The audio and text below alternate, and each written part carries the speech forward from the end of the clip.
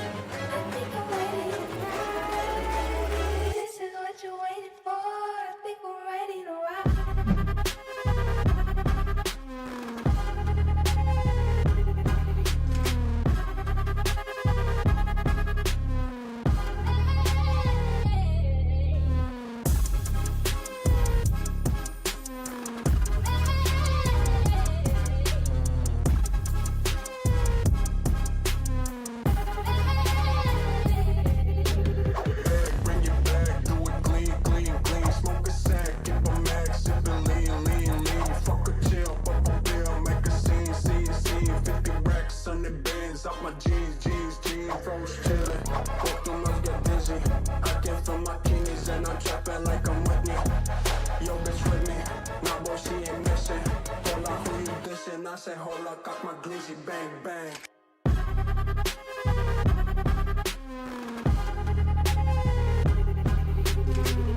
I say hold up, cock my glizzy, bang bang.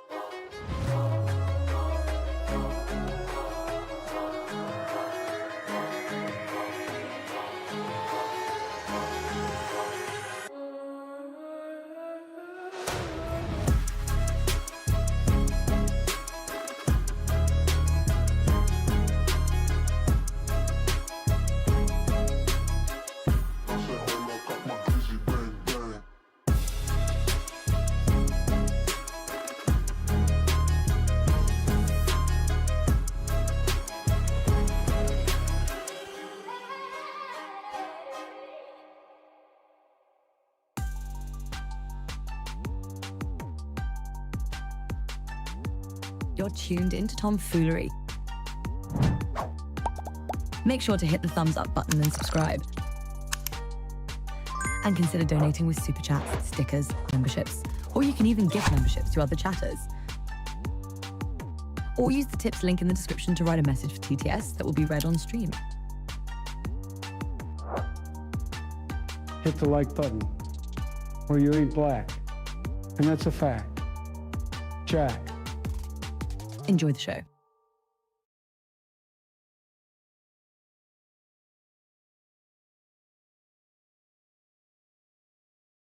Not part of the establishment. He's really an independent. He voted Democrat his whole life, so he's not really a Republican at all and has nothing to do with the party or the establishment. But then, as soon as somebody who is part of the establishment in the party disagrees with Trump on anything, you call them a rhino and say they're not really a Republican. Yeah. They're not. You cannot. Those are contradictions. You can't hold both of those positions. No, they're not, dude. They 100% are, objectively. Trump came in. What? When I hear you say in my own experience, I am not surprised at all that your dating experience has been less than satisfactory, especially if you're trying. No, it's my turn to talk. It's my turn to talk. I like to talk. It's my I think she was just making a joke, dude. I don't think she actually meant that. I'm sorry you're offended already. My point here, let me... Daddy Waffles, give him a massage. Calm him down a little bit. No, I'm not offended, but finish my point? all the things that you're saying right now, Jasmine, no. Can I finish my point? Okay, just let her finish her point real quick. Just let her finish the point real quick. Because everything that you're saying right now is... The moderator is telling you that I need to finish my point. We gotta just let her finish the point real quick. She probably could have been done by now. Relax. And now she's trying to build a point. I don't have mute controls here. This is not gonna work this way. If you're not listening to the moderator, if you're not gonna listen, no reason to do it. Okay, alright, hold on. Everybody just hold on one second. Just hold on one second. Hold on.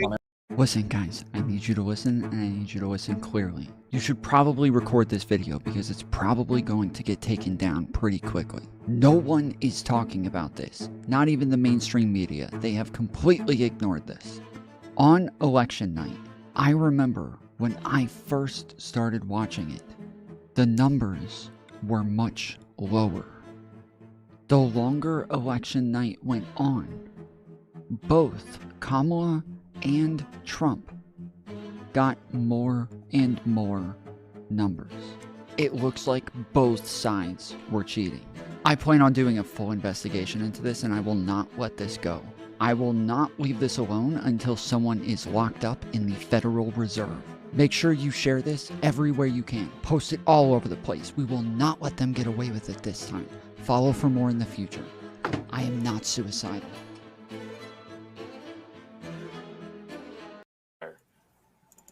Oh, yes. We were one of the first to say the Hunter laptop was real. But you and we didn't were censored, verify and we it. got the censorship. You did not cancel verify culture it. march The to say FBI it. did.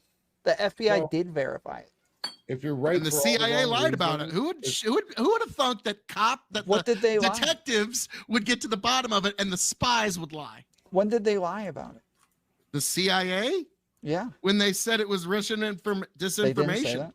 They didn't Oh say that. yeah, you're gonna play pretend. All right. They- no, I'm not playing pretend. You actually kind of are. Because you no, are that was the choosing to be exact inaccurate. fucking headline the Politico was used. That We're was not used talking for about Politico. everybody. If you That wanna was say how that's it was what Politico reported said, to then that's everybody, fine. and But that was you did how not the say that's what consequences Politico said. were You said that's what inflicted the on CIA anybody that said tried to spread because this you're story, lying. Tom. You You know it's discrimination. We're stupid and Tom, buy a hat and I'll get your most expensive sub for a year. Get a Trump hat? Alright. I got you. Yeah, I think the black visor is a good one because it's got hair on it. If you love Kamala, why the fuck are you here? Because I'm an American. I want to talk to other Americans. I live here. This is my home. What do you mean? Why are you here? why are you wearing that hat? I like this You are hat. not Stupid. First Amendment, but you're I not. like this hat. You're an American. And you really should not. That's misrepresentation. It's not misrepresentation. Well, I- it is when people think that you're with Trump and you're not. I'm bald. I just wanted a hat yeah, with right. hair. That's all it No, was. It no, just happened no. to say Trump Who on do you it. That's think all. you're fooling? I just wanted hair. You guys are Right. this is discrimination. Yeah, I just want yeah. hair. You think we're stupid, and the American people are not stupid. I mean, the ones that are voting for Trump are. We're not saying God's God's will will has can changed. We're not saying God's will has changed. We're saying we discover a whole new set of books, okay? Yes. And we find out, we verify this 100% historically. The best Christian, Kent Haven archaeologists in the world dig these books up and like, these are actually the word of God. And they say, redact these phrases, add these ones. We're raping babies all day now. That's what we're going to be doing. That is the most moral thing to do. In that case, do you adopt those principles in this world? Yes or no? Yes, as a Christian, yes, I would have to say that sure. because Yes. I would have. If you're going to try to assassinate the president, you almost are certainly going to leave behind some sort of statement. Instead, we have not been given any more news about. He almost definitely wrote a manifesto, but it's a bunch of like far left communist manifestos. We can't let the Trumpers know that this person was on the left, so we have to just hide the manifesto so we can keep trying to trick them into believing that it was another far right guy. And so the Democrats were saying, the deep state was saying, hadn't been shot at or grazed. I keep hearing all the right-wingers say this like, yeah, we saw the mainstream media saying that it wasn't even a real gun, it was actually a toy gun, but now we know that it was actually a real gun the whole time. It was real danger. I almost believed it. I was one of the people who almost believed that it was a Nerf gun, but it turned out that it wasn't. They tricked me again. And so the Democrats were saying, the deep state was saying, we're going to kill Trump. He's going to be taken out. Democrats were saying they're going to kill Trump and he's going to be taken out. This is a thing that they said. Here we go. Brilliant. You're just back in the UK, right? I am. Well, Star was here. So, Star visited you. I see. Yeah, she came to visit this time, which was nice. Yeah, she was there for about 4 weeks. Yeah, see, I have a bit of an issue with Beckett going on here and talking about this stuff because even though he doesn't specifically claim to have expertise, his accent gives him this air of authority as though he has expertise. And people are now more likely to trust him as though he knows what he's talking about when maybe he doesn't actually. So it's probably like really unethical and irresponsible for him to have any sort of say on this subject or any subject for that matter. Also, doesn't Kidology have an accent? I notice you don't fall for her air of expertise. Yeah, but she's black. Someone said that I can't possibly win because of my rampant idealism. Yes, the capitalists are the idealists. Yes. Yes, of course. It's the capitalists that are the idealists. That Yes, makes so much sense. How did I not see this before? Only people who disagree with me are idealistic. Like, we exist in capitalism. So it's not like if I'm like, hey, I want things to exist the way they do now. How can you call that an idealist? How is that idealistic when I'm like, hey, the way things are right now, that's what I want. Like, you're like, oh, that's never going to happen, man. You're way too idealistic, bro. You're a freaking idealist, dude. Stop it. Stop acting like we can do things the way we're doing them now. All right? That's way too far out there. You need to come back to earth, Tom. Come back to earth, okay? Things are never going to happen the way that they're currently happening, okay? You got to Never gonna happen, dude. Never gonna happen. It's never gonna fucking happen. You got to be a little bit more realistic with. Yeah. If you want things to be the way that they are now, bro, way too much idealism, dude. You love capitalism and you currently have capitalism? No shot, dude. No way that's ever gonna happen, man. Too idealistic, dude. Can't possibly be the case. It's the socialists, you know, they believe that, you know, the capitalists are just too idealistic. It makes sense. Makes so much sense. I'm glad we're all on the same page now. What's up, fools? Today is 1/10/2025. It is 4:48 p.m. Eastern Time. We are just getting started on the regular stream. If you've been hanging out for the last little while, I have been doing an IRL stream from my phone for the last 2 hours or so. Out in the snow. It started raining. I didn't want to wait for the... Sorry, I didn't want to walk in the rain. So I just sat in my car for another hour. Just like sitting outside my house because I didn't want to have to walk into the rain to go inside. And we had a bunch of people who were saying that they disagreed with me on the stuff that I was saying about Trump. They disagreed with me on the stuff that I was saying about liberals and Biden and all this stuff. And so I told them, I said, yeah, if you guys really disagree, I would love to have you on. Love to talk to you about it. If you really, if you really think that you got the kill shot, you're the one who knows, you're the one who's got the fucking gotcha on me. Well, I want to know. If I'm wrong, I would love to have this information. But it's a bunch of people that every time they would ask a question, as I'm answering the question, I've got 5 more people asking 5 more questions. And then if I don't answer their questions while I'm answering the first question, they start going off. Ha, yeah, see? He's scared. That's why he's not answering my question. I knew it. He's terrified. I asked the question 5 times in the last 30 seconds, and he didn't answer it once while he was answering all of those other questions. So, got him. I was like, okay, yeah, if y'all actually think I'm fucking scared of this shit, hop on. This beta girl is triggered. No, I don't think that they're beta girls that are triggered. I just think that they don't actually have real ideas that they're willing to defend. So I do think that they're scared. I do think that they are projecting their fear onto others, and I think that that's why most of them will not ever show up is because they can't actually defend their ideas. They can't actually defend their positions. They're not actually going to try to logically make sense of any of the stuff that they believe. It's all vibes. It's all feelings, and they have no idea what a real liberal believes because they've been too stuck in their echo chambers for too long, to the point that if they came on and even tried debating it, they would be blown away that nobody's making the arguments that they think that they're going to make because, so Steven Crowder and Ben Shapiro and Tim Pool and, Candace Owens have all made up a bunch of fucking insane positions for the left and for Democrats that nobody really believes. And so, we have to deal with all of these retards thinking that they're fighting against something that they're not even fighting against. So, yeah. What up, Steven Blankenship? Goblin agreed. Ooh. I believe you're a freaking cuck. Well, your vibes are what you use to come to your beliefs, and so I am not surprised that you're using your fucking vibes for that one as well, because you wouldn't have information one way or the other. You wouldn't have any evidence one way or the other, yet you're going to make the statement without evidence, as you guys always do. I'm I'm not surprised. Shout out from Northern Cali. Oh, damn. Okay. Northern Cali in the house. You guys getting a lot of smoke over there? You guys having some trouble? You guys having some trouble breathing? You guys getting it a bit rough right now? Did you brush your teeth? I've never brushed my teeth. No. I have never brushed my teeth, and I will never brush my teeth. No fucking shot.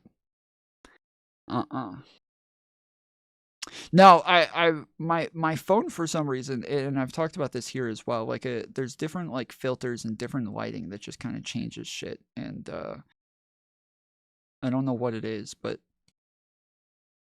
in different places, my teeth look perfectly white. In other places, my teeth look horribly yellow. If I'm in like when I turn on filters on here, it turns them super yellow. But like, yeah, I've shown like tons of other like videos and pictures where they're just not like that. But I don't know what it is. I think that because that is a yellow light over there, and this is a yellow light here, that my teeth are so pearly white that they just reflect whatever color it is that's coming off the light. And so yeah, I had to turn those lights white eventually because yes, it was just kind of annoying. What's your show about? It's my first time. My show is about finding truth.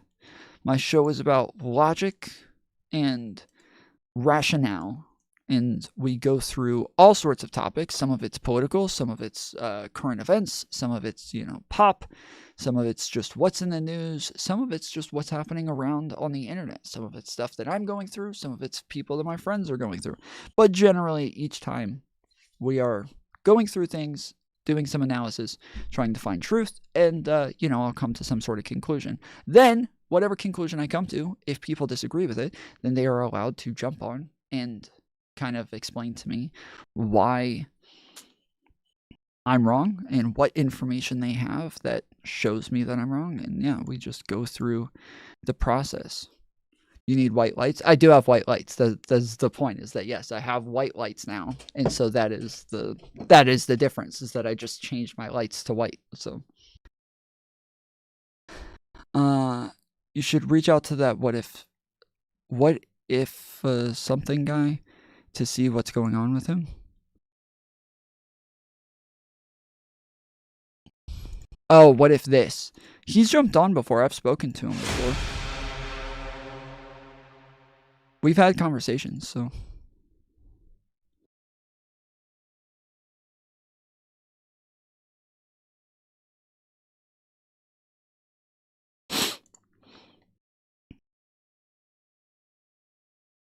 The what if this guy's having a meltdown? Wait, where?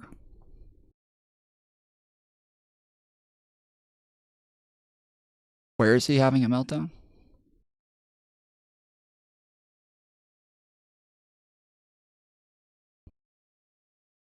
But yeah, if you guys missed it, I was doing an IRL stream from my car over the last 2 hours, and so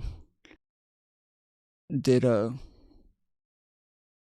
for the last while, and now I'm back in the studio, the big studio, with my production team and everybody, and so we're ready to go. He took the video down, but a lot of streamers covered it. I don't know. No, what if this is a big channel? He had quite a video the other week. Yeah, I'm sorry, I don't know anything about him. I feel like there was a guy named What If This that was in my chat a bunch of times that came on and spoke to me. Am I wrong? Am I crazy?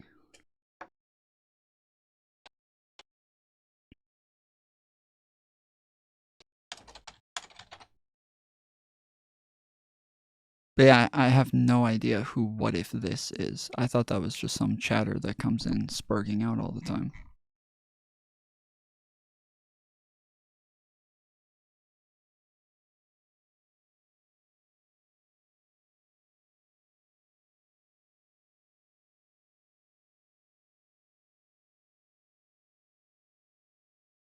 It's what if alternative history.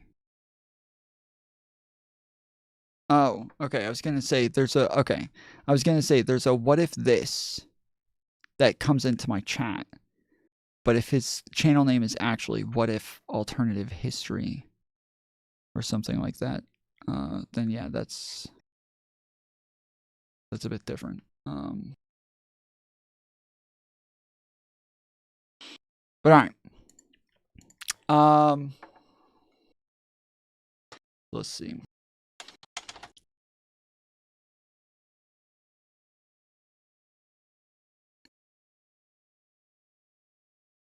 Oh wait, I haven't actually. I don't want fucking some wizard to post some like fucking porn in the comments or some shit.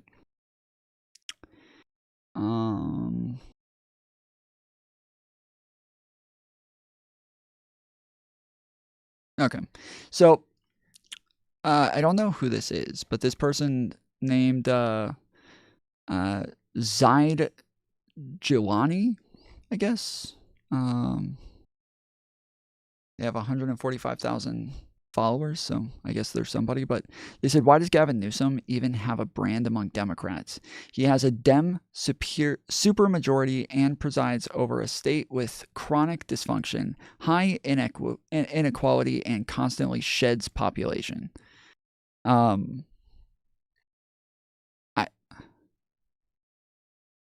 don't know that he had. Isn't he a governor? Like, he's just a governor. Like,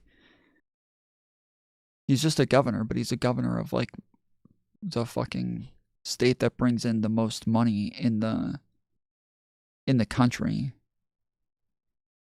and has like the biggest economy. I think it's either California or New York. They're both up there, but yeah, one of those two. And I don't know, like the Republicans are going to complain about literally all Democrats, but Democrats are all over the cities with the biggest economies and over almost all of the states with the biggest economies as well. And then they all point to like where there's homelessness and are like, whoa, look at the fucking Democrat states, or like, you know, where there's like projects and shit like that. Biggest crime economics, sure, buddy, that's a thing. But that the fact that they have the biggest cities, they have the most people, so it is more likely that like homeless people and poor people are more likely to move there because they have the biggest economies and yeah, the biggest cities and everything. That's just, it makes it more likely. But yeah, people single out the poor people and are like, that's what their city looks like. It's like, that's not the majority of the fucking city, dude. Like, most of the cities are normally doing fairly well. And so yeah, they'll point at somebody like Gavin Newsom as like some sort of failure based on things like homelessness or crime or something like that, when that is just the case in all big cities. It doesn't matter where you are in the world. Big cities are all going to have more poor people, more inequity, and more crime everywhere in the world. And Democrats just happen to be the ones that they trust to run those cities almost every single time, or have been the ones that have just made them those great cities. So yeah, so they're complaining about this. So Anna Kasparian quote tweets this. She said, please read this. Please wake up from a partisan hypnosis and realize what an unmitigated disaster California Dems have been. Like, what the fuck, dude? What the fuck is wrong with this bitch? What the fuck is wrong with this chick? Would you smash Kamala? No, I'm saving myself for Nancy Pelosi. What is wrong with Anna Kasparian, dude? What happened to her? Like, she truly, like, she's always been retarded, okay? Obviously, I have always hated Anna Kasparian. She has always been retarded. She has always been somebody who is just insanely irrational, doesn't know what the fuck she's talking about. It's always going to be like, whatever she says, it is just, you know, the fucking Do you even hear yourself rationalizing? I'm sorry. I didn't mean to offend you with rationale. I'm so sorry. I know that like MAGA dudes don't like rationalizing things. I apologize. I know you guys get super offended and soy out and everything when you hear rationalizing, but it is going to happen on this channel a lot. So she's always been like somebody who is going to play team sports, whatever it is, if it's the fucking stupid left shit that she's defending and the fucking, you know, woke shit that they're all pushing and the, you know, SJW shit that they're all pushing. And then all of a sudden she just decides to like switch courses and just kind of move to a different echo chamber and now do the exact same thing she's always done. Like, always done. She's just always done this shit. She's just doing it in a different direction for a different fucking team. She is such an embarrassing fuck. She was embarrassing doing this stuff for the progressives and the far lefties. Now she is embarrassing doing it for the right wing now. It is obnoxious as fuck. I quote tweeted her and I said, "Did that homeless guy hit you over the fucking head?" That's fucked up. That's a fucked up thing to say, but like, come on. Come on. Like, this person posted this. They said Trump is on the verge of having a net positive favorable rating, something that he never had in his first term. Yeah, we'll see if he actually gets there. He like set a record for the most unfavorable or the lowest favorability of any president in his first term. Even among Republicans, still had the lowest favorability of any president. And then now, yes, it does look like he is trending upwards in favorability, but once he gets in power is like what matters. Like once he's actually in the White House and he's doing shit is what matters.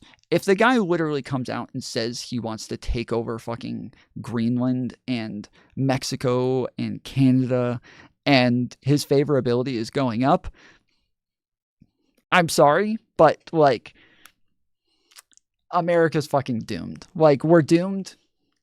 It like go ahead, just Russia, just go ahead and fucking nuke us at this point. Like we are doomed. That's it. Like if the guy can literally say shit like he said this week and his favorability goes up, that's it. We're doomed. That's it. Like we're fucked. We're totally fucked. Just go ahead. Just get it over with. Like there's nothing to save anymore.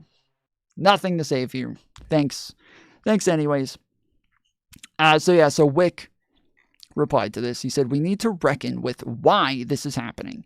If Democrats are to be successful in the coming years, we need to accurately identify why Trump's popularity is increasing, not just hand wave it away." I don't think anybody's hand waving it. I don't know why he says this. Like, who the fuck is hand waving it? So I replied to it and I said, Trump is becoming more popular for one reason. People allow misinformation and liars to continue to get away with it. Call MAGA what they are. Traitors. And so that's that is the thing. I think that's what it is I think that people continue to let them get away with things. Donald Trump just got he got convicted on 34 felonies, I think it was, about 3 months ago. And after he was convicted, they allowed him to wait for sentencing until after the general election. They are just being too nice, too easy on him, always just treating him like a retarded child, always going super soft on Trump, always want to just, treat him like somebody who doesn't know what the fuck is going on, treat him like somebody who has no accountability, and never hold him accountable for anything. So they convict him about 3 months ago. Not felonies? Yes, they were felonies. I said, yes, they were felonies. I don't know who the fuck told you that they're not felonies, but yes, they were felonies. Yep. Explain the crime? Why do you guys really not know what the crimes are? How do you guys seriously? I literally, the last stream, they asked me what the crimes were, and I went over every detail of them. And then after I went over every single charge, just off the dome, I remembered every single charge. They stopped and said, "Yeah, but what's the crime?" I'm like, You guys literally know so little about this case that you don't even know what the fucking charges are. We know you don't. Okay, well, I quoted all of them while driving in my car just a little while ago. So there's no shot that like anybody can think that I don't know, because there's proof over and over that I have quoted it while driving.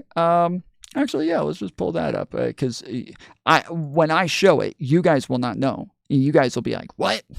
That's not it. Like, you guys have no idea what the fucking charges are. Just like you guys think that there's no evidence in the E. Jean Carroll case, you guys have no idea what any of the fucking shit is against Trump. You guys don't know what any of the evidence is in the Fulton County case. You guys haven't seen any of this. But anyways, so yeah, so they allowed Trump to get away with all of this shit, and then when they sentence him, they don't even hold him accountable. Fuck. They don't even hold him accountable, right? Each one of his charges had a maximum of 4 years in prison. Each one had a maximum of 4 years in prison. How many years in prison do you think he got for 36 of those? Meaning that he could have gotten 34. So 34 times 4 years. How many years do you think he got when that is the maximum, right? I'm not saying he would get the maximum. Probably not. It wasn't that bad. It wasn't that crazy. It wasn't that violent. It wasn't that horrific. So he probably would not get the maximum. But what do you think he got? What do you think? What do you think out of the, 136 years he could have gotten? How many do you think he got? 0. Yeah, he got nothing. Yeah, nothing. As always, they just let him get away with everything. And this entire time, the Republicans were running around, the MAGA fucks were running around saying that they were doing this to stop him from getting elected. Well, again, they convicted him before the general election. They could have locked him up. They could have sentenced him and had him locked up to where he couldn't even run anymore if they wanted to. They could have done it. And the ones that they convicted him on were the smallest charges of all. All of the charges that he had, these were the smallest ones. He had numerous felony cases across America, some federal, some state. The Fulton County ones were very very bad because he was being charged with racketeering there, and had another 30 charges there, and then he also had a number of federal cases as well that were all federal charges. And so yeah, they went with the smallest one, the one with the least amount of consequences. They went with that one first. And they allowed them to go first. And then when they went first, then once they convicted him of the crimes before the election, they said, we'll hold off on sentencing until after the vote. While all these people, the whole time, their whole conspiracy theory is that all of this is just to stop him. They could have stopped him. They could have done it. They could have had him locked up, and they didn't. Again, they didn't again. Once again, they did not lock him up. They didn't do anything. They let him off easy again, because that's what they always do. They're always too easy on him. They always treat all of MAGA like a bunch of children, and they're just retarded kids who don't know what's going on, who can't be held accountable for their actions. And so yeah, that's where we're at with the case today, where he got sentenced and he got no sentence. no punishment, nothing, just nothing added. Just that's it. Good to go. All those felonies. 136 years? How about nothing? Of course, and like, look, whatever, it is what it is. Like, this is the criminal justice system. I believe in the criminal justice system. It just is kind of annoying that they always take it so easy on him. But while they're taking it easy on him, these like whiny babies who have never faced consequences in their life, who have never had a father. This is all just fatherless behavior where they don't know how to act. They don't know how to talk. They don't know how to like, you know, engage in a civilized society. These people see this guy get convicted, and then they sentence him later to be nice to him, to just be overly nice. And what does he do? They all cry and say that it's unfair that he has to be sentenced for the crimes that he was already convicted of months ago. They think that that's unfair. That, what? You're not supposed to get sentenced for the crimes you're convicted of? That's new. That's never happened before. It's so unfair that somebody gets sentenced for the crimes that they were convicted of. Wow. It's not fair. So yeah, they're all running around whining and crying about this shit like a bunch of little babies, because they're not used to consequences. They're not used to being held accountable. They're not used to this sort of shit. And even this, I don't think we would call any of this accountability, really, because yeah, when you don't actually face any consequences, they just let you off. Like, and all of these fucks who ran around saying that the only reason that they were doing this was to stop them from running for president. Well, they're all proven wrong now. They're proven wrong now. Like, obviously, you guys all lied again. You all got made up a bunch of shit again, just like you did with, like, FEMA taking everybody's houses. Oh, they're gonna come. They're gonna take your houses. Don't let them come to your door. They're gonna take your house. Or that, they're just trying to let the fucking Republicans die. They're doing it on purpose during election season. They're turning the fucking hurricanes to go to the Republican states, and like just nonstop lie after lie after lie. Wrong again, wrong again, wrong again. And here's another time that you guys are all proven wrong again, and no accountability. You guys are all sitting there instead of being like, okay, yeah, we were wrong. We admit it. We were wrong. They could have stopped him from running. They could have locked him up. And they didn't. And we thought that that's what they were going to do, but we were wrong. Instead of doing that, yes, they all just make up new shit to fucking complain about. They just moved on to the next way to be a victim. They just moved on to the next fucking talking point, the TDS, the co-parter, the, soy boy, like all of the shit, the thought-terminating cliches that make sure that they never have to actually have a real thought process or, get a brain cell to fire off. They make sure that they are armed and ready with all of the dumbest fucking shit they could possibly say to make them look like they're second graders at recess. Just completely retarded. So yeah, fatherless behavior. It's actually disappointing, and we need to try to get Republicans to really respect the family unit again and get them to have fathers again, to where they actually have a dad growing up who can actually treat them with give them some discipline, give them some spankings and shit, and get these motherfuckers to grow some chest hair and really man up. I would be embarrassed if I was them that we had Hillary Clinton, after her election, concede the election the very next day, and then we have Kamala Harris concede the election the very next day. And then Donald Trump refused to concede the election for 4 years and whine and cry, and all of them just running around whining and crying, where they end up having 2 women able to take an L like a man better than any of them. It is fatherless behavior, and it's embarrassing, and I think that we need to really, really make a big deal about these kids getting some real parenting and making sure that somebody's raising them a little bit more, because they all want the government to raise them. They all say that, like, Trump is daddy, and they all say Trump's your daddy now because they think of government as their daddy. They want the government to be their parents. They want government to raise their children, and it's not right. Parents should be in charge of their children. Parents should be raising their kids, and we really need to get back to family values in this country. And I think that that's something that will hopefully be a big talking point for us as we move away from MAGA going forward and get away from them and their crazy ideologies that are moving everybody far right and into just anti-American values, anti-constitutional values. They literally have Donald Trump bragging about the fact that he doesn't have to follow the Constitution online and saying that he doesn't respect the Constitution and shit like that.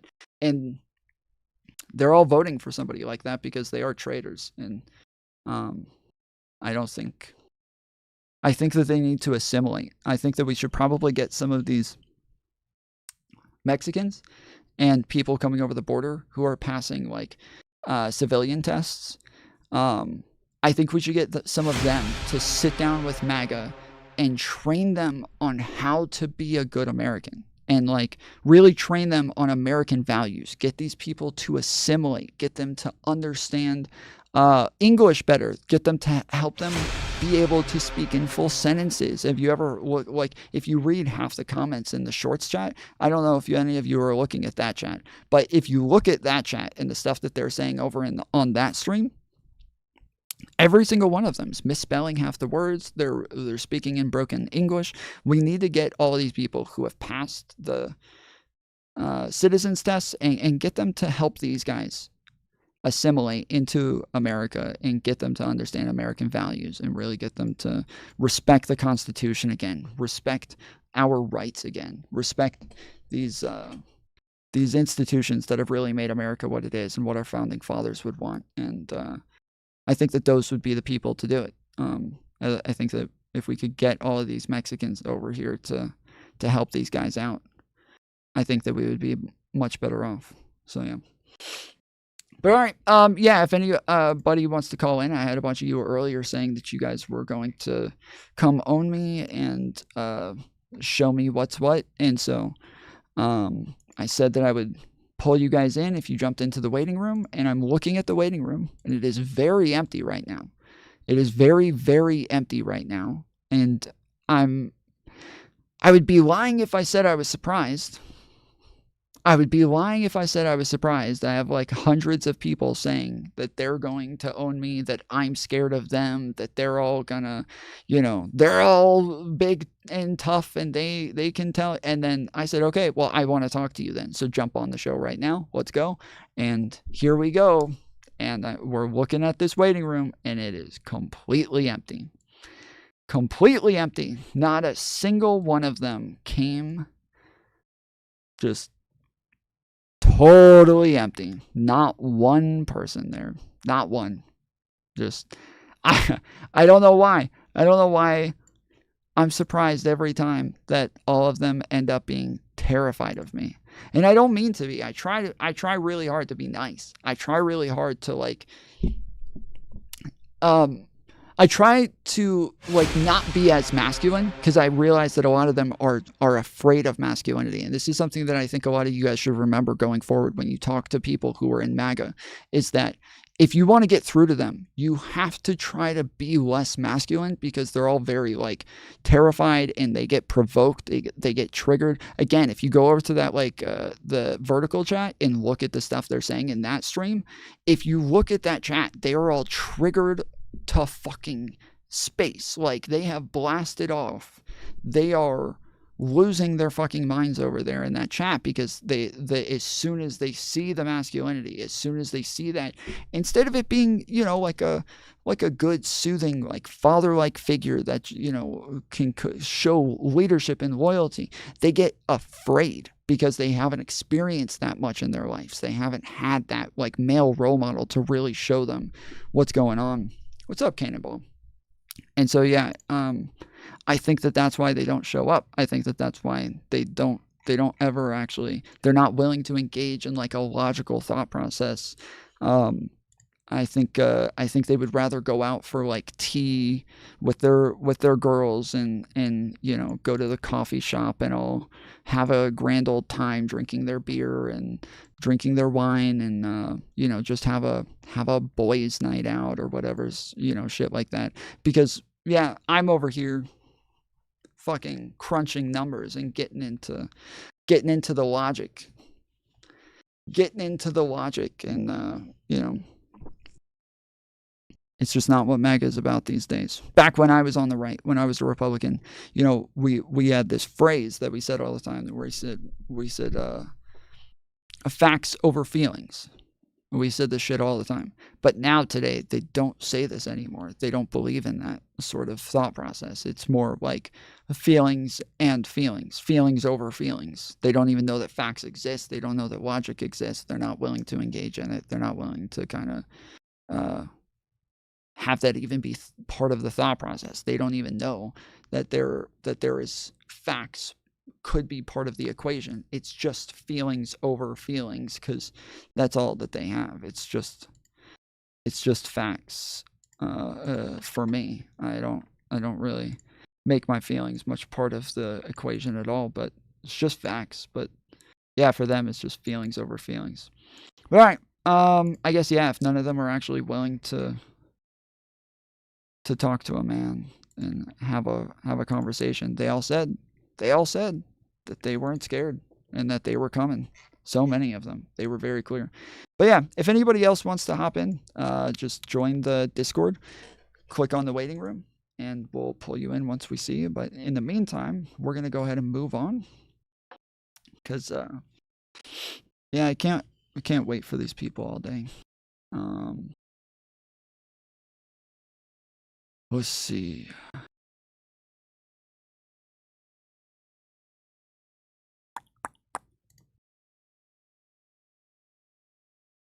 Oh, I was talking to you guys about this earlier. Alex Jones has a great fucking beard.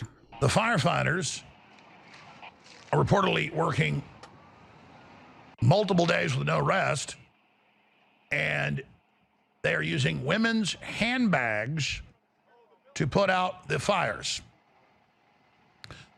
Trump exonerated. You know, he got convicted of 34 felonies. He didn't get exonerated. He got convicted. He was found guilty by a jury of his peers. That's not exoneration. I don't think you know what exoneration means. You should probably Google it. It would be beneficial if you Googled the word exoneration before you use words like that. It might be outside of your vocabulary. Fire hydrants do not work. Newsom still refuses to release the water from the mountain reservoirs. They're just diverting it out to the ocean as usual. Why no sentence? Because they're overly nice. They're overly nice, overly charitable. I mean, I believe part of the sentence was already that they were going to have him pay back the fines. Or no, that was the other case. That was the business fraud case. This is the... Damn, dude, there's too many fucking cases now. So there was the E. Jean Carroll case. Then there was the business fraud case. Then there was the 36 felonies that were what they called the hush money case, but it was just election or campaign finance mismanagement. So yeah, I don't know if they actually had anything. Purple Kitty, thank you for another sticker for $2.99. Appreciate it. Speaking of, we are going to put up a goal. So the initial plan is to stream 3 hours. If we get $5 donos, then we will add 3 hours to it. We also have tons of members here. Appreciate y'all over in the members chat, what y'all call based chat. But yeah, there's a link in the description for Discord, so if you guys want to join, hop on. A bunch of people joined the Discord. They just didn't jump on. They just didn't join the waiting room. But let's go. Draco's with $10 dono. Fuck yes. Thank you, sir. We'll go ahead and add that to the list. 1 out of 5. Appreciate it.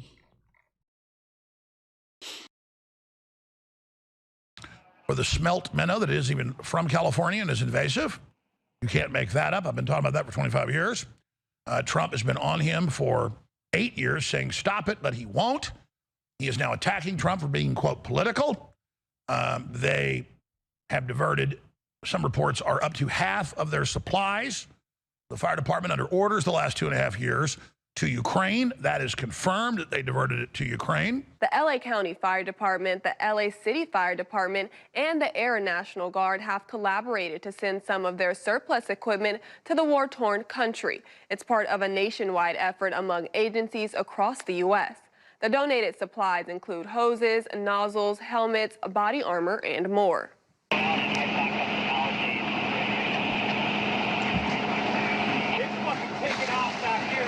They have bags that they're using to put the fire out over you. Apparently, people are making a really big deal about the fact that they used bags to put out the fire for some reason.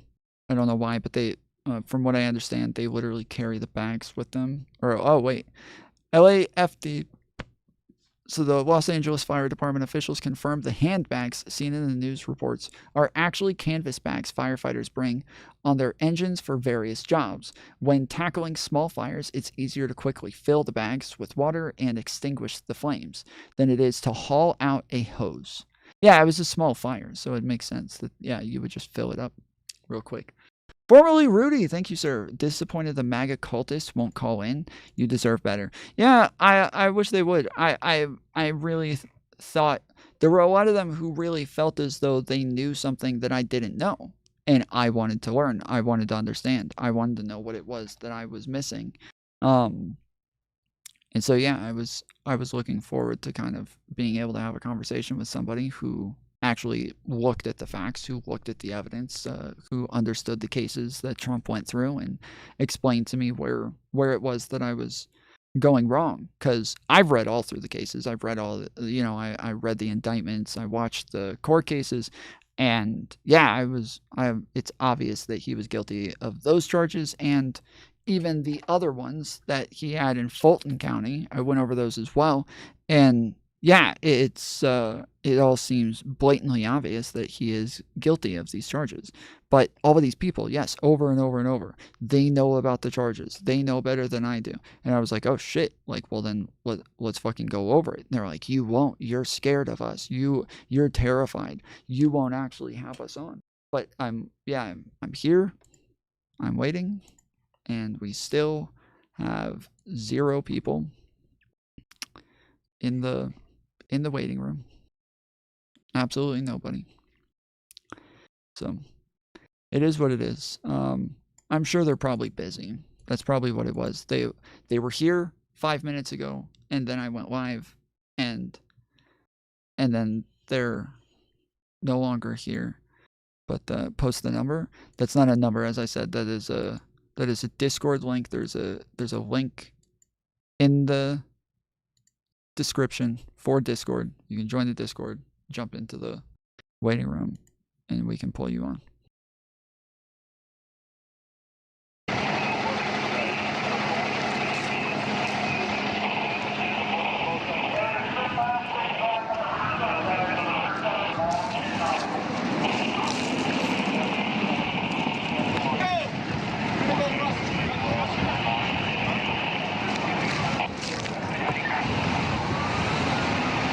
We're in the public safety phase. I hate to even ask this question, but the president-elect chose to attack you, blame you for this. One can't even respond to it. I mean, it's people are literally fleeing. People have lost their lives. Kids lost their schools. Families completely torn asunder. Churches burned down. This guy wanted to politicize it. I have a lot of thoughts, and I know what I want to say. I won't. I stood next to a president of the United States of America. I'm a MAGA cultist. Trump won, and you oxygen-sucking liberals can't handle it. Wait, we can't handle it. I never said he didn't win. I've said he did win. I said he did win over and over. What do you mean? You're making it sound like I'm doing what Trumpers did for the last 4 years, and I'm not. I'm very clearly saying that he did win. I am not doing what you guys did. January 6th already came and passed. We already certified the election, and nobody ran inside the Capitol. Nobody's kicking and screaming, denying the election. Sorry, I meant to comment. Wow. My friend was right.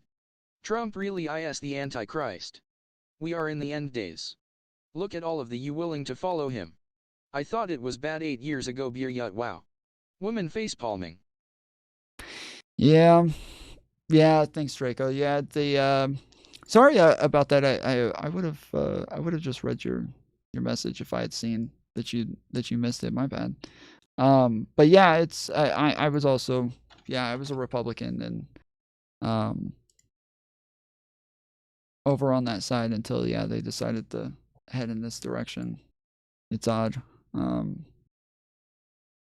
But yeah, like I said, it's no longer facts over feelings. It's no longer people who believe in crime and punishment or people who believe in like order or anything like that. Why are them so disgusted that we put a convicted felon who is out on bail for $200,000 into the White House? He was found liable for sexual abuse and business fraud. Why don't people like that? Yeah, I don't know. That is just, the most American thing. The guy who says that he doesn't have to abide by the Constitution and that he's going to get rid of the articles of the Constitution, that they don't think that that's un-American. I'm not sure. They probably went to a different school than I did, because the school that I went to, we learned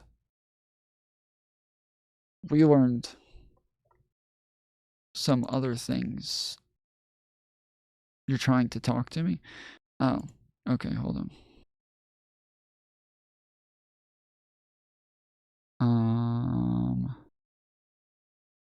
Okay, say something. Hello? Yo, what's up? Okay, I'm on my phone. I'm sorry if it sounds like really loud or something. There is a gentleman who went to all the trouble from your YouTube Shorts stream to download Discord and is waiting in the community VC to talk to you. But I told him not to move because he's already confused about how to get to the waiting room. So okay, his name is it Macro. Macro? Okay, all right, I'm pulling him in. Yeah, Thank Macro. you. Thank you. Okay, bye. Bye. All right. Macro, can you hear me? Yeah, I can hear you. Hey, okay, I've got you on the Tom Foolery show. Sorry about that. Having trouble getting into the waiting room? Well, I'd never been on, so I didn't know how to do anything. Oh, I So got you. this nice young lady kind of went to you somehow. I have no idea what I'm doing. Like this is the first time I've ever been on Discord, basically. Yeah, it's So, a very useful app. I didn't know how to use it at first either, but it is truly confusing. Like seriously, it is a very fucking it is, confusing app. yeah, I had no idea. I'm like, what is all this stuff? And I started clicking on things, general and this and that, and I'm like, where is everybody? Because I'm thinking it's somewhat like YouTube where you have, like a chat somewhere. I was looking for messages like where everybody's chatting. I'm like, where do you see that? And do you like raise your hand to get into a voice, conversation with Tom? I didn't know anything like how it worked. Yeah, no problem. That's kind of what I was expecting, like something of that nature, like kind of like YouTube. That's kind of what I was, my expectations were something along those lines, but it's way different. So what's up? What can I do for you? Well, I'm one of the guys that when you were on live on YouTube, you had said, everybody always asks me questions and they say things and they don't come back over to the Discord. Well, I was one of the guys. I was the guy that said, about the 20 minutes. I've been in here 20 minutes and I've been posting, and you just said, I can't answer everybody. And I get it, man. All these things are being thrown at you and you can only respond to certain things. And I totally understand. Sure. So yeah. So what was the question that I was missing? Well, it's kind of like what you said, on the live. You were like, everybody thinks, and everybody does this, on the right and on the left. And I call myself I don't call myself a liberal, a conservative, any of those things. I tried to look for the truth somewhere in the middle, right? Mm-hmm. I mean, there's a truth, I think, and if you can only, I think sometimes people tend to lean one way or the other in a way, or of course they have their opinions, like you obviously do not like Donald Trump. You've made that clear. you know, and I think, and I listen to the guy sometimes and I think, what a buffoon. This guy's a total idiot. Listen to some Yeah. of the things that he says. And, I agree with you on a lot of those things. Okay. I didn't even vote for the guy. Okay. Yeah. But at the same time, okay, and just to give you a little that thing of why, what really made me like, and it's about the economy. It doesn't have anything to do with gender and all this stuff. I think all of those are distractions.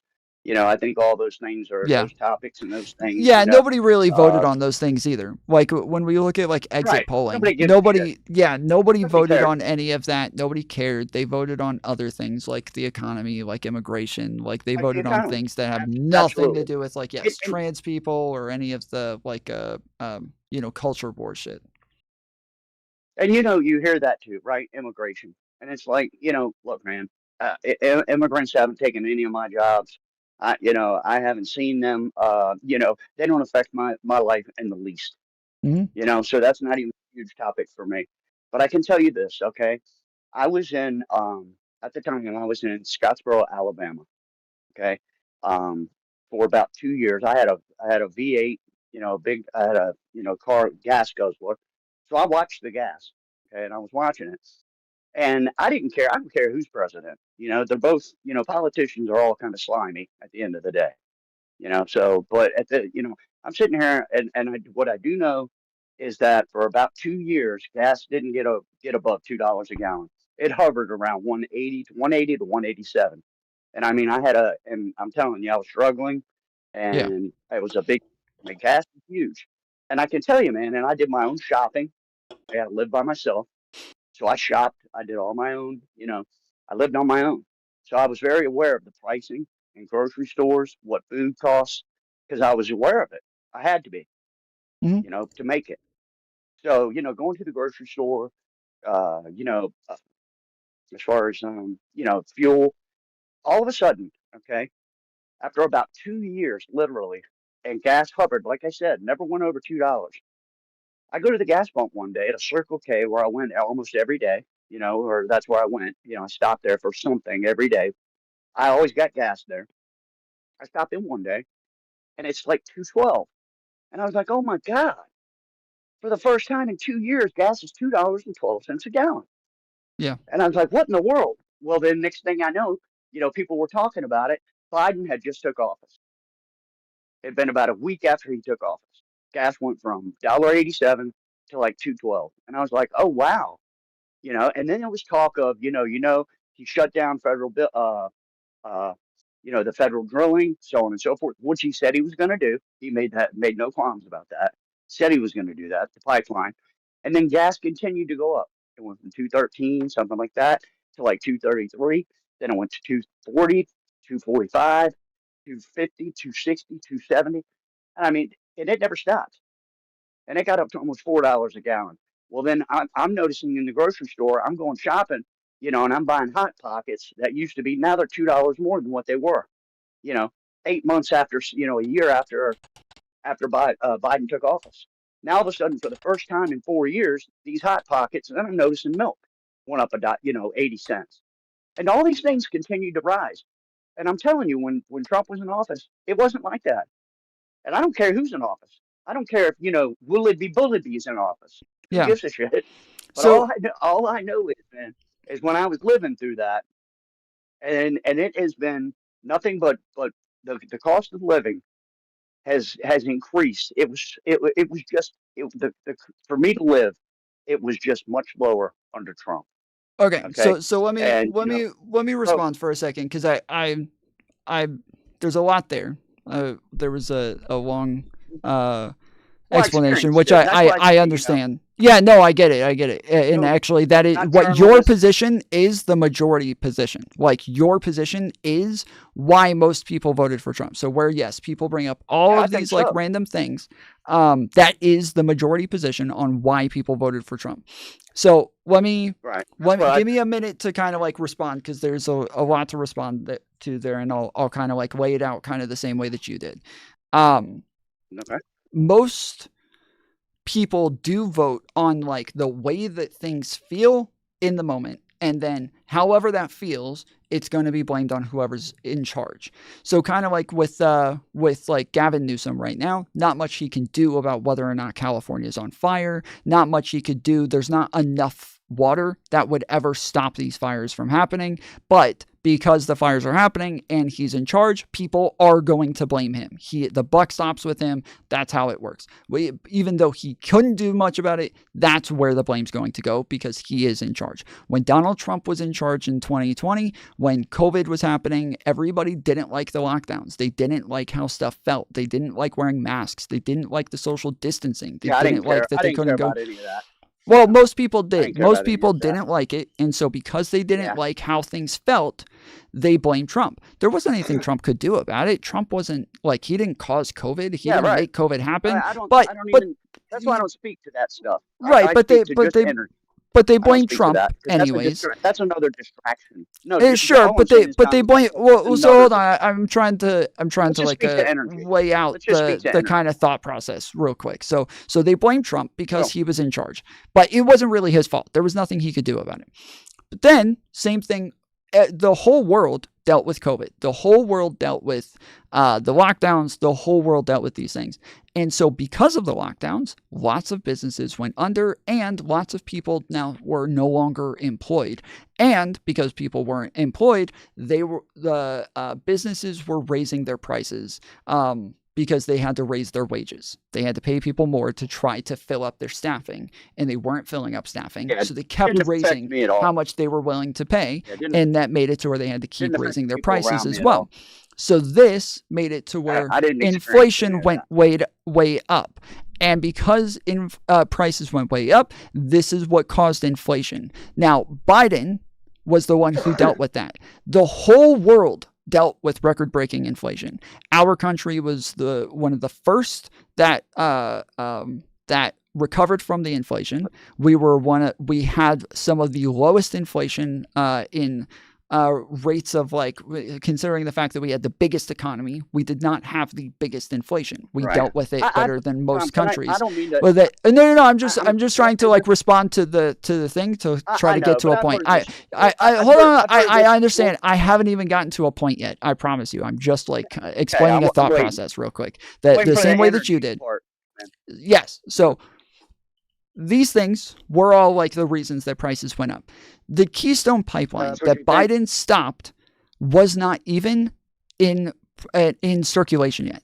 It was not even operational. They had never even used it yet. It wasn't even fully built yet. He just stopped the process of it being built. Everybody across the world dealt with record-breaking prices for gas, not us, and it wasn't because of something Biden did. So whereas I understand people are going to end up blaming him in the end because he's in charge, the Keystone Pipeline literally was not even operational. The reason prices went up was because of the... Yes. One question. I have to ask one question. Okay, for 2 years under Trump, gas was under $2.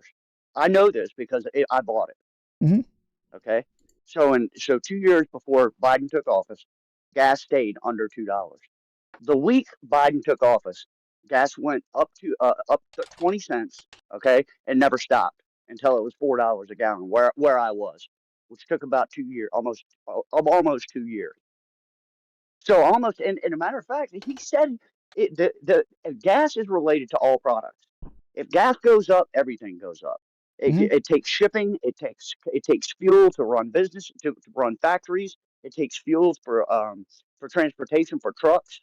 It takes fuel all the way across the board. People need gas, and they pass those costs along through gas. Mm-hmm. And I watched that happen. I watched the food go up. Why? Because it takes gas for the truckers and for them to get the food to the supermarkets, and gas was the key. And that's something you can put your finger on. Not inflation, none of that stuff, because gas prices going up is inflation. Gas prices going up is inflation. But listen what I'm saying though. For 2 years Trump was in office, groceries were cheap. Gas was cheap. Groceries were cheap. The week Biden took office, gas started going up. Everything else started. Now groceries became more expensive. And they never stopped since Biden was in office. And it never stopped. But when Trump was in office, for at least now I'm just saying it was all pretty much the same. I just kept a real good close eye on it, not even thinking about Biden. Biden was the farthest thing from my mind. I wasn't thinking about Biden. I didn't even care about the election, but I did care when all of a sudden when gas and groceries started going up. And I was like, what is going on? This wasn't like this for the last 2 years because I lived it. I bought Right. groceries every day, every week. I bought gas, every couple of days. Right. And This, I was but watching you are it, and I just lived repeating through the it. same So, thing so that I what was I'm in the saying, middle of responding so to. what I'm saying is that all of a sudden Biden takes office after he said he was going to shut down all federal drilling. That's 90,000. It ended up being plus when Trump was in office, we never bought oil from a foreign country, buddy. We never did, never. But when Biden's in office, we absolutely did. Why? Because we had to. Why? Because he shut down the drilling. And he said he was going to do that, and that's no secret. And those are facts. I mean, that's not something that somebody said in a journalist said, or I heard it rhetoric or anything. Those are facts. That's what he said he was going to do. He did it. Said he was going to shut down drilling, and that's why you see 2 years of great living, no inflation at all under Trump. None. There was none. And then as soon as that's why I say the last 2 years, because COVID, you can't even really talk about that. And to be honest, it didn't affect me during the 2 years Trump was in office. Nothing to do with COVID. I wore a mask every day to work, which I had to. I didn't care. I still had a job. People around me had a job. My sister was a registered nurse in the town I lived in. She went to work every day with a mask on. Nobody cared about that. But that didn't stop the price of groceries and the cost of living to go through the roof. I'm sorry, and but that just happened. like The only thing that was different. I'm is sorry, when but Biden took like office. you That's are. all I'm saying. I understand, but you are saying what it is that I started off saying, where you're saying the prices just went up and he was just in charge, When and Biden so took I'm office. kind of and you're saying I'm just kind of blaming him. He did not stop all domestic drilling. He did not do that. We drilled more and had we had more oil production, crude oil production under Biden than we had under Trump. They were almost the same. So I'm not saying he did it way more than him. He didn't do it way more than him. Where do you get that source? Is that what you saw at the pump when you were buying gas? No, So again, hold on, wait. I gave you an explanation for. Hold on, I'm sorry. Hold on. I guess. Wait, hold on. I'm trying to. Every time I start, I allow you to ramble for very long periods of time, but every time I start talking, you start talking over me. No. I am responding directly to all of the points that you're making, and I would like to go point by point. But if you go on 10 different points, I would like to respond to 10 different points. But then each time I make one point, you want to respond to that one point. So if you don't mind, each time you make a point, I would also like to stop you and go over that one point as well. Is that fair? Well, what I'm saying is 2 years, gas and products low. Biden takes office 2 years later, gas and prices through the roof. Yes, and so that's what I'm saying. Okay, so that's what I did explain it at the beginning, is that the main issues was that crude oil went up, and a lot of this had to do with transferring, like shipping lanes and everything was shut down because they didn't have abilities to transfer everything back and forth. But then also China was buying CNN. China was buying at insanely fucking high rates. That was lowering the production, that raised the demand. And so, people have complained about the fact that Biden used our domestic oil when we had the largest reserves in the world. We used it to lower gas prices so that we didn't have to use everything from they did lower. That's the point, is that they didn't go up as high as other countries were having to deal with because they didn't have the largest domestic a gathering of oil as we did, and so we were able to use I've heard these exact same arguments I've heard it on CNN and MSNBC. I've heard these same exact things. But if I can show you the actual production numbers, and I show you that they did produce more under Biden. Hold on, I'm trying to engage with exactly what it is that you're telling me. You're saying that you think they stopped getting oil, because of the Keystone Pipeline, and then two, you said, hold on, I gotta be able to get through a single sentence before you start talking over me. The first thing you said was that it was the Keystone Pipeline that caused it, when we weren't even using anything from the Keystone Pipeline. It was not in operation under Trump. No, we were not. It was still being built. It was still being built. It was not even built yet. It was not operational. We got zero from the Keystone Pipeline before Biden stopped the. With Biden saying he shut down the He did shut it down. I He shut down. No. He okay. Listen. Let's say, just for the sake of argument, he said, I am shutting down all oil production everywhere. Well, it doesn't matter because he didn't. Okay. In the end, he didn't. Drilling, which was about 90,000. About 90. I think it was 90,000. Basically, drilling operations. Yes. So what I'm looking at right now is and that's what I'm looking at right now is how U.S. crude oil production increased over the last 3 presidencies. Each recent president has ended his term with higher U.S. crude oil production levels than his predecessor. Today, the U.S. is the world's largest the world's oil. Sorry, I don't know why I'm saying. Today, the U.S. is the world's largest oil producer. This is from AlaskaBeacon.com. So they're sourcing. Yes, and I can send it to you if you'd like. Let me take, no need. I can find out what. And I have it on my screen on the stream as well if you want to pull it up. But it shows over Obama going up from 7 million, 8 million. So this is barrels. So per day. So 7 million. 8 million, 9 million, 8 million, that's Obama. Then Trump, 9.4 million, 11 million, 12.3 million to 11.3 million. And then Biden's first year, 11.3 million. Second year, 12 million. Third year, 12.9 million. And then it doesn't have his fourth year up yet because we just finished that year. So they're still going to gather that data. But yes, it says that it continued going up, and Biden has the record breaker at 13 million barrels a day. I've heard all kinds of things, but what I'm saying, and I've read all kinds of things, and I've read it on both sides and different things. Yeah. What I'm referring to is nothing that I've read or talked about. Okay, all I'm trying to say was I lived the fact. No, this isn't heard or Wait, felt like. You said at the beginning that you you look up the data, you care about the facts, you care about the evidence and the information, and that's the. So that's what we're going over. I don't know if these are facts though. Alaskan.com. Okay, so what if I tell you? What if I told you? Sure, but what if I told you that gas prices for me what if I told you that gas prices for me were the lowest ever, and that I had the lowest? They would cost $1 a gallon. I couldn't believe it. It was so cheap under Biden, and it was so much more expensive under Trump. No, please allow me to get through a fucking statement, please. I'm dying here. Okay, I'm really I'm trying so hard to be patient. If I say this to you, what you would say, well, that doesn't align with what I understand to be the truth.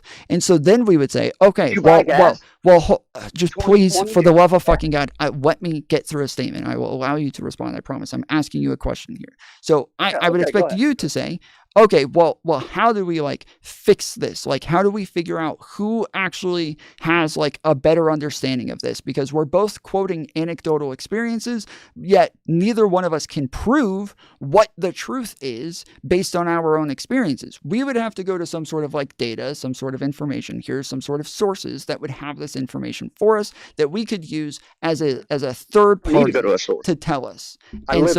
Okay, I lived it. I spent 1 cent per gallon. I lived it. Did you? Yes. Did you really though? Is that the truth though? No, what I'm trying to explain right now is that it doesn't matter. Your lived experience does not matter because your lived experience is not the truth. Your lived experience. There is no my truth. I don't have my own truth. I only have the truth. That's it. I believe in objective truth. When Trump was in office? Do you remember how much you paid for gas? Yes. You don't remember? Yes. How much was it? It was cheaper under Trump than it was under Biden. Okay. So does that not just cheaper, significantly cheaper? Correct. So for the whole world. For the whole world. Not just under under Trump and Biden. The whole world around that same time had their prices go up. The whole world. So it wasn't Trump or Biden. It was the whole world. We just live in the U.S. We just live in the U.S. So what? So what I'm saying is, we're talking about who we would blame. Groceries, and how much did you pay for groceries when Trump was in office? So you just think it was a coincidence? Just somehow 2 years, everything. No, was I don't well think as it was can be. coincidence. I'm And then literally Biden giving took you the office. reasons. You're saying it's a coincidence. You don't have a reason for it. I do. I can tell you exactly why it happened, No, I why don't the have a prices went up.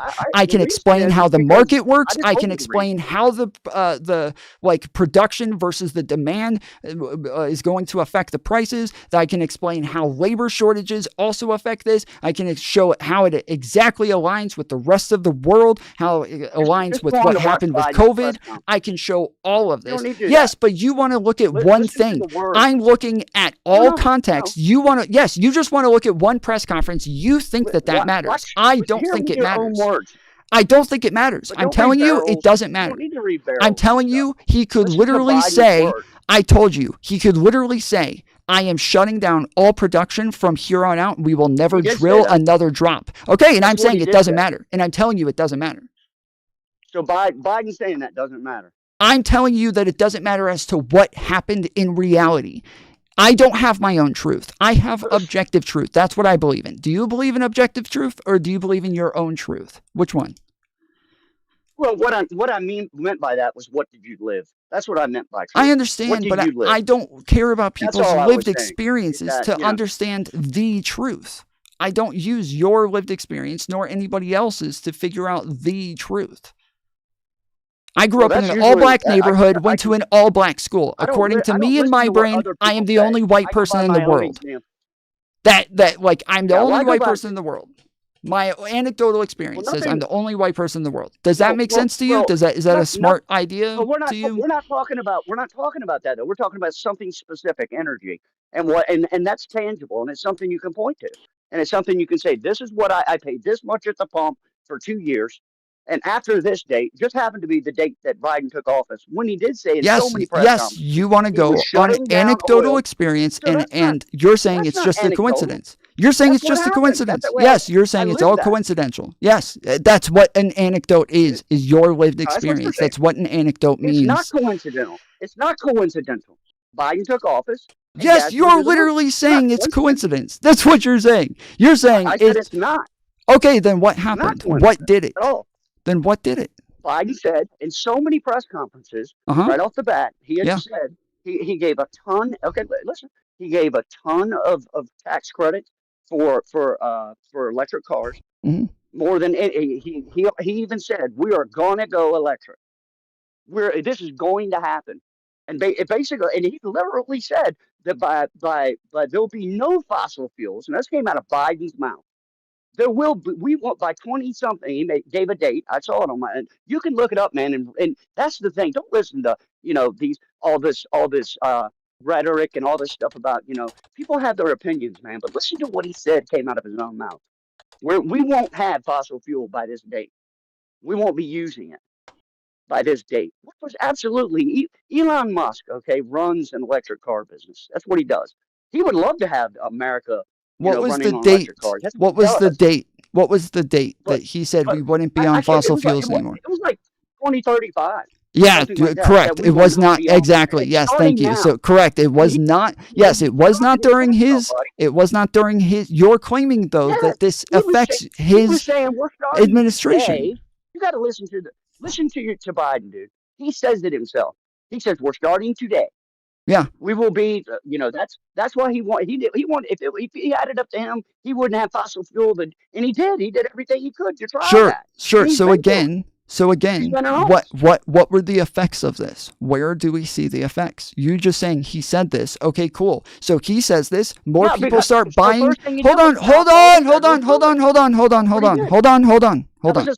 I got it. Listen, seriously, bro. I gotta end this. If you seriously cannot let me talk, this is my show. I gotta be able to talk. I'm letting you ramble for very long periods of time, and then I gotta be able to get. I understand, but I you know that I was still in the middle of a sentence. So when we're going over this, we have to see the effects of what actually came from it. If I say, hey, look, Donald Trump tweeted out that he said he was revoking the articles of the Constitution. Now, Yeah, once but he's he president, what exactly?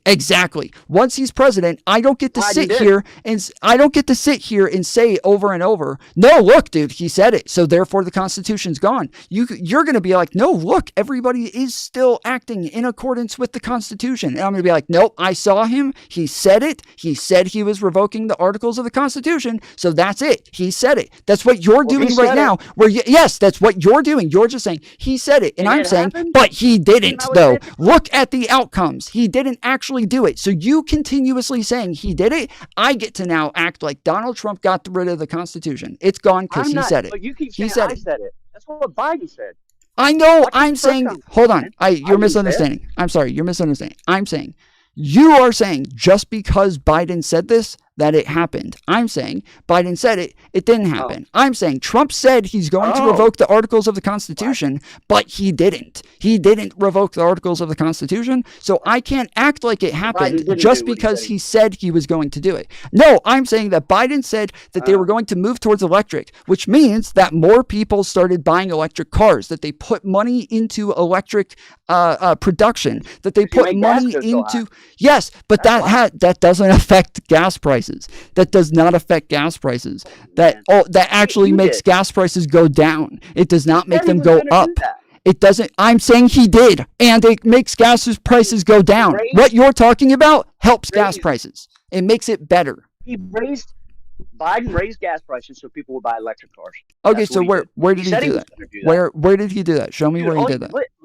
Show me where he did that. No, I'm not. Show me where he did that. No, show me where he did that. No, show me where he did that. Show me. No. Show me where he did that. All his press conferences? No.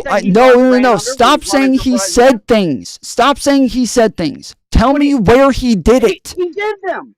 Where? He did that. Where? When? What did he do?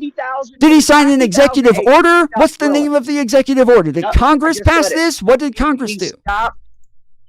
Listen, he stopped 90,000 drilling on 90,000 acres of federal land. That's what he did. And he stated that. And when he did that, then he started buying from foreign countries instead of drilling on our own land. That's what he did. And he said he was going to do that. So I just read to you, domestic production of crude oil.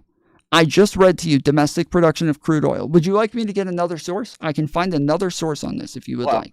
All of them are going to say, all of them are going, no, yes, because you don't care about the truth. Exactly. You don't care about what actually happened. You care about what you can use rhetorically to try to whine and cry about him. You do not give a fuck about reality. You don't give a fuck about what really happened. You do not care. You want to live in a fucking delusion. You are dying to be fucking delusional. You can have it. You got your fucking delusion. You got it. You got your fucking delusion. You win. You get to live in a fucking delusion. Well done. You get it. You get it. No, you get it. You get to live. You get to live without reality. You don't care what actually happened. You care what Biden said. Biden said he's going to do it. Did he do it? Oh, I don't know, but he said it. So that's all I care about. That's it. I just care that he said it. Okay, where? Show me where he did it. Show me where he did it then. Show me where. Every single press conference. No, stop saying he said he was going to do it. No, stop saying he said he was going to do it. Show me where he did it. Where's the law? Where's the executive order? Where did Congress do this? Where? Where is it? Show me. I could look it up. I would love that. That would be great. I've been asking for it. That's no Thank problem. So we'll continue the conversation.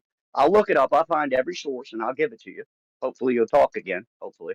But what I'm saying is, Tom, is that... Wait, you're making the claim now, though. You're making the claim right now that it's that you know this right now. If you don't know this right now, then say, I don't know this. I'll go look it up and I'll see if I can find something that will help me make the point that I've already argued in favor of.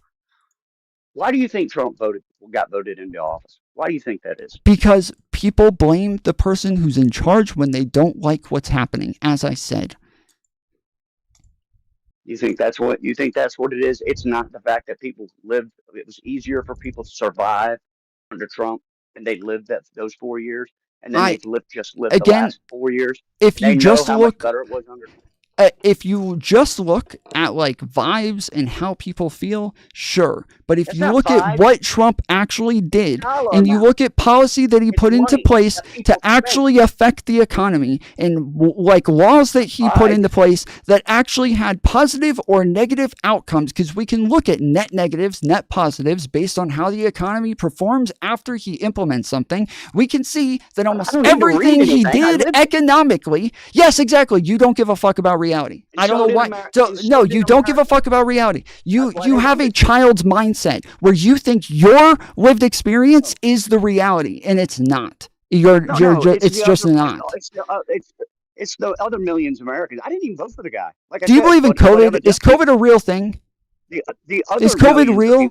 Sure, I believe in COVID. Is COVID real? Okay, so what about people who said, wait, I've had the flu before, and it's the same exact thing. I've lived it. I know that. Okay, so I'm asking you, if somebody says, I've had the flu before, but people said that this was COVID, but I don't believe them because I've had the flu. Hold on. I'm asking you a question. If they said I had the flu before and I got COVID, but it was the same exact thing, I know I've had the flu before, so I know that I had the same exact symptoms. I know that COVID is not real. I know it because I've had the flu before. I know what it feels like. What do you say to that person? Okay, what do you say to that person? If they say it, what do you say to them? I would say that I took a COVID test and it came up and they showed me at the doctor's office where it said COVID. I can only go by what the doctor's office has. But I've had the flu before. I've had the flu before. I know how it feels. It's the same thing. That's up to you. I don't know. I don't know what to say of your experience. If that's what you think. Exactly. That's what I'm saying to you. Is that you can say you can keep quoting your own experiences, but they don't actually speak to the reality of the situation. But here's the difference, okay? Here's the difference between that analogy, okay? You're talking about a very personal thing. This can be weighed and measured. Gas is something that That's what I'm saying. That's what I'm saying. We both bought gas during that time. We both did. I don't know. Maybe you didn't buy groceries. Someone else in your family did for you. I don't know. I don't know how it went. But I went to the grocery store week in and week out for the last 8 years, okay? I've spent time at the gas station, myself personally. Not my family. I didn't have anybody going to the store for me. I went. And what I'm telling you is that no matter what people talk about, no matter what they say, this says this, and record numbers of barrel oil say that, and the economy was this, and inflation's high. No matter what people say, at the end of the day, people lived it. And that's what they know. They're like, okay. It doesn't matter what anybody says. So can I blame Trump for COVID then?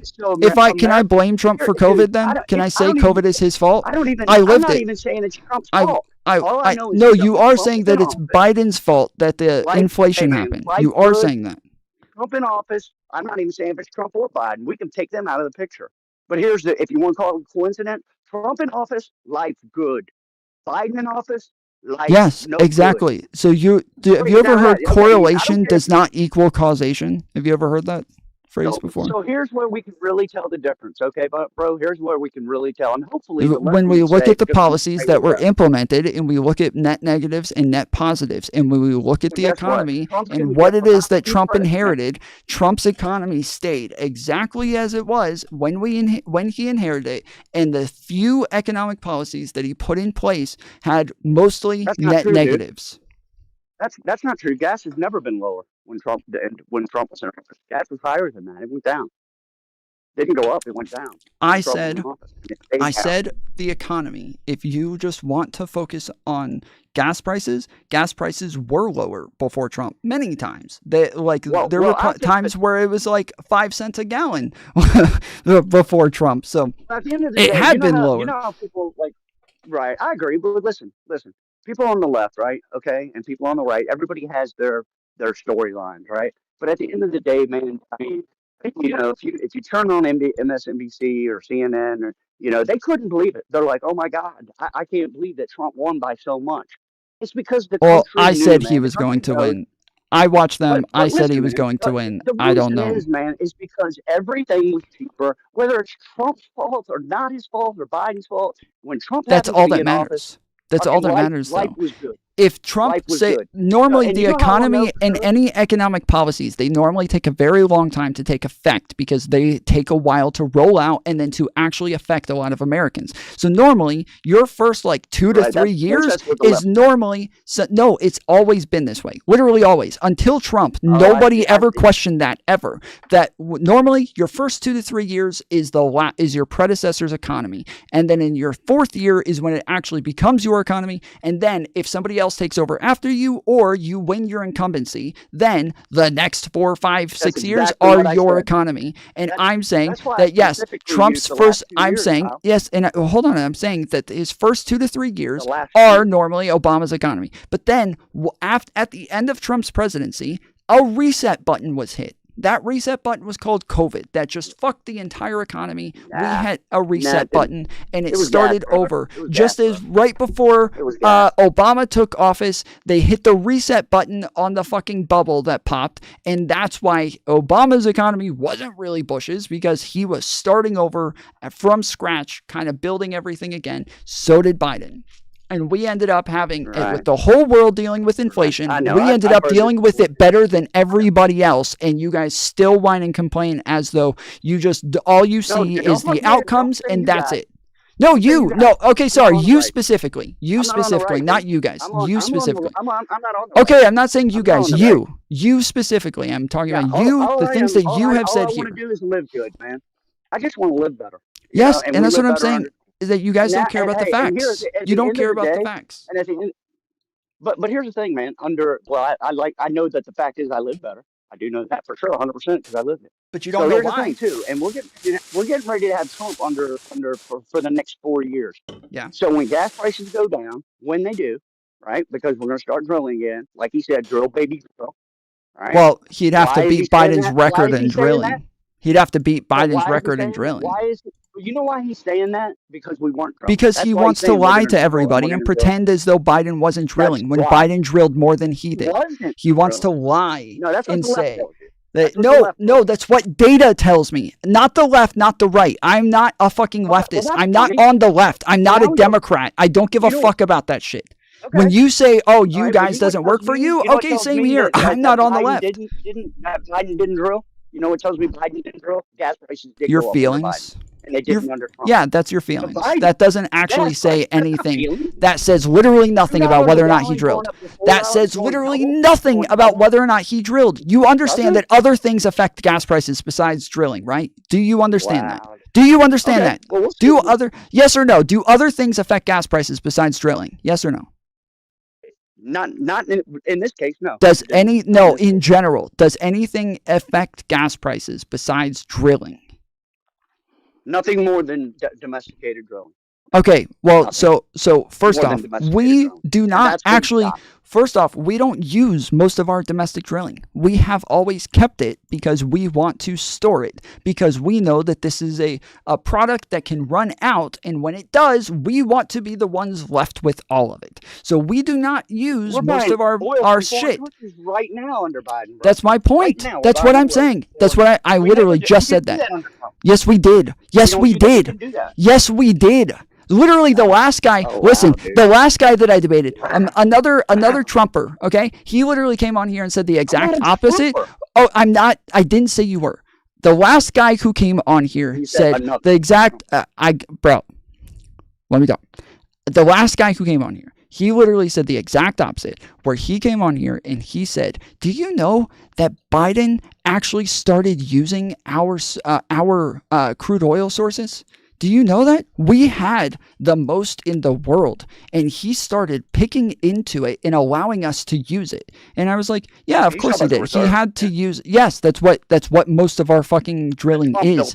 Most of our drilling goes into reserves. And so the fact that he used the reserves is what he did to... So, no, it's not. We still have the largest reserves in the world. We still have the largest reserves in the world. And you were saying just a second ago that Trump did not use anything for foreign oil, that it was all domestic, which is wrong. Everybody else is arguing. They're mad that Biden did use the domestic oil because Trump only got foreign oil. Well, let's not get upset. And here's the thing. Here's the thing, Tom. Here's what we can do, and it's easy, right? Okay, I lived under 4 years. I bought We can and paid look for at data. merchandise, It's easy. products and goods and services, and it was much better. Okay, under Trump for the years, way better. It's not even That doesn't mean anything. it's not even in the same category. Yes. Okay, so but here's what'll tell the tale, right? We're getting ready to have Trump for 4 more years. And 4 years from now, let's see how where gas is. Okay, let's revisit this in another 2 years. Okay, I'll come back to you and I'll say, do you remember me, Tom? We spoke about Trump. We spoke about gas. And when gas is down, and when products and services are back down, are you going to say, it's all Biden? Biden did all that. It's just a coincidence again. That under Trump none of it is coincidence for me. None of it is coincidence for me. I actually look at what actually happens, and I look at the actual cause and effect. And I use that.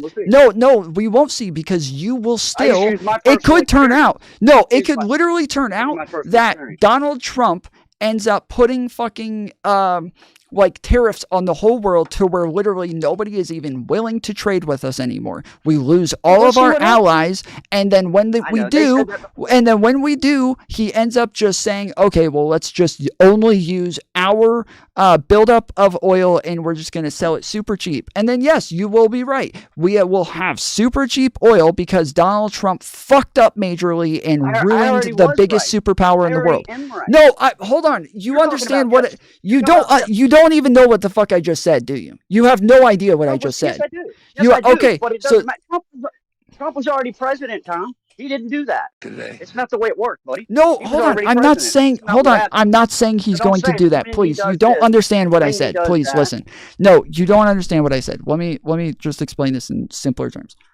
I'm saying that when Trump can do something that actually isn't really him doing something to fix prices, they just happen to go down for other reasons, and that when they go down, you'll just look and say Trump's in office and they're cheaper, therefore he did this, when in reality he didn't really do it. He fucked up majorly and fucked up the biggest superpower in the world, and now we're just losing all of our fucking status within the world, and now we have no choice but to dig into our oil reserves. That's what I'm saying. And you're saying, but Trump's in power. No, but hold on, stop saying that. You're not understanding. I'm saying that it literally doesn't matter. You do not understand this issue. You don't understand. You cannot even start to have the conversation when you are just going based on who's in charge and what's the price. If that's all you're doing, then this is literally a 5-year-old's understanding of how economics work. You're regurgitating things that I've heard for the last year and a half, 2 years. Okay, I don't care. That literally means nothing. You literally do not engage, do you? You cannot engage with points, can you? It's are you allergic to engaging with logic? Is logic going to make you break out in hives or something? Why is it so hard for you to engage with the points that I'm making? No, I'm telling you, I'm not going to revisit with somebody who is not willing to analyze the situation. If you're just going to say Trump in charge and prices lower, then no, I'm not talking to somebody like that. If that's all of your analysis, then no. Why the fuck would I do that? You gotta have somebody to blame, don't you? You gotta have somebody to blame. No, I literally said at the beginning, I'm not blaming Trump for all of the shit that happened at the end of his presidency. Just because he was in charge, I am not blaming him for it. Just because he's in charge when COVID happens, I don't blame him for it. Great. It was great. Why would you blame him for anything the last 2 years? It was wonderful under Trump. His last year, he handed over the fucking worst economy in the world to Biden. He handed over businesses going under. Dude, that's crazy talk, man. Do you not know? Do you not remember COVID? Were you not around? Were you in a fucking coma during COVID? Do you not remember this? Yeah, I do. That's what I'm saying. It's crazy. I do remember it. I remember exactly where I was working, the people around me, the people that I lived around. We were living great, dude. I don't know what you're talking about. Comedy was wonderful. I kept my job. I worked through COVID. They didn't lay us off. I had. Okay, well, I work. It was literally great. started off this argument at the very beginning talking about the fact that Donald Isn't that Trump any problem? lost the last election because everybody was unhappy with the way that things were going because of COVID. But I literally said at the end of that, but I'm not blaming Trump for that. That wasn't really his fault, and there was nothing that he could do about it. But even after I state this, and I'm very clear about the fact that I'm not going to blame him for things that he can't help, I am not saying just because he's in charge while these things happen, now he's the person to blame. I'm very clear that that is a very dumb thought process. But after I explain that, that's literally what you go on to do. Donald Trump in charge, things better. He did it. Thank you. Biden in charge, prices bad. Therefore, Biden bad. Like, that's the whole thought process for me. That's the entire thought process. I don't care if it's Biden. Maybe it was a coincidence. I don't care what you can have. We can figure that out. I can tell you. We can find out if it's a coincidence or not. We can find out if it's a coincidence. You know how? I don't care who's in office. But here's the thing. They had Trump in office. Trump was president for 4 years. Okay, they wanted, I guess, for what they thought it would be a better under Biden. Biden was elected. He won the election. He was president for 4 years. People said, no, fuck this. We had Trump for 4 years. Now literally, we've had this guy for 4 nobody years. believes you actually care about this issue. Literally, nobody believes you care about this issue. Absolutely nobody believes you care about this issue. Correct. They don't actually care about this issue. They don't care about this issue. You don't care about this issue. You're making up reasons. I've gone. What is the reason that I've given you 3 times now? And I'm interested to know. I'm interested to know. No. Hold on. I'm really interested to know if you can repeat back to me the reason that I've given you 3 times now. I would love to know if you even listen to anything that I'm saying or if you understand. Well, I know you said it. You said that inflation. Part of it is inflation, and that.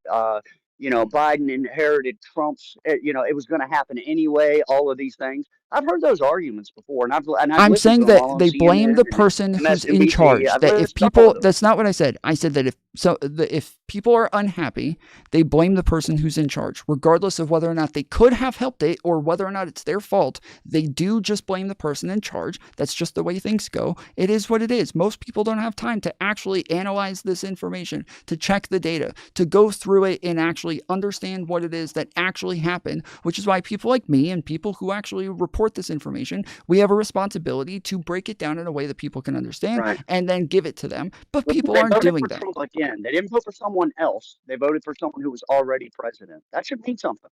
That should, you should think about that. It wasn't just someone else. Let's get someone else other than Biden. They voted for someone who was already president. Yes, and your reasoning is bullshit. First off, your reasoning is bullshit. First off, that's just one. But 2, let's say even if I agreed with you on the fact that he actually was responsible for the fact that he did all these I'm gonna get through this. Even if I agreed with you on the fact that he did do such a great job with all of this and he was so responsible for all those prices and he just totally did so many executive orders and had so many laws with Congress that were they were all getting passed and he was just so good at getting legislation passed. Hold on. I got to get through a sentence. Even if any of this happened, and I agreed with you that Trump had a great fucking economy and he was definitely responsible for it, I would still say that you voting for somebody like Trump is fucking treasonous and it's disgusting, and I don't give a fuck how great his economy is. It doesn't matter if he tried to steal an election and he incited an insurrection and then got charged with over 80 felonies and has been got charged with over 80 felonies.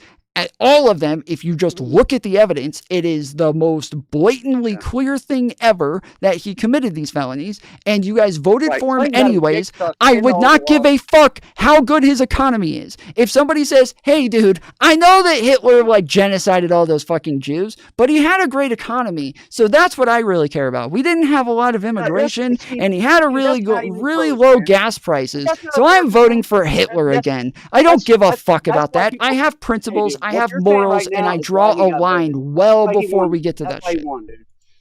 Because people know it's not the same, dude. And that's exactly what all everyone was saying, the rhetoric. And that's why I got voted in. What? Because people see through past that dumb shit. Like what? Treasonous and comparing, Like what? Comparing him to Hitler. Like what? You know, Like and all what? that shit. I didn't You compare know him that to that's Hitler. stupid. I did That's not why compare him to Hitler. I did not compare him to Hitler. You said because his economy's good, Hitler, you know, he just killed all them Jews. It doesn't Oh matter. my goodness. That's not even the same thing. I don't know why I'm Being the same surprised that you actually missed what I said that badly. I'm telling you that if I heard Hitler, you. I'm Hitler saying, killed all the Jews. The economy's good, so I'll vote for Hitler. I mean, that's not the same thing. We're not talking. That's apples and oranges. Man. hold on. Why did I Comparing to say that saying, though? You know, the economy's Why good did is I say under that Trump. though? Why? It doesn't have to be the same exact thing. The point is that people will draw a line well before whether or not the economy is good. That there are things that are like moral principles or constitutional principles, American values that matter long before the fucking I don't care who he fucks. I don't either. I don't either. I don't either. I don't give a fuck who he fucks either. I don't care about that. I've never even mentioned it. I don't give a fuck who he fucks. No, it's not. No, it's not. What is it? Do you think that it's illegal to have sex with a porn star? What are you talking about? That is not what he got indicted for. This is what I'm talking about. This is exactly what I was talking about on the thing where I was saying you guys have no idea what the fucking charges are for. Not one of you has any idea what was in those indictments. Yes, because you don't know what any of it is. You are willing to be fucking brainwashed. Yes, you don't know. Okay, tell me what the charges were. Tell me what the charges were. Tell me what the charges were. America's wrong. Tell me what the charges were. I'm happy to hear it. What are they? Well, no, there's no need. What I'm saying is, Tom, is that no, there is a need. I want to know if you know what they are. You're acting. You are doing this whole sarcastic thing like I'm just pushing rhetoric and I'm so blind to the truth. If you know the truth, what is the charge? What is it? What are 5 of the felonies? You don't know. You don't know. No. I'm asking you. I'm asking you. What are? Yes, you don't know. I already named them on that last chart. I named them on the last fucking stream. I named them. I named all of them. I'll go back and check it off. Okay, but first, it doesn't matter to me. it doesn't matter. Okay, exactly. So that, thank you. Thank you. Thank you. I appreciate you saying. And either does the rest of America. I know. That's why they're treasonous. Because they know. So that's treasonous. They want to feed their kids. Hold on. Let me ask you. They lived under a guy who they could feed their kids. Okay. They can't now. Again, I am not calling him. Again, I want you to understand. I am not calling Trump Hitler. So just get this through your head real quick. I'm not calling Trump Hitler. Now, totally unrelated. Totally unrelated hypothetical. Okay, if we had Hitler running for president, he already genocided the Jews. We already know about this, and he served time in Yeah, I wouldn't vote for him. Worldwide. Okay, why? Big difference. What if he had a great economy, though? What if he had low gas prices? Because you're talking about human life, dude. Okay. We're not talking about killing people. Okay. That didn't happen. Okay. We're talking about human life. Okay, so that's what comparison. I'm saying is there are some things that are more important than that. So when I reply, this is treason, and you say, well, who cares about treason? I want to feed my kids. That is not an efficient response. Name a couple of felonies that are so important to you. Why you wouldn't vote for him that instead of feeding your kids? What are some of the felonies that are so important to steal the election. Try to steal the election when he said he didn't believe in it? No. He thought it was rigged? No. It's bro, this is what I'm talking about. You guys literally don't know any of the charges. This is what I'm talking about. You don't know any of the charges. You have no idea what he's being charged for. You don't know what he did. He tried to pretend that he won 7 different states and sent fake electors to 7 different states to pretend as though he won. No. Hold on. This is 2020. This is what he's being charged for already before this election happened. He already did this in the last election. He was being charged for this. He attempted to steal that election. This is... No, you haven't. No, you have not. Do not pretend you've heard this. You have no idea what I'm talking about. You have never heard this. Your echo chambers do not allow information like this to get through because this is on the indictment. This is real information that's actually happened that we can prove. They literally admitted to it, and they said, yes, we did it, but we don't think that should be illegal. We think we should be allowed to do that. They've literally admitted to it. It is. Okay, I'll show it to That's a you. horrible thing to preach. Would you too, like? man. No, That's a I'll horrible show thing it to you. I'll show it to you. say Do you that. care to see it? I will And- show it to you. Do you know what? Do you you care know to what see it? makes me You mad don't is care to that- see it. Yeah, you don't care to see it. I'm not You telling don't give a fuck about it. You don't give a fuck about it. You do not care to see it because all you want to do is just make sure that nothing that could poison I just said, Daddy sure, I'll Trump look could at get through. Okay, so you want to I look at it? just said I look at it. Okay, okay. What do you mean? Sure. I will pull it up right now. Absolutely, I look at it. But all I'm saying is that again, it wasn't to the point. And doesn't that tell you something about how bad things are under Biden? That this horrible, terrible, treasonous piece of shit that America voted him back in office. He's so horrible and so treacherous and treasonous and terrible that America said, oh my God, this is so bad. And then they voted him back into office. So you know why? again, because they lived it, dude. America lived it under Trump, and they lived it under Biden. And they this is an analogy, but what you're saying literally doesn't mean anything. Simple. You're doing correlation equals causation again, I'm where dealing with that, dude. The president was I am not calling Trump. I'm not calling Trump Hitler, but that like Hitler did attempt a coup. He did get put in prison for it. And then when he got out, they still voted him in over the other guy. I would not look at the other guy and be like, wow, shows just what a bad candidate you are if they're willing to vote for Hitler over you. No, I know that those people were fucking brainwashed into believing some stupid shit. It doesn't give them any moral, they are still culpable for their decisions. But again, there are things that I find more important than that, to where even if I was willing to buy into that, even if that was true, even if that was evidence that actually made sense, that you're just unwilling to show or unwilling to engage with. Maybe you can afford to have. Yes, so again, you're doing it again. You're going backwards. You realize we already moved past this, where we already got to the point where we were like, okay, what's more important? You said what's more important? What's more important than the prices? And I said, well, treason. And you said, where's the treason? So you didn't say, no, treason's not more important than my gas prices or my price of eggs. You didn't say that. You said, where is the treason? So now, if I could make the case of why he's treasonous, then you would understand. But you're not willing to do that. You're going backwards to, I just want lower prices. Things were just better under him. Well, if he actually did commit treason, it doesn't matter. You saying Biden said this and Biden said that. Yeah, Trump said a lot of things, but it didn't happen. I didn't say that. He didn't take it over. I didn't say Biden. I didn't say that. You said Trump says stuff, Biden says stuff. Just because he says it doesn't mean it happens. Okay, yes, just because he said he was going to close the pipeline doesn't just because he said he wasn't going to close down drilling doesn't mean he did it. No.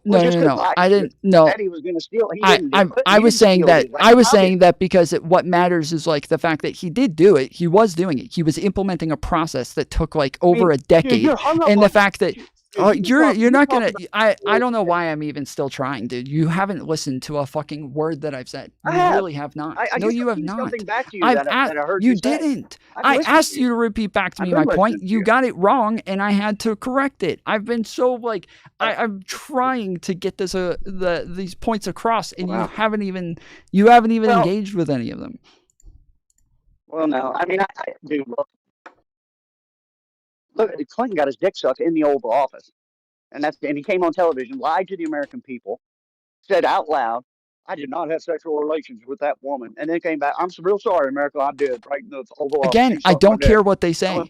You're the one who brings up what they say. You're the one who brings up what they say. I don't care what they say. I care what happens. I care what happened. I care about evidence. And do you know what? If Clinton was he said he did it. I mean, why would he say that? Cheat on his wife, get his dick sucked by another woman, and he get on national TV and say he didn't. Then he said he did. Why would he do? He did. He wouldn't say that. Of course he did. He said he did. It didn't help him. That's for sure. My point being is that, look, man, at the end of the day, like I said, all these politicians are slime balls. Every one of them. Biden being at the top of the list, and so is Trump. They're both up there. I think they are. But America was around, dude. That's all I'm trying to tell you. They're all the television shows. They're all of the stuff that people hear and read and all this, whatever it is. At the end of the day, man, people lived under President Trump, and they lived under President Biden, and they elected President Trump again. That's all I'm trying to say. We can talk about all the rest is, smoke out. Yes, you're still ignoring my points. This is what I'm talking about. You have no idea my arguments. The fact that you're repeating that shows you are not listening to anything that I'm saying. You are doing it again where you're going backwards. I'm listening to you, but it's nothing I haven't heard 100 times from 50 other people, dude. That's what I'm saying to you. Okay, but you don't. You say that, but you don't know what the charges are. You don't know that he's committed treason. You don't know that he tried to steal an election. You don't know anything about this stuff. You say that you've heard it 100 times, but you haven't. You have been stuck in an echo chamber, and I promise you. Listen. I'm trying so hard. Listen, I would much rather I would much rather actually calm down and go through this evidence with you, but you don't let me get through sentences to where I have to keep getting louder and louder to actually get something across. I'm sorry, man. am pulling up. I've just heard it so much. That's the reason. I just heard this stuff so much, dude. But I don't believe you because you can't tell me any of it. You can't tell me what any of it is. If you could tell me any of it, I would believe you, but you can't, which makes it sound more like you're just stuck in an echo chamber. It was so terrible, dude. He'd be in prison. Okay, so then tell me. So bad, yes, see, hold on. I just need to point this out. This is what keeps happening. You made the point that you keep hearing these things all over the place. I replied to that by saying, hold on, listen. You made the point that you've heard all of these things a million times. I say, if you've heard it a million times, then you would be able to repeat some of these claims. And then you say, then why isn't he in prison? You do not reply by saying, here's why I can't repeat the... Hold on. You do not reply by saying, here's... No, because this is literally my problem throughout this entire conversation, is that it's not moving in a direction because you're not replying to the things that I'm saying. Is that when I say... you don't know any of these claims. You don't say, okay, fine, I don't know any of the claims. You don't say, here's why I don't know any of the claims. You don't say, here's all of the claims. Here, I can tell you the claims. I can repeat them to you because I have heard them a million times. You don't do any of those things. You totally pivot to something different every time I respond to you. You just move to another thing instead of responding to what I'm saying at any point. What are some of the claims, dude? You said you're going to say some of them. What are you? You mentioned one of them. You said one of them. Yes, well, I said he tried to take it over. What was another one? I said that I can show you evidence that he did this, and that they admit to it. I have a video right now pulled up of his lawyers talking about the process. They say that they did this. They just don't think that it should be illegal. So the other charges. So the other charges that he has is obviously he has the charges with the federal court for the classified documents case, where in general they don't actually care about classified documents. People take them home all the time. They do it all over the place, and we've actually gotten a bunch of we've filled out a bunch of forms to ask for the government's request for classified documents back, and we've gotten tons of cases where tons of politicians all over the place take documents home, classified documents, and all they do is just ask for them back, and they give them back. The difference with Trump is that they asked for them back over the course of years, over and over and over and over. And sometimes he'd say, yeah, we'll get back to you. Sometimes they say, we don't have any documents. We don't know what you're talking about. Sometimes they'd say, oh, we'll look for them. We'll see. So then they eventually serve a warrant. They go and get the documents. They take them. They say, this is everything, right? They say, yes, that's 100% of it. That's everything. We didn't even know that those were there. We had no idea. Then video comes out showing that they did know that they were there, that Trump was bragging about them to other reporters, saying that he had them and showing them to other people. And then it turns out he had way more documents still there that he did not tell them about. I don't think that's treason. I don't think that's treason. But if you want to know what the charges are, I don't think that's treason. No, I don't think that that's that. That's not that bad of a crime. I think that if he would have just given them back, he never would have been charged for any of it. If he had just told the truth, if he was ever an honest person at any point in his life, then maybe he probably would have just given them back. No, I'm not doing this. No, I'm not doing this. Everybody does this shit. Bullshit. No, nobody does this shit like Trump does. Nobody. Biden did. They were in his garage, remember? Yes, and did he lie about it? And did he lie about it? Did he keep making up bullshit stories? At first he said he didn't have any. He said he didn't. I don't know if that's true. I don't know if that's true. Hillary's emails. What about, when Strzok was in office? Did you watch those at that hearing? Did you ever watch that, man? When he was sitting there, when he was the head of the supposed Russian collusion, he was the head investigator. And it's got him saying in there, in private text, which it literally says, did you watch any of that? Where he says, I will stop Trump from becoming president. I will make it happen. I will stop him from becoming president. When Trey Gowdy was interviewed. Yes. I've seen that. No, I know that happened. I don't exist in an echo chamber. I'm aware that happened. So they dragged him through the mud over all that garbage, dude. And they drug him. They did everything they could do you know why they pulled Trump in over all these fucking felonies, man? So they could say exactly that. You're going to elect a felon for president because they knew they were going to lose. You're doing it again. Like, we've moved on to something totally different. But that's why they brought up these charges, man. That's why. Okay. You know how you know that? You know how you know that? It's because you're saying it right now, and so is the rest of every left person. Every leftist is saying that. I'm gonna say this again. Exactly what you're saying. Yes, I'm gonna say this again. One, first off, America voted for this is. I'm sorry, bro. You're like, my head is gonna explode at this point. You aren't going to respond to anything that I've said. The fact that you ask for what's treasonous, and I say he tried to steal an election, and then you go, oh, huh. What else? Yeah. The fact that you need something else is why you guys are treasonous pieces of shit. This is exactly why I say you guys are treasonous. This is exactly. It's not personal. My country is personal to me. I love this fucking country, and it is disgusting that people are willing to vote somebody in who tried to steal an election. It is disgusting. It is. It is disgusting.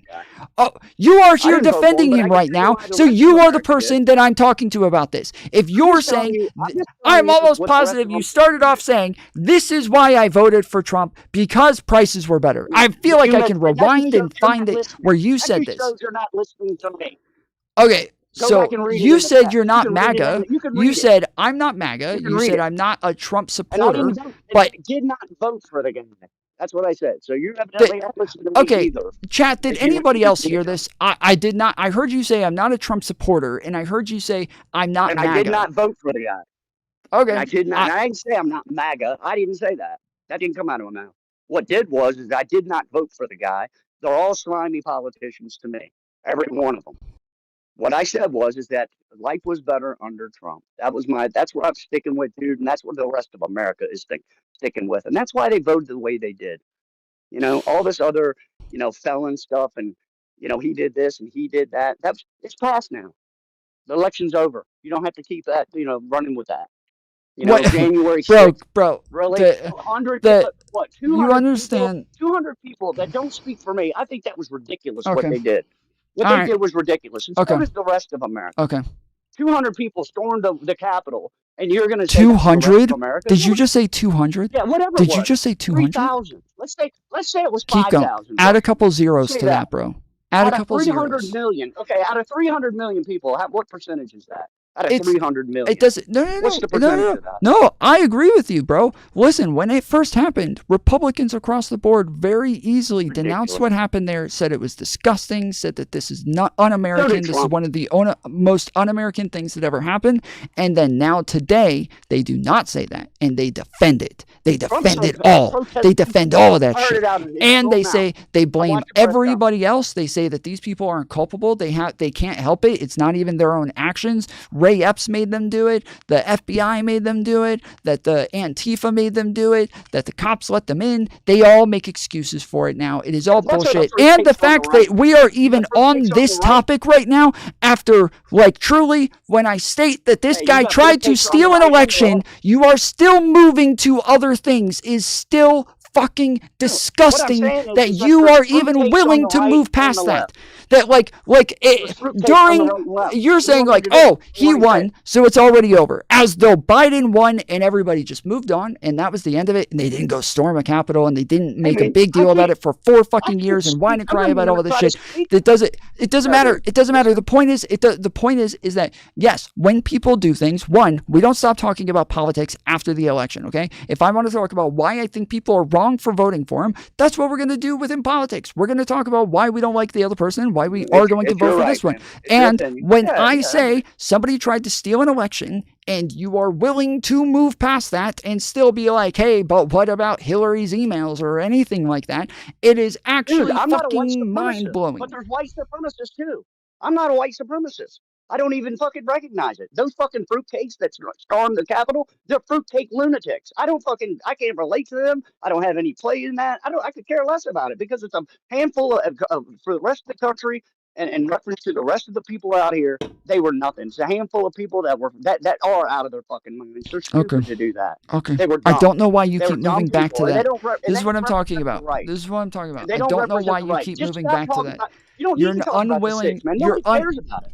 Nobody's talking about it. You're the one who keeps going back to that for some reason. I'm talking about Trump trying to steal the election. You keep going back to that for some reason. You are pivoting to every little thing except for talking about him trying to steal the election. You don't care if he did. And you admitted that you don't care if he did. I don't know why there's even, there's no point in even. Okay, you haven't even heard the evidence. You have no idea if he did or not. You haven't heard the evidence. You've already admitted that you haven't heard the evidence. You said over and over, I've heard it a million times, but then you admit, Okay. So if I shoot a bullet at your head and it misses, you're going to be okay with it. You don't need to call the cops. Nobody needs to be charged with attempted murder because I missed. All you care about is the outcome. I missed, so no harm, no foul, right? Again, I tried to. I tried to shoot a bullet. I tried to fucking put that bullet right through your skull, but it didn't miss. I didn't hit you. I missed. If he really tried to do that, he'd be in prison. That's what I believe. If he really, truly tried to do that. Okay, you understand. Again, you understand. Okay, you understand that they were charging him. In the world to put him in prison. You understand that they were charging him and that the federal charges have been dropped because he's now the president. It's kind of be weird for him to be over the DOJ and that he'll meddle in all that shit like he did with the Russia stuff, so they just went ahead and dropped it. But Georgia, no, hold on. No, you don't know the evidence. I don't know why you're making arguments about stuff you haven't looked at. But in Georgia, they are. I do too. I've been through this. I've been through this shit 1,000 fucking times. Yeah. I've looked through all of it. I've been over.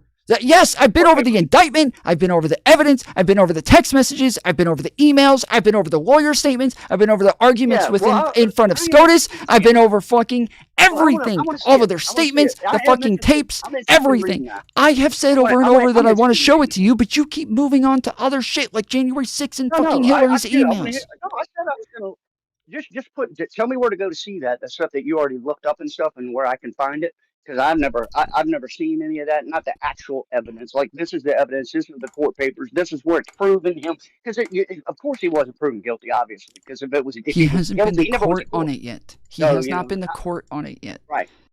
What I'm saying is, dude, what a coincidence, however you want to say it. But at the end of the day, man, look, dude, at the end of the day, man, I don't think that, it's not like just like I'm willing to overlook this. You already said you are. You already said that you don't care. What do you mean? You literally said you don't care because your prices were lower. You are willing to overlook it. I don't know why you just said that. You already said earlier. You are willing to overlook it. You don't care if he did this. You said that earlier. Are you going back on it, or do you? I don't know. First, it has to be 100% proven, which I don't think is the case yet. Okay, 100%. Nothing can be nothing can ever be 100%. You're holding a standard that literally nothing can nothing can be held to. But normally we hold the standard of beyond a reasonable doubt. I think that's like a fair standard to hold. I think that yes, it is more than beyond a reasonable doubt that we have hundreds and hundreds and hundreds of documents. We already have 4 lawyers who have already been convicted, who have already pled guilty, who have already said that they did this and that they are willing to testify against Donald Trump. 4 of his lawyers. We have them stating this. Okay, it's all on record. It's not private. We can very easily look up people's fucking convictions. I can share it with you right now. I can show it to you on here. Well, I'll pull it up right here. I don't know. No, because this is you. I kept saying that I was gonna show it to you, and so I think it's easier if I just pull it up. If you have the Discord open, you should be able to click where it says view share screen. Let me see. I had it open. Let me see.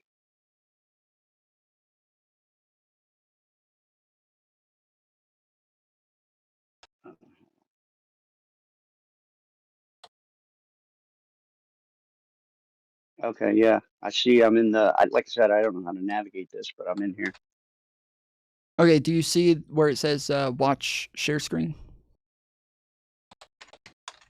Huh? It just says Mokro and Tom.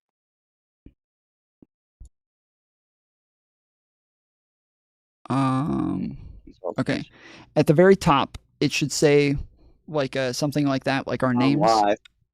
Yeah, on Tom Live. Yeah, when you click on Tom Live, it should show like two squares. Like your square is going to be like a peachish orange color. Yep. And then you see me. Mine's like purple. Okay, now they're both highlighted. Well, now they are. Now they're gone. So when we turn green, that just means that we're talking. So every time it has the green ring around it, it just means that we're talking. But when you click on Tom Live, you're on a phone, right? So yeah, when you click on Tom Live, it should pull up the like entire call. It says add it. Yeah, it says voice settings, only show videos, voice privacy, and underneath 2 members, Tom and Mokro. Yes, you actually just click on Tom Live. Just click on it, and it should show. It should take up your entire screen, and then it should say share screen. Yes. It says watch stream. Yeah. Click on watch stream. Yeah. And then you should see like my Google screen and everything. It's I can't really. It might take a second to load. As a bunch of, yeah, it's just all like, it's unlegible. You know, can't read it. It's unlegible. It's not legible. I can read it Not to you, yet. and then I even have like videos that'll play that you'll be able to hear, but it doesn't. I can read it to you. It's just that you'll at least see what it is that I'm going Dude, over. like I said, man, he's probably. I'm And sure you he's can a click scumbag. the full screen button But I as think well. It should Biden's be a- in but like I the think top Biden's a left corner. scumbag, too. I understand. Dude, I Again, think they've I'm all- not they've worried both about done shitty, scumbags. shady stuff. Again, I'm not worried about Hey, man, scumbags. I'm worried about shady. treason. I'm worried about people like being anti-constitution. I think I- that like the things that make our country great is the Constitution, our institutions, our checks and balances, like our separations of power, our states who have their own laws and like man, distinctions. I agree, This is dude. what makes our Look country what great. happened. And if They Donald drug Trump them is to the against mud those through the things, mud, dude. he is against America. They drug Trump to the mud over this collusion with Russia, dude, and that's more treason than any of this what you've even talked about. That is talk about treason.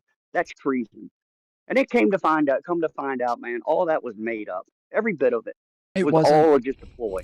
It wasn't. They drug him through that for 2 years, man. It wasn't made up. And at the end of the day, and he wasn't, like, even if it was or wasn't, he wasn't convicted of it. Okay. Right? I don't want to pivot to So, something you know, else, that's but it what- wasn't made up. Okay. You can go through the What I'm reports on saying this, is, and they have like been going after this guy, man. They've gone after him since every time he gets in office, man. Every time. If Biden, he did everything he could. again, that to lock doesn't that mean guy up. anything. If he actually did these things, that's what matters. The evidence. This is what you guys keep doing. Is you're again making another correlation equals causation argument. It doesn't matter if he actually did it. That's all that matters. What? Okay, he wasn't. He was tried and not convicted. Does that mean anything to you? On what? What was that he mean not? What was he not convicted on? On Russian collusion. He was not Russia. tried on and that. not- He was not. Oh my God, dude. He was Oh, not. Okay. He wasn't. Okay. They- So he was put in prison for that. He was under investigation for 2 years, and the head investigator said, "I will stop him from becoming president." Fuck Trump. He's a piece of shit, and that's the lead investigator, and Yeah. he still didn't go to prison. Wait, hold on. Wow, Again, dude. you're doing it again. Man, You're doing it again. are you You're doing it serious? again. You're doing it again. You're doing it again. This is it. Yes. If listen, I've been to prison. I have been to prison. Okay. Yes. Hold on. I know you're I've been to prison. Okay. If people who were arresting me said, we hate this guy and we want him locked up, this guy is a fucking piece of shit, and we want to make sure that he pays. No, stop talking. Stop talking. And they say this guy is a piece of shit, and we want him locked up. Okay. That is not evidence that I did not commit those crimes. It could be evidence that they are a bit malicious in how they're engaging. It could be evidence that they're okay, I'm sorry. I'm not even engaging in this pivot anymore. Okay. I'm trying to go over this evidence with you. I want to finally stay on one topic. I know you're wrong about that, but go ahead. What about this? What about this stuff? Okay.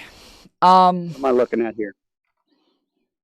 Okay, so this is called Backgrounder. This is from the United States Democracy Center. It goes over stuff about different people's cases. It's like a bunch of lawyers. This is Fulton County, Georgia charges against Trump and 18 others for 2020 presidential election interference explained. So this is just a summary of it, and then I can show you the actual like outcomes of some of these things. This is just like a quick, for you to understand what it is that we're talking about.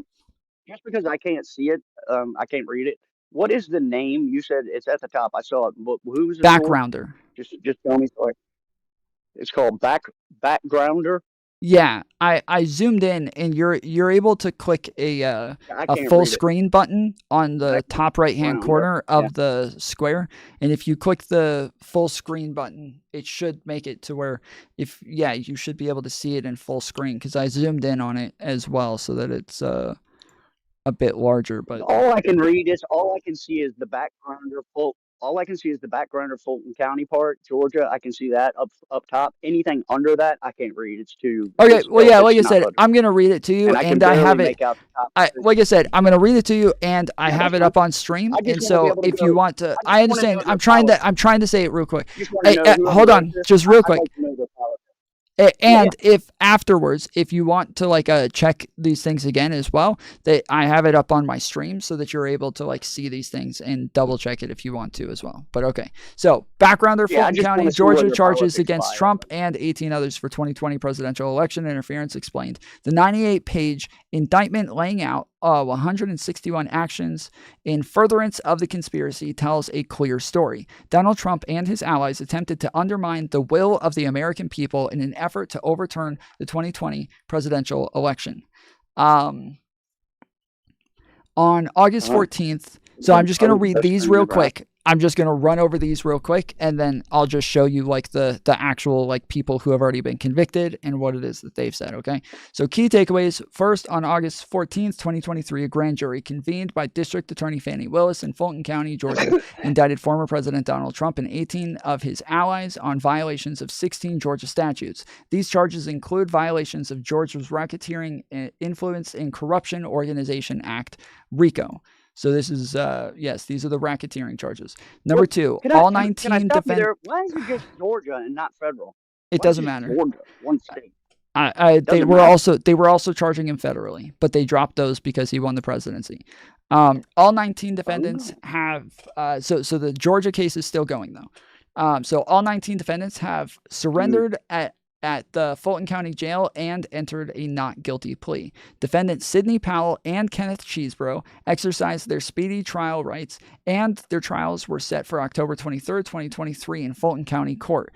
In the days leading up to trial, both pled guilty and were sentenced for their offenses. Jenna Ellis has also pled guilty and was sentenced for her offenses. Several defendants have filed various pretrial motions regarding removal, discovery, and dismissal. The 98-page indictment laying out 161 actions in furtherance of the conspiracy tells a clear story. Donald Trump and his allies attempted to undermine the will of the American people in an effort to overturn the 2020 presidential election. Long after the recounts and litigations confirmed that he lost the election, Trump and his allies pressured Georgia officials to overturn the election results to keep Trump in power. So this is just them suing him for what he did in Georgia, or sorry, charging him for what he did in Georgia. This Other states also have their separate charges because he did this in 7 different states. Some states don't care and are just saying, yeah, we know you tried to steal our election. We're all right with it.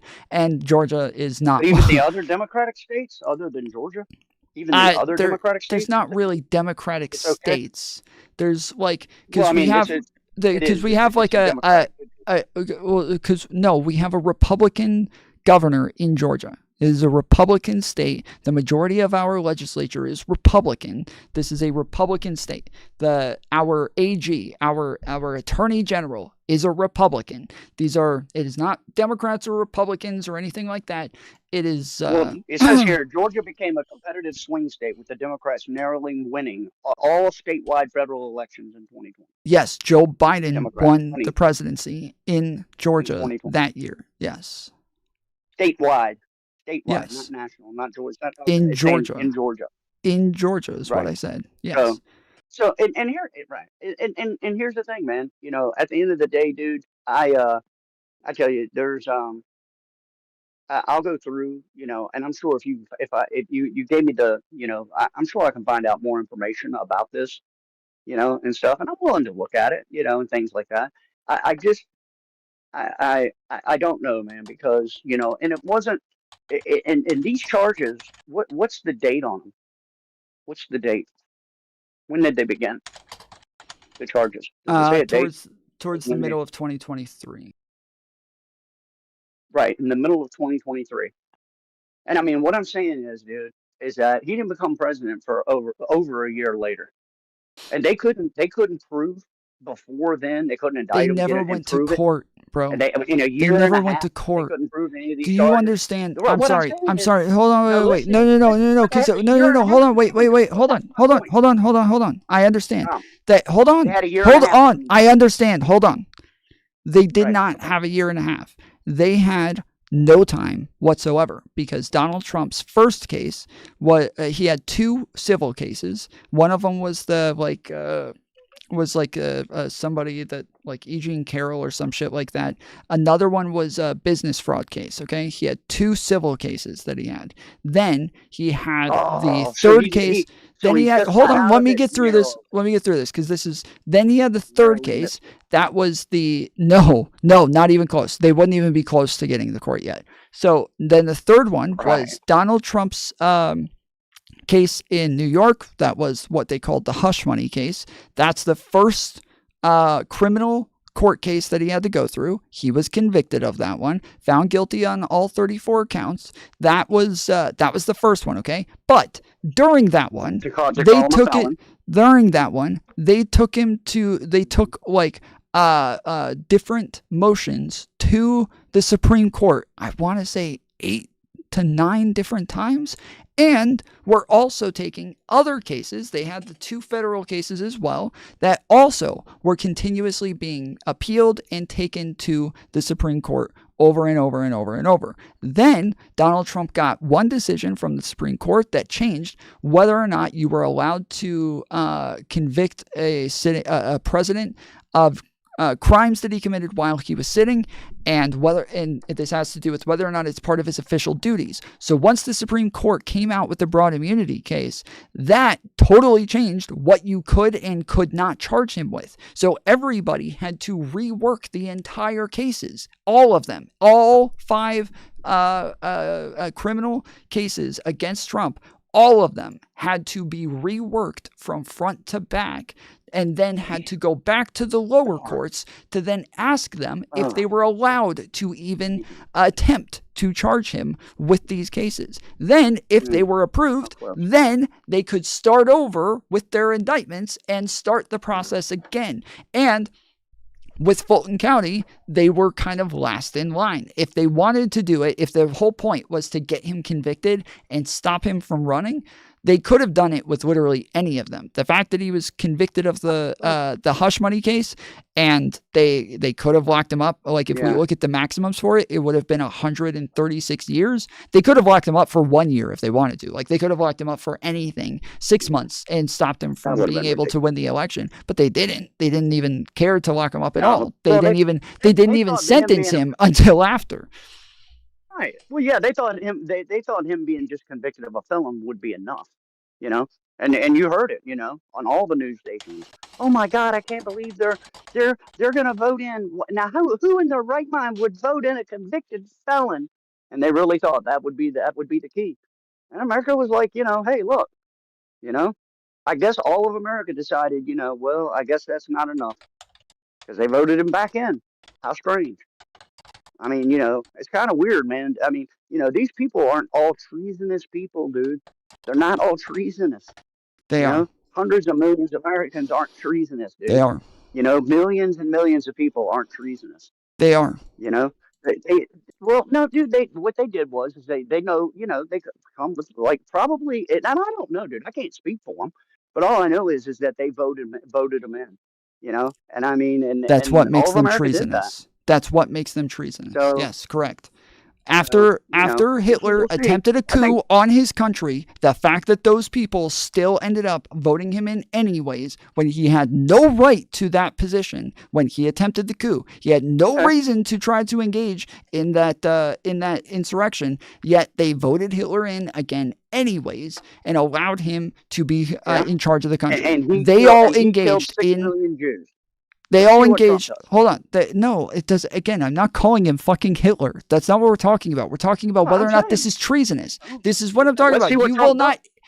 Yes, you will not engage with the fucking points. You actually, you refuse to do it. Your point is that this isn't treason. I'm making an argument that all of the people who voted for Hitler after he engaged in the coup, they were still treasonous just for voting him in. I'm saying that after Donald Trump attempted a coup, all of the people who voted him in are still treasonous. That is the point.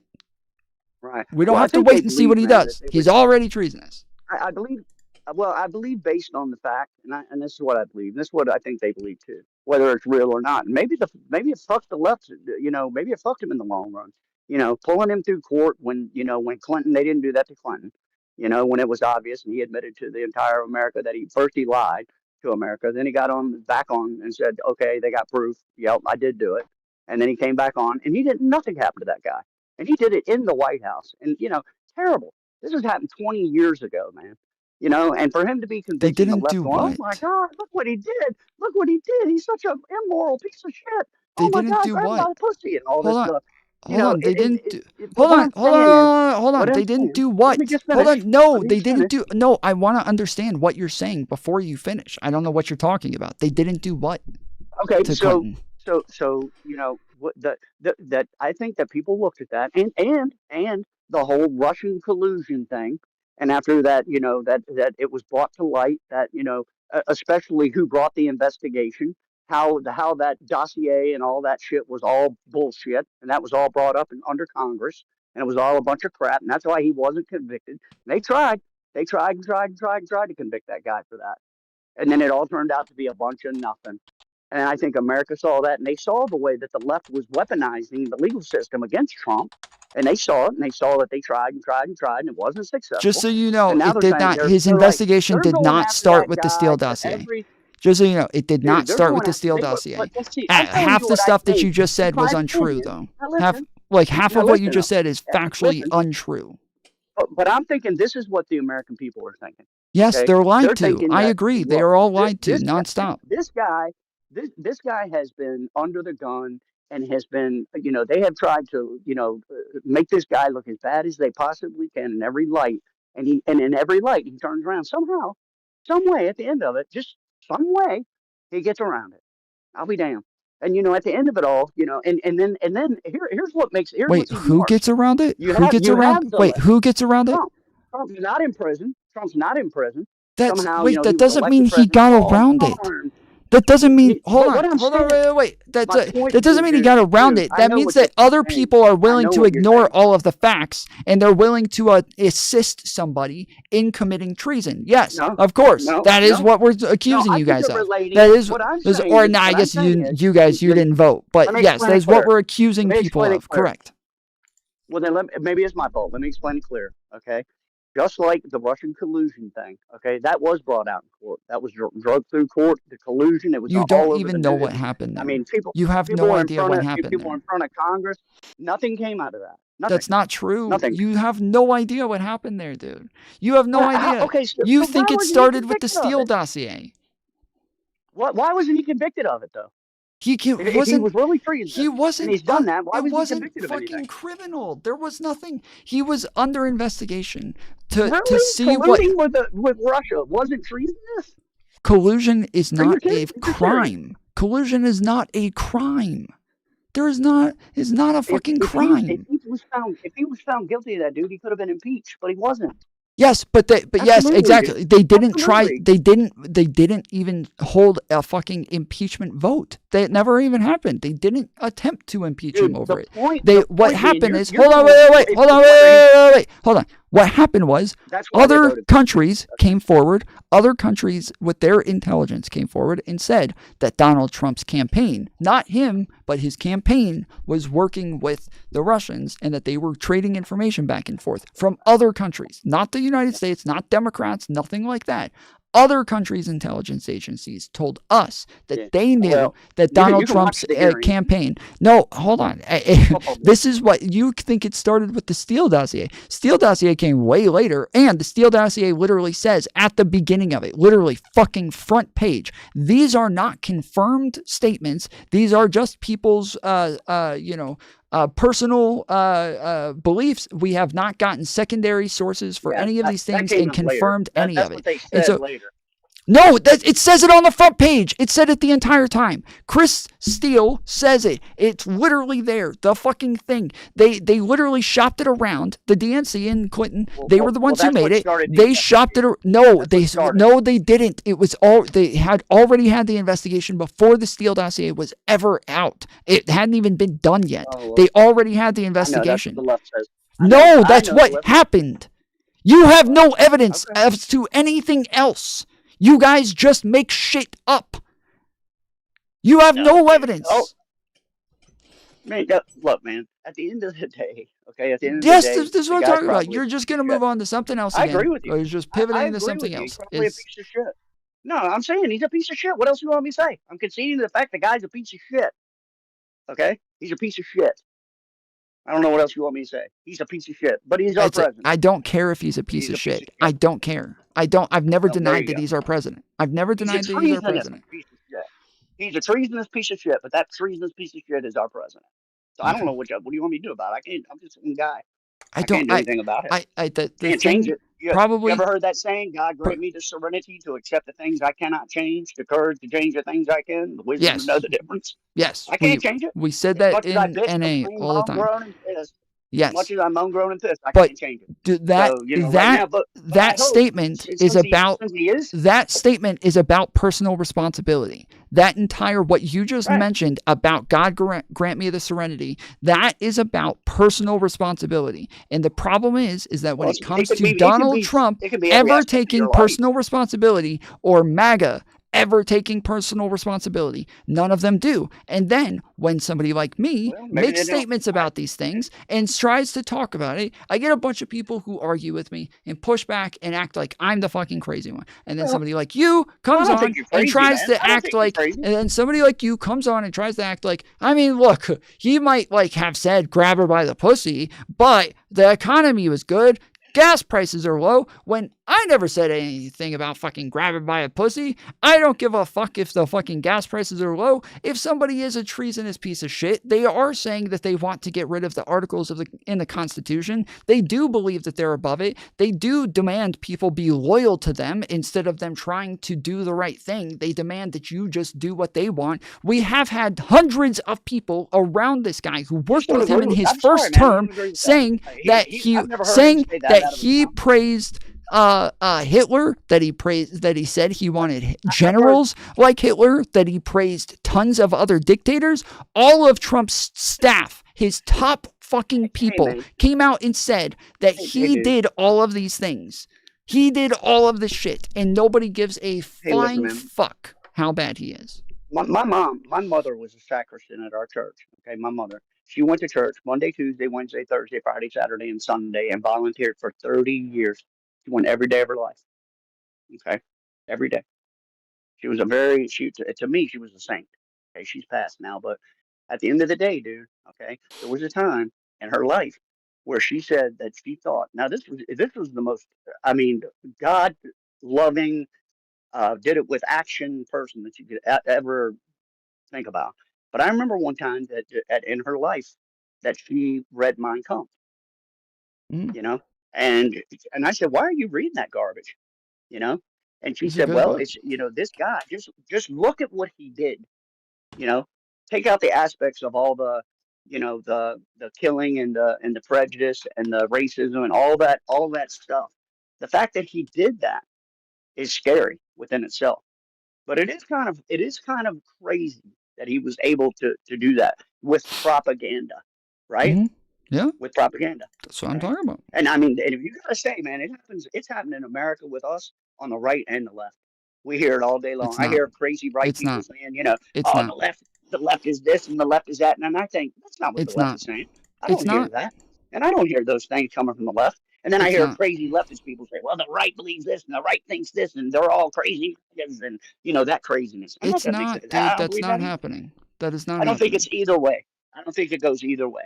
Okay. Okay. I mean, the thing is, and here's the thing, dude. We're You're gonna be able literally to doing easily what I tell. just said a minute ago. Like you are doing we're a gonna- both but sides all thing I'm that saying just is, totally excuses I any just said personal he's a responsibility here. treasonous piece of Yes, shit. yes, and I then just said you he's a say, treasonous piece of yes, shit. I and don't know then you what else- say, what else yeah, do you want to say? everybody does this. Yes, if you say he's a piece No, of I don't shit, say he's a everybody treasonous does it. piece of shit. Everybody's, it's both sides. I'm Everybody's only, doing this shit. dude, Like, I'm only responsible for my actions. I can't speak. I can't, guys in murder goes out and kills 20 people. I'm not taking I can't take responsibility for that. okay, I then didn't you're kill this not the rat. guy You do that I'm gonna have a conversation with about this. Then. Well, what I'm saying is, dude, is that, nobody out there, the other people that voted for Trump, they don't have any, they can't speak for what he did. And at the end of the day, dude, okay, let's find out. Let's find out what he does while he's in office. Aren't you curious? No. I mean, we saw what he did before. He didn't do all these terrible things that everybody said he was going to do when He he was in office did. before. He tried to He didn't steal stomp on- an how did he election. stomp on He the incited an Constitution? How did he stomp- insurrection. okay, He how did used stomp on very the like. Constitution while he was in office. When he was in office, how did he stomp on the Constitution? How long do you have? Well, I'm just saying, just to name a couple. The fact one, I mean, obviously trying to steal the election while he was in office is one thing. He wasn't Two, in office. I'm saying while he was president. yes, he was in office. Yeah, Yes, he he was had the in most office. power to He stamp on won the the election. He won the election in 2016. In 2020, he was still the president before he handed it off to Joe Biden. This is the first time in history that we did not have a peaceful transition of power because of Donald Trump. He did try to steal the election then, and he incited. That's okay. Oh, okay. Sorry. My bad. I didn't realize that if I mentioned things that he did while he was in office, you were going to say, oh, sorry, I didn't mean that 1 year. I meant all of the other years except for that one. Okay, fine, fair enough. How about, yes, sure. So how about the fact that, like during BLM, he sent, feds out to try to quell protests who ended up shooting at protesters for absolutely no reason. They said that they were just undertrained, which is true. They was totally true. They were undertrained. They were cities. Bro. I just said for no reason. You could see that. I just said for no reason. I just said it. I said for no reason. They said, oh, wait, they weren't trained, which is true. They weren't trained. They sent ICE agents to go deal with BLM. ICE agents. The people who work at the border. They sent ICE agents to go deal with BLM, and they got scared and started shooting at people. They also, no, hold on. Then they kept them there. And they stayed there, and then they ended up shooting people with like fucking flares in the face, blinding people. They had people pull up in fucking unmarked vans, grabbing people in the middle of fucking protests, and just snatching them up off the streets, driving down. Apparently, the person says that after they snatched them up, because it's on video, we all see it. They said that after they snatched them up, they just drove down the road and then said, "Oops, wrong person," and dropped them off and drove off. These are people in unmarked vans, never announced themselves, never said that they were agents or anything. Right? They just look like they're fucking kidnapping somebody. then we have the all of the times that he asked the DOJ to go after people who were saying mean things about him. He wanted them like arrested or wanted the like. Wait, I think we have close to like 50 examples of this. Let's see. Name one. And he stopped. That's stomping on the Constitution. I mean, Joe Biden actually went after Trump. You're saying, and when did they go to court? When did he take these 50 people to court and had them up under investigation and all this? When did this take place? When did what take place? Because I know they did that. Because I know they did that to Trump. Wait, when did what take place? We all know that. America knows. When did what take place?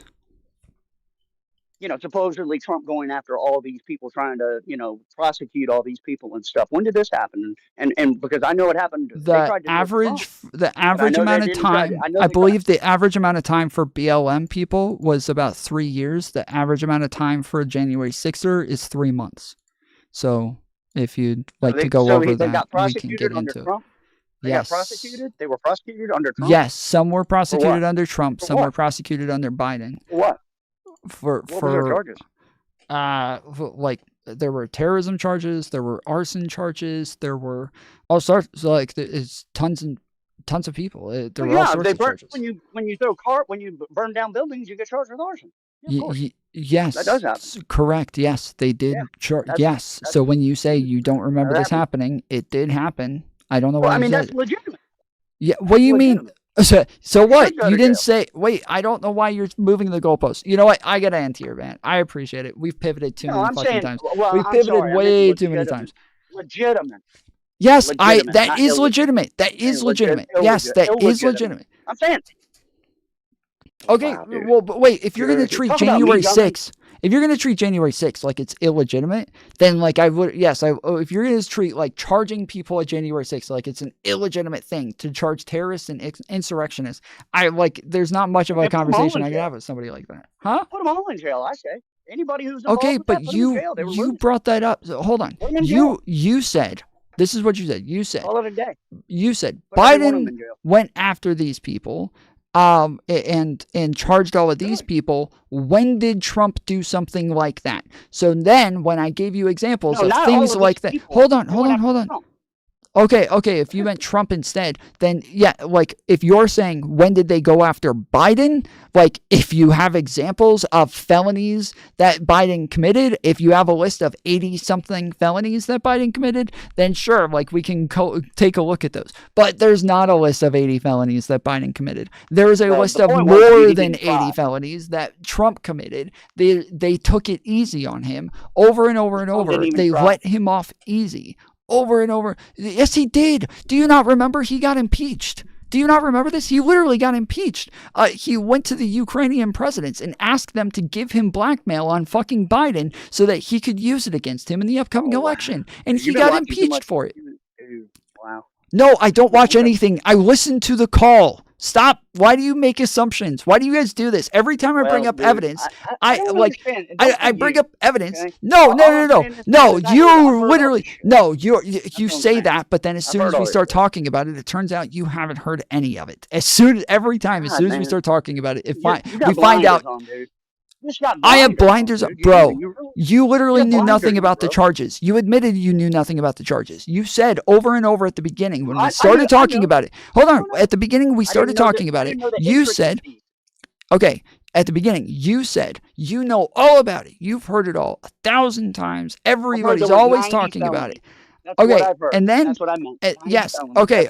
You've heard that there are felonies, but when I was telling you about the felonies, you still kept saying you've heard all of this stuff 1,000 times. And then I asked you if you knew the details about it. You said, of course. And I asked you to tell me. And then you said, no, you tell me. And then eventually you said, okay, fine. I don't know about it. You tell me. So then, yes. And so this is what I'm talking about. It's the fact that like over and over, you're saying you know about these things, but they still elect.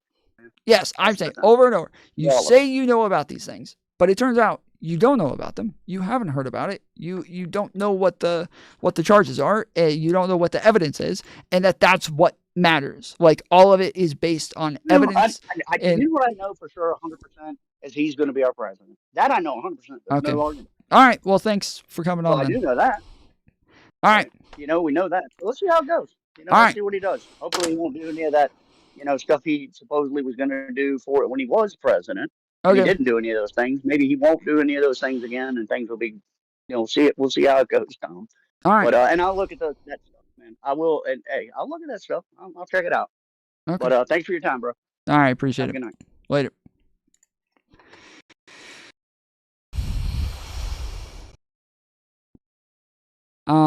Just for the rest of you, I did pull up answers to his questions, where he was saying what did he do that seemed anti-constitutional. I do have a fucking list here that I made myself, of Trump threatened to use U.S. military against BLM after governors said they didn't want them. He said Trump took away transparency use of drone bombings. Trump declared the border a national emergency while that one's not it. Not all of these are anti-constitutional. Some of these are examples of other things. But yeah, even recently talking about the fact that Democrats are the enemy from within, and he's going to use the military against the left and shit like that. Having people chant "lock her up" for Hillary when she wasn't even charged with a crime. Then they did the same thing in Atlanta where they chanted "lock her up" for Kamala. Again, somebody's not even charged with a crime. That, to me, yeah, pretty anti-constitutional, kind of pushing for people to get locked up for things that they don't even have. For Kamala, they didn't even have an idea of a crime. At least with Hillary, they had something that they think she maybe should have been charged with. For Kamala, there's not even a thing that she could have been charged with. Anyways, yeah, I don't know. This is what I was saying earlier before we had call-ins, and when I kept telling people to come on. Wait, were there laws changed? No, the laws didn't change in New York. The reason that they charged him with felonies is because when you try to commit a campaign finance fraud, if you commit campaign finance fraud in the act of committing another crime, that becomes a felony. Even if both are misdemeanors. So the fact that they committed the crime, the campaign finance fraud, is a misdemeanor, and the other crime that he committed in the act of the campaign finance fraud was a misdemeanor. Those both were misdemeanors. But if you commit campaign finance fraud and you commit it in the act of committing another crime, that is now a felony. And so they all act like this is a new thing that they changed just for him, but it's not, wasn't the case. You guys probably think the fires in Cali are Trump's fault. You'll say it one way or the other, bro, so it doesn't matter. Doesn't matter what we say. You guys will make up shit to say that the left believes it, regardless of what it is that we actually say or what it is that we actually believe. You'll make it up and say it one way or the other. So, it's really annoying when I'm literally sitting here saying over and over and over, Trump couldn't help what happened with COVID. That's not his fault. He didn't win the election because people were unhappy with him because of COVID. But it wasn't even his fault. It wasn't his fault. And truly, without COVID, he would have won that election. But because of COVID, he lost the election. And there was nothing he could do about it, right? Even after I state that over and over and over, they still come back and they're like, you're going to blame Trump for everything. Everything's his fault. And you just want to find some way to blame Trump for everything. It's how many times do I have to prove my good graces? How many times do I have to prove that I'm willing to be like overly fair, overly charitable, that I'm not looking for optical W's against him? I'm not looking for some sort of rhetorical W against him, that like I don't do the whole like, oh, he said grab him by the pussy. Like I don't do any of this shit. I don't bring up the fucking little tiny things that other people bring up. I don't talk about any of that shit. I don't talk about the E. Jean Carroll stuff. I don't talk about any of this. I don't talk about what is the thing that the guy brought up the other day? The fact that he went into teenage girls' like beauty pageant dressing rooms while they were naked and like blah, blah. I don't bring any of this shit up. I don't bring up, he's best friends with Epstein. Like, I don't talk about this stuff. It's not important to me. I talk about the fucking treason, the attempted coup, the trying to steal an election, the insurrection, and they're like, oh, you guys make such a big deal about the fact that he said grab him by a pussy. Wow. But there's nothing I can say here, bro. The only thing Trump should be faulted for regarding COVID is how not only he took it lightly, but he also made fun of it. Yeah, he had some issues with COVID. Like, it wasn't his fault that COVID happened, right? It wasn't his fault that, like, we had to lock down. Well, he told everybody to lock down. But I'm saying it wasn't his fault that we had to lock down. It wasn't his fault that we had to wear masks. It wasn't his fault that we had to social distance. It wasn't his fault that tons of people were out of work. Like, that wasn't his fault. It's just what the whole world did with COVID. Like, it's just what happened. It is what it is. He was not to blame for COVID.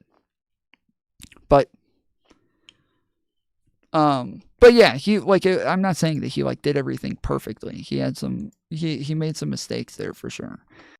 Anthony Fauci is a murderer. Right. And then you guys will go, while I'm being overly charitable and I'm trying to be nice and I'm trying to, like, make sure that I'm not going to blame him for anything that's not his fault. You guys are on the other side, lying and making shit up and just pushing every fucking retarded conspiracy theory that you saw on Facebook.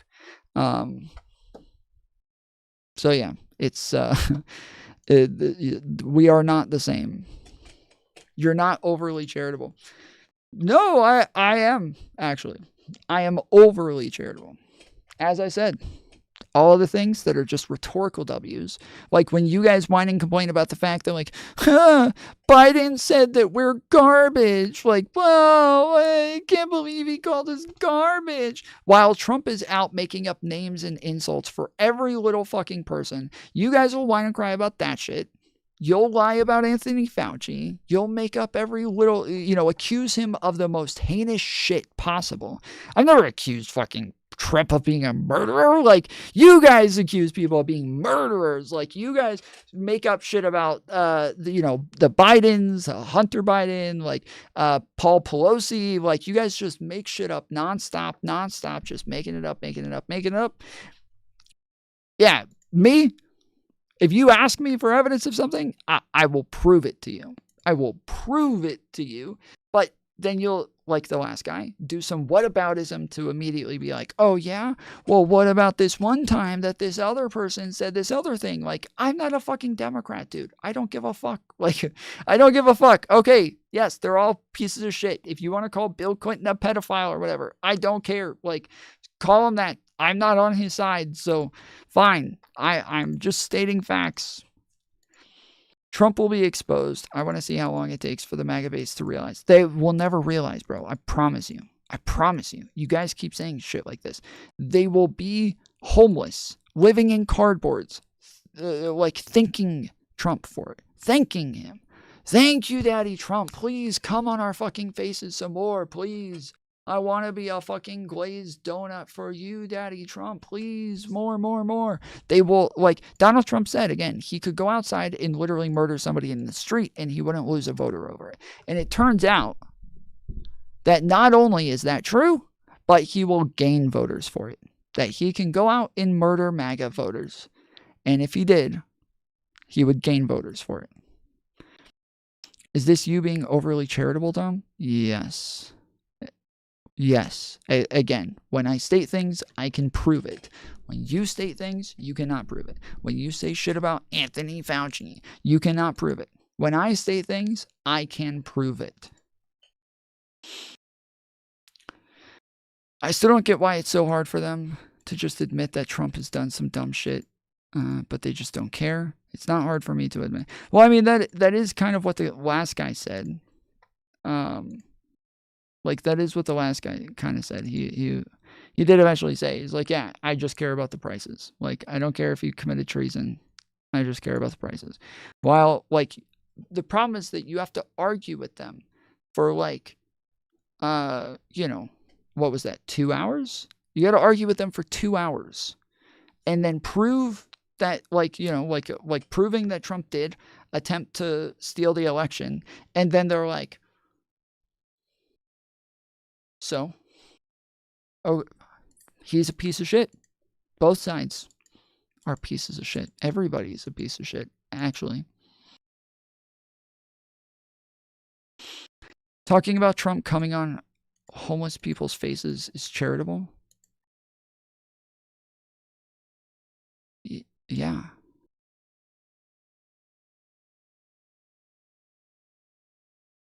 Yes.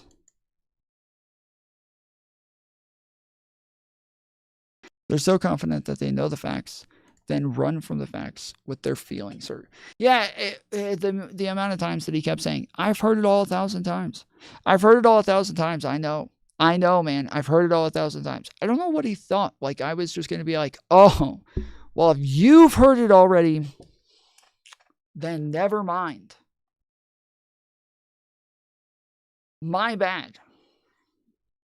I was totally wrong then if you've heard it 1,000 times. Answer the call? There's no... Oh, there you are. Okay. Are you... Trump is... You Pappy? Is that you? Question marks?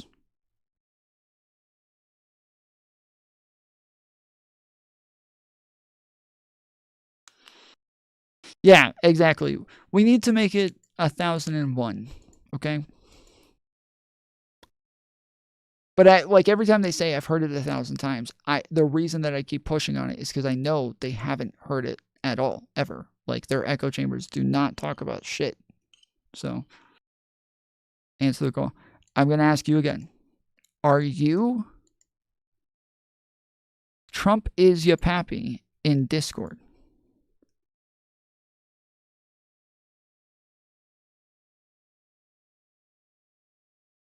Yes, okay. Trump is your pappy. You're on the Tom Foolery show. How's it going?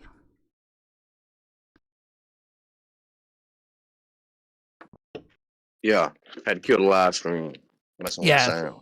Good. I was about to say that normally that's like the first thing that I try to remember to tell people, but I always forget. Yeah. Yes. Can you hear me? Are you still? Is it still repeating? Son of a bitch. You there? Yeah. Can you hear me? Hello? Hello? I'm turning green. I'm lighting up.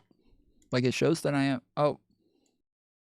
It shows that I was talking. Okay, we'll try again. Hello, hello. You're on the Tom Foolery show. Can you hear me? You there? Yes, I hear you. Do you hear me? Okay. No, I don't know what's going on. Shit don't work on speaker or something? It should. If you in the top right hand corner, it should have like a symbol of a phone. If you click on that, it should drop down and say phone and speaker, and then click on the speaker. Yeah, I ain't worried about it. I'll just hold it to my ear. It is much easier if you want to do it. Like, because if this call goes on for a while, it'll be much easier if you end up doing it now. I don't mind waiting. I ain't got. I was gonna say. Okay, I was gonna say I don't mind waiting if you want to fix it real quick. It's not a big deal. It's probably more important that you are like comfortable while we're talking instead of having the. Hold up, I'm trying, bro. Okay.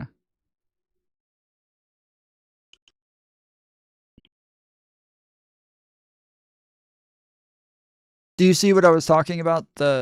In the top right hand corner, on the phone, it should have like I'm a on symbol of a phone. Yeah, so in the top right hand corner, it should have a symbol of a phone, and if you click on that, it should show Oh, wait. No, sorry. Okay, sorry. I'm wrong.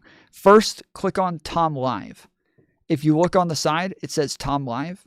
Click on the words Tom Live. Okay, I got that Then part. the top right-hand corner, you should have a symbol of a phone. Click on that, and then it'll show speaker.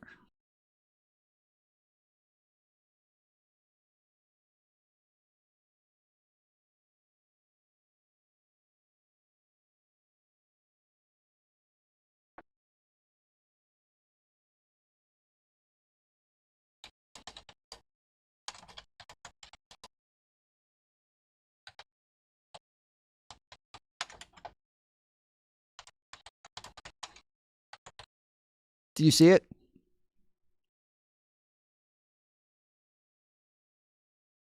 Hello?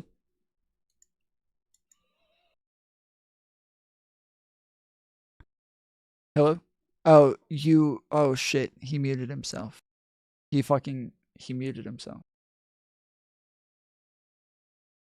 And then he left. Okay.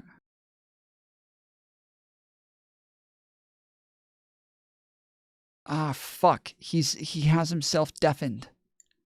He has himself deafened.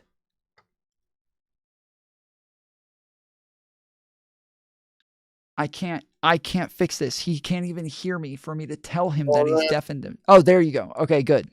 I was about to say, shit, he deafened himself to where he can't hear anything. anything. Until you accepted it, then it went away.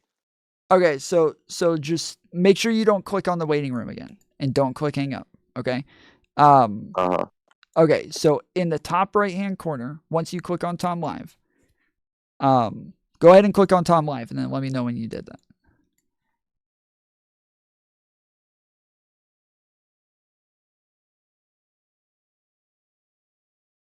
You there? It's shitty. I ain't worried about it. I just hold the phone to my ear. Okay. But that article I kept posting, it oh, was you from can't. some New Just York real people. quick, you can't post articles in YouTube chat. It doesn't allow links. Oh, I know, Like, but you can copy and paste the link. You can copy and paste the link and open it up though. wait, no, I'm saying So- I'm saying it. No, I'm saying it literally does not post it. Like, it literally will not show Oh, up for okay, I us at got you. all. Yeah, so we can't even see it. I got you. If you send Well, it to the me now, I'll send other you a stuff I was DM on posting in there here. is And copy if you want paste to, from it. I was gonna say, yeah, if you want to, just- I'll send you a DM here real It quick. just shows how they stretched it. He's the only person in the country that's ever been charged like that. It shows it was strictly political and nothing else. Well, Nobody in America has ever been charged the same way they charged him. Because, in all honesty, in 2012, I never voted till 2012, and I was going to vote Ron Paul. See, and I seen where the RNC got together the morning of the convention and changed the rules for the state. You had to win. Say back then it was 6 states, and you got to go plead your case in front of the convention. Mm-hmm. Mitt Romney and them got together and changed the rule to 8 states because Ron Paul had won 7. And so that just showed me that, you know, everybody says left wing and right wing, and nobody thinks about the bird that's controlling both of the wings. And that opened my eyes up to it when that happened. Sure, but so the And problem only with thing the that made me vote idea, for Trump was how even his people was going against him.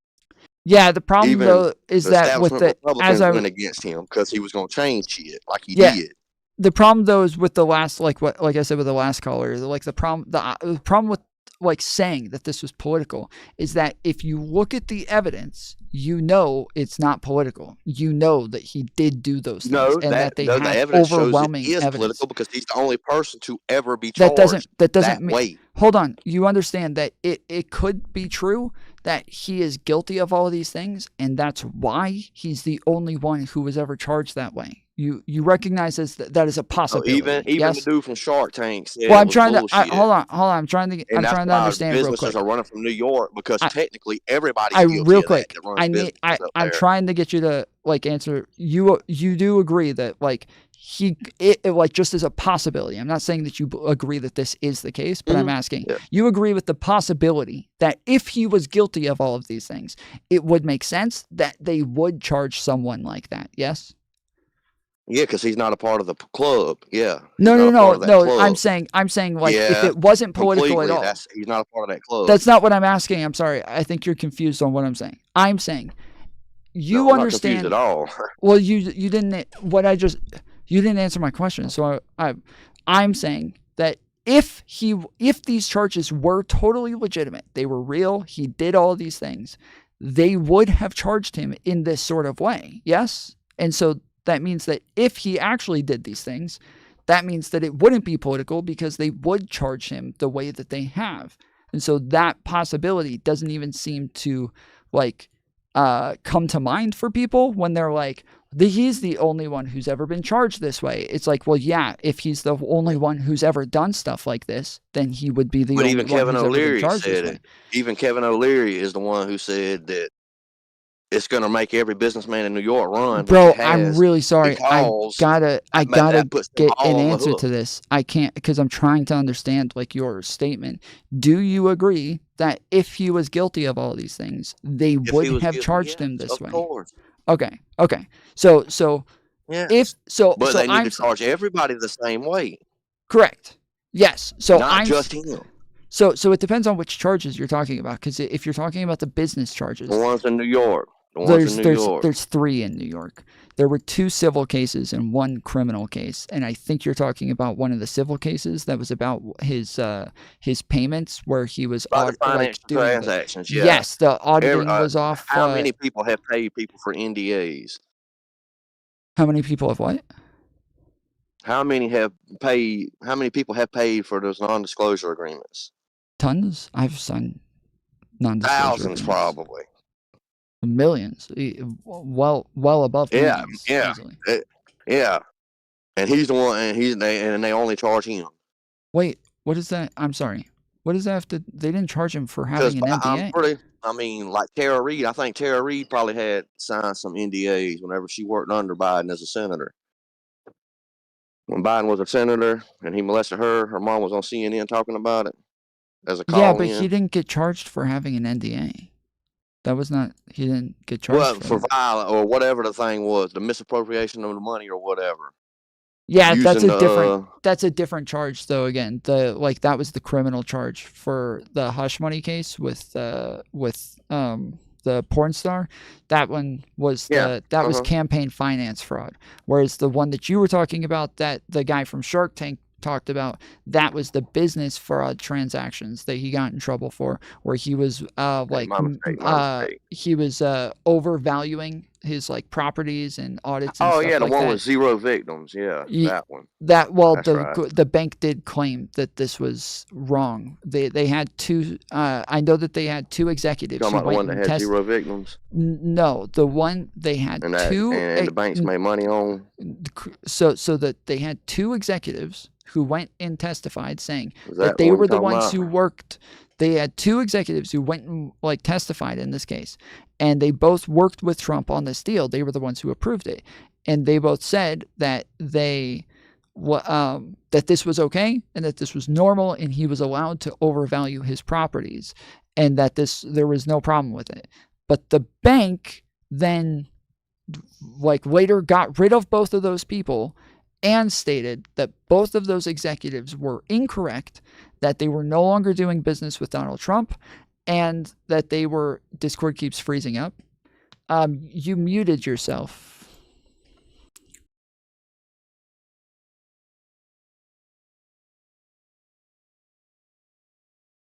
Here, I'll give you a phone number.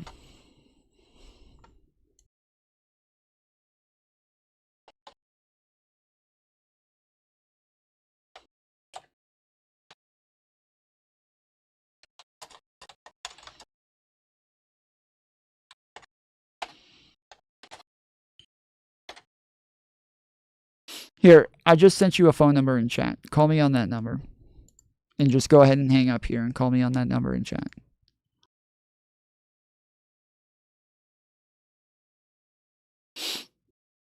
You're muted on... Hello? I can't even... My shit's not working either. Hello? Hello? Okay. You're muted on here. Go ahead and just call me on a phone number. I just sent it to you and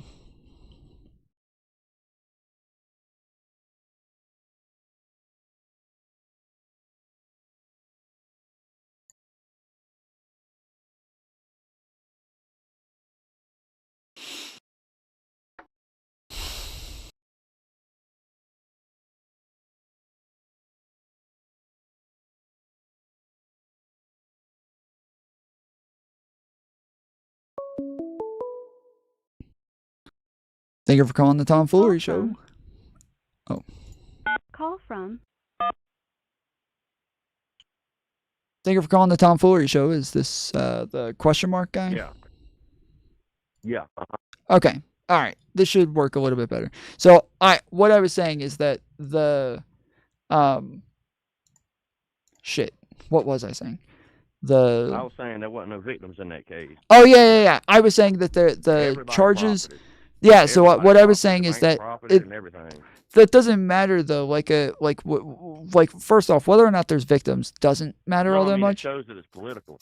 No, it doesn't. No, it doesn't. There's you don't have to have victims in order to get people in trouble for something. Like let's say people like it's about the potentiality of victims. If I shoot a bullet at somebody's head and it misses their head, there is no victim there. Yet it's about the potential of the victimhood. No. Hold on. I'm not. No. I'm not stretching. I'm giving you. Hold on. I'm not stretching. I'm not stretching. I'm giving you an example of something where there's. Hold on. Allow me to get through my point before you get mad at it. Okay. Yes. Allow me to get through my point before you get mad at it, because you're misunderstanding. If you shoot a bullet at somebody and it misses their head, that like there is no victim there. But the fact that they're okay. All right, bro. I gotta be able to. I can't have this conversation. I'm sorry. I have to be able to make a point at some point. Like okay. If I shoot a bullet at somebody's head and it misses their head, there is no victim there. But it is about the fact that there could be a victim, and the fact that there was an intent that like if we allow people to do this sort of thing, like it causes a lot more chaos.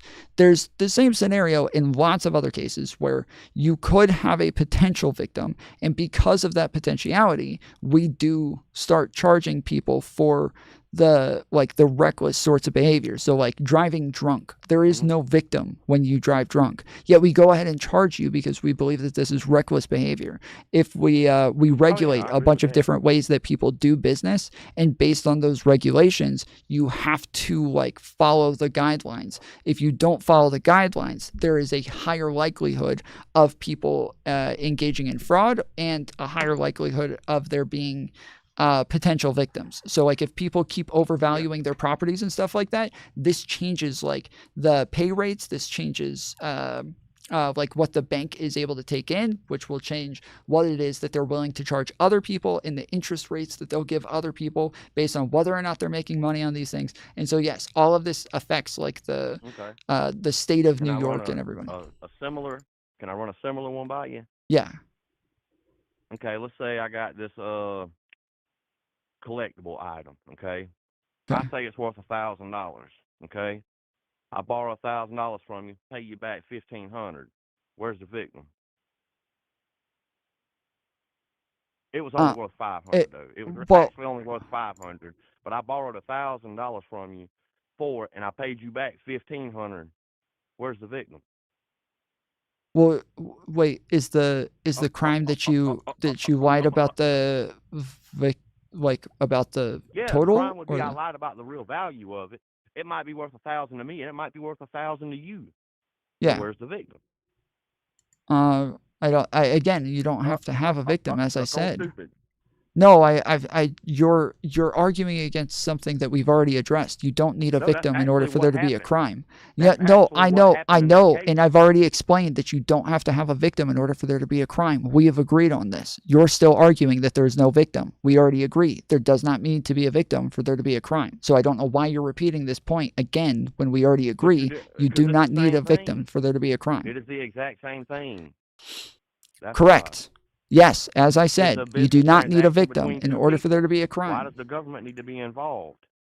I did just explain a second ago that you have to regulate these things in order to stop the potential of... So you want big government, government telling you what to do? I want government to stop fraud from happening. That will make it to where my bank is going to raise premiums and raise interest rates on the rest of us because they're not getting payments from folks that committed fraud. But they got their payment. So wait, again, stop. You're going backwards again. We're talking about the potential of it. But you don't charge people for potential. You charge them for what they do. We literally just went over this. We do charge people for the potential. Yeah, but if a you bullet used a misses gun. your head, if you drive used the drunk. explanation. I used an exact comparison.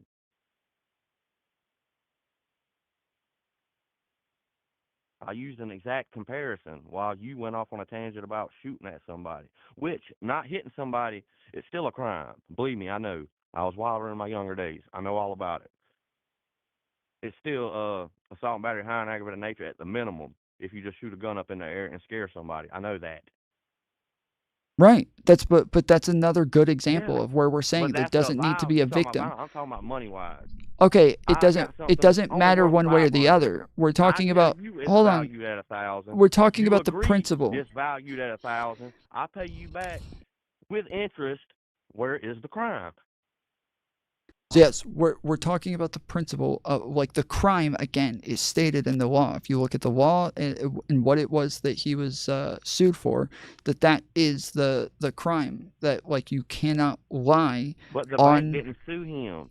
The bank doesn't have to sue him. Yes. That's what we're saying is that you asked if I want the government regulating these sorts of things. I gave you reasons for why I do want the government regulating these sorts of things. That it does cause like victims in the case if they do not regulate these sorts of things and if they do not hold people accountable for these sorts of actions. But where is the negative? What action? He borrowed money. He paid it back with interest. That's how transactions work with banks and stuff. Correct. Where's the crime? In the lying on the forms. So if you lie on forms to get a better interest rate, a better premium. Like gun forms, like a gun application. If you want to pivot to that, I'm happy to do so, but I would like to finish this conversation first. If you want to pivot to that afterwards, I'm happy to get into it. But yes, if we allow people to lie on forms that actually does affect others, again, so like when banks lost a bunch of money during the when the bank lost a bunch of money, I'm trying to explain this and I can't. So I'm literally in the middle of explaining it. During the 2008 housing crisis, when banks lost tons of money from other people not being able to pay back their loans, the government had to put tons of regulations on these sorts of things. Okay. Why? Because when all of these people weren't able to pay back their loans, the government when the government hold on I'm trying to explain this, bro. When they didn't pay the money, the government had to put a ton of regulations on this because the banks had to raise all of their fucking premiums and raise all of their interest rates to get that money back. But everybody else, all of their other fucking customers end up paying for this shit, as well as the government ends up paying for it to bail these banks out of this shit. So what they did is they put in place a bunch of regulations to try to stop this sort of transaction from happening in the future, to where they have very strict like regulations and lines drawn on what you can and cannot do in these sorts of deals with the banks, so that we the customers and they the government and us the taxpayers do not end up having to pay for this shit again to bail people out. Okay.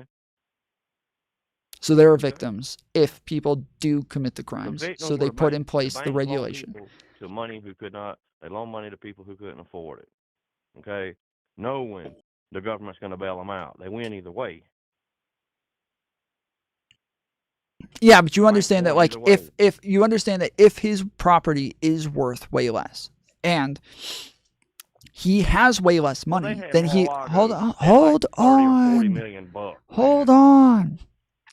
If he values his property for way more than what it's actually worth, and it's actually worth way less, and he claims to have way more money than he has when he actually has way less, his interest rates would be higher. And when you say he pays it back with interest, he probably would have paid more interest if they knew what the actual threat level was here in him being able to pay back those loans. And the bank, again, stated this, that it is a very standard part of this procedure that you do need to be giving like accurate accounting for your properties and what they are actually worth. And that the two executives who testified that it didn't matter, they were wrong. They no longer work for the bank anymore, and the bank has totally cut Donald Trump off and is not willing to work with him ever again. You can look it up. It's Deutsche Bank.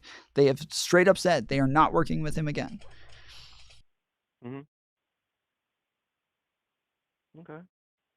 So where everybody makes it sound like, oh, they were super happy in this case and they loved it, and now it's just the government that's trying to go after him because they're mad. No, the bank didn't love it. They're not happy about it.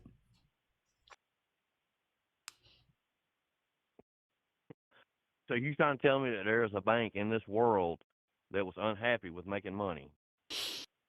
Again, they make money based on the interest rates, and the interest rates are higher based on their risk. And their risk was higher. Sure that then people were probably fired because they didn't do their job. They probably didn't go assess the property themselves. Because doesn't a bank, I know if I go get a loan for my house, the bank, they're going to send somebody out here to assess the property. Correct? Yes, they did go and do their own assessments. They did. Huh? They did go and do their own assessments. Assessment, right? Yes, they did. They do both. They do both. So where's the victim? I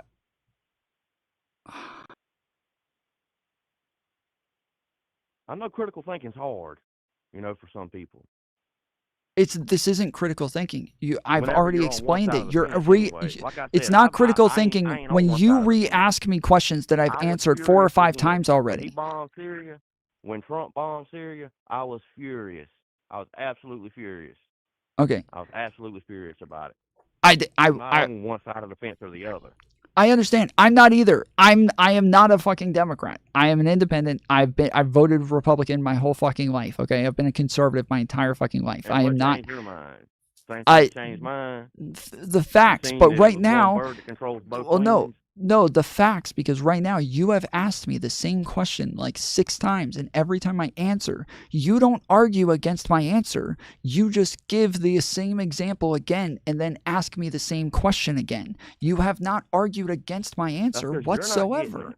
No, you have not argued. In order for me to get it, you would have to engage with my answer. When you say critical thinking is hard, critical thinking happens when you start to dismantle my answers. Because it's easy to do. Okay, do it. I would love for you to engage with it. I have given the same answer over and over. If you loan me $1,000 on something that's only worth $500, but we both agree it's worth $1,000, and I pay you back your interest, there is no victim. Okay. What is the answer that I already said to that? What is the answer that I already gave to this? Yes, and it doesn't make sense. No, what is the answer? What is the answer? I don't think you know what it is. The answer is that there's not a crime. No. Me and you, two private parties, agreed to this. I paid you back your money. I get my collectible back or whatever.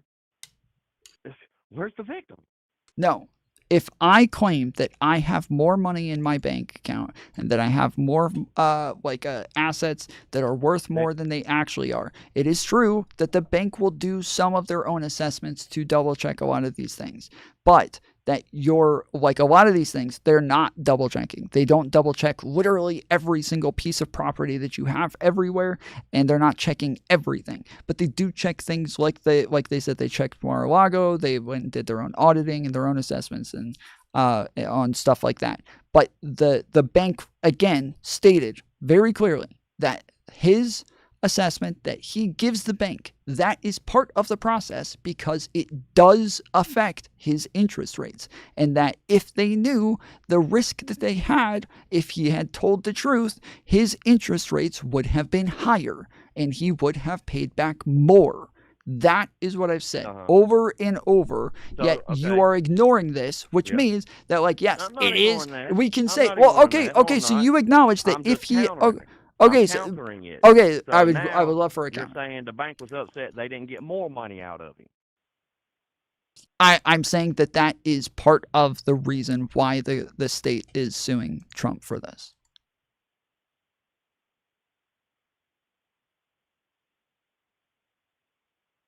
still doesn't make any sense. It's a business transaction between two private entities. Okay? Yeah. That's the way it should have stayed. Okay. If Trump wasn't running, if he didn't run for office, it would have stayed that way. Okay.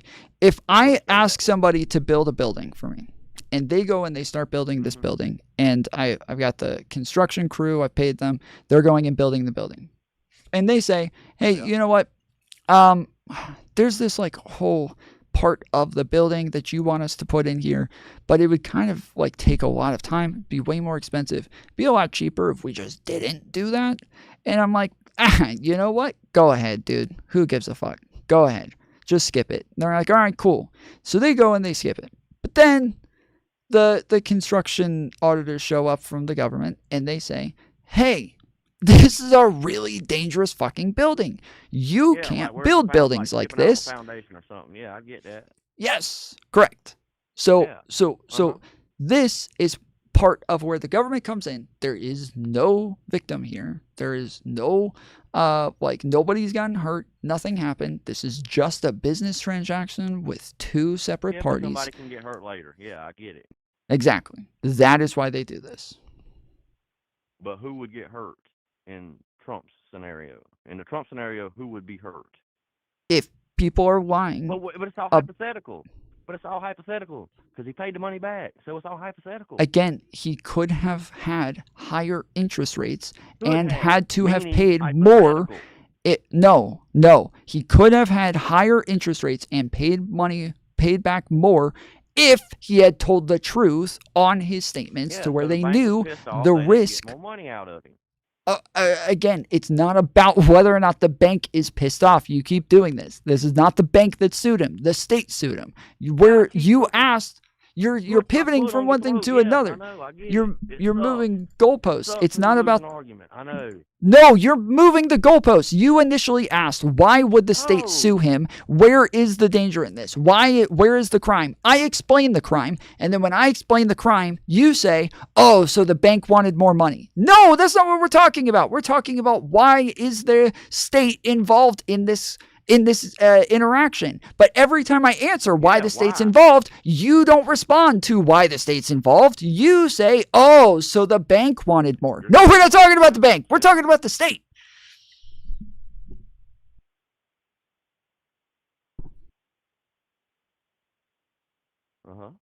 Yes. And then when I give you other examples of business transactions. Yes, but I'm saying that the bank does not matter. That if it turns out that the bank actually loved it, they love it when people lie to them. They ask people, please lie to us, guys. Well, the state's already put in place regulations to where they don't allow people to lie on this sort of paperwork because it'll cause more problems for more people in the future. Okay. So what else? So okay, now on to the other form. Like you talking about lying on forms, like lying on your gun forms. Yeah. That's cool. Y'all cool with that? No, definitely not. So Predator Biden should be doing his time then, right? I would say, yeah, the Hunter Biden should have done his time. No, Predator Biden. I don't know who that is. Hunter Biden should have done his time, but if you're making up some other version of somebody, that's the dude that walked around with a 15-year-old babysitter butt naked in front of the butt naked in front of the 15-year-old babysitter. I don't know, like, bro, if this is what we're doing, like again, if that makes him Predator Biden, do we call him Predator Trump for walking into the pageants with a bunch of teenage girls in there butt naked that all complained about him seeing them naked in there? And walking up like trying to talk to girls while they're standing there naked, like do we include these as Predator Trump now? I don't buy all that. Well, Yes, I'm not gonna make like a big deal about either one of these. I'm not calling him Predator Trump. They probably went very hard with. Now I can see even if they were in towels, it's still inappropriate.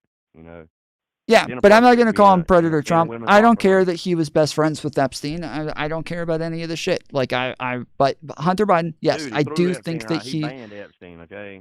Sure. He After banned being that friends from with him his for like place, 15 years, okay? he banned him. I get it. But the fact that Hunter Biden lied on a gun form, he should have been charged President with it. Biden. He was. And after he was charged with it, then his dad pardoned him. I don't think he should have. I was pissed when Trump did this with his family members. I'm pissed when Biden does it with his family members. I don't like it. Yeah, well, we can agree on that. Shit neither. I had to do my time for my own fucking up to what you crimes. do. These people are fucking grown adults who keep getting away with all of their shit, and none of them ever seem to face any punishments. Yeah, exactly. It's like with the DNC, with all you had somebody in the comment section talking about the P tapes, which didn't exist. It was all lies made up by Hillary. Hillary was the one working with a Russian to get all that information, that bogus information, and then the DNC got fined for it. Yeah, Hillary and the DNC both did. Yeah, and the whole Trump, Russia thing, it was them doing it. They were the ones that were actually doing it. And they're trying to prosecute the man for it, and they were the ones actually doing it. Well, they didn't. There was no evidence that they worked with Russia to change votes in the election. What do you think the DNC and them got charged for? Why did they get fined? They were trying to change the outcome of the election by making up false stuff against the opponent, whoever the opponent was. Hold on. That's not the same as like colluding with Russia. They got in trouble, for releasing Even Bill Mueller said he didn't do that. Even Mueller said he didn't do it. The Mueller investigation showed he didn't. He didn't do what? You asked me a different question. Why are you moving to? Trying to change the election. Okay, hold on. That's not. I don't know. You said Hillary did it. I'm responding to whether or not Hillary did it, and then as I'm responding to whether or not Hillary did it, you start talking. Okay, I'm responding to that, and as I'm responding to that, you start talking about whether or not Trump did it. I didn't say anything about Trump doing it. We're talking about whether or not Hillary did it right now. I would like to stay on one topic at a time. We can move to whether or not Trump did it. That was done because we both agreed on it, so I thought it was over. No, we did not agree that Hillary colluded with Russia to change the outcome of the election. No, that is not. There is no evidence to that. Publishing a false article during the election cycle. Uh-huh. How was that not trying to change the election? Hold on. That's not what you said. You said she colluded with Russia. You just saying that somebody lied makes them colluding with Russia. Trump's lied 1 billion times. Were all of those collusions with Russia? No, of course not. Okay. What other reason would Hillary and the DNC, why would they publish a bogus article about their opponent that's running for president to change the outcome of the election? It's the same way they done in 2020 with Twitter. You're still not answering the question. What does that have to do with Russia? You're making the argument of Russian. He was working with the Russian people to get the article. That's where it came from. Wait, Russia. Hold on. That is not where it came from. Christopher Steele did it. It's Russia. called the Christopher Steele made the Steele dossier. That's why it's called the Steele dossier. No, the whole thing is not Russian. No. They claim in the fucking, like at the very beginning of it, it is literally written, these are unverified claims from sources who are just giving their experiences. We have not gotten secondary sources to verify anything in this document. They are very clear about that fact. Mm-hmm. Yeah, but they told everybody that it was. They basically told everybody that it was a fantasy. Yes. So they went and shopped it around. They went and offered it to like CNN. They offered it to MSNBC. They offered it to Fox. They offered it to CBS. They offered it to everybody. No, they all turned it down. BuzzFeed took it. BuzzFeed ended up taking it and publishing it. And after they published it, everybody. So you saying CNN never mentioned those tapes? That's not what I said. What did I say? You just said BuzzFeed took it. Everybody took it because everybody ran with it. No, BuzzFeed I said might have paid for it, but everybody used it. No, I said that they published it. I said that they offered it to everybody, and BuzzFeed published it. Not that nobody reported on it. Everybody else ran with it. They talked about it, yes, they talked about the fact that that it existed, but they were not like running with this as though They these talked were all about it as facts. fact. Yeah. Okay, I haven't seen They that, talked but about it as fact. okay, I haven't seen that. I haven't seen journalists claiming that this was a fact or anything. But the initial question was, why did they get fined? They got fined because they published opposition research that was that was used for that was against the FEC regulations. So we could say like, oh, well, Trump won, so there's really no victims here. He ended up winning anyways. But yeah, generally the regulations there matter. And so they still held them accountable and charged them and fined them. Okay. So, what's next? Tell me something else you don't like. Why Or don't? that you might want to hear from somebody that can't stand the blue-tarded side of the world. But I don't know. I don't think you guys know anything about the blue side of the world. So I know plenty because I was there up until 2008, or excuse me, 2012, or before, in between 2008 and 12 when my switch came, when my change came, where I said fuck both sides. Just like now, I do not like most of the fucking Republican Party. They're all scumbags. All politicians are scumbags, pretty much. Okay. And well, let's see. I guess I'll talk about some, or ask you about how you feel about like, let's see here. Like you had that debate about the oil earlier and all that.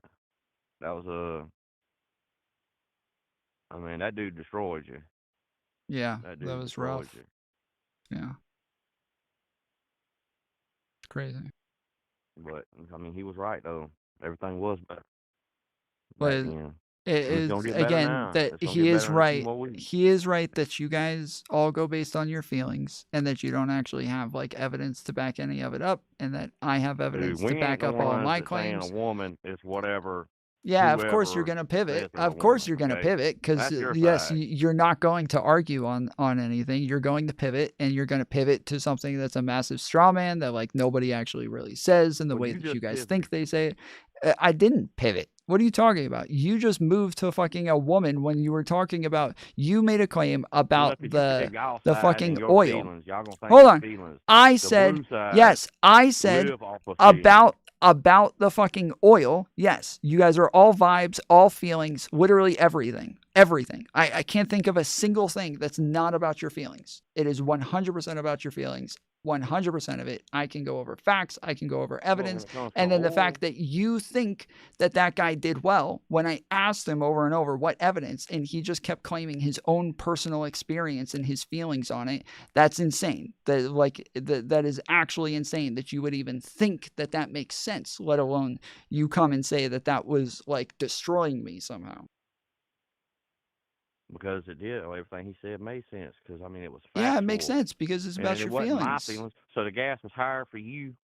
No, I didn't argue against that. We didn't have an argument against whether or not it was fucking higher or lower. I never argued against it being higher or lower. Yeah, I'll give you credit on that.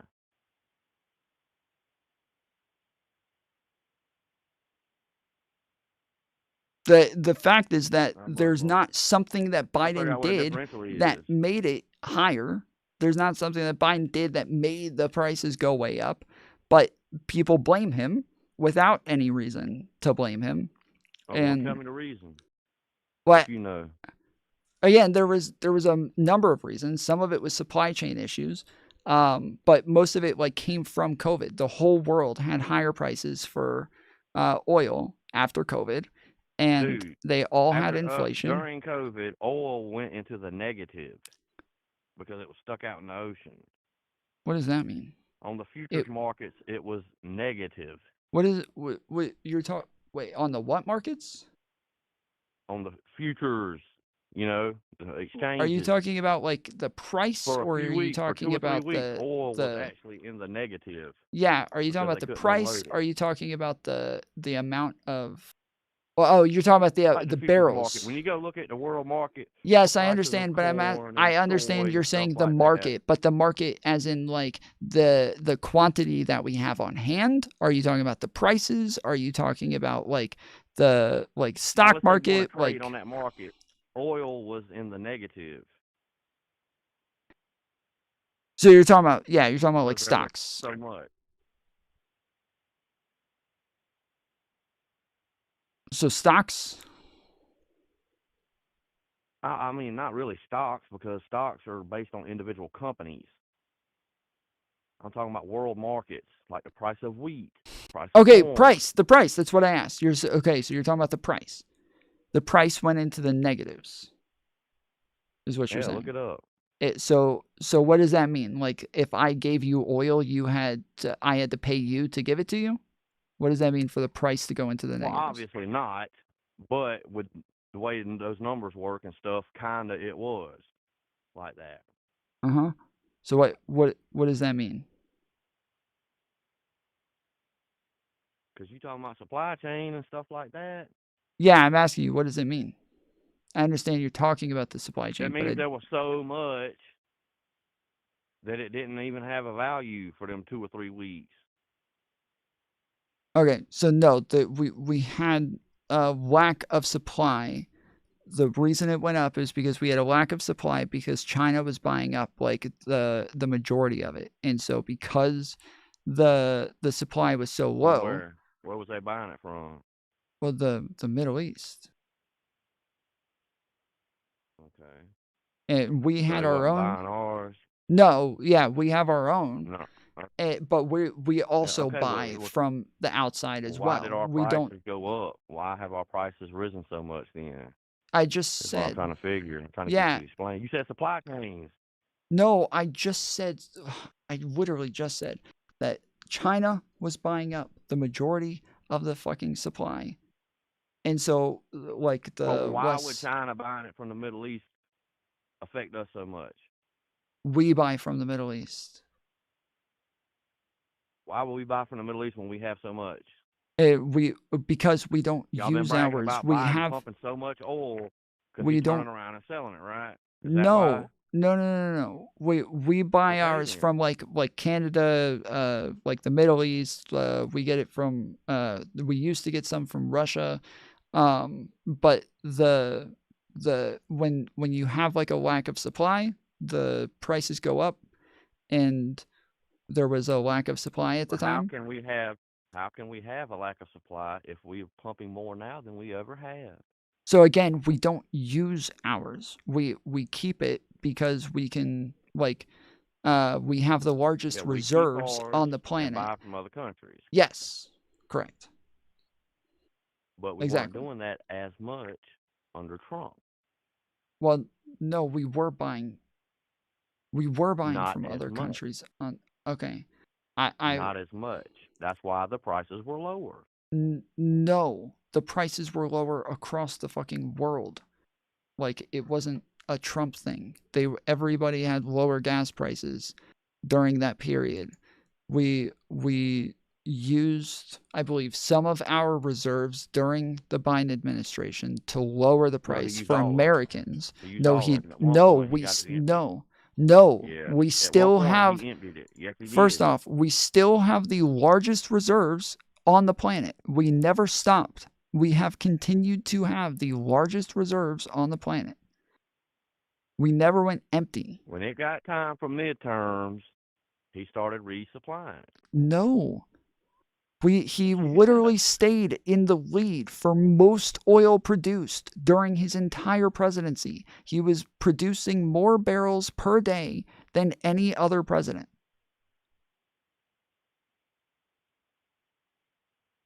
And the prices are still higher. So what? The oil companies just pocket all that extra?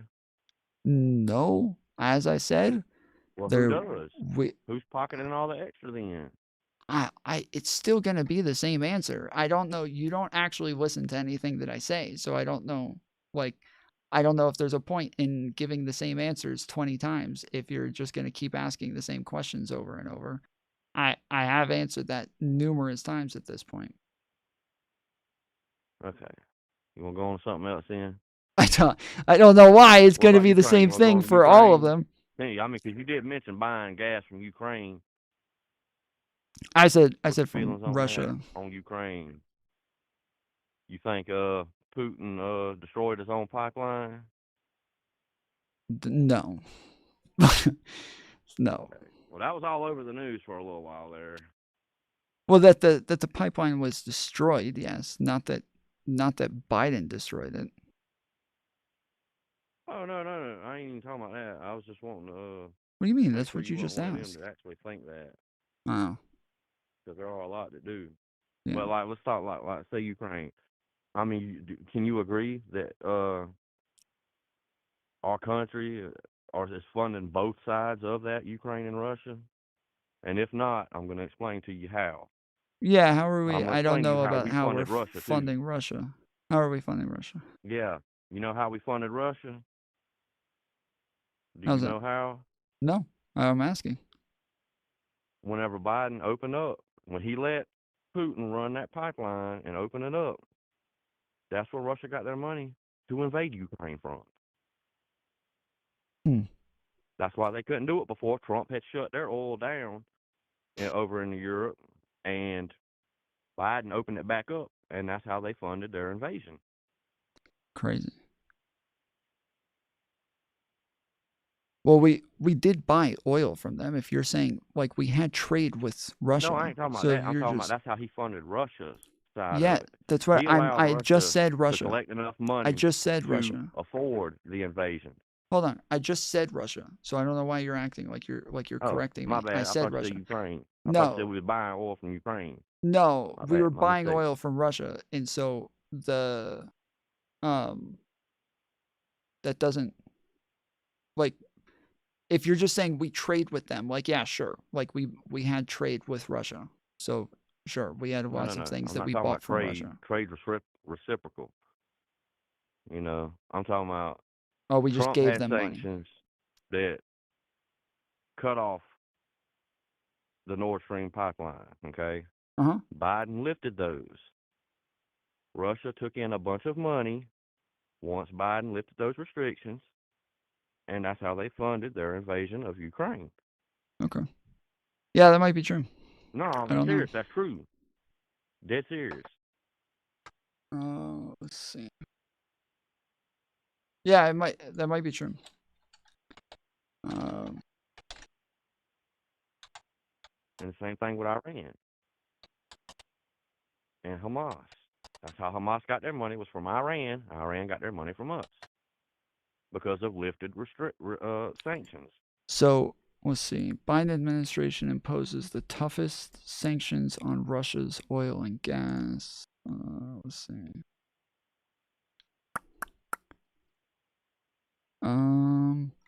Let's see. Despite claims of Trump-era energy independence, the U.S. never stopped importing foreign oil. Both before and after Russia's invasion of Ukraine, contributing to a spike in U.S. gas prices, various Republicans bashed President Joe Biden for supposedly abandoning the Trump-era energy independence. These Republicans have fostered the impression that the energy independence U.S. did not need energy from Russia and elsewhere under Trump, but then under Biden has been forced to buy his foreign energy once more. The truth is that the U.S. was never close to genuine independence from foreign energy in the Trump era. Energy independence is a political phrase. Yeah, I'm sorry. This is talking about Russia and whether or not that changed our prices. In 2020, Trump's full year in office, the U.S. imported about 7.9 million barrels per day of crude oil and petroleum products. That was down from prior years. Let's see. How much oil from Russia did Trump import? No. When Biden lifted the restrictions on the Nord Stream pipeline, Yeah. You're asking the wrong question to get the answer you want to get. Wait, no, I'm not. Hold on. If Donald Trump was not funding them and Biden was, then I'm going to look at how much we imported from Russia under Trump. It's not directly funding them. It's a magic. It's like a magic trick. Mm. Of course, your thumb doesn't really disappear. It's an illusion. Right, but that's what I'm saying. Allowed Russia Hold on. to pump their oil and gas over into Europe, and that is what funded the Ukraine invasion. Yeah, I understand what you're saying. I don't know. You don't have to keep repeating it. I get it. But if Trump also was paying for the same things, you're saying that this is something that specifically Biden did, that Biden lifted restrictions to the point that now, he lifted restrictions to the point that now we would engage in this action again, as though we stopped engaging in this action under Trump, because he had restrictions on it. We couldn't do it under Trump. There was restrictions on this. So if I go look and it turns out that we were actually buying a lot of oil from Russia under Trump, then it would look like there weren't some major restrictions under Trump, and that he was also engaging in the same funding that you're accusing Biden of engaging in, right? Yeah. If that was the case, yeah. So this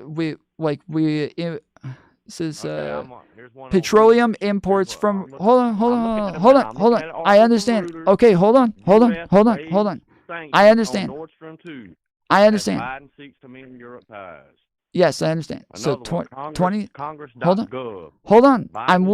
U.S. Okay. sanctions on major Russian pipelines. Okay. October Okay. 28, Again. 2021. Again. Hold on. I just questions that you're asking them in a way, typing them questions in a way. I literally just asked you if I found that answer that we would agree that was incorrect. You just said yes. Now I'm reading the answer, and now you're saying that it's the wrong question. No. I'm going to ask you the question one more time, bro. I'm going to ask you this question one more time.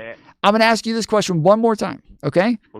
If Donald Trump is paying for oil just as much as Biden, and then that would mean that Trump was also funding Russia in the same way that Biden was. Yes, you agreed to this a minute ago. Are you backing out of this now? Run it by me again. I Okay. wasn't listening. Okay. I'm looking at the screen on this article.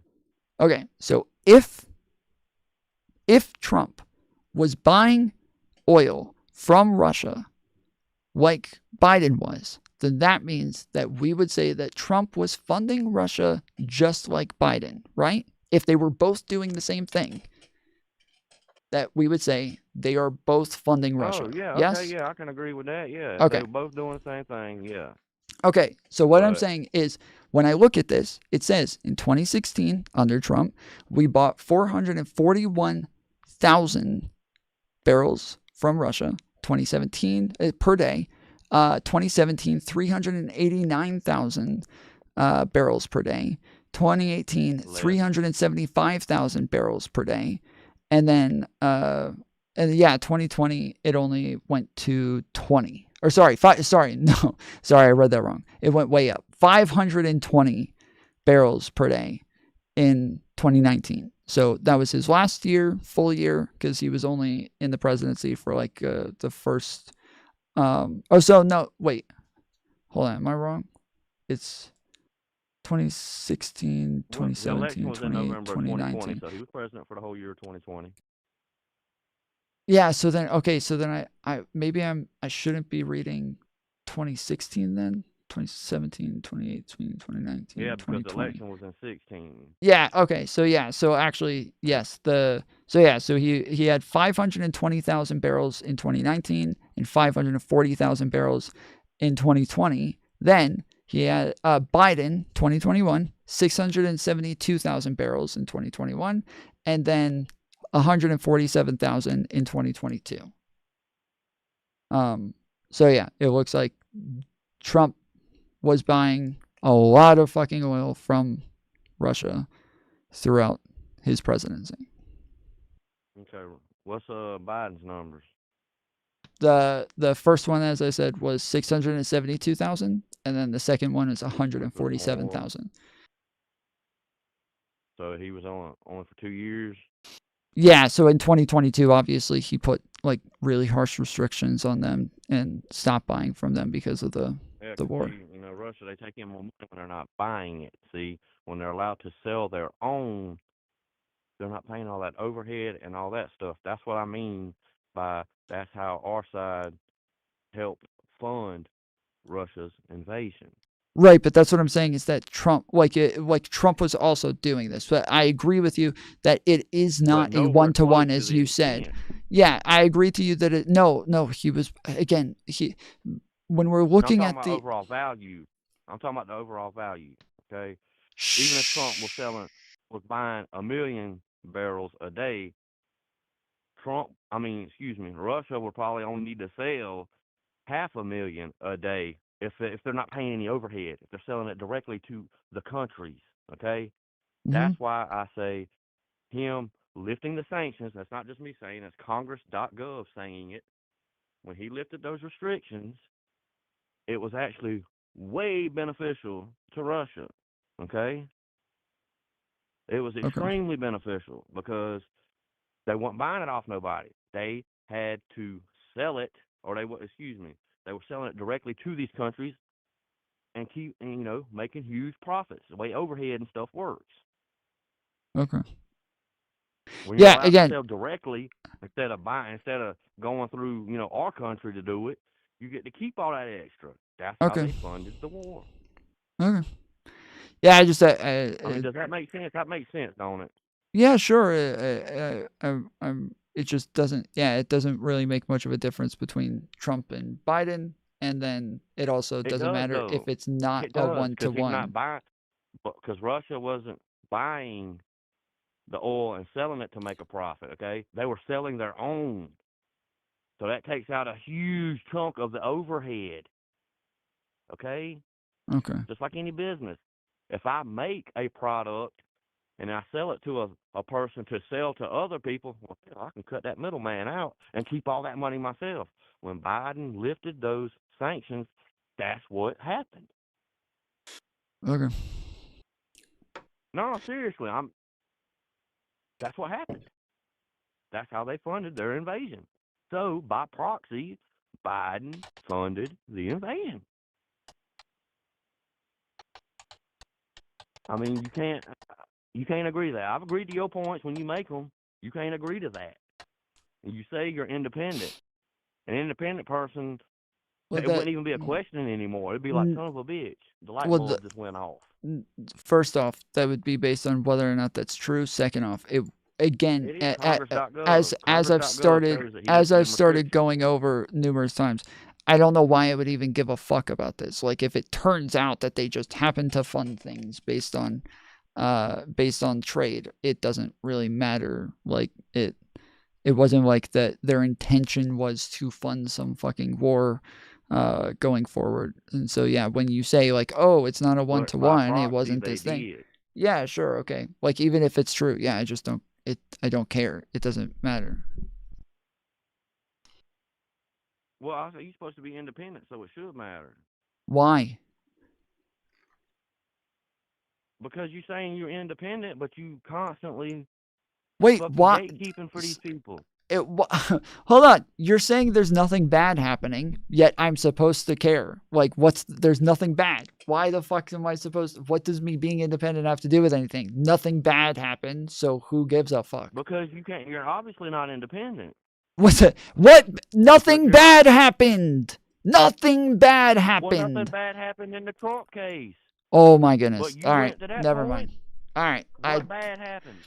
That I didn't go to that point. You went to that point, and no, it's not. It's not the same thing. That's fucking retarded. Other than one's Trump and one's Biden, how's it different?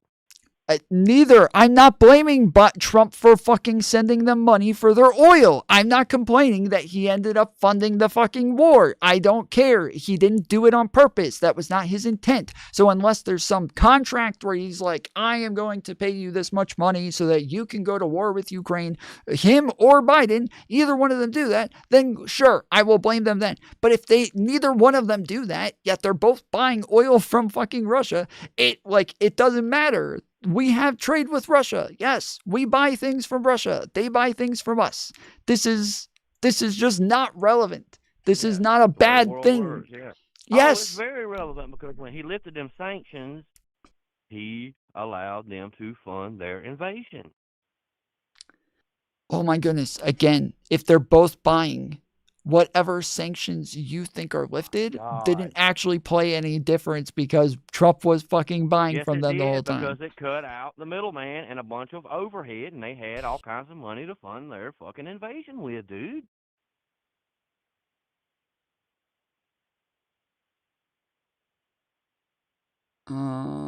That's like saying dropping a bunch of fucking boxes of weapons off in ISIS territory is not helping ISIS. That's what you're saying. Yeah, I'm trying to find like a you're trying to find something that's going to agree with you. No, I'm trying to find how much Russia has been. Yes, you're looking at irrelevant shit. I'm looking at like how much Russia. Yes, that is fucking irrelevant. How much you want government regulating stuff, Bo? That has nothing to do with getting information from them. Like how much I want them to regulate things has nothing to do with whether or not I go to them for irrelevant information. I am looking up how much Russia has been drilling. I am looking up how much Russia has been drilling before Biden took office and after. Your entire argument is based on the fact that you believe they didn't have domestic drilling before this. You think that the Nord Stream pipeline is the first. I didn't say anything even close to that. You did. You kept saying that it's all about the fact that the middleman is cut out. If I look up that it turns out that they were getting all of this domestically and that they weren't a middleman, then yes, that changes your entire argument. Yeah.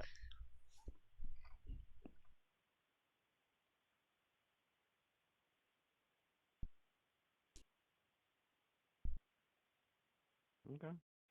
Well, Biden lifted them sanctions, and that's what funded the war. Okay. That's what happened. Okay, again, that is your argument, yes. But if it turns out, as I said, don't mean it wasn't true. No, again, if it turns out that they were producing this before the sanctions, then and we were still buying from them and they weren't a middleman, then that would change everything. So yeah, oil drilling had record output curbed. Russia needs to drill more actively to retain production. So this line is production drilling volume. This is oil output. Yeah, they had domestic drilling the entire time. The entire time. They never didn't have domestic drilling. Never said they didn't. You did. You were saying that we were buying oil from them as a middleman. If they are domestically drilling the oil, then they're not a middleman. They are the source.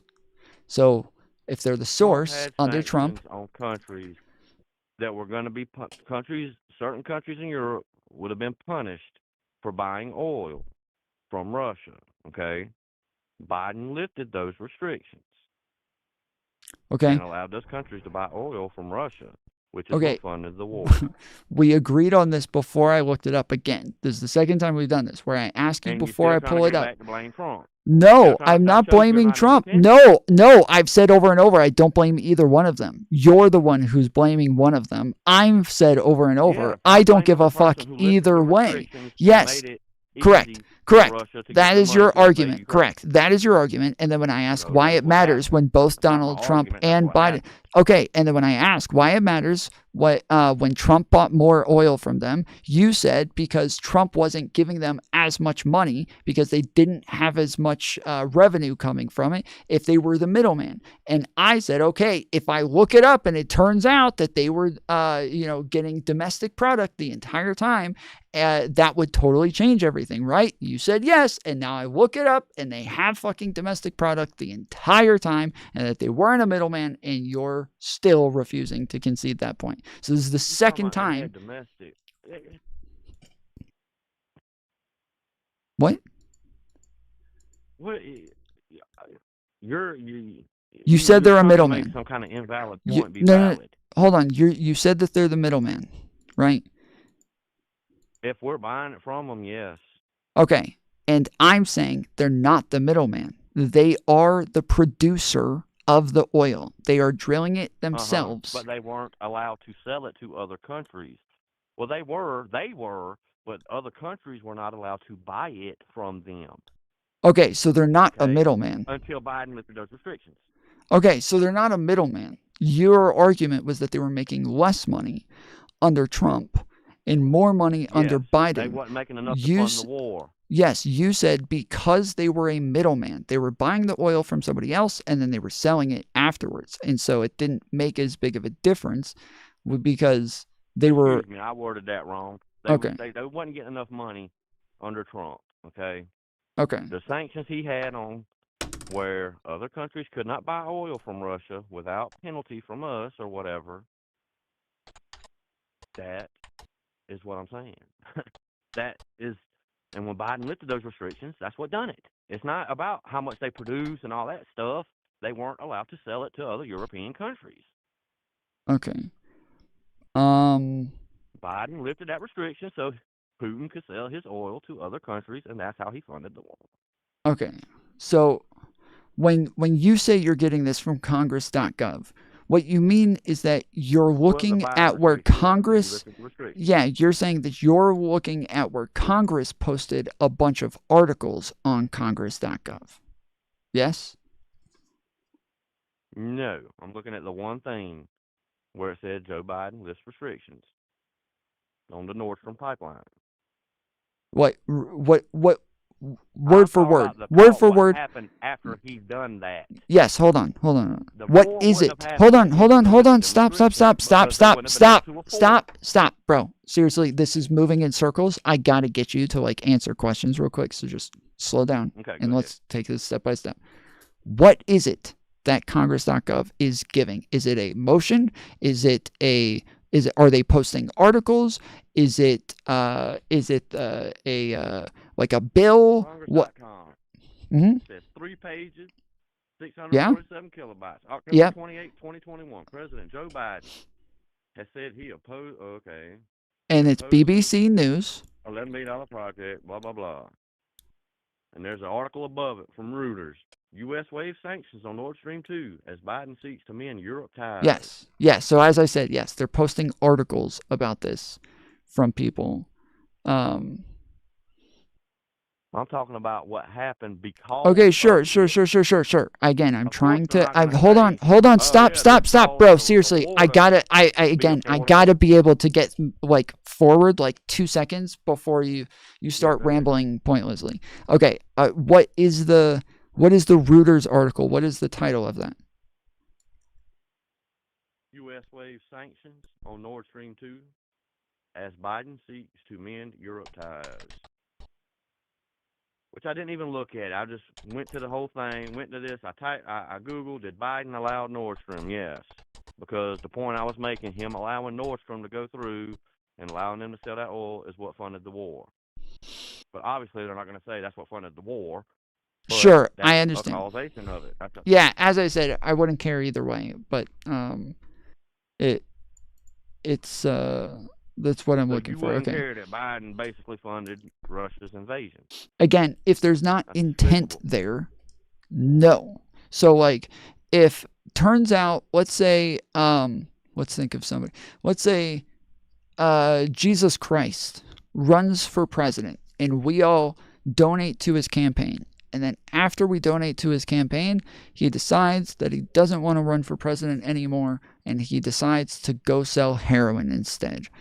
The fact that our donations to his campaign ends up becoming money for him to sell heroin, I don't think anybody would look at this and say, wow, you funded his heroin sales. No, because you didn't know he was going to go sell heroin. You gave him money for his campaign, not for heroin. He just ended up using it for heroin. So it's not, it's just not. Okay.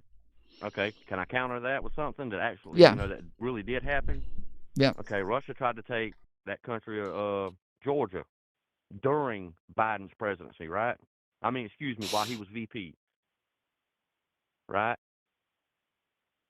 While Didn't Biden Russia was VP. invade in the country of Georgia? Under Obama, yeah.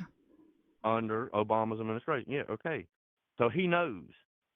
There's the intent. Because he knew it was a possibility. Okay? He had dealt with him before in a government role as vice president. So he knows Vladimir Putin is, willing to go and invade another country. And still decided to lift those sanctions. Come on, man. Okay, so the Reuters article says the Biden administration waived sanctions on the...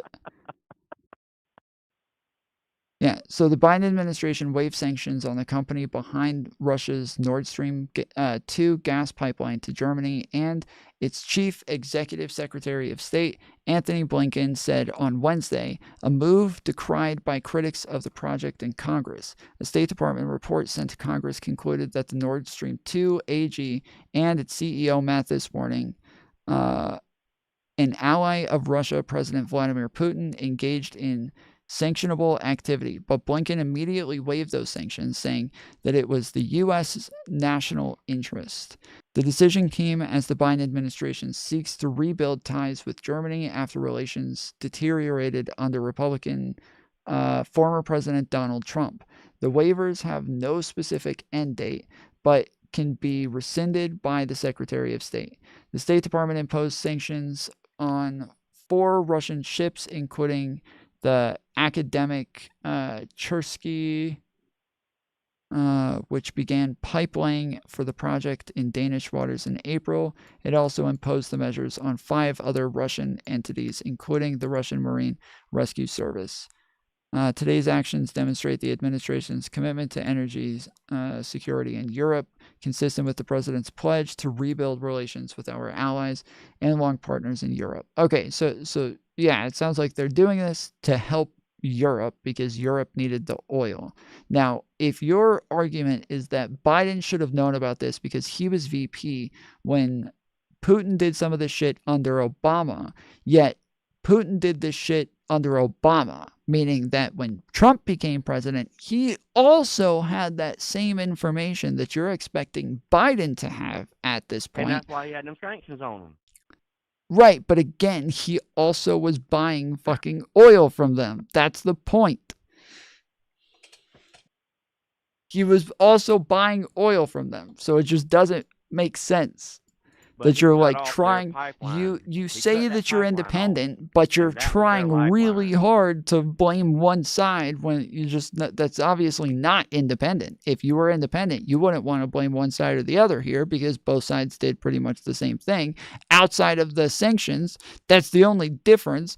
But yes, the Trump was also engaging in trade with them for their oil, so he was also funding their war. All right, Mo. Phone's at 2%. I'll be back. Right. I'll be back tomorrow. All right. Have a good one. Yes, sir. You too. Later. Okay. Yeah, I gotta... My head's gonna explode. I can't keep, like, doing the same fucking, like, circular arguments over and over. Thank you, Brooklyn Queen 125 for the 199 sticker.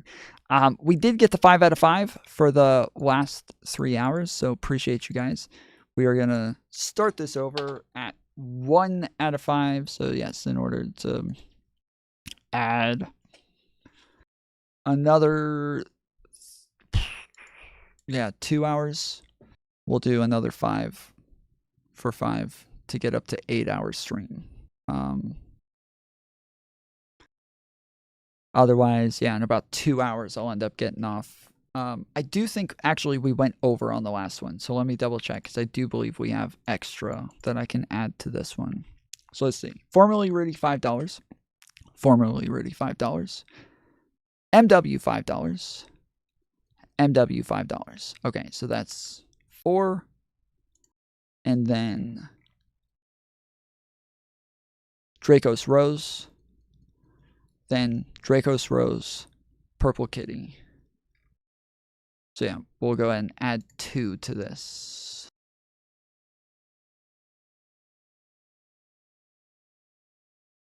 Okay, yeah. So we only need 3 for this one.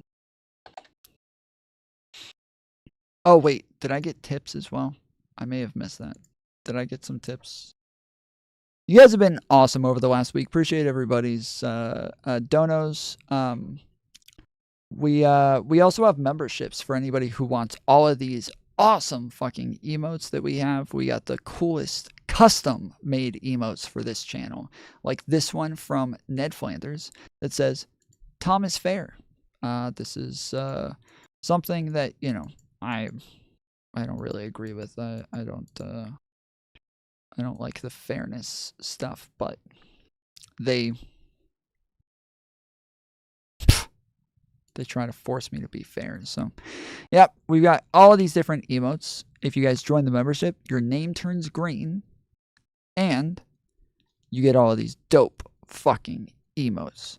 We got a super, super cheap membership starting at $1.99. Most everybody else, they're starting at like $5, $10, like crap like that. No, we start at $1.99 because we want to make everything cheap and easy for you to get so that you can be part of the community. But if you want to help fund the channel, and if you want to help make sure that we're able to do more on this channel, like go out, do more IRL streams, go out and do more interviews, crap like that, more funding always helps to where we can do more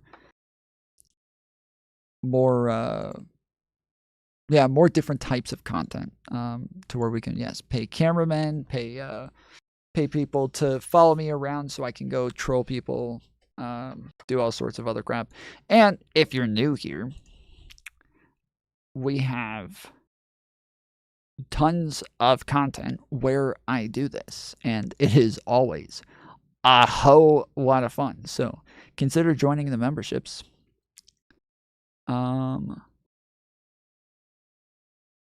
Wait, did I get rid of it? Oh, man.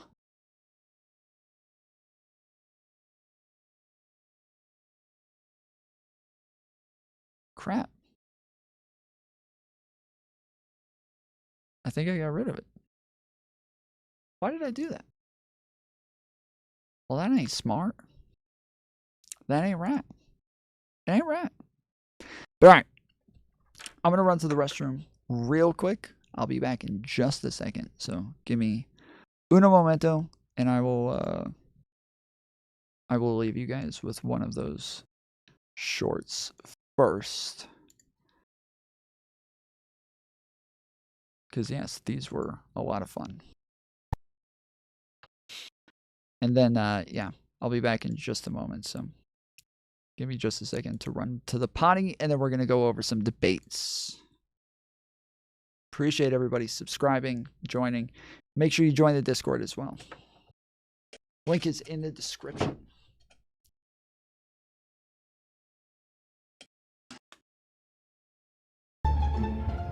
You think he's working for the Russians?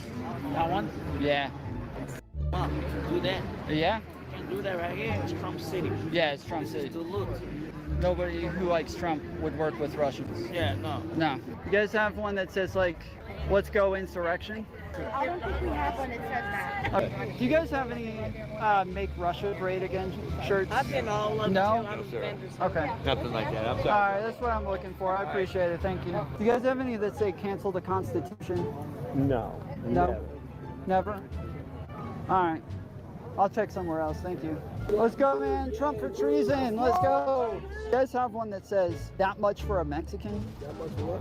That much for a Mexican. Trump told a woman that he was going to pay for her husband's funeral. And then when they sent him the bill, it was $60,000. And he said, that much for a Mexican? I'm not paying that. And then cut off the bill. You should get a shirt that says that. That would be really good.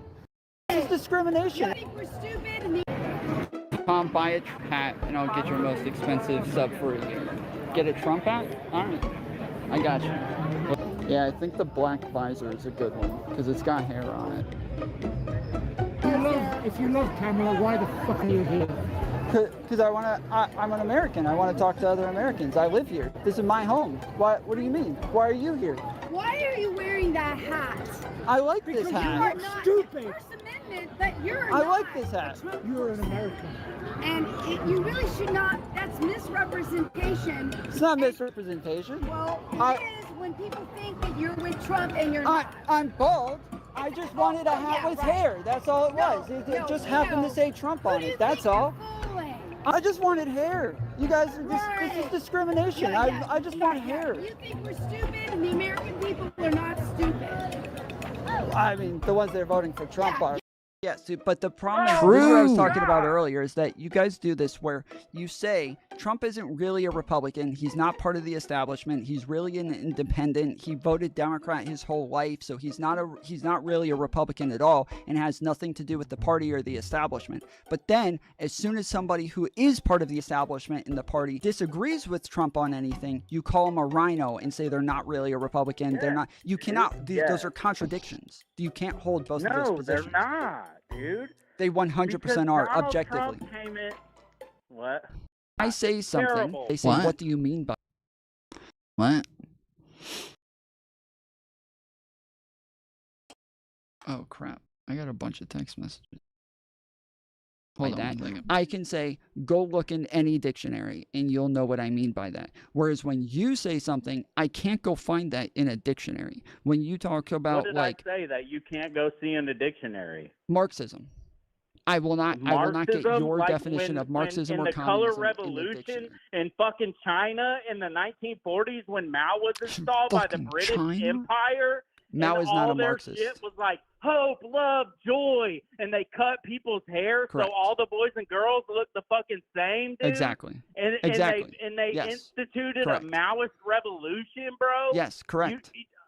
Does anybody else on like Android phones, you know how you can like swipe it in a certain direction to where it'll take whatever you're watching or whatever like window that you're on, and it'll put it into like a small window in the corner, and then as like a second app.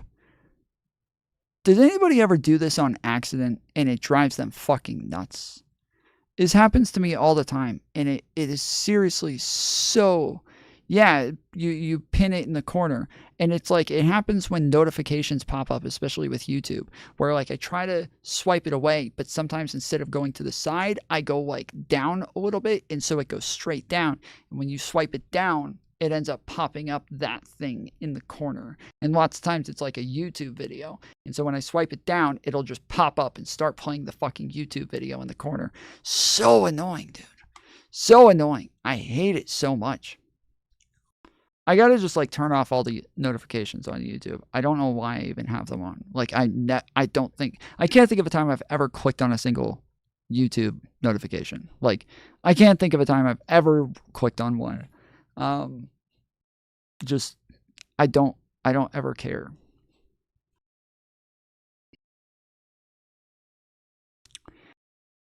Alabaster Colite said, "I don't see why looting is illegal, but shoplifting isn't California."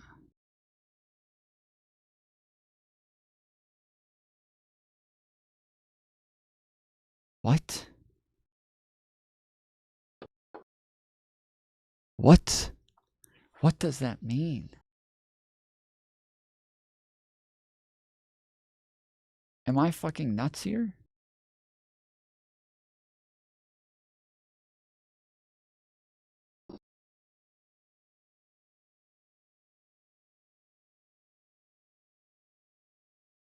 I don't see why looting is illegal, but shoplifting isn't. California. Am I...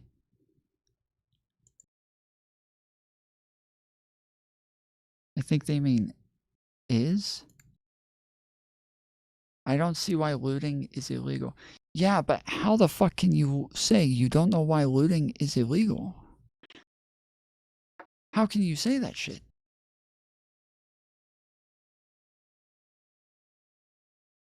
Like, what the fuck? How the fuck can you say, I don't see why looting is illegal? Somebody's been watching too much Hassan. They mean shoplifting isn't illegal in California. Wait, is that true? What? Shoplifting isn't illegal? But looting is.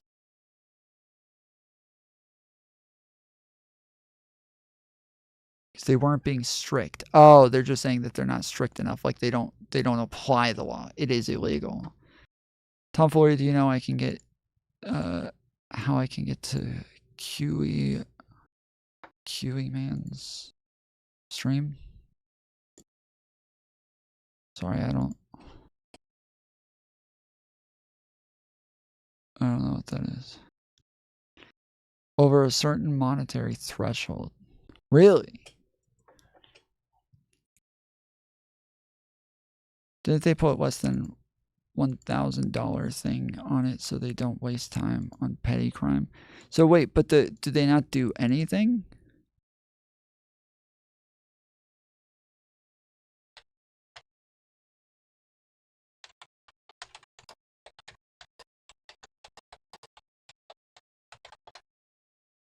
Okay, I get what they're saying. They don't see why looting is illegal, but shoplifting isn't. Okay, sorry. I get what they're saying now. Okay. I thought they were saying, I don't see why looting is illegal, but shoplifting isn't. I don't know why, but my brain was not putting those two statements together. I don't know why the fuck my brain was not putting those two statements together, and I was seeing it as two different statements. I don't see why looting is illegal. What? Why wouldn't it be? And then, but shoplifting isn't. Wait.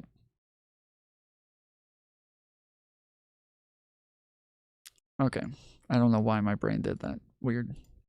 Why shoplifting is now de facto legal in California.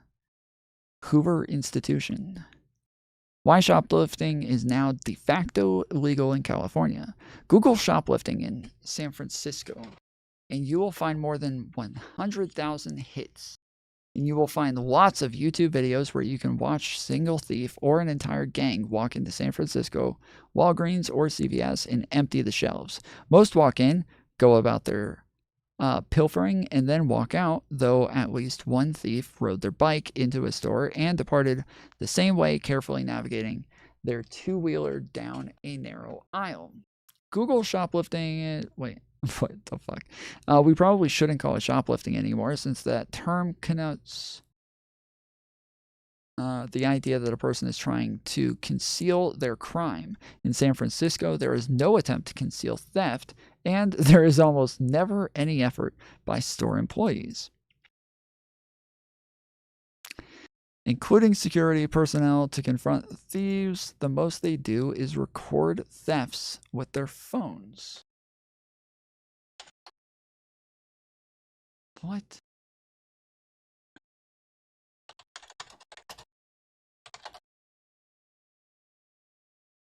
All right, another brazen theft at a San Francisco drugstore caught on video. It comes after the governor and local officials pledged to crack down on crime that has forced so many stores to close down. Caught on video. Like they just recorded themselves doing it. They changed it to grand theft has to be above $950, and below that is a misdemeanor. Oh, so it's just not a felony? That's it? I'm pretty sure that's the same here.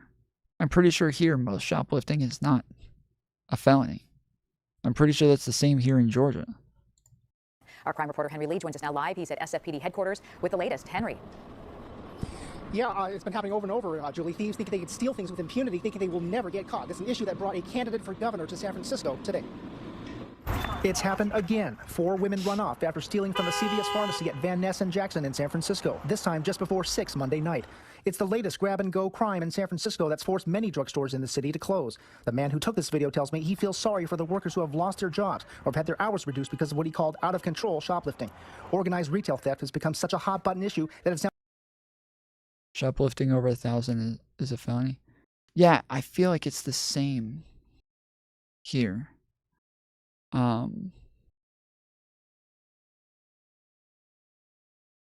Yeah, oh, sorry, Mantis, I am going to watch the Piers thing next. Yes.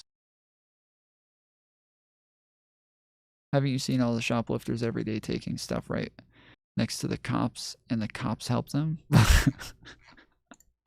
Now a point of focus in the upcoming gubernatorial recall election. Former San Diego Mayor Kevin Faulconer spoke outside the shuttered Walgreens at Larkin and Bush in San Francisco, blasting the governor. A governor who has supported the lessening of laws when it comes to stealing items under $950, lowering those consequences. At a news conference last week, Newsom said he signed a new law that maintains task forces across the state that crack down on retail theft.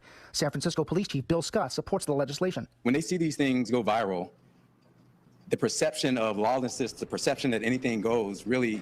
Wait, I recognize these people. With all those fucking masks on. There they are. That's them. That's them! What the hell?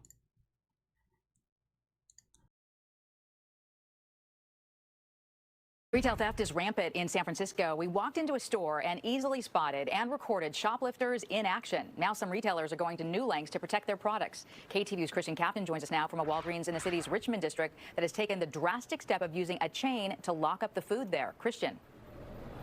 Yeah, pretty incredible, Julie. The workers and customers here at this Walgreens say that they are frustrated at the amount of rampant theft that goes on. And now the shop, as you said, has taken the somewhat unprecedented step of simply chaining off an area there. That is their latest attempt to try to thwart the thieves. Customers at this Walgreens at 16th Geary Boulevard say this is a distressingly common sight. Shoplifters making their way through the aisles, helping themselves. Have you guys seen? There's a bunch of like videos of like a guy in Walmart watching a woman stealing shit and telling her, like, I just watched you steal all that shit. She's like, no, you didn't. He's like, yes, I did. But he didn't show it. He didn't video record it. So you're like wondering, like, wait, did he see her steal something? And then eventually, like, shit just starts like falling out. I think of her shirt or of her purse or something. Like, just starts falling all over the place. Tell them the color of their masks don't make them guilty. I don't know. I heard black masks are more likely to whatever they want, then walking out. I have seen people actively grabbing stuff off the shelves and walking out the door. Now, this Walgreens has taken a drastic step, chaining up the refrigerated and frozen foods. The only way to get any items inside, ringing for assistance. Customers say they're frustrated that it's come to this. It is terrible because you have to wait. You have to ask for a clerk to come and unlock anything that you want to buy, anything, including a soda. In the span of less than 2 hours, we saw 4 confirmed shops. Did Discord get rid of the thing where you're able to put like what do you call it? You're able to put like status on the channels? Normally I was able to put on the VCs, like not taking calls or something like that, so that people didn't wait in the waiting room. But now I see there's 2 people in the waiting room, and I already said earlier that I'm not taking calls, but I can't put any status on the name anymore. Shoplifting incidents, thieves making off with drinks, food, and stationary supplies. In a statement, no, they didn't get rid of it. Walgreens said retail crime is one of the top challenges facing their industry, and that the company is focused on safety. The company says it continues to take preventative measures to safely deter theft and still deliver the best experience it can for customers. We spoke with a San Francisco... They did not get rid of it. Okay, so what am I missing here? I'm trying to add the status to this, and I thought before I would just click here, edit, and then it was right here. But it's not there now.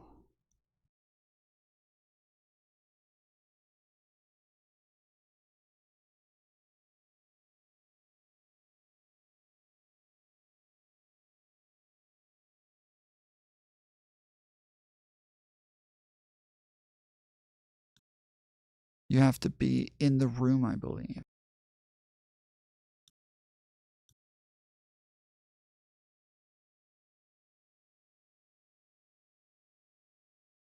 Oh, I do. Damn. Well, shit.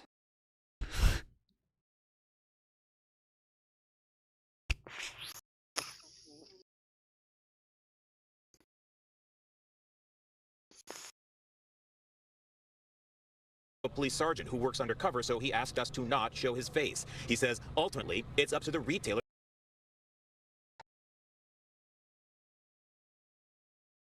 Yeah, what's up, Genki?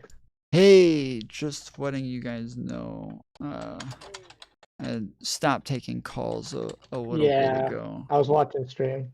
Okay. Because I was if just you chilling though, so. Yeah, if you look at the status of the waiting room, it does say not taking calls under it, and so yeah, it'll all just good. let you know right there. All right, thanks, guys. Welcome.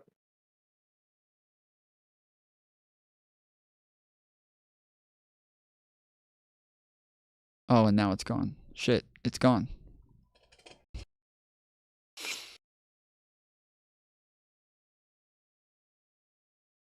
You can change the name. Okay. I'll forget to change it back. I can't do it. Yeah, I will definitely forget to change it back. I know I'll forget it. Okay. To protect their goods and hire security if needed. He said, oftentimes, Walgreens will call the police and only ask that the items be returned and will then decline to press charges. But then what happens is the Walgreens Corporation, that means the employees will have to show up to court and testify.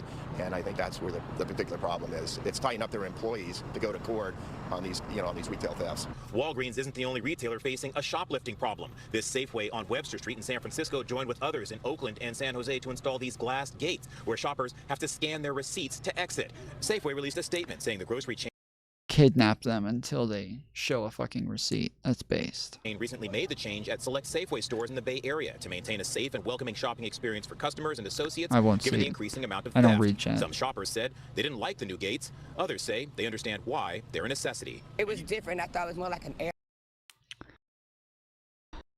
Why is shoplifting so rampant? Because state law holds that stealing merchandise worth $950 or less is just a misdemeanor, which means that the law enforcement probably won't bother to investigate, and if they do, prosecutors will let it go.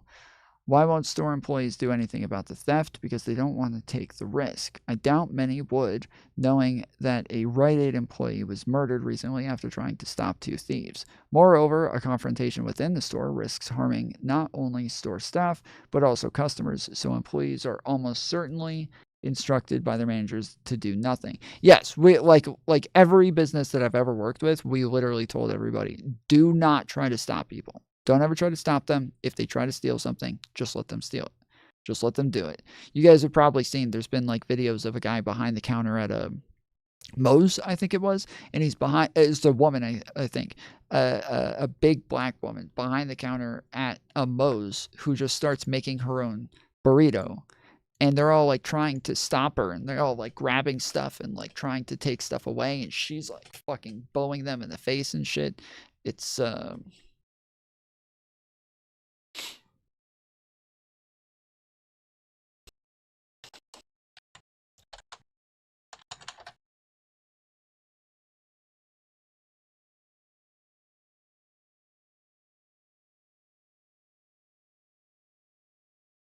is this? No.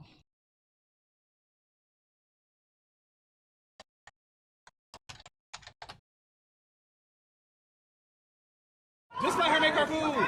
Just get her food, please. Like, just let her get her food. A Chipotle, that's what it was. Ooh.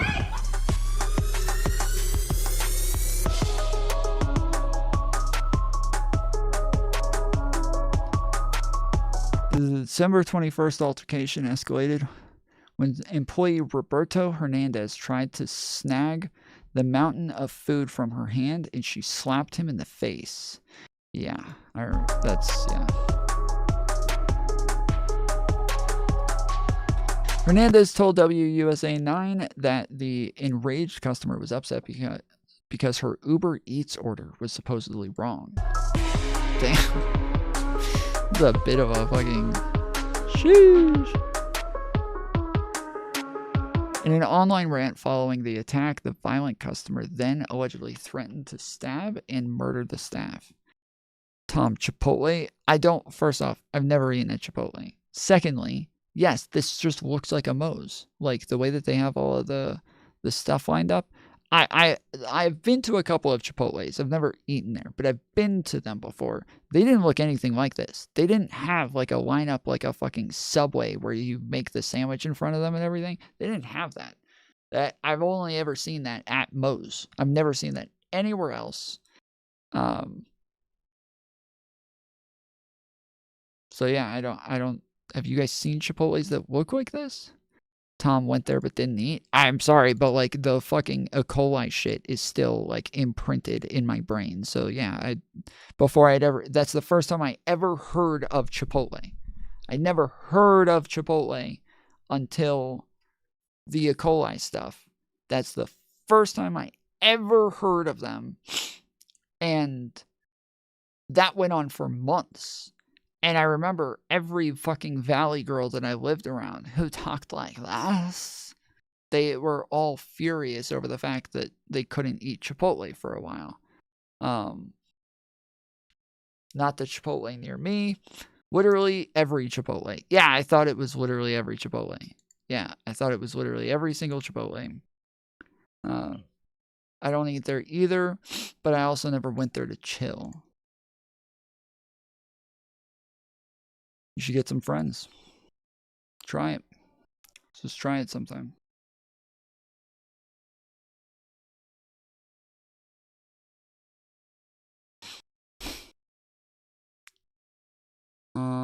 Okay, I know this is not what I'm supposed to watch. This conversation that we're having is something that I would almost refer to as MAGA 101. This is like a freshman year class in MAGA college. When I saw the H1B debate going around, Candace Owens versus Mikhaila Peterson. That's Jordan Peterson's daughter.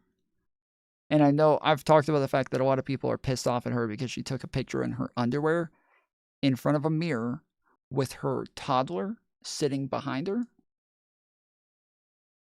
They were all like fucking pissed at her. Pull up, do a Valley Girl accent again. Don't tell me what to do.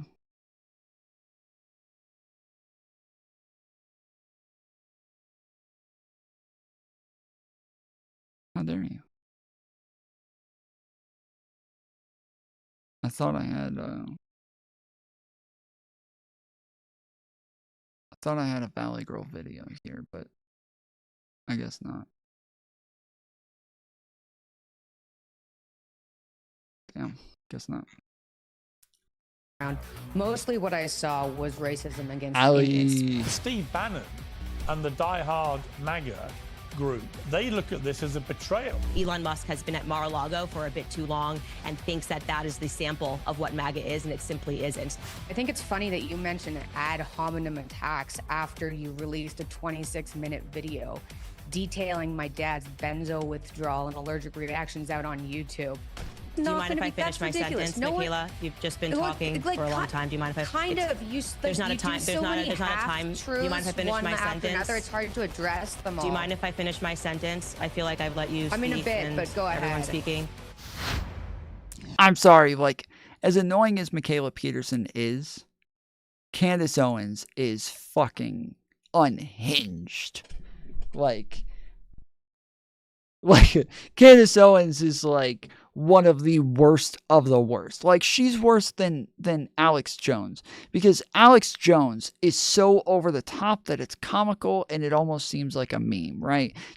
He is just a caricature of himself to the point that like it's just fucking hilarious.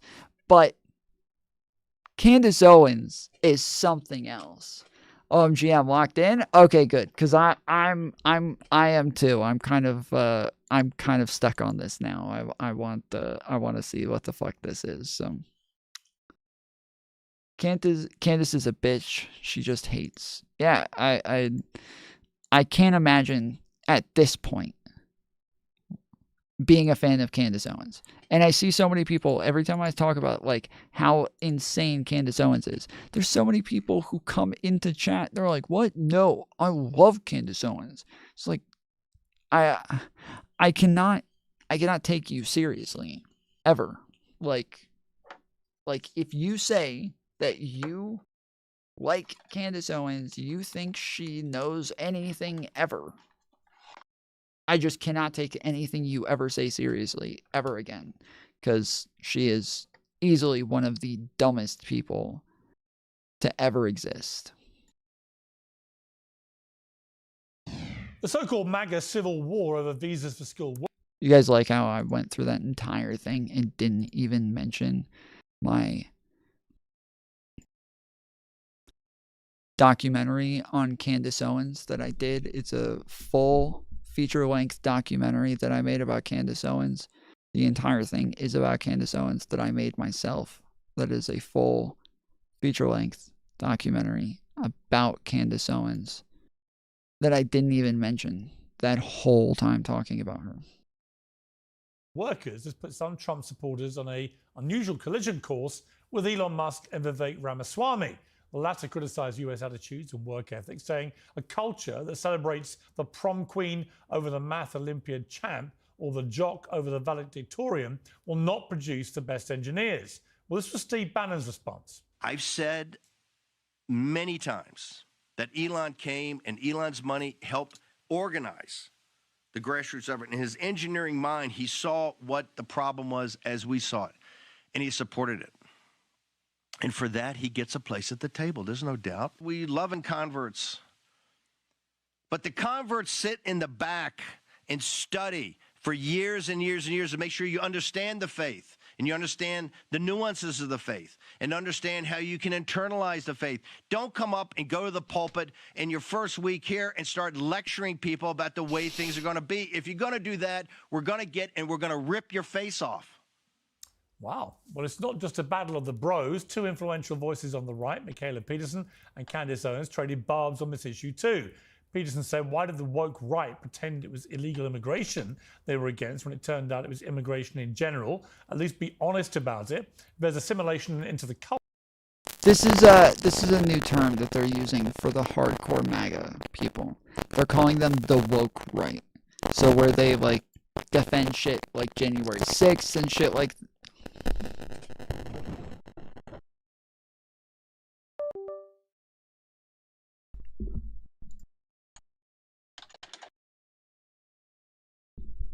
They're calling these people the woke right now.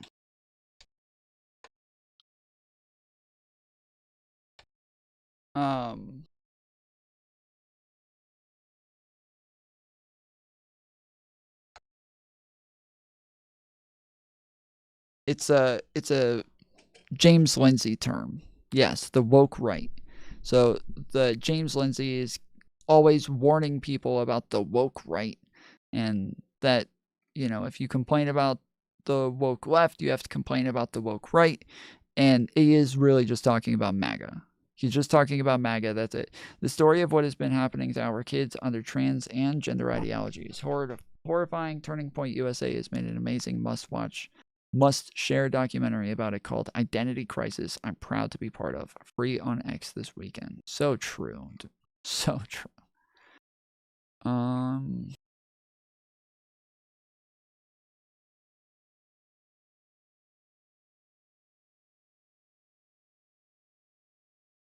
So yeah, here's one. I'm sure the Chinese will just distributism themselves too. Wait, what? So there's no way to competitively manage and operate what NVIDIA does at scale with a pipe dream version of distributism. Not only that they will be at complete disadvantage to more. Okay, he says, I'm sure the Chinese will just distributism themselves too, so they can't outcompete. Woke right doesn't have solutions. They have basement dweller bravado.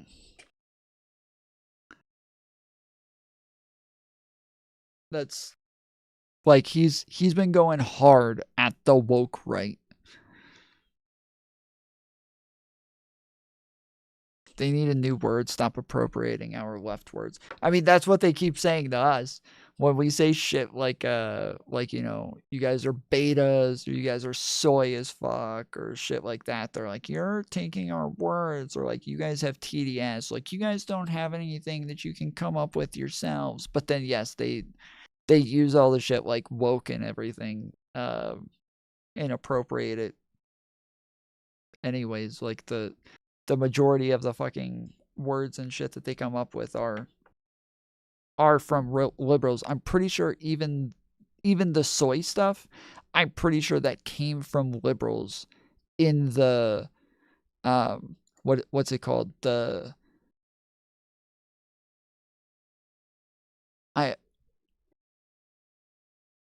keep wanting to call it the critic. Trevor, you're way behind, bro. You're very late. The critics group, the people who are like, you know, shoe on head, short fat otaku, like all of those people, the ones who all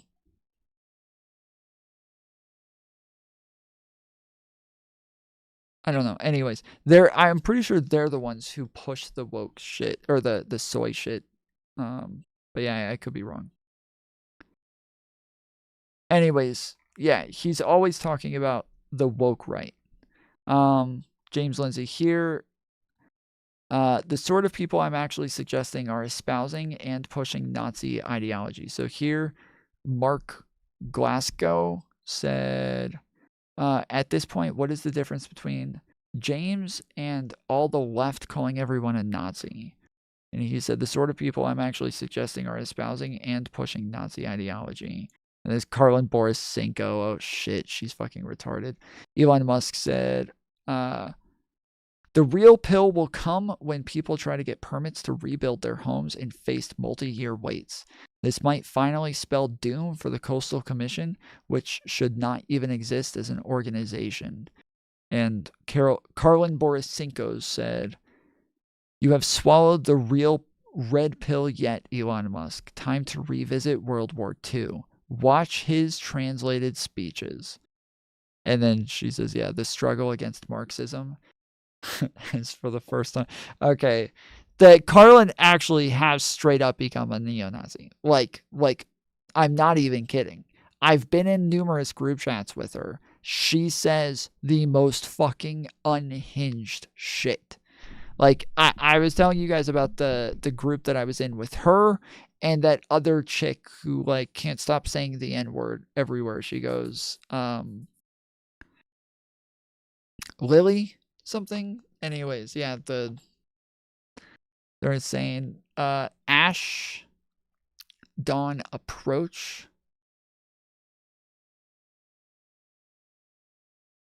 Ian Carroll.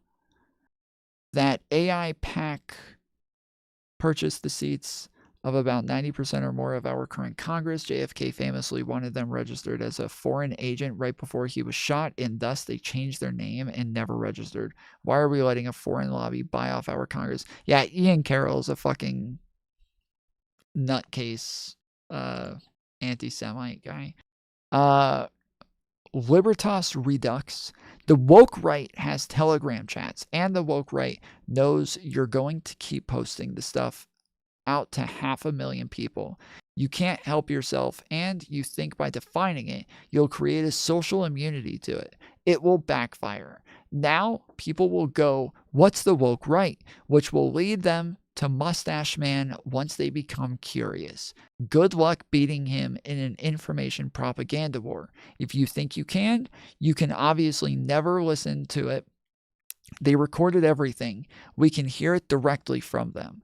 When people see the primary source stuff, they love this guy. It hasn't even started. 13 years of this stuff is recorded. I've archived it all. The good stuff isn't even floating around on here yet. After the election, I'm going to flood Twitter with it and send the posts to friends. Good luck. Wait until you see how much they recorded on video audio. Even boomers on TS are going to see they lied. And boomers hate this guy. Too much primary source evidence. This is MAGA today. This is them. This is the shit that they're doing. This is beautiful. Just, you know. They lied to us about Hitler, guys. They didn't even teach us this stuff in high school. He will be vindicated. The Christian ortho. Yeah. So yeah. Anyways, he's like this is the woke right shit. And all of the right wingers are pissed off at him for saying that there is a woke right. But the woke right is like the far right, like MAGA, the people who are like anti H1B visas, shit like that. Juju with the 10 gifted memberships. Let's fucking go. Wah, wah, wah, wah, wee, wah. To Fools 2. Not even doing the cheap fucking shit. Oh no, he joined at Fools 2. Oh, I can't. It won't even show me what those are at. I don't know why. That's fucking annoying.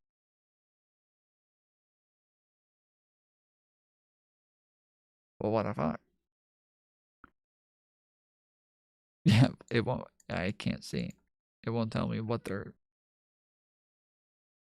at. Weird. Nice. Joe Romero, Dwight Baldwin, Drew the Dog Man. Nice. Let's fucking go. Thank you, Juju. You fucking rock, bro.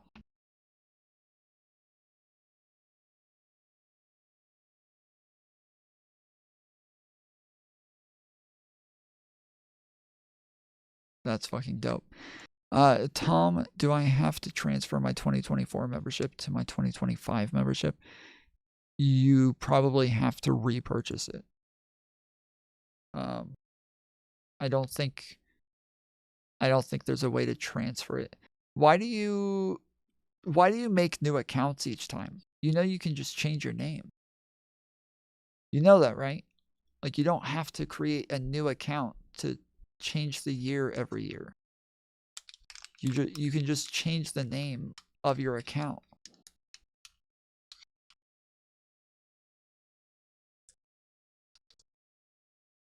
Like I'm fairly certain you still have a membership under 2023 and 2024 already. Like I appreciate it. I could just lead you to believe that you just have to keep buying memberships from me under a bunch of different names every year. But yeah, you don't have to do that. You can just change your name and keep all the memberships without doing that.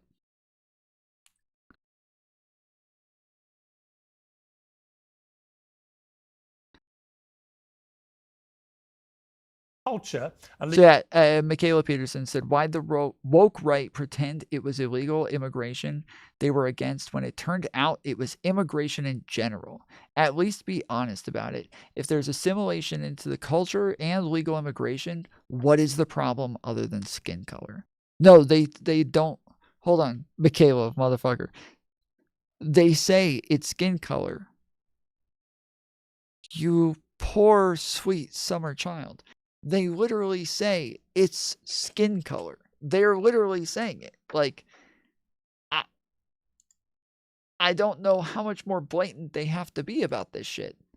How much clearer do you need them to be? They literally say they're upset about the fact that these people are not white Europeans. They say it over and over. They're very clear about this. They want them to be white Europeans. I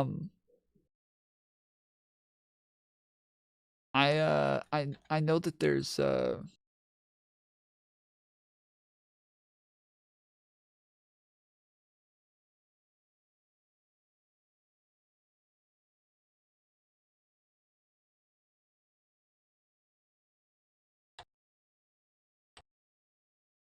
I know that there was a couple in this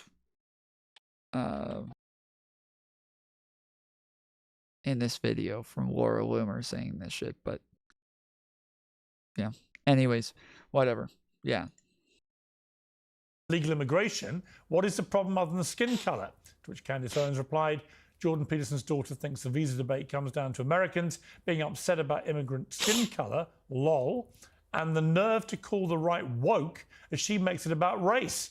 2025 is going to be so much fun. Well, indeed it is, because I'm now going to bring these two together. Candace Owens, host of the Candace podcast, and Mikhaila Peterson, co-founder of Peterson Academy, both join me now. Welcome to both of you. Happy New Year to both of you.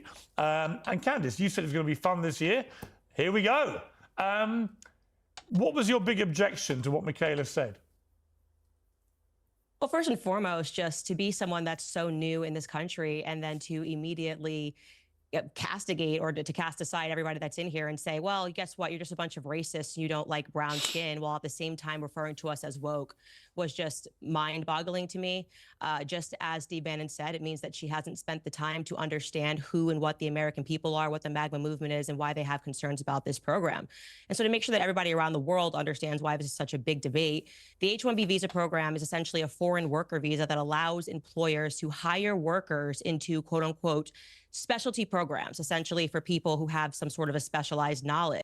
We went over this yesterday, just to be clear.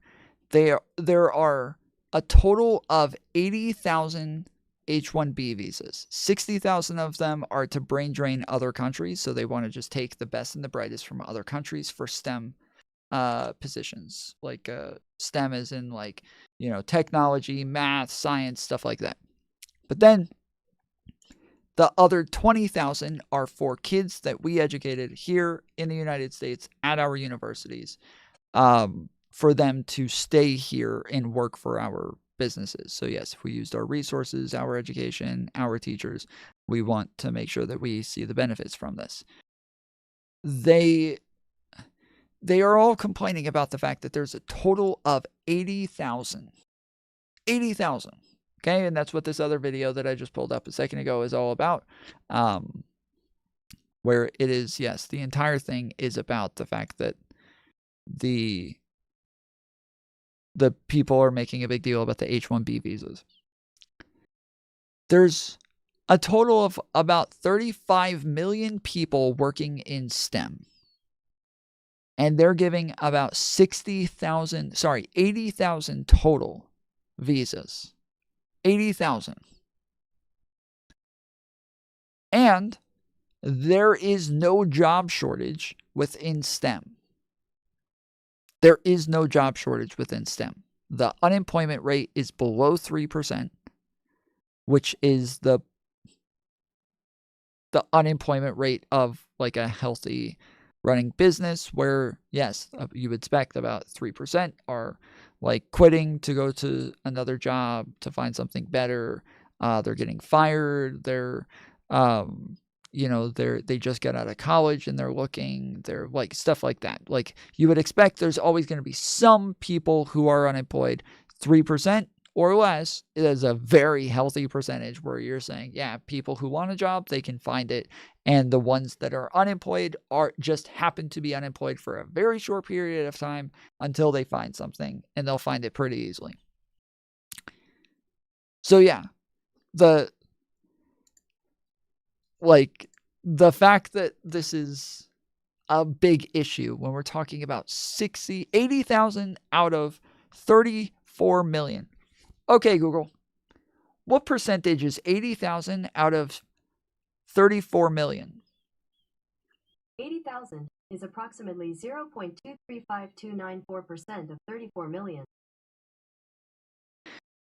So less than 0.3 of a percentage. So not even 1%. We're not even talking about 1%. It's less than a percentage of the entire field. And here's the other thing. Americans, white males, represent about 33% of the United States. White men represent about 33% of the United States. They represent 68.5% of tech. 68.5% of tech. So the main part that everybody's upset about is the fact that, like, within tech, Indians get these jobs. They get the H1B visas at a really high rate. Indians and Asians, they get them pretty high. And so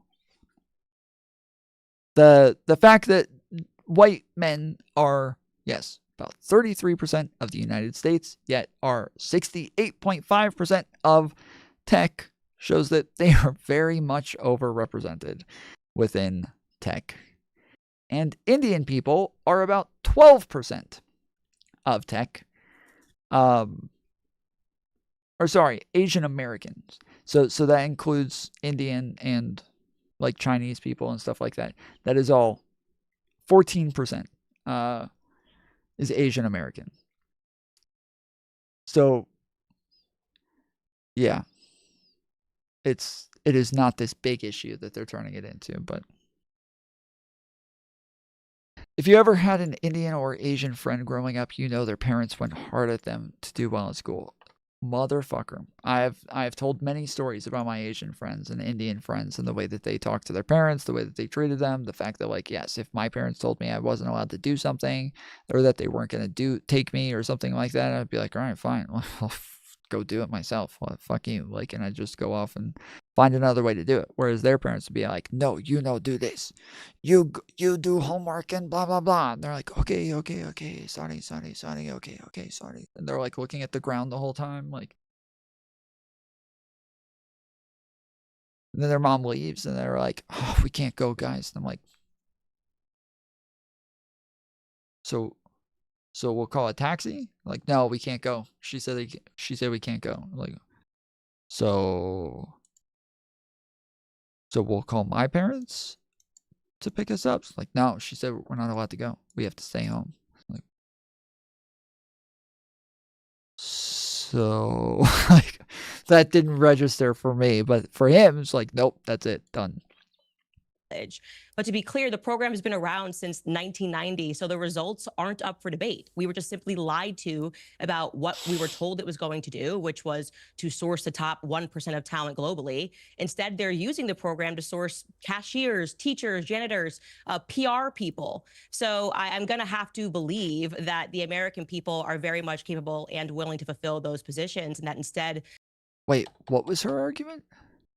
For debate. We were just simply lied to about what we were told it was going to do, which was to source the top 1% of talent globally. Instead, they're using the program to source cashiers, teachers, janitors, PR people. So I'm going to have to believe that the American... Okay, Google. What percentage of H1B visas go to cashiers? Sorry, I don't understand. I found something similar. Do you want to know what is the success rate of H1B visa? Yes. On the website AmericanImmigrationCouncil.org, they say, denials of new H1B petitions for initial employment rose from 6% in FY 2015 to a high of 24% in FY 2018 before dropping to 21% in FY 2019, 13% in FY 2020, 4% in FY 2021, and only 2% in FY 2022. The denial rate for petitions for continuing employment was 2% in. I'm almost positive that everything that Candace Owens just said is pure bullshit. I am almost positive that all H1B visas go to people in STEM. I'm fairly positive all of them go to people in STEM. Like, from my understanding, that is what they're for. They are only for people in STEM. Oh yeah, they bring over STEM cashiers. Yeah, true. STEM they bring over janitors to clean up the workspaces, you know. Laboratories need janitors too, guys. So that's probably what it is. Okay, Google. What are H1B visas? According to Wikipedia, the H-1B is a foreign worker visa in the United States that allows U.S. employers to hire foreign workers in so-called specialty occupations. Specialty The occupations. regulation and implementation of the visa program is carried out by the United States Citizenship and Immigration Services within the United States Department of Homeland Security. Yeah. So yeah, she's a fucking liar, dude. Everything that they say about this shit, where they say like it's taking jobs from Americans, what evidence do you have for this? Literally none. Literally not a single person has shown a single little sliver of fucking evidence that this is taking jobs from Americans. Not one. The problem is that this is the way that they think of things, is they think everything is finite. They think everything is like a zero-sum game, and it's not. There's tons of times where I was employing tons of employees, and I always needed more. There were tons of companies that I worked for where there was never a single point where I stopped hiring people. Like, there's tons of companies that I worked for where we literally never stopped hiring people. There was no like limit on hiring people because we just always needed as many people as possible. And that if there was somebody who applied who was good and we felt like they were going to be beneficial for our teams, we were going to hire them. Like, but they treat everything like it's finite, which is why they do the whole like they're taking our jobs thing, because they think that like, yes, all jobs are a zero-sum game and that it is all just, oh, you have a job now? Well, then that means that somebody else doesn't, which is just not, that is just not the case. Like, that is just not the way that this shit works most of the time. American people are very much capable and willing to fulfill those positions, and that instead this program has been completely abused to get foreign workers here who then have a pathway to citizenship, and it lowers worker wages and it's harming the American people. So I am not fond of it. And I'll add here that prior to his passing, Lou Dobbs of Fox News looked into the program, and he determined that 7 out of the 10 H1B positions were being outsourced from Indian corporations to American corporations. So it's not globally looking at the 1%. And 5 of those 7 positions were category 1, which essentially just means that they didn't require any specialized knowledge. These are the janitors, these are the teachers, and they bullshit. Who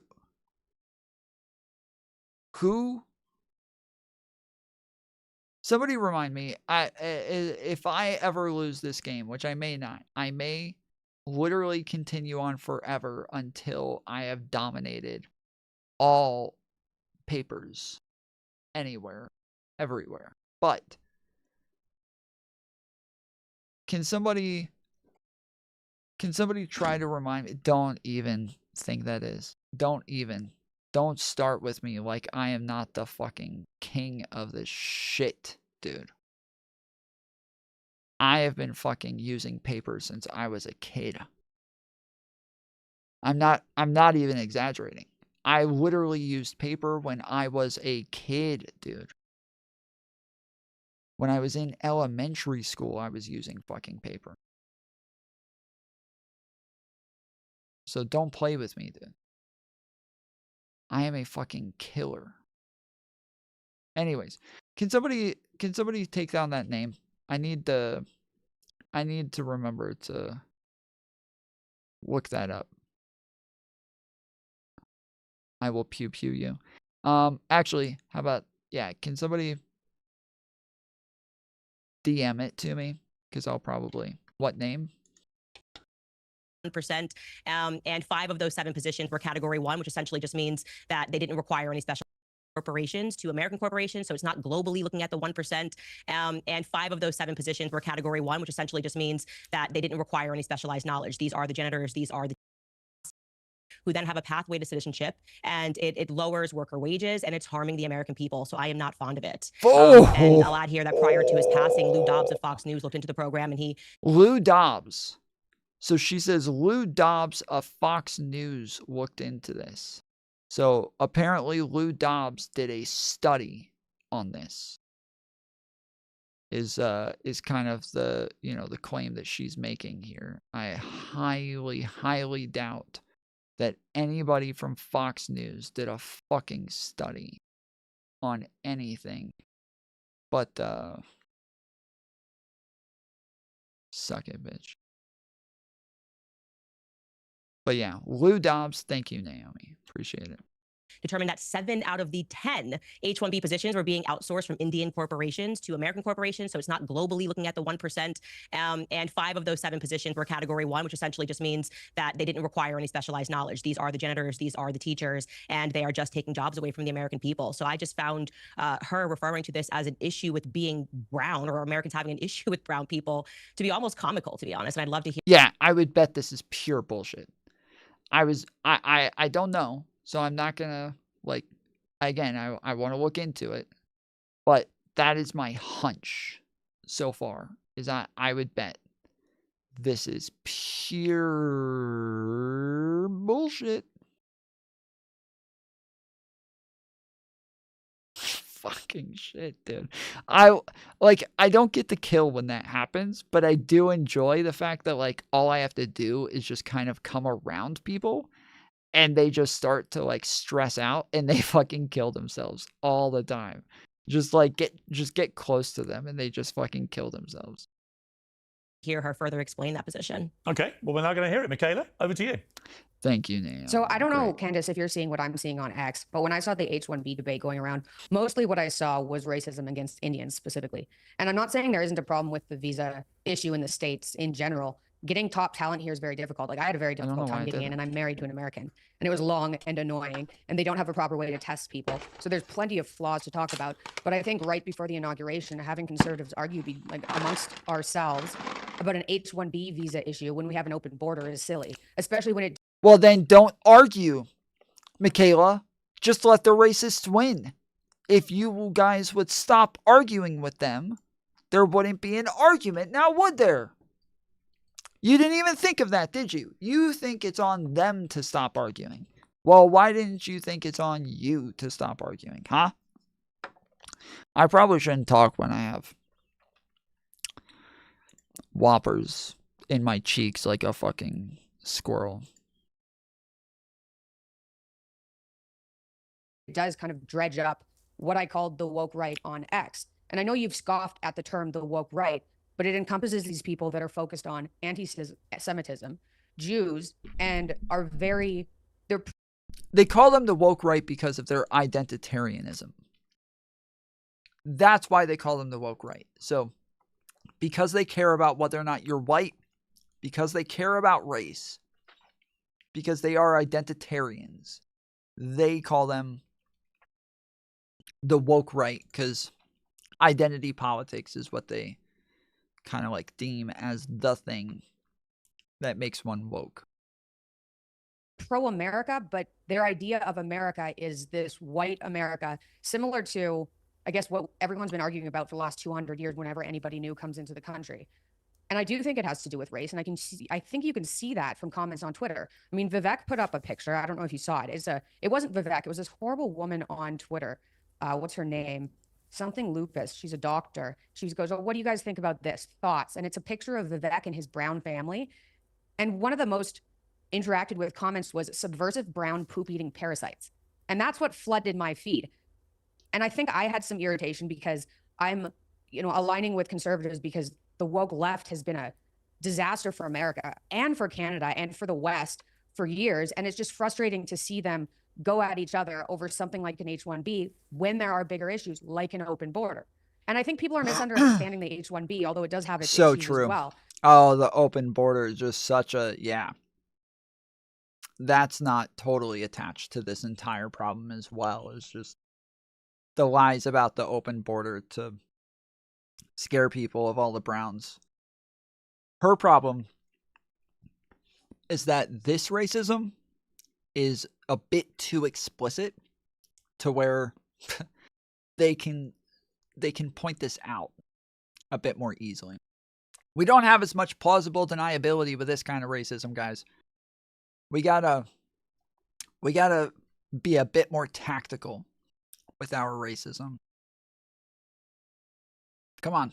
There's also the H2B, which nobody knows about, and that's for people who are paid lower. The average wage for an H1B visa is $118K. So there was all this talk on Twitter about how these people are underpaid and everything. $118K is pretty good. Companies, I don't think most companies, especially tech companies, are hiring H1Bs to become more successful, to make more money. You're not making more money by getting H1B visas in. You're making more money by having a successful company, by hiring top talent. Yes. Thank you. Thank you. Thank fucking God. Dude. Mikhaila fucking Peterson. Thank you. Yes. Let's fucking go, dude. Yes. That is like, this is the main argument that they all use, is that the only reason that they want to get brown people from India is because they're all cheap labor. And so it's just much easier to pay these people less. And because they can pay them less, this actually lowers the market for these positions. And since it lowers the market, now all of the white people are getting paid less as well, because brown people are all getting, you know, they all just love to take these horribly low wages. When it's probably the fucking opposite, dude. It's probably that, like, these people are fucking hyper educated, and if they're willing to use H1B visas to get these people, it's probably insanely fucking expensive. They are probably playing these people out their fucking shitters. So, yeah, I don't, I'm glad she brought that up. That is a great point. So I don't think we're completely not aligned entirely, because I agree the visa process in America is ridiculous. And it doesn't test people, like I said, properly. But I think it's silly to fracture the Conservative Party by arguing about 85,000 H1B visas when we have an open border. And I don't like the racism. Okay. Candace, I mean, do you see common ground there in what you just heard from Mikhaila? And what do you also feel about the fact that for Steve Bannon and the diehard MAGA group, they look at this as a betrayal when they see Vivek and Elon and now Trump as well, all piling in, enthusiastically supporting this. They say, well, hang on, that's not about making America great again. They're not buying into, we need to get all these brilliant people coming here. They think it's a system that's being abused, and that it goes against the spirit of MAGA. So you're seeing a real interesting debate raging about the heart of what MAGA really means. I think Steve Bannon fully has it. Yes, that people like Steve Bannon, people like Laura Loomer, they believe that Make America Great Again means make white people great again. That is their version of Make America Great Again. And it seems like if you actually ask Trumpers, and there's a ton of people who have done this, if you ask a bunch of people who are MAGA what they mean by Make America Great Again, almost every single one of them will give you a completely different answer. Because there is no, like, idea of, like, what it means when we were great. What is the thing that we were great at before that we're not better at now? Like, there just isn't a thing. What's up, Jared? How's it going, homie? His finger on the pulse there, so he's completely right. And just to respond to the point about seeing racist comments on Twitter, I've heard this argument a lot of times from people where they'll suddenly pretend that if you take a position of something and they can find a racist comment beneath it, then you're on the side of the racist. That's not what I'm doing. That's just called... I'm just saying that literally since the day that I started my accounts on Instagram, I've been called the N-word from left and the right. It's just welcome to the internet. You know, doesn't mean that these are the positions that are represented. In fact, this conversation that we're having is something that I would almost refer to as MAGA 101. This is like a freshman year class in MAGA college. I've been hearing this debate, have spoken about this debate on stage. I mean, I've spoken at more than 100 universities. And to be frank with you, because I came over from the left, when I first got into this movement, I thought the same thing. I thought, okay, well, I don't understand what the issue is if it's legal migration. But I then listened to people and I wanted to understand where people were coming from. And I opened my mind to what they were saying and realized that they were very much correct. And I think that's sort of where you get into trouble with the MAGA movement, when you just instantly sweep away and condemn everyone and say, well, some people were saying racist stuff about Indians, and so this entire argument now is based on racism. It simply isn't. You know, Vivek, I personally stumped for Vivek. So if you think that I'm going to be on board with people being racist for him when I went on the ground with him all throughout Iowa when he was running for president, of course not. I'm also brown myself. But I understand that this has nothing to do with the merits of the arguments that are being presented here. And it is just a fact that the H-1B visa, the majority of the people that are coming into this country are not coming in with any extraordinary skills. They're not coming in because they're a part of the 1%. It is being completely abused and jobs are being taken away from the American people. She's just ignoring what Mikhaila Peterson just brought up. She's just totally ignoring it, like all of her fucking points. What the hell? Respond to something, Candace. This is literally every conversation I just had for the last couple hours, where they just ignore everything that I say and just repeat themselves again. Now, Piers, to your point about the MAGA rift, I'm glad to see it. I very much agree with Steve Bannon. I mean, the last estimate that was done, by the way, and this speaks to Mikhaila, you saying it's just 85,000 people that are allowed annually. Well, the last estimate that was done in 2019 approximated that 600,000 foreign nationals were here on this visa program, all of them being provided with a pathway to citizenship that doesn't include.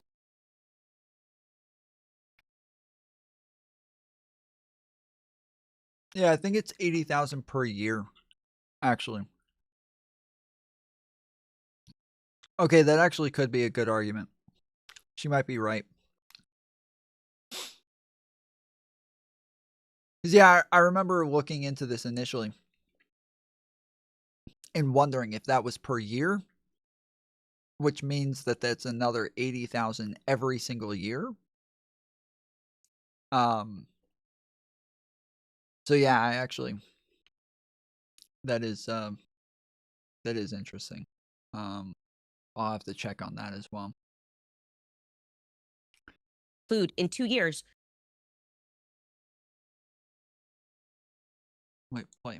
People that are allowed annually. Well, the last estimate that was done in 2019 approximated that 600,000 foreign nationals were here on this visa program, all of them being provided with a pathway to citizenship that doesn't include in 2 years, you can then get out of that program and become a permanent resident. Wait, how many was it again? Foreign nationals were here on this visa program, all of them being provided with a pathway annually. Well, the last estimate that was done in 2019 it's just 85,000 people that are allowed annually. Well, the last estimate that was done in 2019 approximated that 600,000 foreign nationals were here on this visa program. Okay, 600,000. Okay, hold on. All right, so if it's 80,000 per year, I suppose, or yeah, over the course of 10 years, you would end up with, yeah, about 800,000. Okay. Yeah, that makes sense. Okay, that might actually be the case. That would change the percentage that I was talking about earlier, where I was saying it's less than 1%. Like, yeah, that would change that dramatically. All of them being provided with a pathway to citizenship that doesn't include in 2 years, you can then get out of that program and be. Yeah.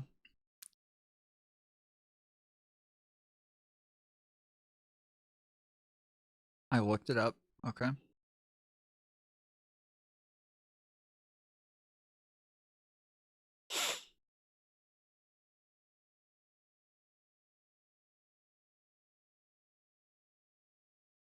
It's not all new H1B visas. It's also for continued employment.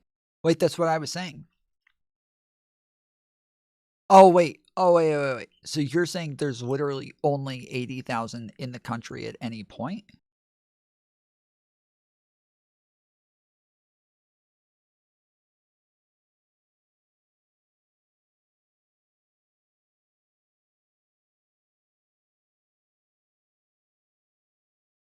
For 2010, aliens approved went from 35,000 to 54,000.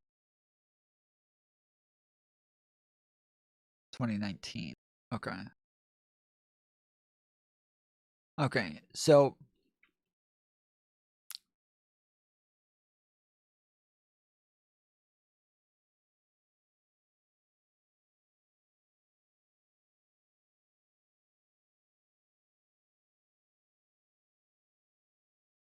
huh. Okay. Yeah, I'm a little confused now because my understanding is that it is 60,000. So is it just in total we have 60,000 or 80,000? So we have a total of 80,000 people now?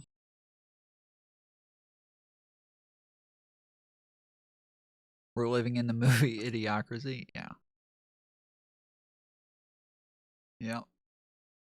She's using large numbers to account for a ton of different types of approvals. So they're not all H1B. They're just like, there's like H2B and stuff like that. That's what you're saying? That there's a bunch of different ones that are not H1B visas.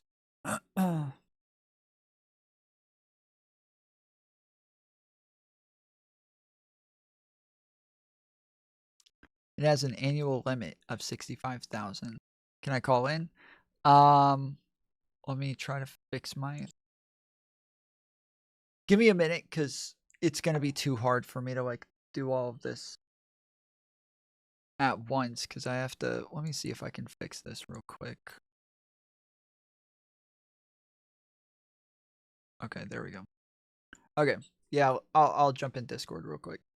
I got it fixed.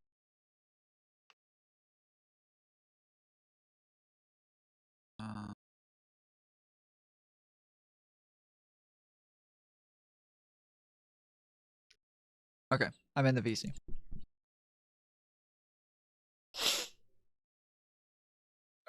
I'm in the VC. Oh shit! Sorry. Okay. Can you hear me? Yes. So this is a very quick look at just 2019, since she's harping on 2019. But it seems like there's a ton of visas that get approved for like initial employment, some that get approved for continuing employment, some that come from aliens outside of the United States. So some are for people like within, I guess. Yeah, but that's my assumption, though, is that a lot of them start off coming here on H1B visas. So once they get approved on H1B visas, then they have like a lot of times, like, you can start with a visa in order to get like other types of visas. So if somebody says, hey, you can, like, the America says, hey, you can only live here if you've had a job for like a year, you know, you worked here for a year, then you can apply for like a regular citizenship or something like that. So they initially come over on the H1B visa, then they're able to get citizenship because they've worked here for long enough, and then they're not on the H1B visa anymore because they've gotten citizenship, right? Right. And like, I don't know what she says the 600,000 is, it's like the largest number she could find, because it's like including a whole bunch of different like people that get approved. It sounds like huge and scary, but there's like, as far as I can tell, there's a cap on them of 65,000 a year. That's the cap. And then I think they can approve more. So they approved like an additional 20,000. They were filed on behalf of, it says here, on behalf of beneficiaries with a master's degree or higher from a U.S. institution of higher education. They're exempt from the cap. So, like, obviously there's more that can be approved, like, but there is a cap. So I don't know what, like, so what is the cap? 65,000. Okay. Yeah, so I do think that what I was saying is what she was saying, is that a lot of these people started off on the H1B visas, and then because they started on them, they ended up getting citizenship, and now they are still holding those jobs, to where it isn't that like there's only 65,000 people ever holding jobs in STEM at any time, because a lot of them started on H1B visas and then stayed here, continuing to work and continuing to hold those positions. I think that's her argument. Yeah, and it says that, I don't know if what this means, like, if this, it says requesting a change to H1B status increased from 58,000 to 85,000 in 2019. Is that like requesting a change? Does that mean, what does that mean? I don't know. Yeah, I don't know. But okay, I do think that, I do think that 600,000 makes sense. That if we have 80, if we have 80,000 per year getting in on these minimum, then let's say all 80,000 of them stay and get citizenship or get some other type of visa. Well, over the course of 10 years, you have 80,000 people or 800,000 people now that have been added through this program. So her saying 600,000 actually isn't all that wild, because you would imagine it'd probably be more, honestly. Yeah, well, in 2018, it was 570,000, so it went up by like 30K or whatever. So yeah, I don't know. Is this like are they? Sometimes I feel like they're using the specific year. When was Trump in? What was his fucking 2016 to term? 2020. Yeah, okay. I'm just checking. I'm just like putting all the dots together because I'm assuming they're gonna somehow blame it on a Biden administration and their like immigration policies or some shit, which is just incorrect. But yeah. So anyway, that number is just like the way she's saying this is just so obviously to kind of make people freak out. And yeah, I saw someone in chat saying some countries get more people let in. I think like 70% of the beneficiaries are from India and like 13% are from China. So yeah, Well, some countries do because they're fucking smarter. I'm saying it wasn't dishonest because when Mikhaila says it's only 60,000 people who get these, she's saying no, it's not only 60,000. It's 60,000 who get the visa. But then she said there's 600,000 that are here from the H1B visas. So she's saying they started on the H1B visas and now they're still here. And so it's just that many per year, that every year it grows by another 60,000, 80,000 more people. Yes, but I don't understand what the issue is. Like what? Oh, that changes everything. So that's what I'm saying. Like, completely defeated my entire argument. Like that is like a massive fucking difference from what I was saying. Because I was saying like, dude, if it's only 60,000 people, we're talking about less than 1% of the tech industry is taken up by H1B visas. But now it turns out I'm wrong. No. Yeah, now it turns out I'm very wrong on that, and that it is like yes, but I don't understand why that matters. Like the number of people that are taken up by by these visas, I don't understand. Anyway, like I don't understand how. Disproving their so it's more arguments. now. It's more now because they don't.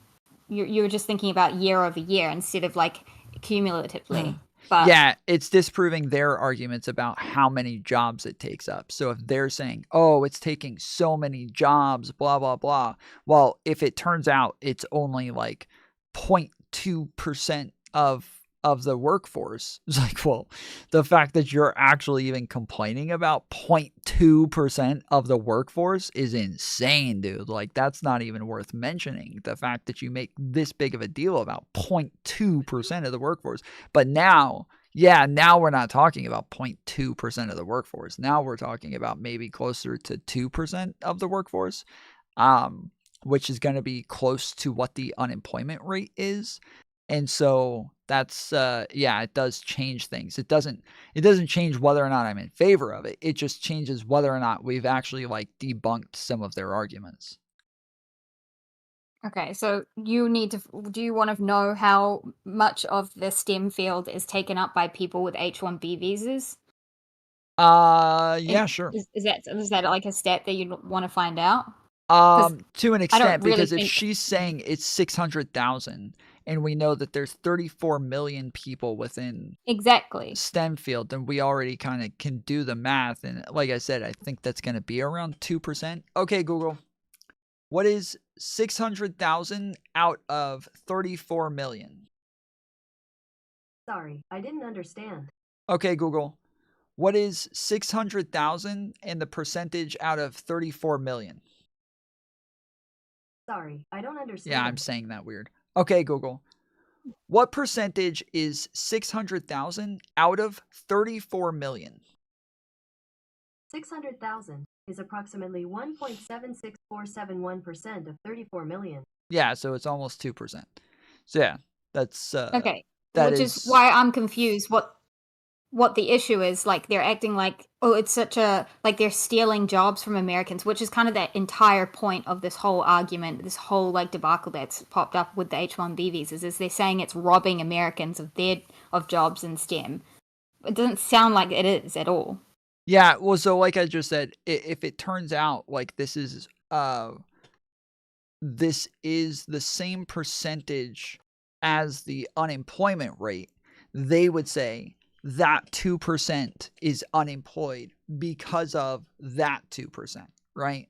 So if the percentages are the same, they take up 2% of the employment and we have 2% unemployed, then yes, they're going to connect those two dots. Right. So yeah. Okay. Thank you. Well, it's something to find out instead of just leaving it hanging like, well, yeah, maybe. Well, I think that it doesn't matter. Like in the end, we still do want these jobs, and it isn't like I don't wait. What do you think we're leaving up? Is whether or not her 600,000 number is correct? No, like just to like push back on the idea that if there's like a 2% like unemployment rate in STEM of Americans, and that's being filled by the 2% of H1B visa holders. Oh, we looked it up yesterday. They have a 2 to 3% unemployment rate. Which is it's not so we already know that yes, there is a 2 to 3% So you agree unemployment with rate, them? and I'm saying that there is and if they are taking up 2% of the workforce, then that means that just is true. I don't know So you agree with them? that those are the numbers. Yes. No, with their argument that No, I H1B visas are just robbing Americans of jobs. No, I just said a minute ago that doesn't change like whether or not we would still want to get H1B visas. I'm just saying that their argument is like is that those are replacing people, and that they would be incorrect, but their arguments aren't factually incorrect. Like we have not debunked their arguments. They're just not like, yeah, it just doesn't change anything for us. Okay.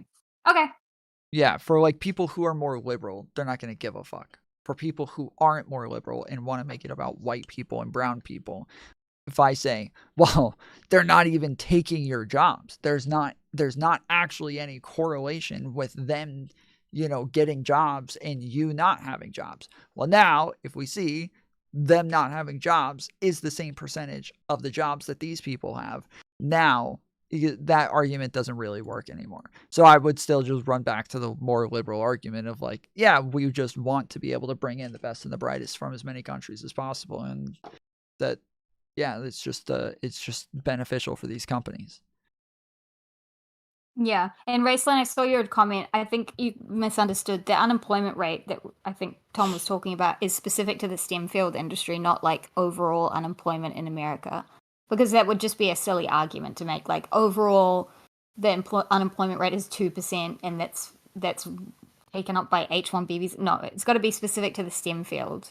Otherwise, yeah, there's tons of reasons I why didn't people say are for unemployed. America. I said for STEM. Yeah. Yeah. Yeah.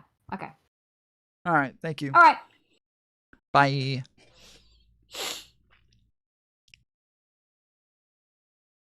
I thought you weren't taking calls. Yeah, I'm not. I'm not taking calls. She was just explaining something to me. I'm not like doing debates or anything.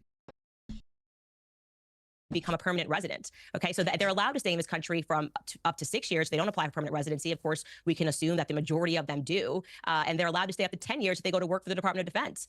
Again, all of these applicants have a pathway to citizenship. So you just imagine you're like, yeah, I just went to work in America as a teacher for a couple of years and I became a citizen, or as a janitor for a couple of years and I became a citizen. It's not okay. And I want to be clear. Yeah, see, that is the argument that she's making. Yeah, I that's what I figured. Yeah, so yeah, she is saying. I thought you were talking about America. We're talking about people in STEM in America. These are visas for STEM in America.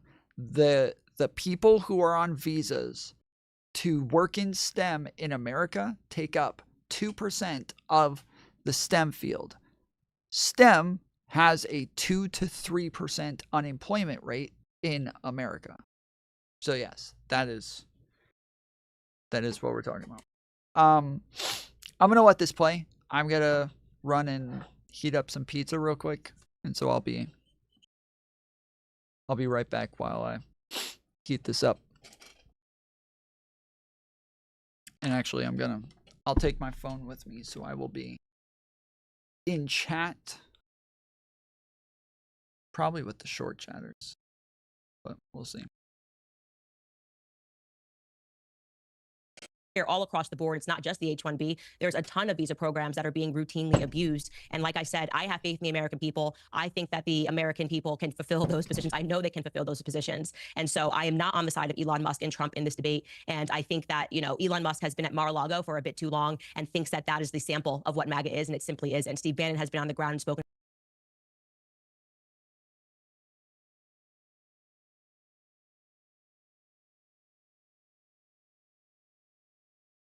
I knew it.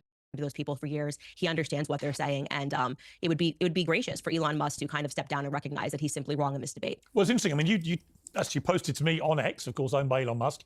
You said we'll have to get together in the new year, so you can let me finish what I was going to say about Elon Musk. A lot has happened since I didn't finish that sentence. Exciting dialogue awaits, and we did leave people on a slight cliffhanger about Elon Musk. So now's your chance to finish that sentence, and then I'll get Mikhaila to respond. But I mean, Musk he's everywhere right now, literally poking his head into every country, it seems, in the world, particularly my country, where he's, just in the last 2 days, he's called for the king to dissolve parliament, which he can't actually do. He's called for Sir Keir Starmer, the Prime Minister, to be imprisoned. He's hammered a previous Prime Minister, Gordon Brown. He's called another senior member of the cabinet here, an evil woman, Jess Phillips, who's been waging a rape genocide apology tour, I think is how he put it. I mean, this is inflammatory, incendiary stuff. What do you think his game plan is here? Well, that was what I was going to say to you. And for people that haven't watched it, we were able to sit down and speak about a variety of issues, but we did disagree on Elon Musk. You said that he was a superhero, and I didn't say that he hadn't done superheroic things. You know, I thought that he was going to rescue speech on X. Even that's up for debate now, given the H1B visa debate. But I was never keen on him essentially buying a seat at the table, which is what he's done, because we don't know what Elon Musk believes. You know, I am a Christian conservative. Elon Musk, of course, is going to be at odds with me and my beliefs because he wants to put brain chips in people's minds. He wants to go to Mars. You know, these things conflict with me theologically. You know, I think he's a transhumanist. What are his perspectives on marriage? He's had how many different women? I think he has up to 13 different children. What is Elon Musk's endgame? And we have not seen people interview him fairly. They're either incredibly hostile to him, like you saw with Don Lemon, or they're too friendly to him, and which they just see him as a superhero. And I would actually like to see someone sit down and flesh out what Elon Musk actually believes. What is his goal? What is he trying to contribute? Because I don't think you can say that you are a conservative if you are not ultimately trying to conserve the nuclear family unit. And I don't think that he's trying to do any of those things. And so we're now seeing that, okay, maybe this is about AI for him. Maybe this is about data collection for him. Maybe this is about him wanting to be the first person and getting a leg into federal governments so that he can do things that are on a larger scale in terms of artificial intelligence. I don't know the answer to that, and not knowing the answer to that made me uncomfortable when people did what we always speak against, which is essentially turn him into a celebrity, that worship him like he's Taylor Swift, and think that because he's got tons of money and bought X, that he's now suddenly allowed to direct us on politics. I just am not into celebrity worship culture. Mikhaila, interestingly, Elon Musk began following you on X just 3 days ago, and that happened after you complained that you thought YouTube was trying to shadow ban your father Jordan's interview with Tommy Robinson, very controversial figure over here in the UK. What did you think when Elon began following you? I mean, I'm an Elon fan, so I kind of had a bit of a fangirl moment. And I'm not a fan of celebrity culture, like Candace said either. I don't usually follow that stuff, but I appreciate what Elon's doing. And I think it's totally fair if you're trying to give the world internet and doing what he's doing for the better of civilization, which I totally believe, that he has a seat at the table. He's also brilliant. So maybe some people don't understand what they're doing, but maybe it's an IQ difference thing. Well, okay. I mean, look, I think he's a genius, no question. But I also think he does seem to amplify to his own gigantic audience. I mean, I don't know how many gazillion followers he now has, but well over 150 million, I think it's 200 million. He amplifies all sorts of random people, some of whom are utterly appalling. The worst kind of horrible, extreme right-wing headbangers, and he's giving them this massive platform to spew often complete nonsense. Now, underpinning it, I think he's well-intentioned in that if you take the rape scandal in the UK, for example, he's not wrong that it was a disgraceful scandal. There was an appalling cover-up, and there should be a big national inquiry. But when he calls for the king to dissolve parliament, which he can't actually do, when he calls for the prime minister to be jailed, all these kind of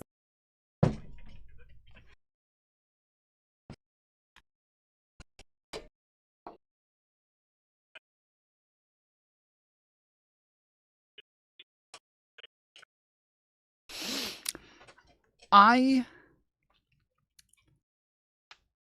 am blown away that it is only the racists who have a problem with a guy buying his way into the fucking president's office. I cannot believe this. It is actually insane. Especially, like, I have so many people who come on here saying shit about like everything's corrupt, right? Everything's corrupt. The fucking people are all like paid off, and they all have private interests groups paying them all off. And I'm always like, no, they don't, dude. That's not a thing. Everybody is not corrupt. Everybody's not getting paid off. Like, what are you talking about? That's not happening. And then Donald Trump literally does that out in the open for everyone. And somehow it's just the racists who are like, I don't like that Elon Musk can just buy his way into like one of the most powerful positions in the fucking country. Like, what? How? I hate this shit, right? I'm the one who's like denying that this happens. That I'm the one always sitting here like, no, dude, people are not just buying fucking politicians and buying their ways into power and crap. And then now I become one of them because he's literally doing it out in the open. Because they don't actually care about corruption. They just follow the Trump indoctrination. Sure, but that's weird that the racists are the only principled ones here, bro. I agree that they don't give a fuck, but it is weird when all of the racists are the only principled ones. Like, they're the only ones who really care about the fucking morals here. Like, it's kind of, should be a wake-up call for MAGA when they look around and they see the woke right are the ones who are the only principled ones standing here like, yeah, you know, I don't know if we want to allow people to just pay their way into insanely powerful positions in government. That's it's because the racists actually have their own ideology they follow. Yes, well, which is why they voted for Trump. They literally get up and down on him all the time. If you guys follow people like Nick Fuentes, he's all over the place. Where one day he's like, dude, I love Trump. I love Trump. He fucking hates Muslims. He hates the Jews. We're on the same page. I love this shit. And then the next day he's like, fuck Trump, dude. What the hell? Why is he trying to help Israel? Why is he putting the fucking, the embassy in Jerusalem?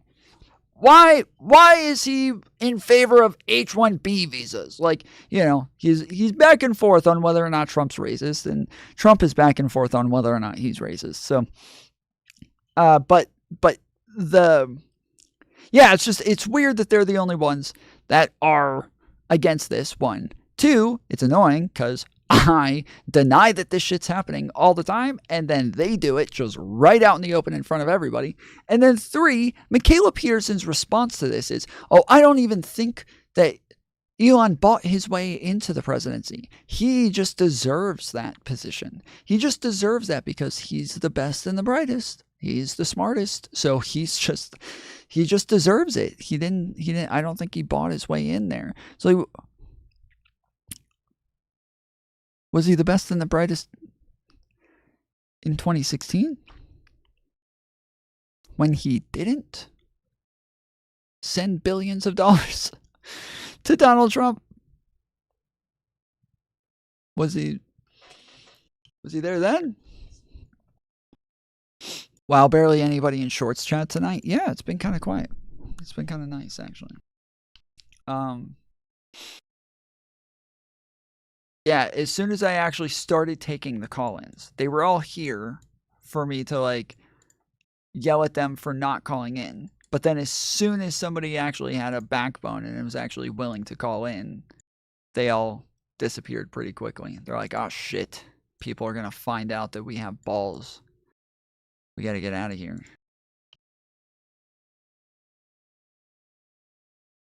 Things when he really personally abuses in the most awful way Jess Phillips, who's a female MP, when we've had 2 members of parliament in the UK murdered in the last 10 years, and he's basically putting a massive target on her head for random headbangers to, go after this, as he put it, genocidal rape apologists. I mean, you couldn't think of a worse thing to say about a woman who's actually campaigned a lot in this area for many years. So I think there is a danger with Elon doesn't quite perhaps comprehend his own power on his own platform.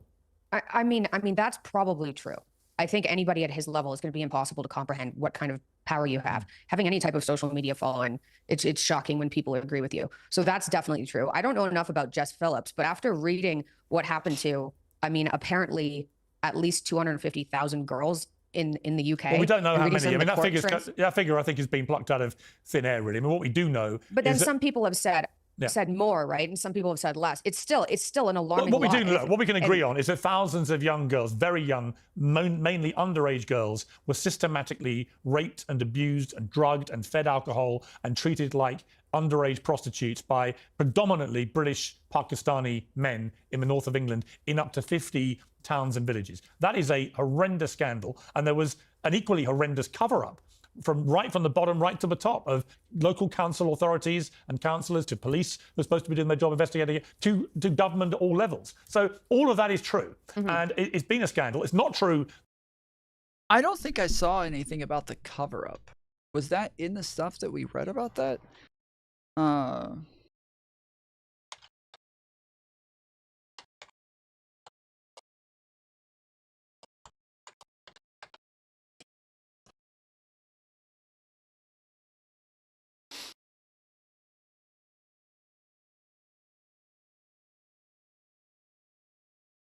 The Telegraph.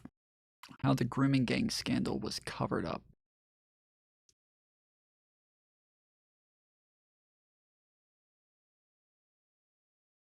A review of the abuse in Oldham was released in 2022, but its terms referenced only stretched from 2011 to 2014. Survivors from the town said they wanted a government-led inquiry to cover the period. The catch for the previous reviewed missed. The Jesse Phillips letter to the council revealed GB News. She said she understood the strength of the feelings of the town, but thought it best for another local review to take place. Over time, details have come to light about abuse in Rotherham, in Telford, in Rockdale, and in dozens of other places, but with stories released in dribs and drabs, and the details so horrific as to be almost unreadable. The full scale of the scandal has still to reach the public.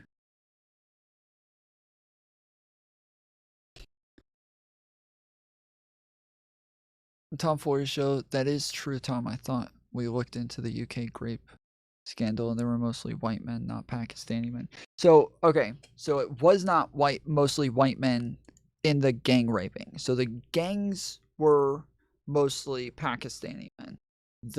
It turns out that the majority of UK rapes are from white men, but the gang rapes were majority Pakistani. But I don't know if there was a cover-up of this, because that is the argument generally, is that it's all being covered up because they're Pakistani, and to try to stop people from knowing that brown people are doing this.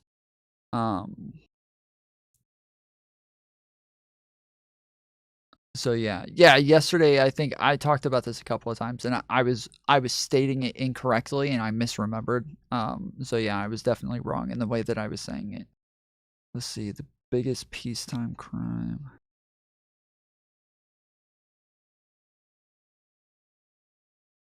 Okay.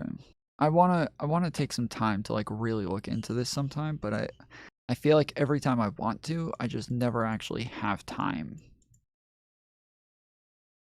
But yeah, I'm starving right now, so I'm gonna eat real quick.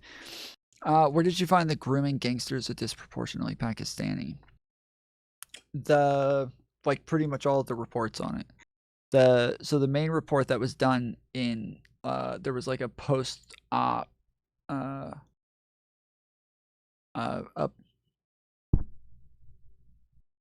let's see.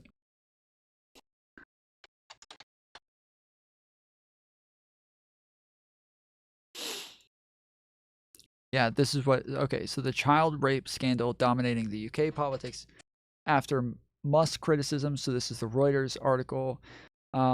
This is what happened in the UK grooming gang scandal. A report from 2014 made a conservative estimate that more than 1,400 girls were sexually exploited in the town of Rotherham between 1997 and 2013. Many were already known to local services because they were in care and had been subject to neglect. It said the girls as young as 11 were raped at large numbers by male perpetrators. It says that local officials deemed the children to be having consensual sex intercourse.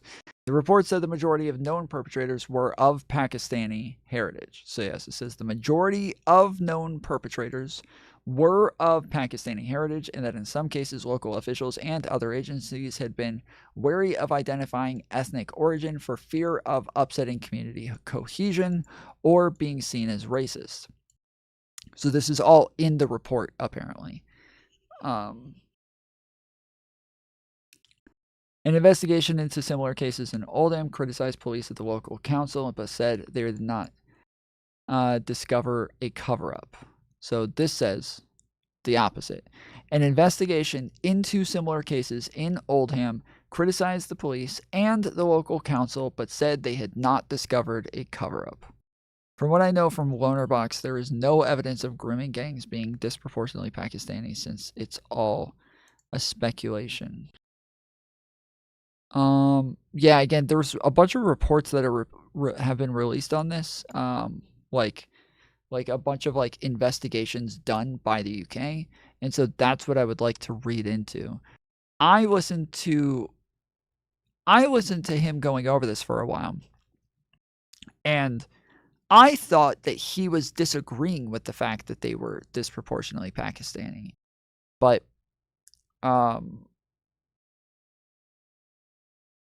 because he was watching some other white guy talk about it, and the white guy kept saying that the majority of rapes are white people, and then at one point he did state like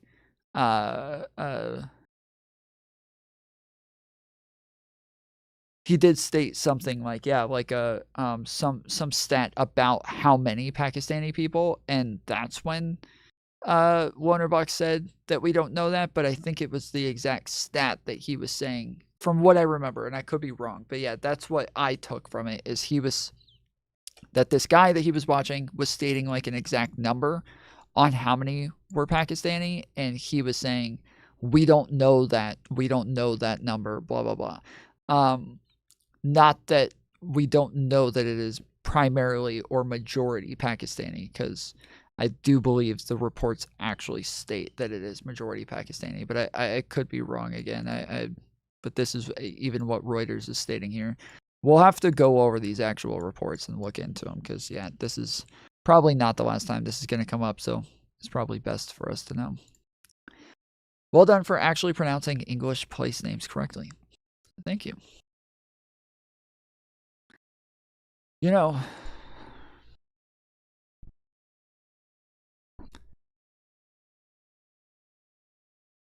I am a linguist, so just, of course I know that sort of shit, you know? Of course. Watch Pisco's. Watch Pisco's what?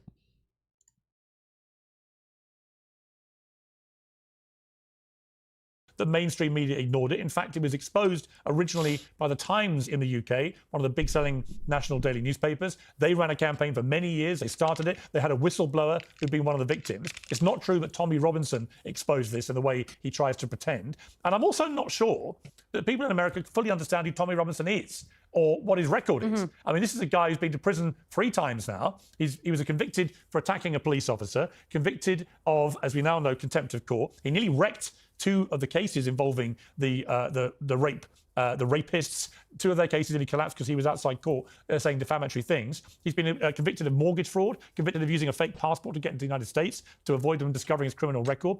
Okay, in the last video, it was confusing. I couldn't tell if he was defending Tommy Robinson or calling him out, but now it sounds pretty clear that he is calling him out. Yeah, that was not clear in the last video, and I kept getting confused. So I'm like, what is he doing? Is he calling him out, or is he agreeing with him? Watch Pisco's debate with the Australian YouTuber about the grooming gangs.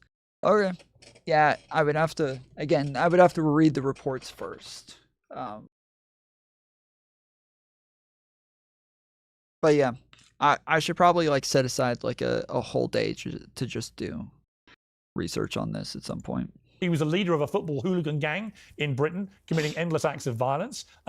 This guy is not, I think, the hero that you really want to choose your hill to die on publicly supporting, and yet many Americans are doing that, which I find quite concerning. I would have thought it should at least. I did. Well, it should at least make Americans stop when they see that. And I know you're not American, you're Canadian, but if you take someone like Nigel Farage, who runs. Even Piers Morgan agrees that it's a cover. I don't know why you say even Piers Morgan. I don't know why you say even Piers Morgan, the guy who seems to like fall on the side of MAGA on like 85% of fucking issues. Like, you're like, even him, like. I'm surprised that he's not defending Tommy Robinson right now. Like, I'm surprised he's not full on defending Tommy Robinson. So the fact that you think like even he's on this side of the debate, I'm surprised he's not farther onto that side of the debate. The Reform Party in the UK, the fact that he won't have anything to do with Tommy Robinson ought to ring alarm bells to the right in America, I think. Yeah, I mean, that's all fair. And as soon as I posted something that said free, it said something like free Tommy right now, right? And that gained a lot of support. And I had a number of people reach out and explain all that to me. But I don't think somebody like Tommy would have risen to where he's at now and gained the amount of support he had if there hadn't been so much corruption in the UK covering this all up. Well, I think that may be true. Maybe he like I think shouldn't be the hero, that may be true. but... And I also think on that point, just to jump in, I also think not only is that undeniably true, but also he has been That doesn't change if he's a fucking racist, though. He is. He is just a fucking racist. Like, even recently, we just had a bunch of protests in the UK over Muslims where they were literally burning down fucking hotels because of the shit that he was telling people. Like... Come on. I think that may be true. And I also think on that point, just to jump in, I also think not only is that undeniably true, but also he has been deliberately amplified as a kind of bogeyman by the other side because they know he's so flawed and so damaged and so in many ways lacking credibility because of his extensive criminal record and so on. They're quite happy for him to be the front man having a go at them because they think it gives him a bit of a pass. I think that can also be true. Yeah, agreed. As for Elon getting involved in it, I think that's probably a reaction because there's been so much jumping up and down about Islamophobia for the last 10-ish years that if people in the UK, especially in the government and police officers, were actually scared to talk about what was going on for fear of being deemed Islamophobic, that's a huge problem. If we can't discuss child rape because we're worried about being called racist. Like, I understand where Candace is coming from, saying don't throw the racist term around. I do get that, and it's a slippery slope. I completely understand that. But I think what happened and what's going on in the UK is so egregious and so awful. Like, I can't think of a lot worse than finding out about something like this, especially given it's been going on for so long. And especially even people haven't been talking about it because of the fear of being called Islamophobic. I can't think of anything worse. So I can see why Elon's freaking out. I mean, I agree with you. And I listen, I've discussed with Candace before this very lazy trait people have of apportioning that kind of label to anybody for absolutely anything to shut down debate. I've got to say, in the case of Tommy Robinson, I think he's an unashamed Islamophobe. I mean, this is a guy who, when I interviewed him, one time I interviewed him, started waving the Quran around and just openly abusing everything about Islam. And to me, that is the definition of an Islamophobic person. So it doesn't mean there aren't people who aren't racist or Islamophobes or sexist or transphobes or any of those things. It doesn't mean there aren't any, but it just means you have to be careful about how you throw that kind of accusation around and that your primary motivation is not to shut down debate. I think Tommy Robinson was right to continue to highlight the scandal of the rape gangs, but he didn't expose it. And I also think there's a big self-interest with him in spewing deliberate lies about the Muslim community and constantly attacking Islam because it makes him money. And I'm very cynical about that. And I think that can also be true. Would also, Candace. Yeah, I also want to add here, just in just regarding Elon Musk shifting gears and even speaking about that issue, you are correct. Obviously, I follow UK politics to some degree because of who I'm married to. And I will tell you that it very much seemed to me like he was drudging up this issue because he was getting so much backlash on the H1B visa. So I don't really know how sincere Elon Musk was when he Oh, that yes. issue at all. Oh, yes. No one's Do you not mind going if to I be. finish That's my ridiculous. sentence, No one. Mikhaila? Oh, yes. You've just been talking for a long time. Do you mind if I kind of you? There's Like, not a you time. do There's so not many a time. half-truths, Do you mind if I finish one my after sentence? another. It's hard to address them all. Do you mind if I finish my sentence? I feel like I've let you speak. I mean, a bit, and but go everyone ahead. speaking. First off, Mikhaila, that would actually be true almost any other time, but literally here, she is just making one fucking point. And she is correct. She is 100% correct. Candace is definitely right here. The reason he's drudging this up is because he got a bunch of shit for the H1B visa stuff, and he banned tons of people during the whole debacle who were just calling him out and fighting with him over the H1B visa stuff. He banned a ton of people. He demonetized a ton of people. He took away their ability to get subscribers. People like Laura Loomer, people like Myron Gaines, people like I'm blanking on a number of people, but then tons of groypers have been banned as well. Like he definitely brought this up because he was getting a ton of shit for being anti-freedom of speech and for being too in favor of brown people. I do not think it is a coincidence that all of a sudden this very next issue comes up that he's making a huge deal about immediately after the H1B visa thing. Immediately, he starts saying, hey, look at this guy who got arrested for speech. This is bad. I'm so pro-free speech, guys. Look at me being all pro-free speech over here. Tommy Robinson got arrested for speech, bro. Come on, man. I love me some free speech, guys. And then also, he was right about the fucking Muslims. Am I right, guys? Those fucking Pakistani bitches, right? Those fucking brown people. He was right about them. So, it's just, I don't know. I don't think it's some grand coincidence that it happens to hit the two things that he was being criticized on: freedom of speech and two pro-brown people. Anti-freedom of speech, pro-brown people. Well, now he's anti-brown people and pro-freedom of speech again. Oh my goodness. It's just, it's just a huge coincidence. Just happened to be that way. Sure.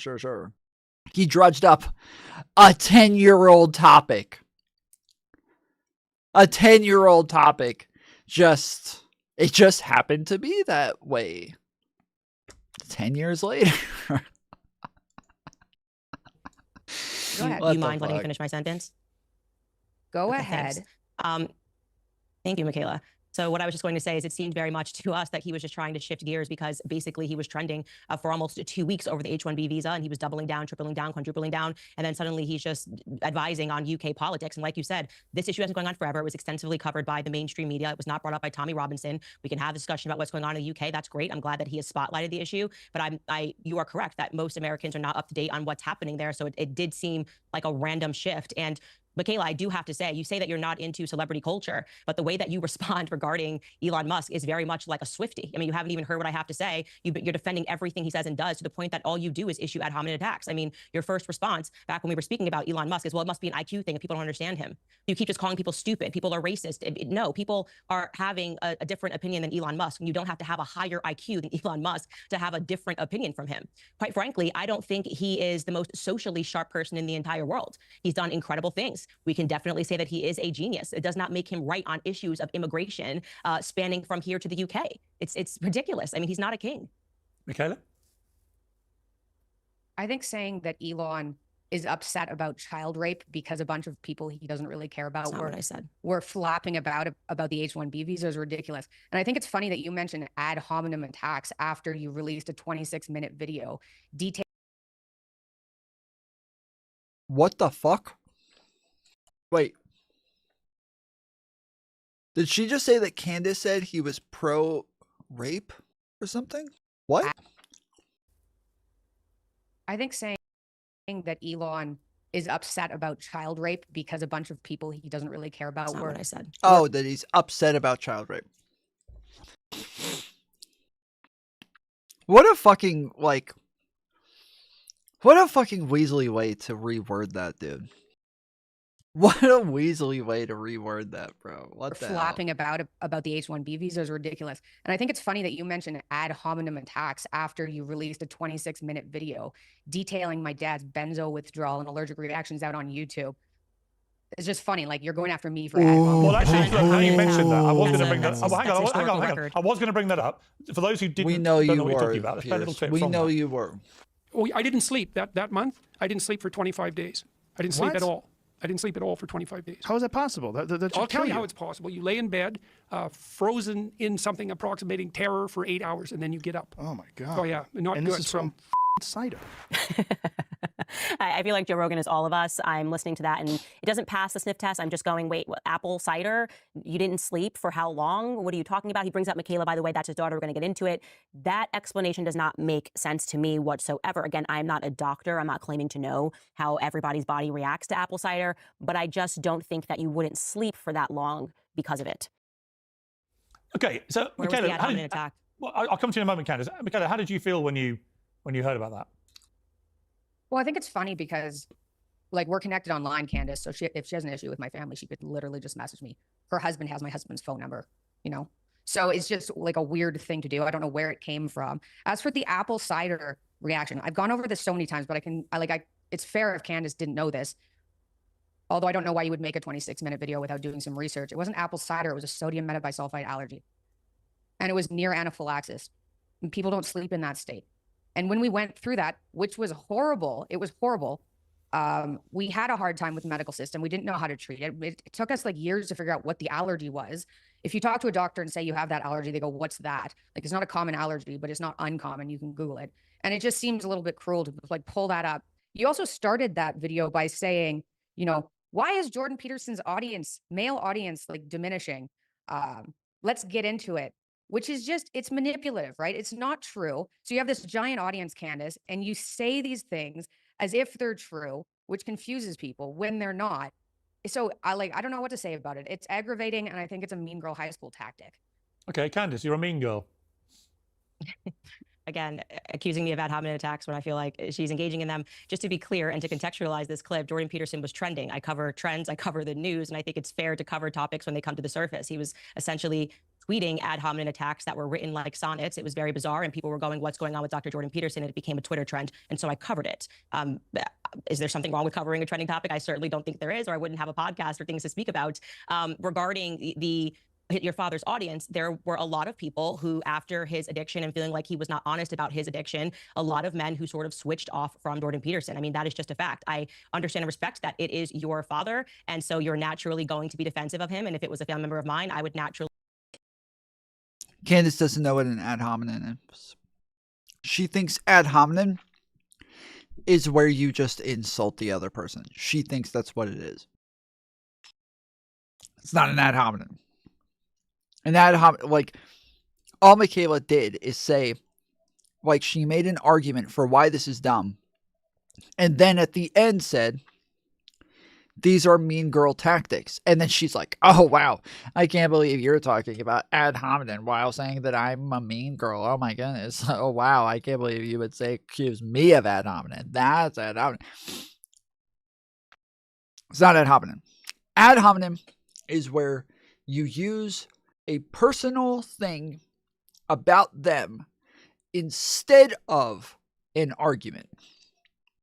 Not you make an argument and throw in a personal jab.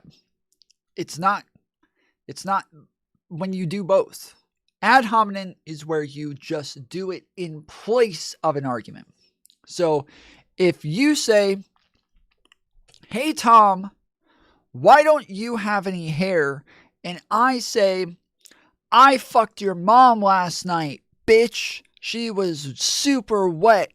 And I went, ugh, all inside of her. That is all ad hominem, because I'm not actually explaining why I don't have hair, unless I got AIDS from your mom and that's why I lost my hair. It could possibly, but unless that's the argument, we're going to assume that's all ad hominem.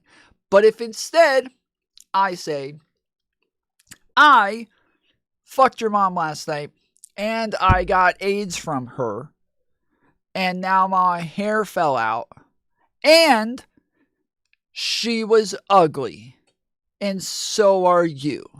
That is not ad hominem, because now I have explained it, given the argument, and then added the personal jab at the end instead of replacing the argument with a personal jab.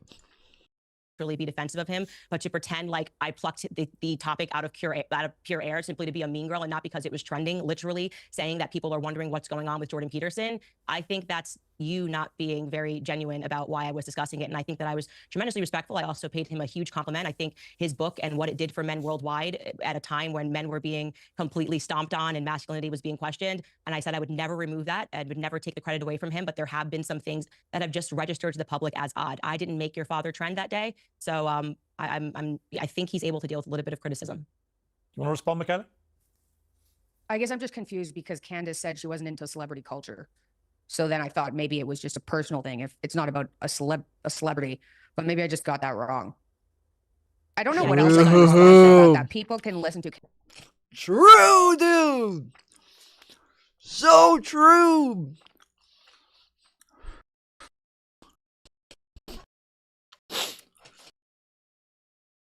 She did say that. She did say that.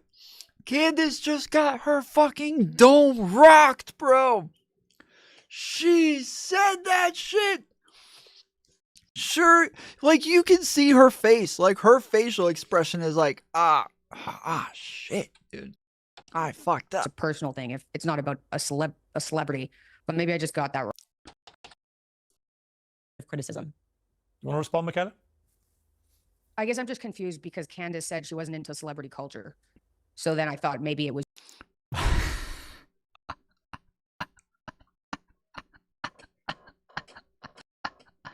Get fucking rocked, Candace Owens. Get fucking rocked, bitch.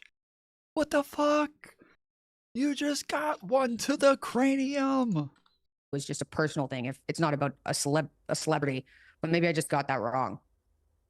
I don't know what else I can respond to about that. People can listen to, can I finish? Thank you. People can listen to the 26-minute. Like you can say, oh, I said something nice at the end. It's the same thing when you say these things and your tone is off. You can be like, oh, tone doesn't matter. But you say things sometimes in a bit of a manipulative fashion to get people to think a certain way. And then when people bring them up, you go, well, those aren't the words I said. But tone matters too. Anyway, people can go on YouTube and listen to the 26 minutes.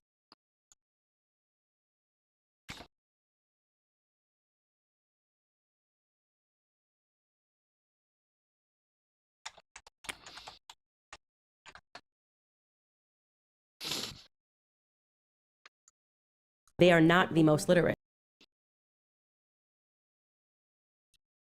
1 second.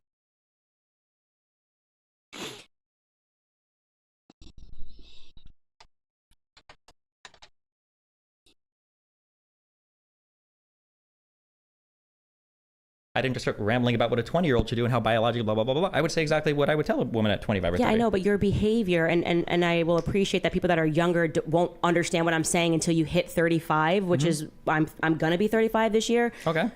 You're acting like you're a college dorm kid. Yeah, and your catty insults towards people online make you seem like a high school mean girl. Okay. I mean, like, what do you mean? Like, we all have our things. But you're like, selling to them things that you know aren't good. So what do you think I'm selling to them? If you were a 25-year-old, like when I'm on the Whatever podcast and I'm surrounded by women that are in their 20s and they're saying like, you know, the whole life is good. The reason why I said to that girl that I'm going to pray for you is because I know that she's going to have a different perspective when she's older. So I'm not upset by that. I don't feel like that needs to be attacked when those young girls are around me and we're talking about all of these topics. When I'm sitting with a 35-year-old man, okay, and what do you think I'm selling people? And you know better.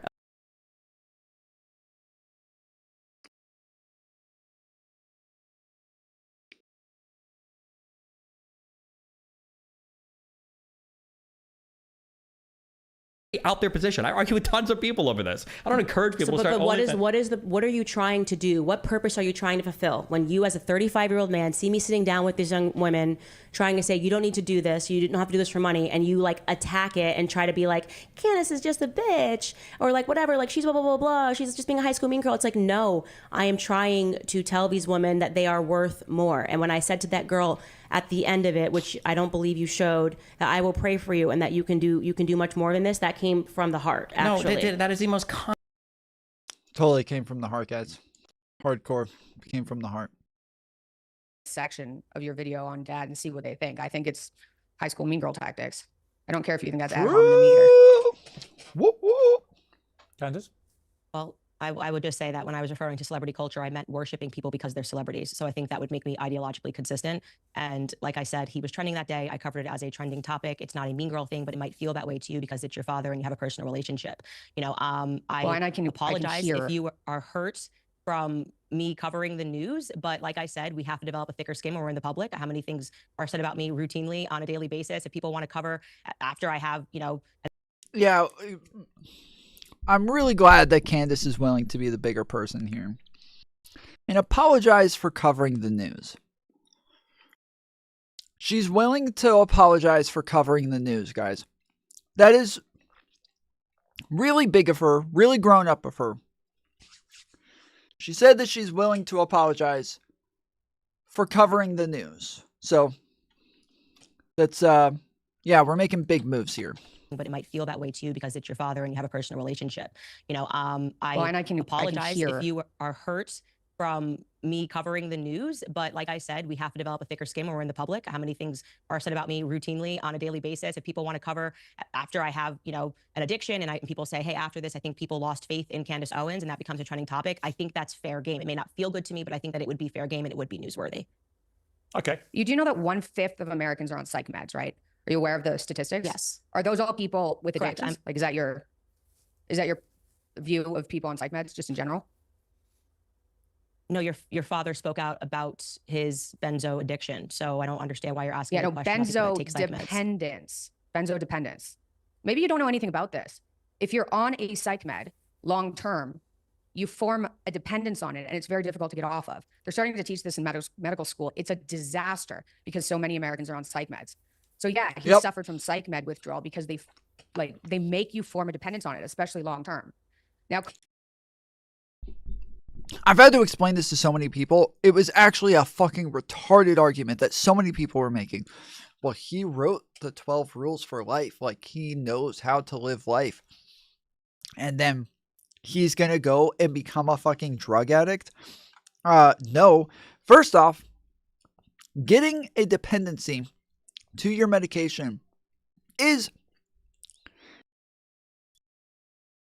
not this like irresponsible thing that you're doing that is like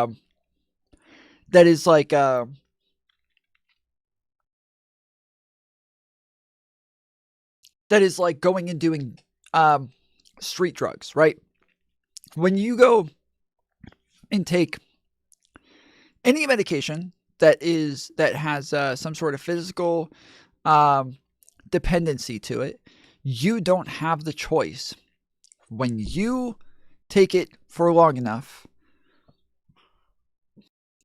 you're addicted. That's it. You don't have a choice, right? So let's say you take like pain medication for a while. After, I don't know, maybe 3 weeks, probably about, maybe not even. After you take it for a couple weeks, you will have a physical dependency for that medication. And you will go through withdrawals when you stop taking it. This is why a lot of times with people who take Adderall, they recommend that you take what they call medication vacations. So I take a couple of days every week where I don't take my medication so that I don't end up forming a physical dependency for it. And so, yeah, you just have like days in between to where you don't take it so that you can kind of chill and not have to worry about it. But With Suboxone, I cannot do that. With Suboxone, I do not have the option of just taking a couple of days off, because if I do that, I will go through very serious withdrawals. These are my prescribed medications that I'm taking, yet they still build dependencies to them. It's not like I'm going and ordering these in the fucking back alley or some shit. These are prescribed to me by my doctors. I'm taking them as part of a fucking regimen. But tons of people take medications that have dependencies for them. So yes, everybody treating Jordan Peterson like he was doing something irresponsible by getting addicted to benzos is fucking retarded. It truly was fucking retarded, and it was so obnoxious when all of these people were running around saying that this shows that he didn't know what he was talking about and nobody should ever listen to anything he ever has to say again. That is so dumb. Because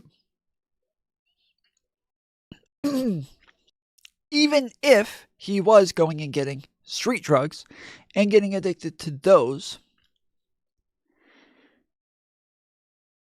it's still not the same thing as just being a fucking fuck up. I don't know. Addictions are complicated, dude. They are not these conscious decisions that you're making over and over and over to do things. They are not you they are not this free will sort of thing where you just choose to do things. It's kind of like if I said you choose to eat food and drink water every day. True, and you might think that that's an insane comparison. It's not. It's not an insane comparison. It is like you choosing to eat food and drink water every day. You might think, wait, but I would die if I didn't do that. First off, no, you wouldn't. You could go 30, 40 days without eating. You'd be fine. But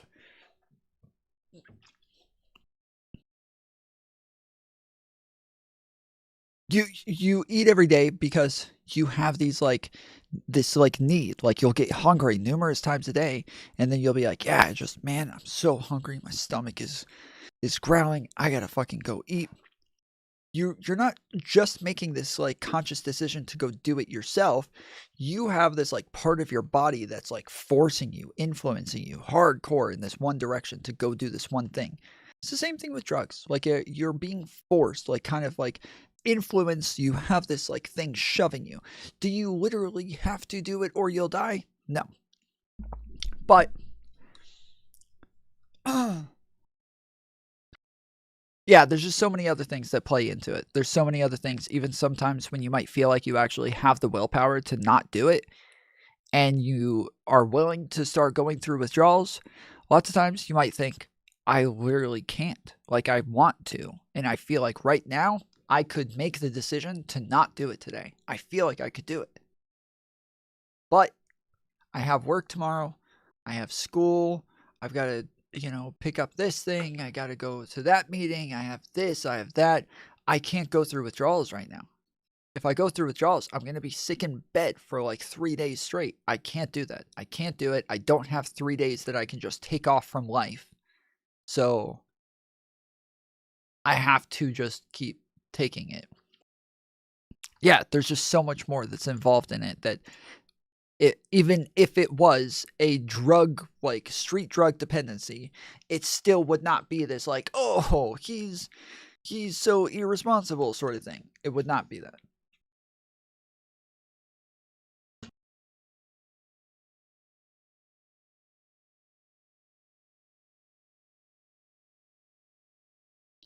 Calling it an addiction as if he was on heroin or something is manipulative.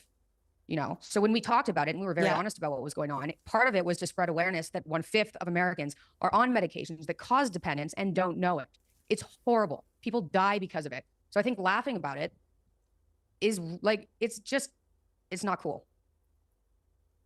I certainly don't think I laughed at it. I think benzo dependence is pretty much a euphemism for an addiction. And if you know anything about my work That's and the me being problem, super though. crunchy. It is okay.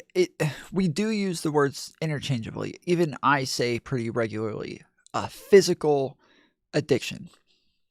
It is the addiction is normally what we would consider to be the mental part. The dependency is normally the physical part. These are normally separate things.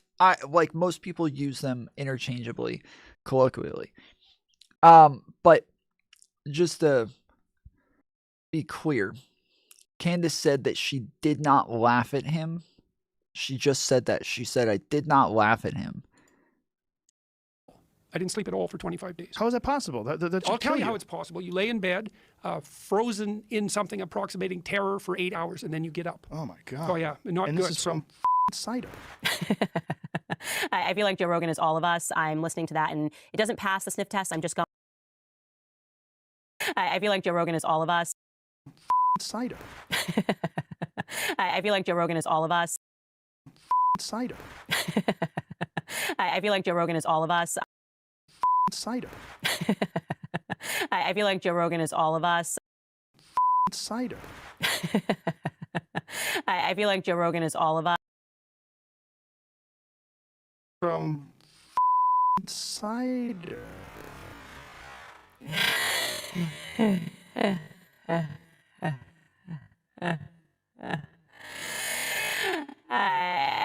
Yeah, I think she laughed.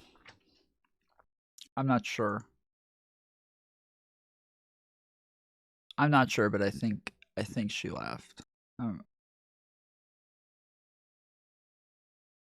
don't know. We'll come back to that later. Addiction, and people say, hey, after this, I think people lost faith in Candace Owens, and that becomes a trending topic. I think that's fair game. It may not feel good to me, but I think that it would be fair game and it would be newsworthy. Okay. You do know that 1/5 of Americans are on psych meds, right? Are you aware of the statistics? Yes. Are those all people with Correct. addictions? Like, is that your view of people on psych meds just in general? No, your father spoke out about his benzo addiction, so I don't understand why you're asking Yeah, me no, a question about people that take psych meds. benzo dependence. Maybe you don't know anything about this. If you're on a psych med long term, you form a dependence on it, and it's very difficult to get off of. They're starting to teach this in medical school. It's a disaster because so many Americans are on psych meds. So yeah, he suffered from psych med withdrawal. A psych med. So I don't understand why you're asking. View of people on psych meds just in general? No, your father spoke out about his benzo addiction, so I don't understand why you're asking Yeah, me a no, question about people that take psych meds. Benzo dependence.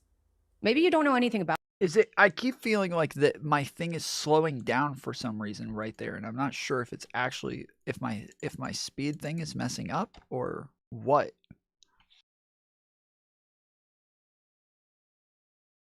Out about his benzo addiction, so I don't understand why you're asking Yeah, me a no, question about people that take psych meds. Benzo dependence. No, your father spoke out about his benzo addiction, so I don't understand why you're asking Yeah, me a no, question about people that take psych meds. Benzo dependence. Maybe you don't know anything about this.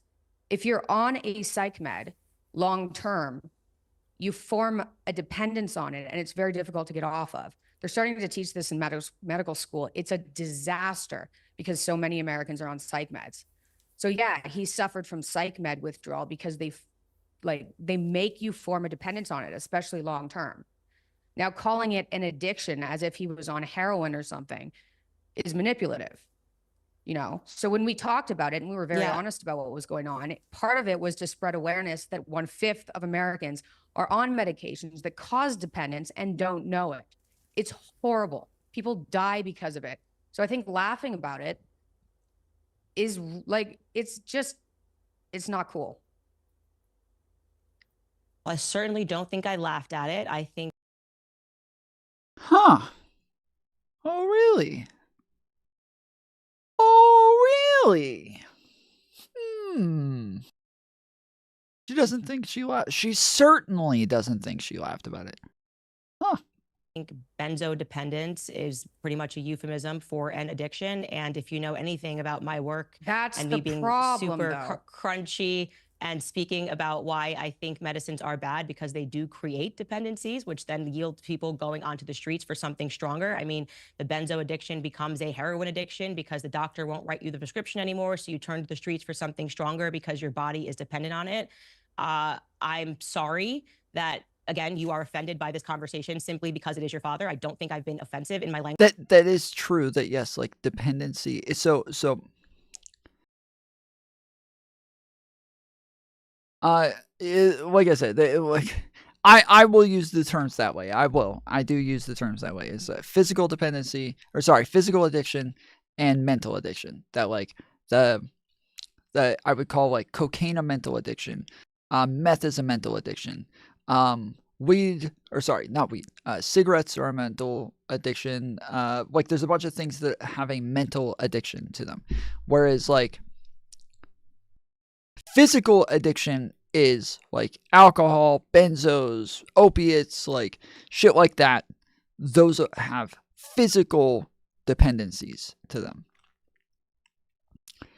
There is a difference between the two, and this is why that like the semantics doesn't matter as much. It is the implication that you're putting forward, that this guy is a crazy fucking like drug addict now that's like untrustworthy because he's running around in the back alleys getting fucking high on heroin or cocaine or some shit. Like that's not really the truth. And so it is the information that you're putting out there to everybody else that makes him sound like this. That's just not true. Like I wish that they didn't focus on the semantics as much. I wish they did just focus on like the message, but she is getting this across pretty well. She's doing a good job at like making this very clear that yes, somebody who just takes their medication that's given to them by their doctor, this is not the same thing as somebody who goes out seeking heroin and just happens to start getting addicted to heroin. Like those are not the same things. And then even if they were, I would argue that there is still like, that's still not something to use against somebody as though they become untrustworthy because they've become addicted to a drug. Like, I still would say, yes, that's not the same. Language, and if you find it to be manipulative, that I think that it impacted the way that men saw him when they publicly were saying that on Twitter. We covered the tweets that people were writing on that day about how, they used to idolize him. They're so grateful for his book, but this is not the person that they knew.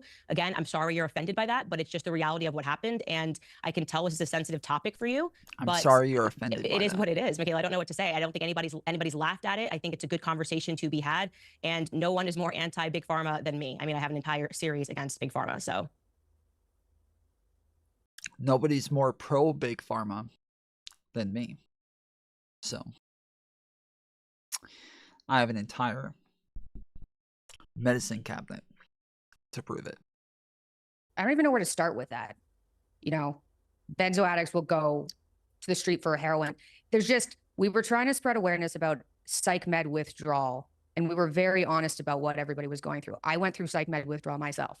It was one of the worst experiences in my life. It kills people, causes akathisia, which makes people suicidal. It's a terrible side effect. So that's what we were talking about. Now, if you want to twist that a little bit and be like, he's losing his audience because he's an addict, I don't really know what to say. Okay. I think we've had a robust exchange about that, and you both made your views very clear. Let's slightly lighten the mood here. Turn to some cultural matters that have been in the news in the last few days. The Golden Globes last night, Candace, the host Nikki Glaser seemed to take us back to the good old days where you could roast the audience and nobody seemed to mind. Let's take a little look. Good evening and welcome to the 82nd Golden Globes, Ozempic's biggest night.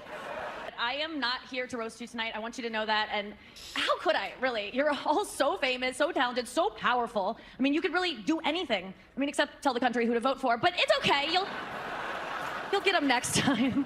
I look out and I see some of the hardest working actors in show business. And by that, I mean your servers. Yes, give it up.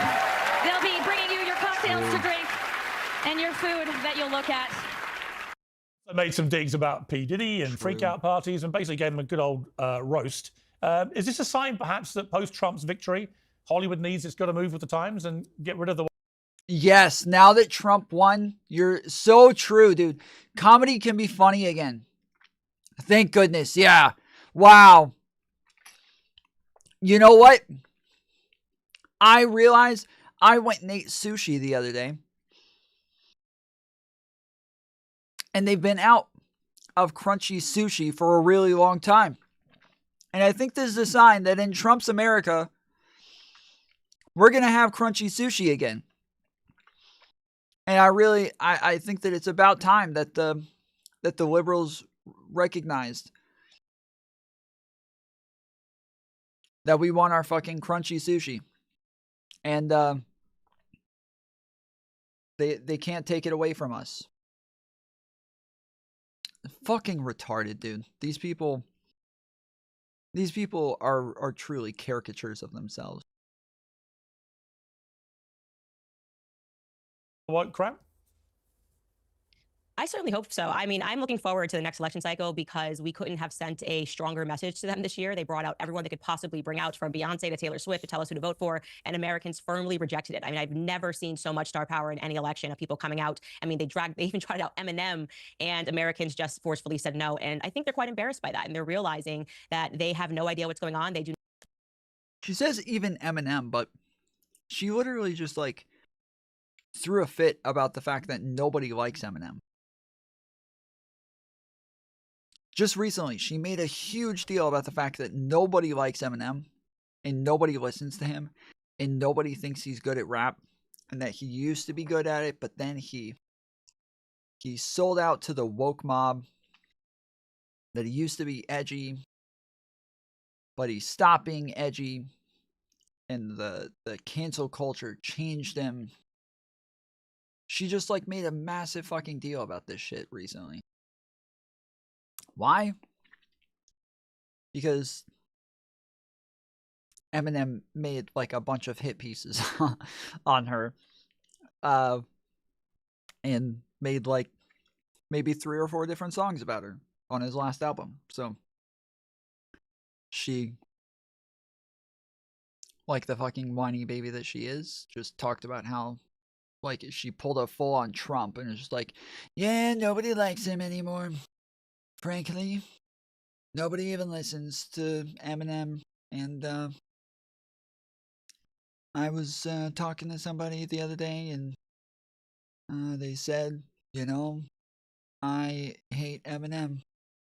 And he's not even good. Some would say the worst, possibly. I wouldn't say that, but some might say that. That she just pulled that whole thing out of her fucking ass, where she just acts like everybody hates Eminem. Just made a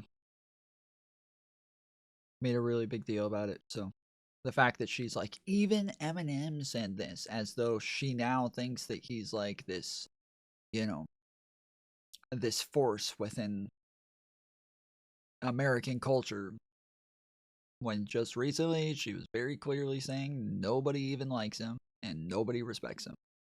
Do not have their finger on the pulse of America, and that we are laughing at them, that Hollywood is no longer this sparkly, glittery, unattainable thing. For the most part, Americans think they're out of touch elitists who don't even touch their own door handles. So I'm happy to see that her jokes definitely, I mean, I just chuckled a couple of times. It definitely seems like it's not about just being angry that the country isn't listening to you. So good for her. Yeah, I mean, Mikhaila, I thought it was interesting because since Ricky Gervais bowed out of doing these things, or was probably encouraged to, because they couldn't dare take the risk of him taking the piss out of people, it's been crying out for a host to come and do that, to just have a bit of fun. You know, the thing about the woke brigade that I find so unutterably boring is they're so joyless. Like every single joke, so true. They're so offended by. There's no room for humor anymore, because the whole point of humor is it sends up somebody somewhere. Yeah, I mean, I completely agree with what Candace said and what you said there. I think everyone's breathed a sigh of relief, and the people that were concerned for their jobs, so especially people in Hollywood. But especially the woke right-wingers.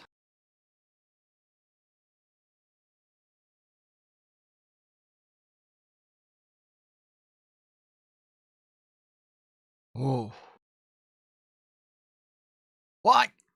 Fuck. I lost my mouse.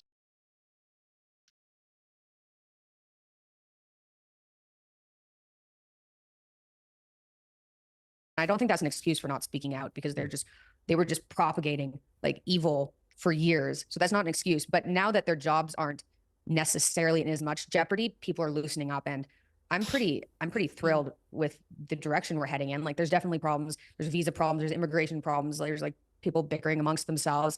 There's problems, but I think we're headed in a really good direction. And I think Canada might be headed in a good direction. Except there's some dumb bitches who don't know anything about addiction that keep talking out their fucking asses.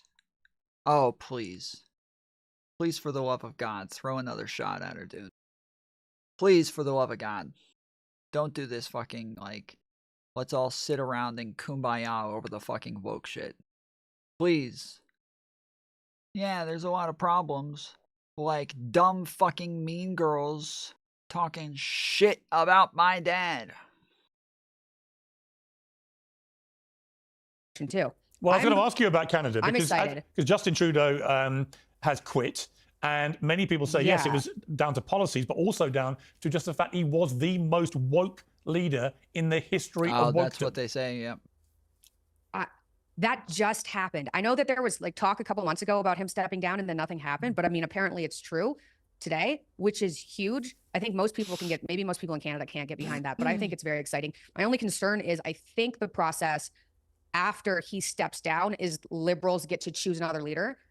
So maybe they've learned something. And I know it's only for an interim period, and Pierre Poilievre is most likely going to take the next election, which will be so good for Canada. So it's very exciting. But I've never seen a prime minister.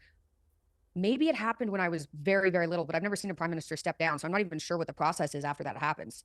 Yeah, I think you're right. I think it comes from within until there's an election. I mean, Candace, the thing about Trudeau was he was like a lot of woke people. He was an unbelievable hypocrite. But he wasn't lecturing about racial injustice. He was putting on blackface repeatedly. It's almost like there wasn't a moment in his life when he hadn't put on blackface to some party. And yet he felt he had the moral right and self-righteousness to lecture us about stuff like racial injustice. He just seemed like a bad faith actor from the very beginning. And I think Americans really got tuned in when we saw how the truckers were treated throughout COVID. That was absolutely ridiculous. And so I'm definitely glad to see him go. He's been a terrible leader, but sometimes. Okay. Boring. Mark Zuckerberg blatantly. All right. Where am I going? Manti.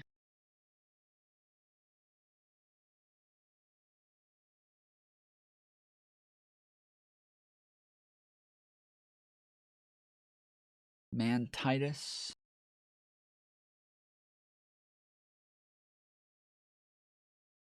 Mark Zuckerberg blatantly admitted that both Facebook and the FBI interfered in the 2020 election. You're equating Facebook or Twitter with the government. It is not a public square. No, I'm not. Mark Zuckerberg coming out and saying that now we're going to have more free speech or whatever it is he's trying to say. This is not a pendulum swing. If we were actually going to see a pendulum swing in the other direction, they would keep the fact-checking program, ban the liberal news outlets, and only allow conservative outlets to fact-check posts on Facebook. We live in an oligarchy, a plutocracy to be accurate. I don't know why. But even right now, you guys don't believe in fact checks. Even right now. You guys don't believe in conservative fact checks, let alone any fact checks. You guys literally don't believe in facts. I've literally had the last 2 people here coming on this stream where I'm trying to get into the facts with them. And they want to talk about their personal experiences instead. Like, they don't believe in facts. They don't have conservative fact checkers. Those don't exist. If somebody called themselves a conservative fact checker, they would get laughed at by conservatives. Because they just don't really seem to even believe in it. Why on the right, you're not angry like I am. If the U.S. government, through Donald Trump, goes to Greenland and offers the people of Greenland a really great deal that improves their lives, I don't see why that's a problem for anybody. Elon Musk, my friend, is a cancer to democracy. For what it's worth, I think Elon is a genius. Maybe he does but doesn't care just how powerful his battering ram is when he tweets things like, "Free Tommy Robinson." Why should Tommy not be free? Today's headlines have been dominated by a media titan with a bold message on free speech and being uncensored. Begin instead with Mark Zuckerberg, the No! CEO of Meta, has unveiled sweeping reforms to the world's biggest social media business, or as I would call it, a screeching 180. And we've reached a point where it's just too many mistakes and too much censorship. The recent elections also feel like a cultural tipping point towards once again prioritizing speech. So we're going to get back to our roots and focus on reducing mistakes, simplifying our policies, and restoring free expression on our platforms. Well, note that his admission that the re-election of President Trump, a man he once deemed too toxic to even have an account on any of his platforms, was pivotal. Now he's announced a partnership with Trump to push First Amendment rights around the whole world. Zuckerberg took a massive swipe at the, quote, legacy media and the infamous fact checkers. Well, they've gone.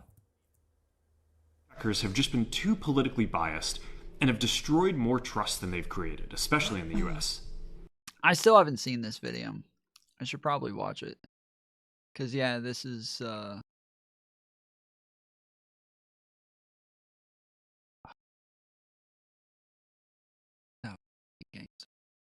Yeah, I should probably see that video. So over the next couple of months, we're going to phase in a more comprehensive community notes system. Well, CNN's Brian Stelter said the quiet part out loud when he posted, all in line with the desires of President Trump and Trump voters, out with the fact checkers that conservatives deride, in with more permissive rules for posting conservative opinions. Now, whether you're conservative or not, what exactly is wrong with permitting conservative opinions? The fact is that fact checkers have always been biased, as Zuckerberg now admits, especially when it comes to President Trump. His decision to copy Elon Musk's community notes at a time where Musk is at the heart of a new administration and seemingly the whole of global politics is no accident. I like community notes. I think they're a good thing. Of course, this could all be a cynical ploy to appease the new masters that is just as easily reversed in 4 years' time. But I don't think it is. I think Trump's election is already reshaping our culture in seismic ways. If he gets his way, it might also be reshaping the global map, planting a US flag in Greenland and beside the Panama Canal. Can you assure the world that as you try to get control of these areas, you are not going to use military or economic coercion? No. And can you tell us a little bit about what your plan is? Are you going to negotiate a new treaty? Are you going to ask the Canadians to hold a vote? What is the strategy? Yeah, I can't assure you. You're talking about Panama and Greenland. No, I can't assure you on either of those two. So King Musk, MAGA Meta, and a US invasion of Denmark. Quite a lot to unpack with my panel. I'm joined by the host of the Part of the Problem podcast, Dave Smith. Your panel. Host of the Dean Obeidallah Show, Dean Obeidallah. Author and host of Pivot, Kara Swisher. And the Timcar CEO, Tim Pool. So I've got to say, an absolutely stellar lineup to kick off this panel. Kara, I've been trying to work out just how big your head may have been exploding. It feels a little loaded, Piers. It feels a little loaded. I guess it's just me. But go ahead. No. You can more than hold your. I could have 10 men up against you, Kara, and I'd back you every time. True. But I've been thinking about you because your head must have been exploding, hasn't it, the last week with all that's been going on with some of your favourite people?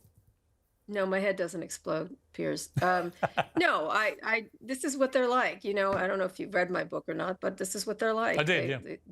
This is exactly the way Mark was, always was. And he's like, I called him, he's kind of a sad weather vane. He just sort of tips and goes along depending on what's in his self-interest. And this is what. Yeah, if you've like seen the movies about Mark and like, you know, about like how Facebook came to be and the fact that like, you know, if you believe the stories about him like stealing the shit from the twins and all this crap, like he is just like a fucking ruthless motherfucker, dude. Like he has no morals, he has no values.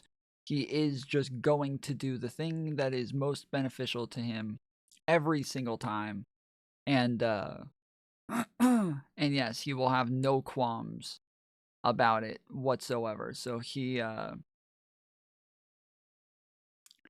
yeah, I don't have trouble believing that is the type of person that Mark Zuckerberg is.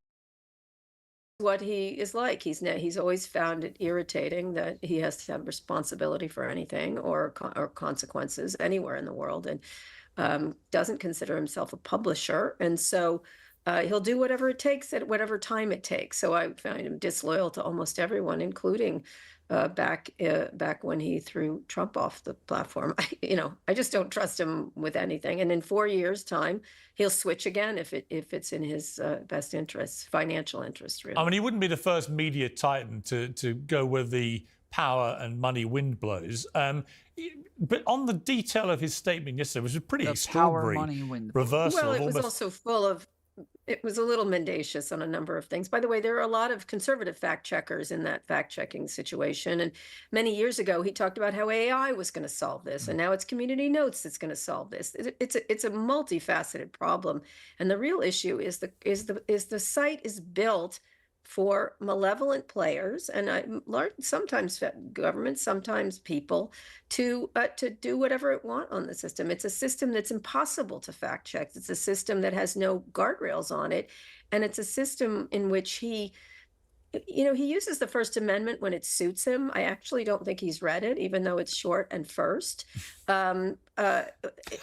Governments shall make no law. Like, it doesn't say Facebook shall make no law. He makes rules and then he breaks them. Yes. And he says, with Alex Jones, he did that with all kinds of things.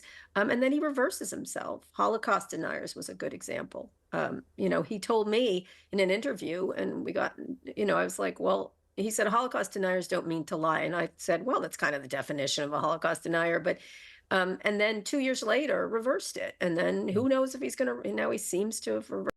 Wait, he said Holocaust deniers don't need to lie? And she said that's the definition of a Holocaust denier? That's not true. They don't always lie. Tons of shit that they say is like 100% true. They just do it in a way like Candace Owens, where they state facts, but they state them like they're just asking questions. And then, but it's like stuff that's like, fuck, I took a big chance on that one. And so, yeah, they can say shit like, what, the numbers keep changing. Why do the numbers keep changing? If everybody's so sure that it's 60 million, why have the numbers changed numerous times? Right now we say it's 60 million. There's been other points where we said 4 million. There's been other points where we said 5 million. Like, why do the numbers always change if it's actually 6 million and we're so sure to the point that we're willing to ruin people's lives and ruin their careers over the fact that they didn't say 6 million? Like, why is that the case, right? They're not lying when they say that. I would say that, like, it's a fairly, like, disingenuous way of, like, presenting everything. The problem is that it's also convincing. And normally when we hear people say it, because it's disingenuous, we say, well, they're being dishonest. But that's not necessarily true. Because it's convincing, lots of those people who are saying it because they were convinced by it. Like, this is something that they were convinced by. They thought that was a good argument. And so they thought, yeah, dude, wait, what? Why are the numbers changing? Why is that the case? Why did they change the numbers numerous times, right? Like, it isn't necessarily a lie. It is lots of times that, they'll call themselves, exactly. They'll say, oh no, I'm just Holocaust skeptical. I'm not denying it. I think it happened. In some sense, it happened. I think Jews exist, and I think the Nazis probably killed, I'd say, at least one Jewish person. The chances are that they probably... So I'm not denying all of it. Tom Foyer, she's probably saying that because they omit information normally with those types of statements, so it's deceit. Right, but I'm saying that a lot of them aren't just omitting information, that they themselves are convinced by the argument that, like, that the lie says that, like, they know better, right? When we use the word lie to talk about this, we're saying They know better than to believe this, yet they're stating it anyways. And so yeah, I'm saying I don't know that they actually do know better a lot of times. I think that they are as dumb as we think they are.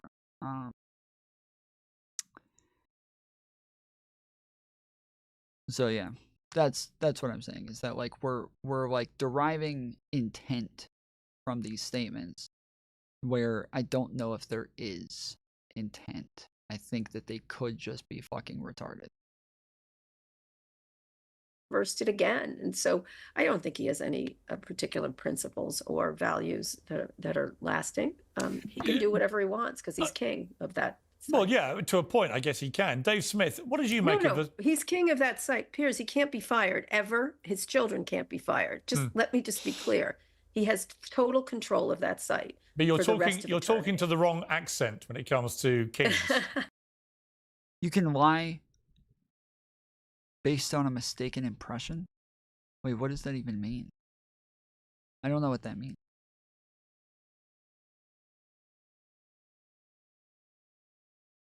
I have no idea what that even means. You can lie based on a mistaken impression.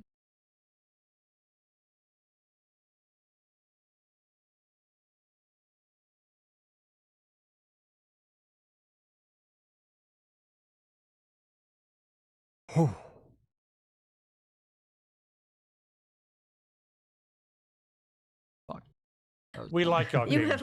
We like I kings know, here. you have a better king. I'd rather have Prince.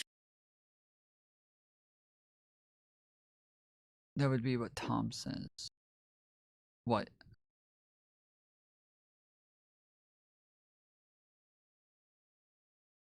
Oh, that they actually believe the BS? Yeah. It's in the definition. I just messed up the phrasing because autocorrect is gay.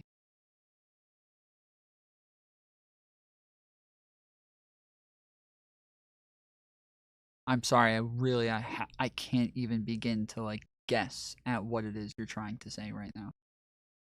I'm nowhere even close. Because yeah, like Ali just said, like a misunderstanding, but that's not a lie, right? Just being wrong isn't a lie. Like I said, like within a lie, we're saying that there is an intent to deceive. Like if you're saying, oh, it's unintentional, but we're still a lie. Like what? How is it a lie? If there's no intent to deceive, that you just like if you actually think something, being wrong about something isn't a lie. Like if you just get something wrong, that's not a lie.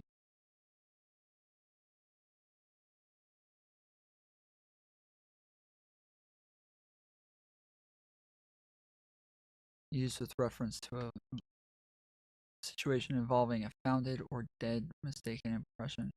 Okay, I'm sorry, I didn't see that. I'm totally lost now. Charles running that thing. We believe in monarchical power, so yes. I don't know why I said now. I was lost the entire time. Dave Smith, I mean, I found it jaw-dropping, to be honest, notwithstanding a lot of what Cara just said, that she wasn't remotely surprised by the wind blowing. But to actually see him, trot down to Mar-a-Lago to kiss the Trump ring, as it was put, and to then do really what turned out to be half mea culpa and half screeching U-turn over pretty much everything that Facebook had stood for, was pretty spectacular to watch. Yeah, it was incredible. And, I want to be clear. I think this is a really positive thing. I don't believe in inner. Yeah, so like I kind of want to be happy about it, but all of my instincts are just to rip the guy, because especially because he doesn't acknowledge any. There's no acknowledgement that he did something wrong or that he's changed his mind on this. It's kind of this just vague, like, oh, I created this to give people a voice. And a lot of people think this stuff went. Dave Smith is Canadian, isn't he? He just said vague. There's this vague notion. went too far, and like, yes, it reminds me of, I debated Chris Cuomo last year, and it reminds me of him coming out and saying like, hey, you guys, this ivermectin stuff isn't horse dewormer, it turns out. It's people medicine. And you're like, yeah, that's what we were all saying at the time, in my world at least, and we got a lot of abuse for that. At one point, I do think it's worth just pointing out what happened over these years, even though I think there's a very positive change. I was just playing on my show the other day a video clip. I'm sure all of you guys have seen it. But Mark Zuckerberg blatantly admitted that both Facebook and the FBI interfered in the 2020 election on the Joe Rogan Experience. No, he did not.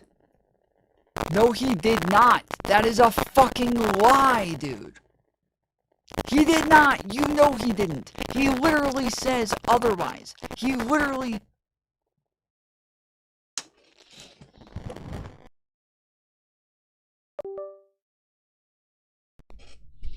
Freaking Mike, dude. I'm just getting warmed up over here, and they're freaking ruining everything. Yes, that is a lie, because you literally watch him. He literally, like, the thing is that they go out of their way to clarify. Like, I do not believe there is any way that you can misunderstand this. I'm not saying this is a lie because he just got it wrong. I'm saying this is a lie because there is no possible way you can misunderstand this. It is clear as day when this is stated. I have it right here. Didn't Mark Zuckerberg just said literally like multiple times that he was pushing misinformation for the Biden family? No, he didn't say that at all. Yeah, he did say that. You want to pull the clip? It was literally on Joe You Rogan. can pull the clip. I promise you that is not what he said. I guarantee it. That's not what he said. Yes, it is. No, it's not. Okay. How much? I will bet you right now. Hold on. Wait. Hold on. But don't pull it up. How much you want to bet? I'll put like $500 on it. I guarantee that's not what he said.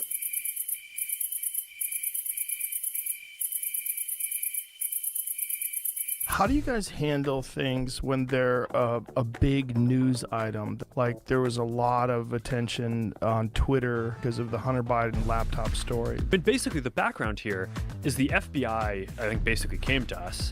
We have it on notice that basically there's about to be some kind of dump, so just be vigilant. Did they specifically say you need to be on guard about that story? No. Didn't Mark Zuckerberg... He literally asks him. He literally asks him.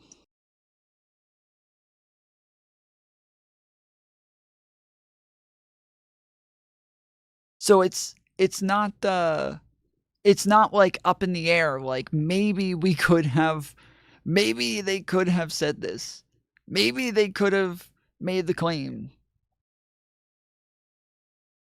Trump's FBI, by the way. Yeah. It's not like we could, like, it's just, yeah. Maybe he did, maybe he didn't. Like, he said it in a way that we could be a little confused, but nice hats off. Thank you, Nico. Like, it's not, yeah, it's just not, it's not possible.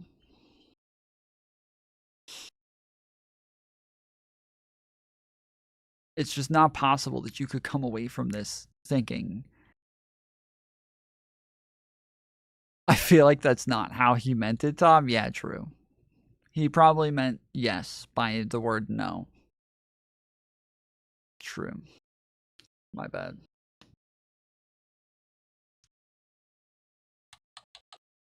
I do think it's worth just pointing out what happened over these years, even though I think there's a very positive change. I was just playing on my show the other day a video clip. I'm sure all of you guys have seen it. But Mark Zuckerberg blatantly admitted that both Facebook and the FBI interfered in the 2020 election on the Joe Rogan Experience. And, for all of the news coverage, and to some degree rightfully so, over the last 4 years about January 6th, about some of Trump's claims of the election that him and his lawyers were really never able to demonstrate at all. But how about that admission that the FBI came and told Facebook, be prepared for a Russian dump that's coming soon. And then when the laptop came out, you had 50 plus intelligence officers signing on to this letter saying that this is the Russian disinformation. That is a lie. That is a lie again. That's not true. That's not what they said. They did not say this is the Russian disinformation. They always state it that way. They always state it that way every time. They always state it incorrectly every freaking time. They always state it wrong. They say it wrongly every single time they say it wrongly. Like, every time they say this incorrectly. They never get it right. They never say what they actually said. Ever. That's not what they said. That's not what the intelligence agency said. They said, this has all of the hallmarks of Russian disinformation and looks like it could be. That's it. Every time what? Every time they say this, they say that they said, this is Russian disinformation. Every single time, that's what they say. They say, all the intelligence agencies said, this is Russian misinformation. And that's just not what they said. They said, this looks like it could be Russian disinformation. That's it. But they never, ever state it correctly. They never say that they said, this could be, that it looks like it may, it looks like it is, that like they always say like, oh, they said this is Russian disinformation. Like, bruh, that is not what they said. They said this meets all of the hallmarks of Russian disinformation, and that from their analysis, it looks like that's most likely the case. That's it. When like they say this because they're acting as though they had like all of the information. They had the laptop. They knew 100% whether it was or not. And then they made a statement 100% that it was. And it's like, that's just not what happened. That's just not what happened. They didn't have the fucking laptop. They didn't all see it. They just saw the fucking story from the Washington Post, and then just said like, yeah, this just looks like Russian disinformation. Never, Nico, never. I've never once heard any of these people bring that up and say what they actually said, ever.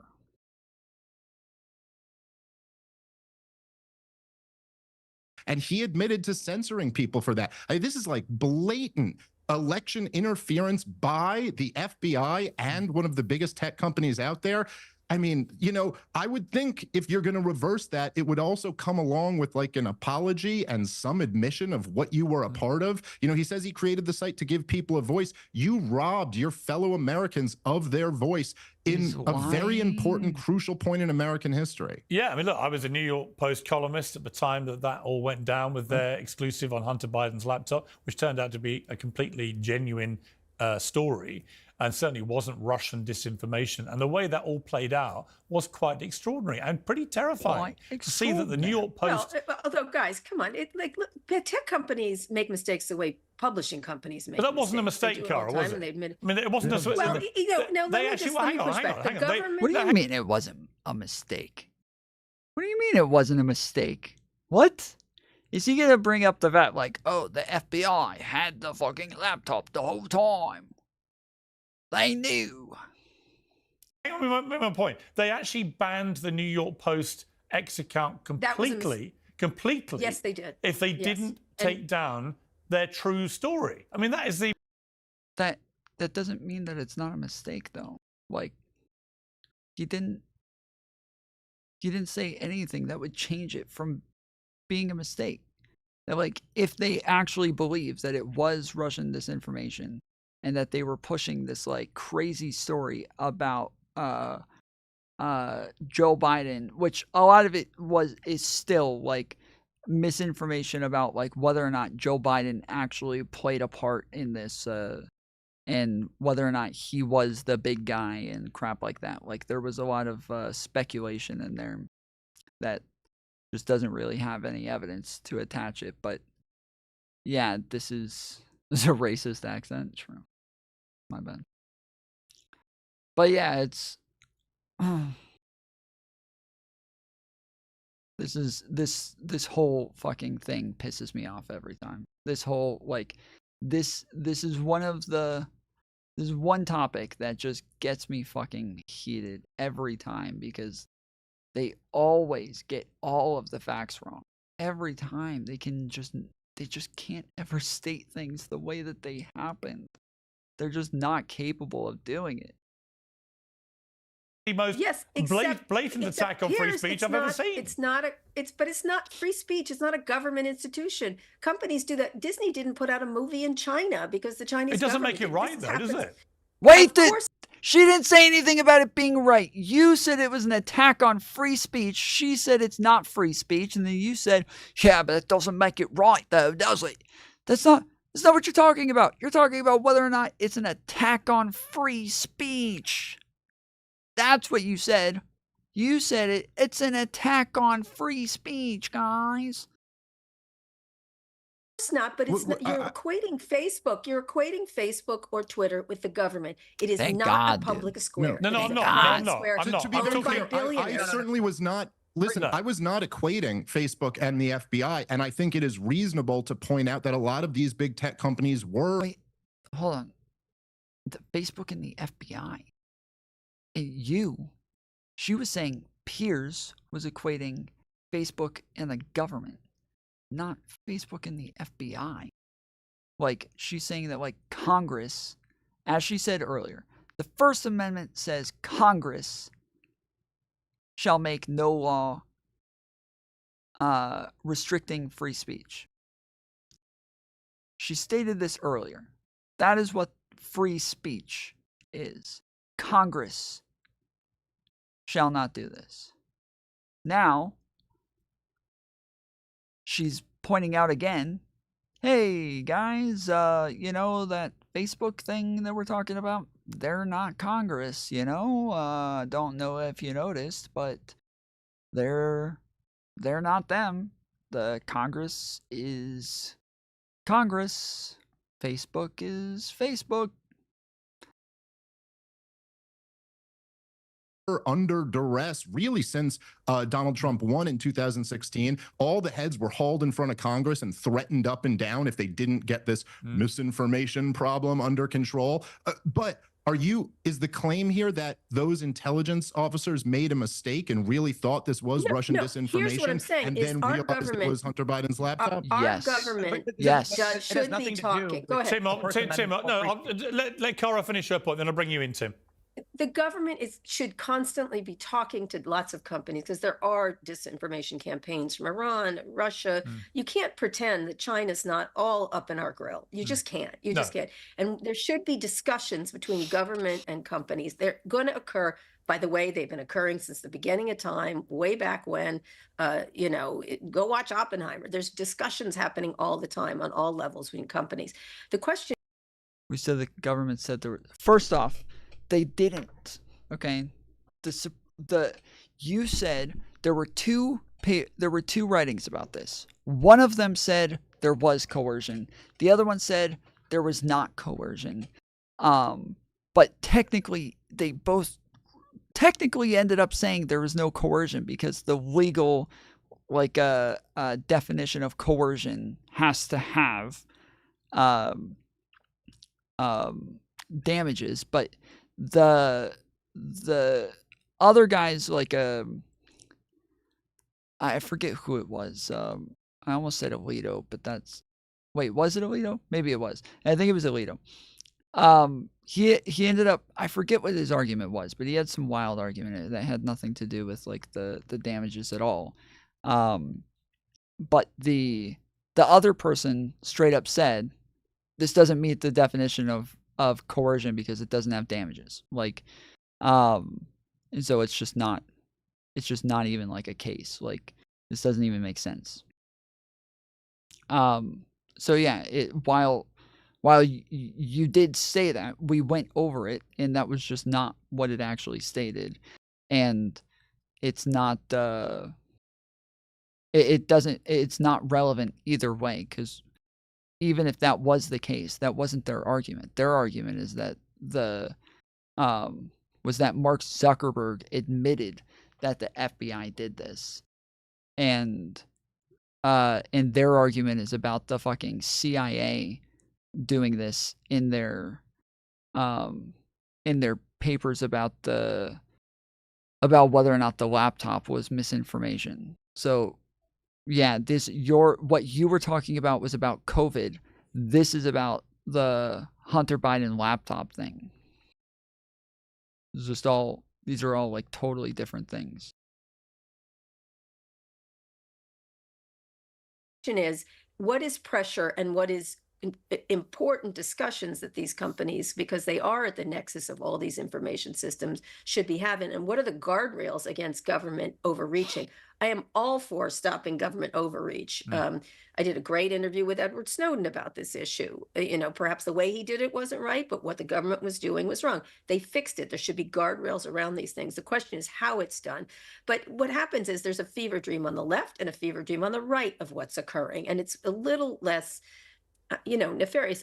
I think that Facebook, unfortunately, occupies a far too important role in news distribution as a kind of a monopoly. And that's the problem we have going forward. It's a private company that's determining what everybody sees. And they're going to not just make mistakes. We're at the behest of Mark Zuckerberg's obviously incompetent ability to decide what's right and wrong. Okay. Or should he, by the way? Let me bring Tim in. You've been waiting patiently. Tim, your response. Free speech is a principle. When we say that Facebook, X, Twitter, whatever platform is silencing free speech, we are not talking about the First Amendment. The First Amendment protects multiple rights, of which one of those is free speech. So this constant conflation of a private company isn't violating your First Amendment. I'm not going to bring up the First Amendment. I'm going to talk about, I'm going to go on a platform, I'm going to express my ideas and share news, and if they silence me, they are violating my free speech. Now, more importantly, this argument about, you mentioned there's a fever dream on the left and the right. I want to make one thing clear. Mark Zuckerberg coming out and saying that now we're going to have more free speech or whatever it is he's trying to say, this is not a pendulum swing. This is not the weather vane. Certainly, I do believe the man is just bending the knee to whatever power structure he sees.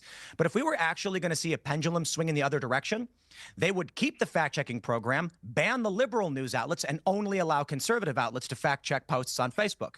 When you look at all sides, when you look at ground news, the majority of U.S. fact-checkers had a liberal bias and only one, which was a... Again, there aren't really right-wing fact-checkers, though. Like, there just aren't really any.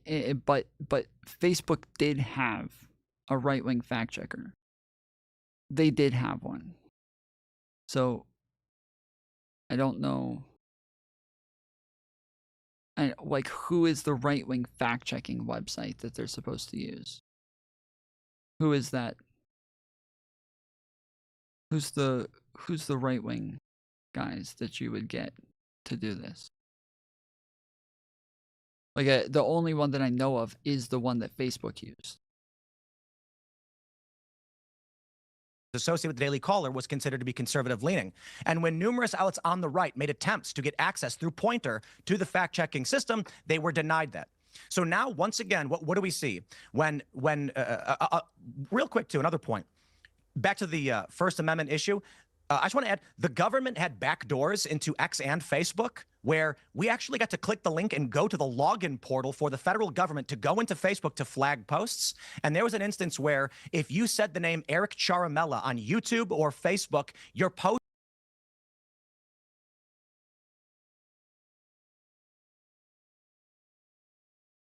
What? What is he talking about?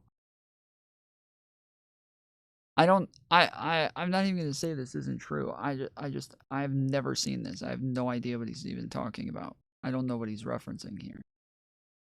I'm pretty sure this is the first time I've ever heard this. I've heard before that they had backdoors into these channels, but I don't. He's saying that he said we were able to go in and look. Who is we? I don't.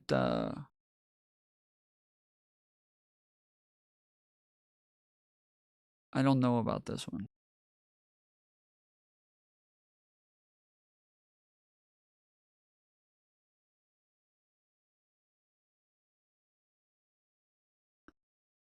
Does anybody know what he's talking about?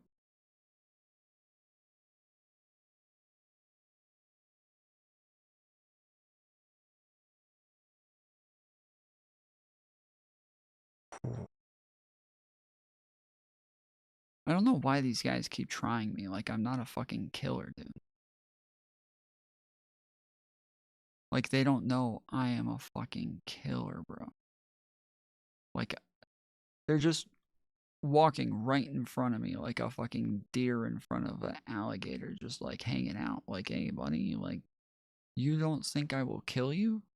Is that what you think? You think I'm just not gonna kill you? I am literally #1 on this fucking map right now. You think I got there by not killing a guy or two? Come on, bro. Think. Use your brains.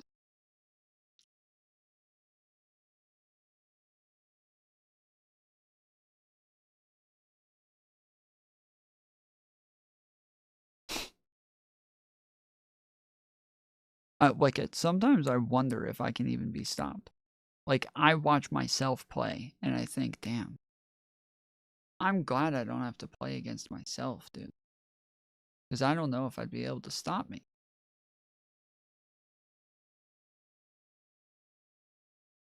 Post would be inexplicably deleted, and everybody knew that was happening. And this is real clear politics that it broke the reporting on Eric Charamella. So what we're looking at since Elon took over Twitter and turned it into X, we have consistently seen a dominant liberal or Democrat party bias on these platforms. And when the problem is, quote unquote, resolved, you get neutrality. There's been no circumstance where we have seen a right bias or a conservative bias or a pendulum swing in the other direction. So Mark Zuckerberg right now is declaring neutrality. He's not actually swearing fealty or kissing the pinky ring of Trump. Well, fascinating. Are you kidding me? Dean, over to you. I mean, the idea that what Mark Zuckerberg is doing is part. Again, they didn't check the mics before they started. We had this problem yesterday. They're not checking the mics before they start the freaking show. What the hell?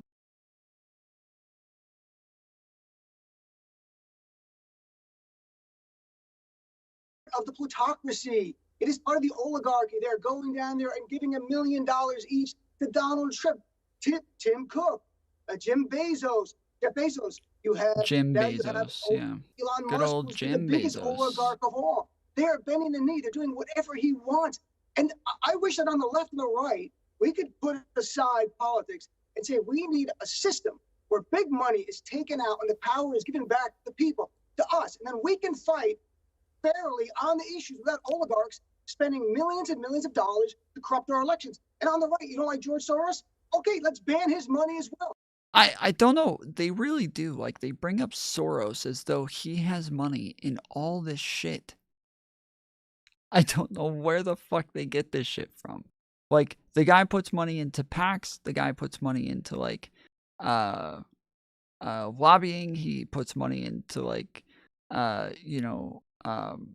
activism and shit like that. But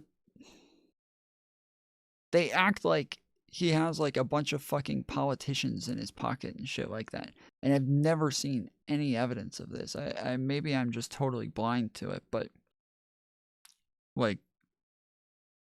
yeah, if you bring up shit with what like Trump and Elon are doing right now, they're like, well, what about Jeff Bezos? Like, what about him? When was the time that Jeff Bezos is like out here tweeting out like all the changes he's about to make to your fucking country and like all of the fucking shit he's about to take away that's like essential to your life? Like, when did that happen? Like, when was this? I don't I must have missed that fucking episode because I did not see it. I'm fine with that. But Mark Zuckerberg, what he's doing is bending the knee because he is fearful. He is fear. As Donald Trump said yesterday, maybe he's afraid because I threatened to put him in jail for his entire life. That's the big protect our First Amendment. The guy who threatens Mark Zuckerberg with jail for the rest of his life. A guy who threatened ABC and CBS. A man who threatened Donald Trump Saturday Night Live. He wanted the comedy show canceled. So he is not a bastion of free speech. He is a strongman leader, a potential dictator. And they fear him, but they're about making money. So Mark Zuckerberg now is changing these rules and putting Dana White on, Trump's big buddy, on the board at Meta to make Trump happy. Leave him alone so he can make more money. Same thing with Bezos. Same thing with Cook. The list goes on. We live in an oligarchy, a plutocracy, to be accurate. And I don't know why on the right you're not angry like I am about the wealthy controlling our collective destiny. Oh, we are, though. But the left. But Jeff Bezos. We don't have principles. We just get mad about things when the left does it. That's all. We don't actually care about these things. We just want to get mad when the left does things so that we can complain about it. That's it. What are you talking about? That's why we're mad about it. Because Jeff Bezos, dude. Are you kidding me? You haven't heard us complain about Jeff Bezos before? People. Let's get their money out and we can fight over the issues. I'm all for that. This is the funny thing about what left and right really means. I completely agree. Billionaires, millionaires dumping tons of money to manipulate the is a bad thing. What I'm talking to specifically, when I'm saying kissing the pink ring, if you want to make the argument that they're donating money to his inauguration and things like that, let's have that conversation. But Donald Trump, if this is Mark Zuckerberg trying to placate or please Trump, and he's settling with Wait, he started this off with this is what left and right really means. What? Where the fuck is this going? I expected that to be like the first point that he was going to make, and now he's heading in a very different direction. I'm very lost about how this is going to lead back to how this is what left and right really means. I will let people speak. That's Trump accepting neutrality. If Zuckerberg was actually going to try and play this game that we had seen over the past 8 years or longer with Facebook, he'd say, you know what? We're going to bring on 10 new fact checkers, the Daily Wire, Breitbart, National Review, and we're going to give them preference and we're going to remove PolitiFact and Poynter's authority. But that's not what he's doing. He's saying, you can finally post again, which it's funny because when he basically downranked politics, he nuked his own platform, and it made most podcasters abandon the platform as a place where you couldn't do business anymore. So, again, you want to... Tim Against Money donated to Influence Media after accepting millions to influence. Yeah. Oh, yeah, we're super upset about this, though. Guys, we totally don't like it when the other side does this. We get really upset when Jeff Bezos. I don't know what you guys. I don't know what world you live in. All my friends have posted about Palestinian issues, about Gaza, the suffering in Gaza and the West Bank. Where my family lives in the West Bank under occupation, our stuff is banned. We get thrown off the platform of Meta, of Facebook, of Instagram.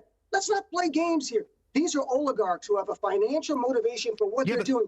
Tim, you know that. Dave knows that. Karen, we all know this. We're on board. What are we going to do about it? We live in a new Gilded Age with a robbery. Are we going to rise up with a backlash and have reform, or are we going to let them control our collective destiny and be their serfs? That's our question. Question. Well, I think Dean touched on something that's very important. And Pierce, you know, I've said this like so many times on your show that oftentimes people think of the divide as left and right, but the reality is usually that the divide is between the regime and the dissidents. Yes. And so the point that you're making, Dean, about if you are critical of the current policy, which is to support Israel in their war in Gaza, then yes, then you're on the other side of the regime on that issue. And same if you're against supporting the war in Ukraine. But look, so it became, look, the thing that was the worst year.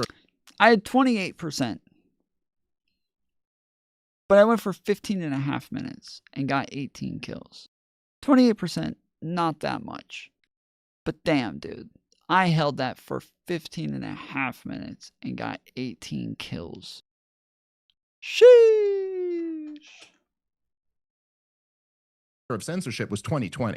Okay. And in 2020, I mean, this is when I had a private group for supporting listeners of my podcast on Facebook that got completely nuked because you literally, I remember the video that got nuked were two doctors. This was in April of 2020. When's the dude in the blue going to say something? He is saying something. He's the guy that you can barely hear. He's the guy that you can barely hear. His mic's totally messed up and all he keeps saying is, plutocracy and monogamy and liberalocracy and the monarchy with the serfs and the like that's him. 2020 who were talking about how the ventilators were killing people. And this wasn't like an accusation of a conspiracy. Nobody was saying that like doctors meant to be killing people. And of course, the doctors realized they were right and ended up changing course. But the point is that had nothing to do with left or right. It was like, what the fuck did he just say? Supporting listeners of my podcast on Facebook that got completely nuked because you literally, I remember the video that got nuked were two doctors. This was in April of 2020 who were talking about how the ventilators were killing people. And this wasn't like an accusation of a conspiracy. Nobody was saying that like doctors meant to be killing people. And of course, the doctors realized they were right and ended up changing course. But the point is that had nothing to do with left or right. Okay, Google. Did ventilators kill people during COVID? Sorry, I don't understand. Of course you don't. You're working for fucking Jeff Bezos.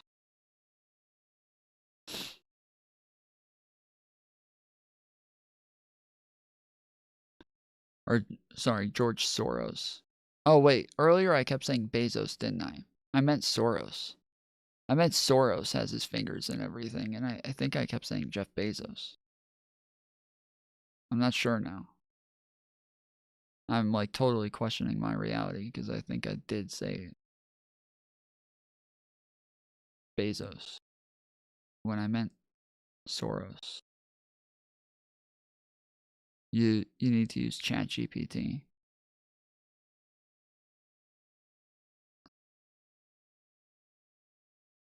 When they have a ChatGPT that I can just set next to me like that, like a nest, I will. Oh, that was. All right, here, ChatGPT.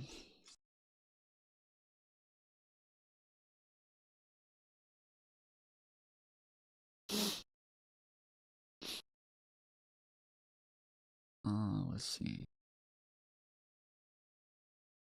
Did doctors kill patients with ventilators during COVID?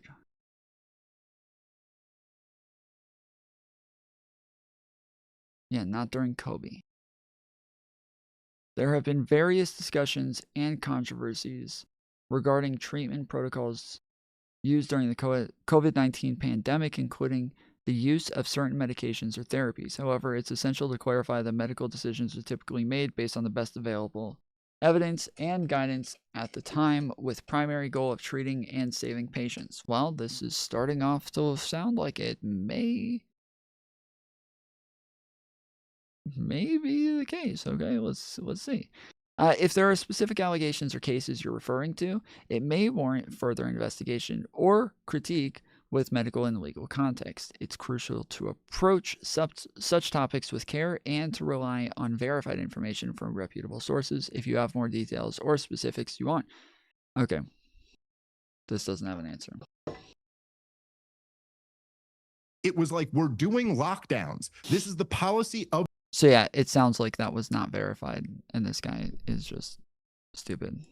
The regime. And if you're out there opposing this policy, you're going to be silenced. And just to the one point that was made earlier about misinformation from Iran or China or any of these things, I'm a libertarian. I don't like governments much anywhere. And all of them are guilty of misinformation and lying. But the point is that we were talking about our government, who were the ones involved in the misinformation, claiming that Hunter Biden's laptop was Russian disinformation. That was the lie. Yeah. And so you've got the Fox. Ironically, that was the disinformation. You're being willfully naive. This is a worldwide. I hate that nobody here knows what actually happened with those intelligence agencies. I hate that nobody on this panel has any idea what happened there. They need to get me a real motherfucker on that fucking panel. A real motherfucker. So I can tell them like it is. Know what I'm saying? Information war going on with these companies, and Tim knows this. Tim knows this. Like they are infected everywhere.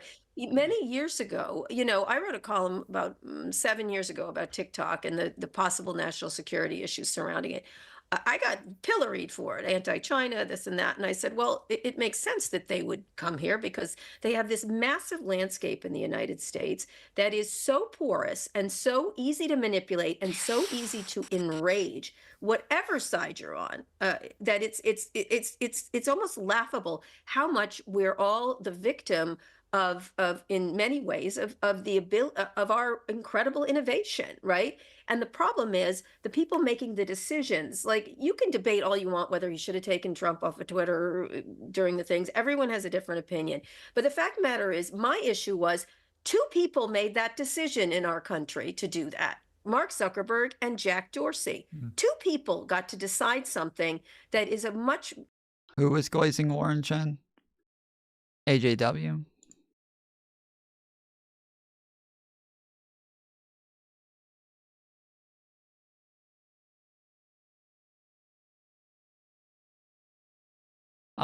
Yeah, Z-King, you may have missed it recently, but you actually came up during this. So there was a whole thing where AJW does a whole fucking video saying that I called him racist. A whole video on me saying that I called him racist. And I didn't, but I was like, I had started a point to saying like, yeah, like his thumbnails just kind of make it look that way, blah, blah, blah. And then I ended up just getting distracted and kind of moving on and never went back to it. But he does this whole thing where he says over and over and over that I called him racist.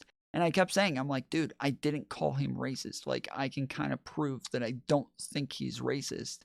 And one of the things that I show is you and I having a conversation about this, where you came on and you were saying like, yeah, dude, like I wonder about him sometimes, but I don't think he's racist. I just do think that he's like fit into like this kind of bubble where he's he's just like doing things that kind of appease his audience, and whether or not he knows he's doing it is kind of up for debate.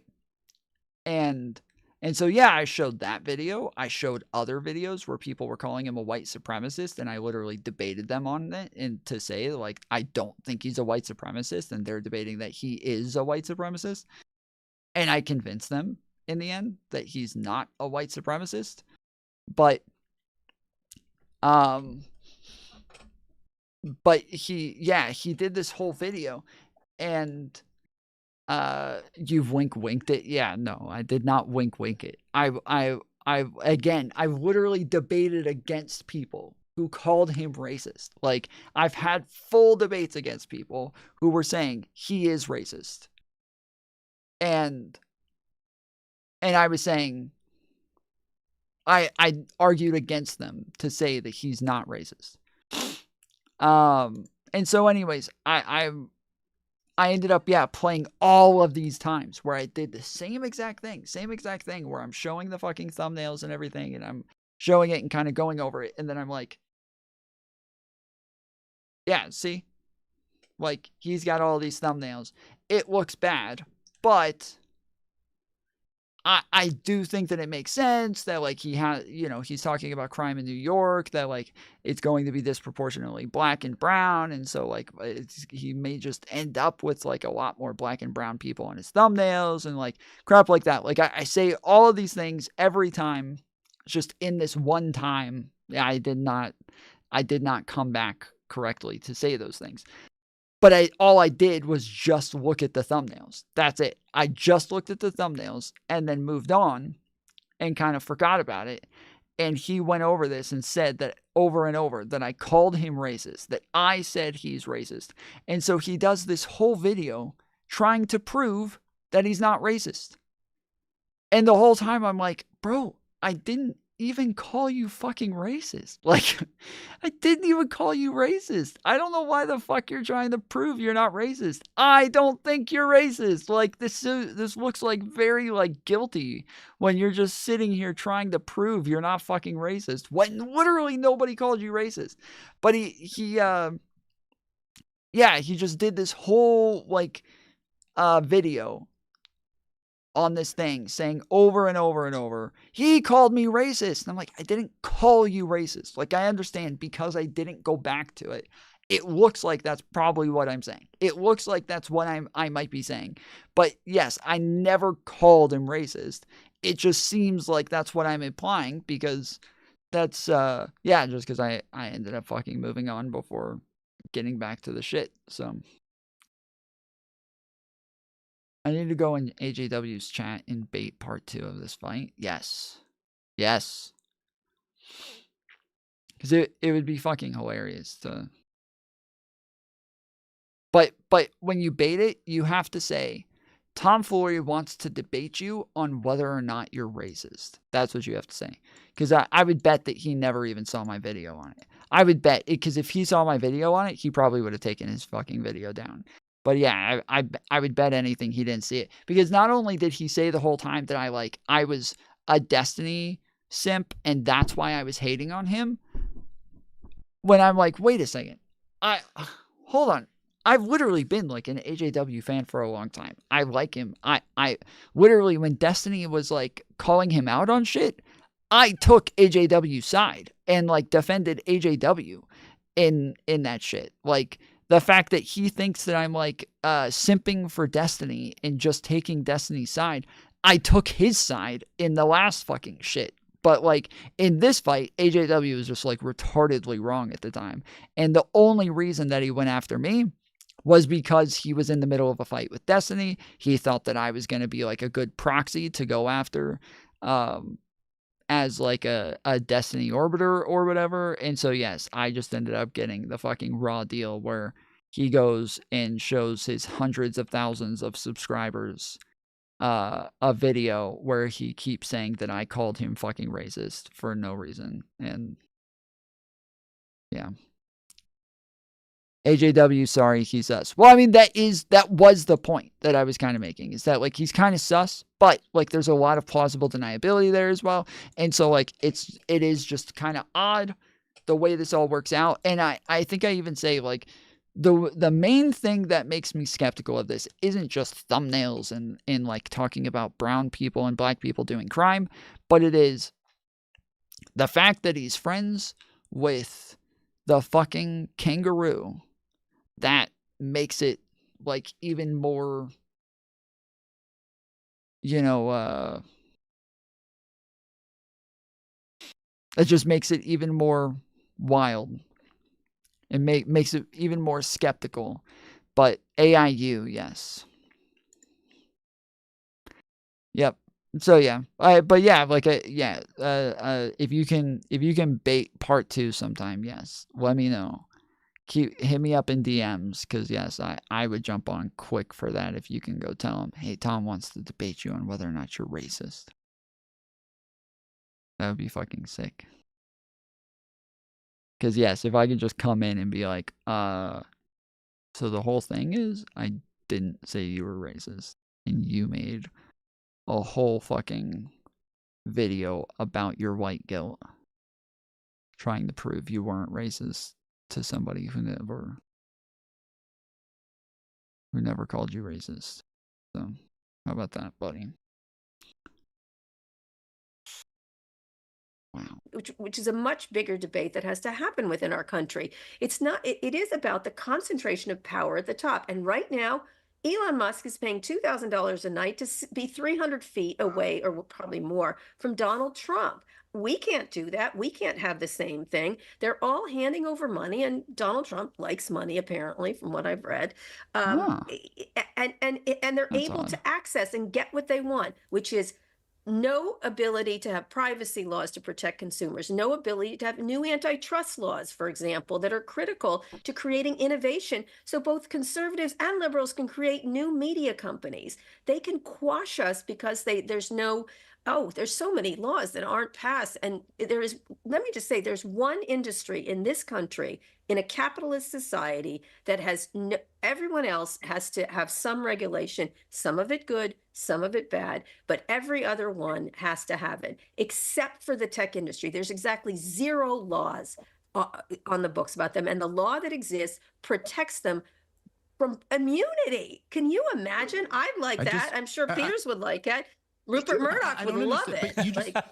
But you opened this by saying I was being naive, and then just totally sidestepped my point. I think you're naive. Other things, some of which I no, don't I think you're naive that foreign governments see this and think candy fucking stores. Oh, sorry, I don't know if I can say that. They say candy store and look at our country that way. Again, that still has. How is that naive? I didn't argue, but I'm still missing the naivete. I didn't argue with that. Is that we are in an information war with these countries, and if we don't understand that we have to have given that the U.S. Look at Tim Pool. Tim Pool, as she's talking about while she's talking about us being in information wars with countries, he's sitting there like, yes, we are at information wars with other countries. Yep. If we don't understand that we have to have given that the U.S. Companies are at the center of it, we have to have some way for our government and these companies to talk to protect U.S. interests, at least in the yes. But you're dodging my point. You're dodging my point, which is that the American people I'm sorry, are I got also lost in an ivermectin, but go ahead. Go ahead. Sure. I'm teasing you. Okay. All right. Fine. Well, my point is that we're also American people. She just said she was just teasing him. What? People are also in an information war with our own government, and that has actually been the most dangerous enemy in this information war over the last 25 years. And so the most dangerous are powerful she is like the best person on this panel, and it's so disappointing that she doesn't know about the fucking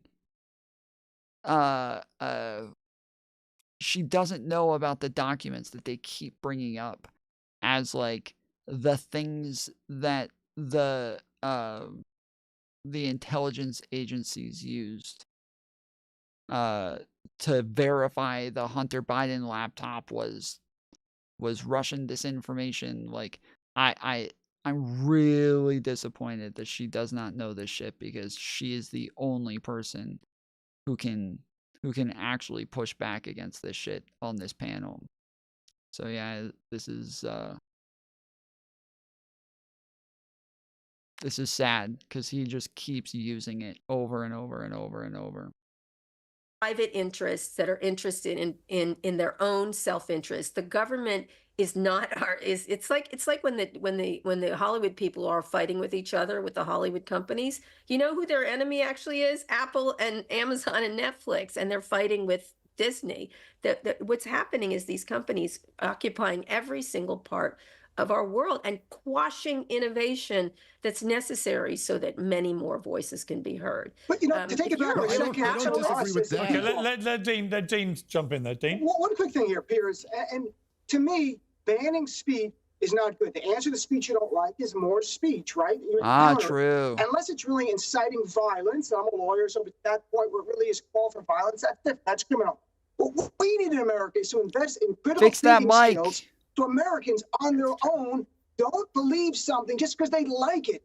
And I say that on the left, as someone on the left, my friends forward me something, I go, there are no links to any sources here. They're like, oh, it's great. They're like, yeah, but there's nothing backing it up.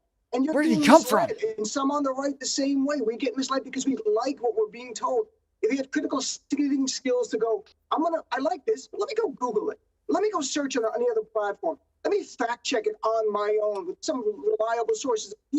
Then this misinformation doesn't get gravitas. It doesn't resonate. We go like, we know it's BS. Dean, that's my. And Carol, you don't look, Carol, today maybe no, but I think honestly, if people are taught the skills to question, then it makes it buffers it. It makes it. I have confidence in people. These tools are addictive. These tools are addictive.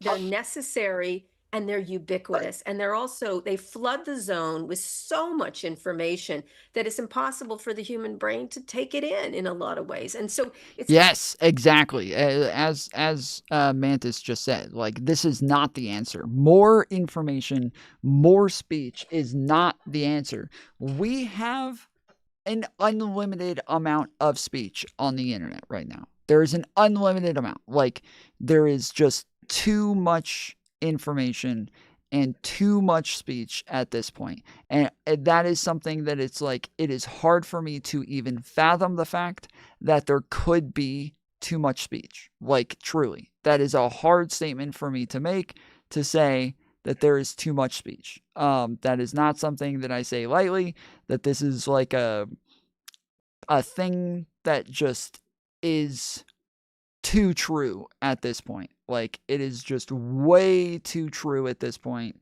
and has been proven too many times to the point that, yes, like, we all know that there is actually too much speech. And so, yes, we have too much information to the point that, like, it's hard for us to tell what's what is true, what is false. I don't know why I'm dumb. I don't know why I'm dumb.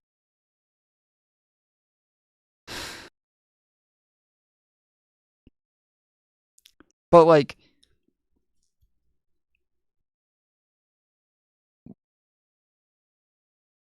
I don't know. It's like, obviously I go back and forth on this, but, like,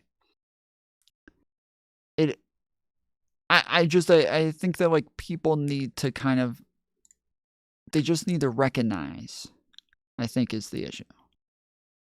I think y'all just better recognize.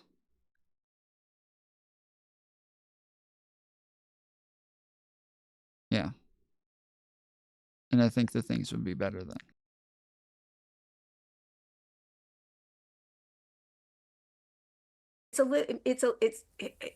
It's so super. I don't believe it's impossible for the human brain to take things in. I think if you teach people, if people want to learn, if they want to question, if they're like, nope, I love it, I get this, whatever it is, Truth Social or a liberal posting, and that's it, that's life, you can't reach them. My question, look, I don't want to agree with MAGA. I don't think we should all agree in America. I think we should debate in good faith and passionately and argue with each other. That's the beautiful thing. But we shouldn't be misled. And there are bad actors at the top who are misleading good Americans. Okay, let me bring in. And my biggest anger with Trump is on that. Let me segue just slightly with Tim, just to Elon Musk specifically, because over here in the UK, he's been basically taking on the country in spectacular fashion, calling for our Prime Minister to be in prison, calling for the King to dissolve Parliament, which he can't actually do, backing this thug who's in prison called Tommy Robinson as some kind of Nelson Mandela figure, and so on. Now, look, I, for what it's worth, I think Elon is a genius, albeit like all geniuses, it's not he's worth anything. flawed. Thank you. And one of his flaws is he's got this tremendously powerful tool now, which is his 200 million followers on his own platform. And whilst I like the fact he's let everyone come back on to X, I think that's definitely balanced things up. And I think he is genuine about his desire to want free speech to return. I am concerned that he doesn't quite understand, or maybe he does but doesn't care, just how powerful his battering ram is when he tweets things like free Tommy Robinson, who is, to most people in my country, an extremely insidious individual who should absolutely not be free right now. Why should Tommy not be free? Well, because he's not the the Nelson Mandela freedom fighter that most people in America seem to think he is. He's a convicted football hooligan who beat up a policeman and got convicted of that. He was convicted of passport fraud, trying to get into America, convicted of mortgage fraud, convicted of 2 contempts of court where he nearly wrecked trials involving the rape gang suspects when they were on trial, nearly literally avoiding justice for the girls in those cases. He's now in prison, nothing to do with the rape gang scandal, but entirely to do with his defamatory conduct towards a 15-year-old Syrian refugee boy, who he first of all defamed, trying to make him the villain of a video where he'd been bullied. This ended up with the Syrian refugee boy suing him, winning £100,000 in damages and nearly £1 million in costs, and the judge telling Robinson, do not repeat these lies. And then he repeats all the lies in a movie that he produces as a so-called journalist, and he goes to prison for contempt of court, which he knows he's committing. So on every level... As a so-called journalist, thank you. This is what I said yesterday, where people are like, oh, he's not even allowed to do journalism. Like, no, that's not journalism, bro. When you've already been proven to be wrong in court, and then you state the facts again anyways... They're like, yeah, but what if now he's proving them? It's like, well, again, that's not a fucking journalist. If you already stated it as true, but you're proving it years later, that's still not fucking journalism, homie.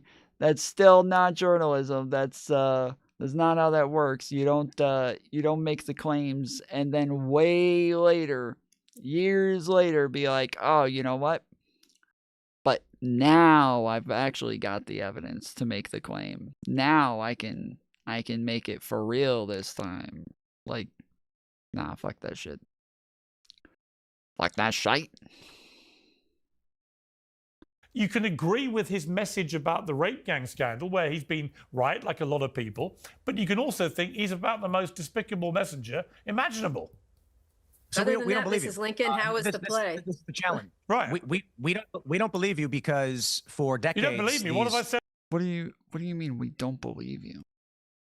We don't believe you that he has all those convictions, or what? Like, I appreciate that that Pierce has like a respect for the rule of law, because he also has a number of legal problems with his journalism as well, where he has gotten in trouble numerous times for reporting things that he was not supposed to report, and then afterwards did repeat some of those things and refused to apologize to anybody that he hurt in the process.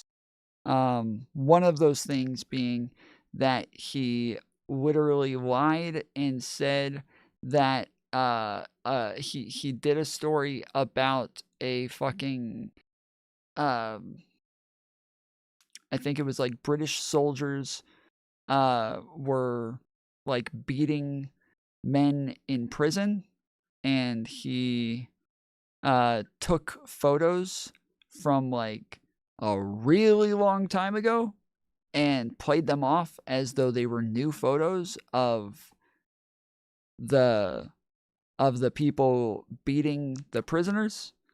And after he got caught, he said, I don't think there's a problem with that. So that's one thing that he did. He took part in a phone hacking scam where him and a bunch of journalists were hacking into phones to get their stories, and hacking into phones of celebrities so that they could write juicy gossip stories about their shit. So yeah, there's a lot of stuff that he's done like this that is just kind of out there.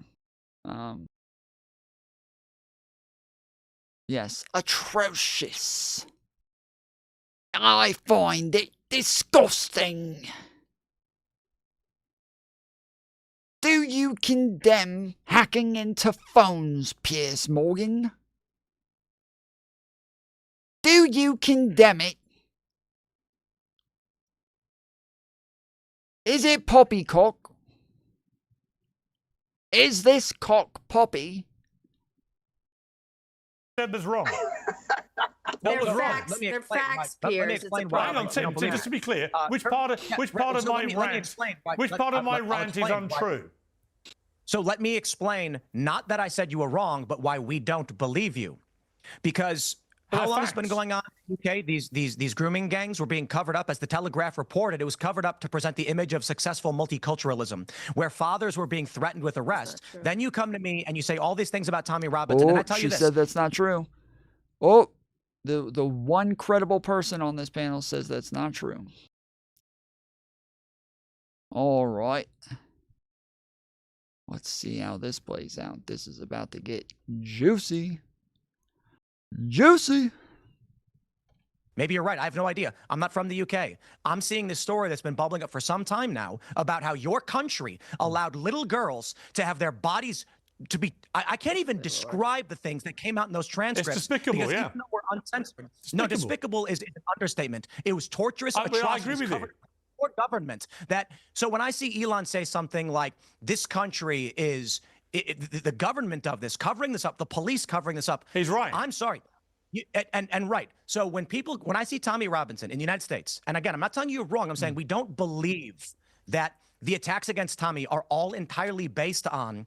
That's dumb, dude. That is a dumb thing to say. Hey, you guys had problems with this one case. So now when Tommy Robinson has like 10 convictions that Piers just listed off, we're not sure that we can trust them because of this one thing that happened 10 years ago. Really? Great logical thought process there, buddy. Oh, this one thing happened this one time, so we don't trust this person at all now. Like, that's not how shit works. Like, this is a dumb argument that tons of people use, where they're like, oh, I think you lied one time, so now you're untrustworthy. Like, it's not really how that works. Like, if you're gonna say that you just don't believe somebody because they got something wrong one time, or because they fucked up one time, or even if they lied one time, you think that now they are just untrustworthy as a whole, you are someone who has standards to where you just cannot trust anybody ever. You're just never going to find someone that you can trust, because you will never find someone who's never lied. Tipped $5. Tom, you shouldn't give Piers the charitability. Piers didn't respect all the convictions Trump had and also kept saying the Olympic boxer is trans woman with no evidence. He is only with the mainstream opinion about Tommy because that's how bad Tommy is. Bro, did you not just hear me list off all of his fucking convictions and shit? Like, all of the stuff that he got in trouble for? I thought you were about to, like, argue with me over, like, how, like, harsh I was being on him or some shit. But instead you said I shouldn't be so charitable to him. I don't think I'm charitable to him. Like, the fact that he's right here just means that he's right. I don't give a fuck about the other shit. Like, he just happens to be right here. But I was very clearly, like, yeah, giving him a ton of shit just a second ago for all of the other fucking shit that he said. If Tim Pool had said, we don't believe you, Piers, because you're untrustworthy, well, that would have been something different. But that's not what Tim said. Tim said, we don't believe you because your government convicted this guy all of these different times, and we don't trust your government. Like, that's just not a good argument. That's just that's some fucking bullshit.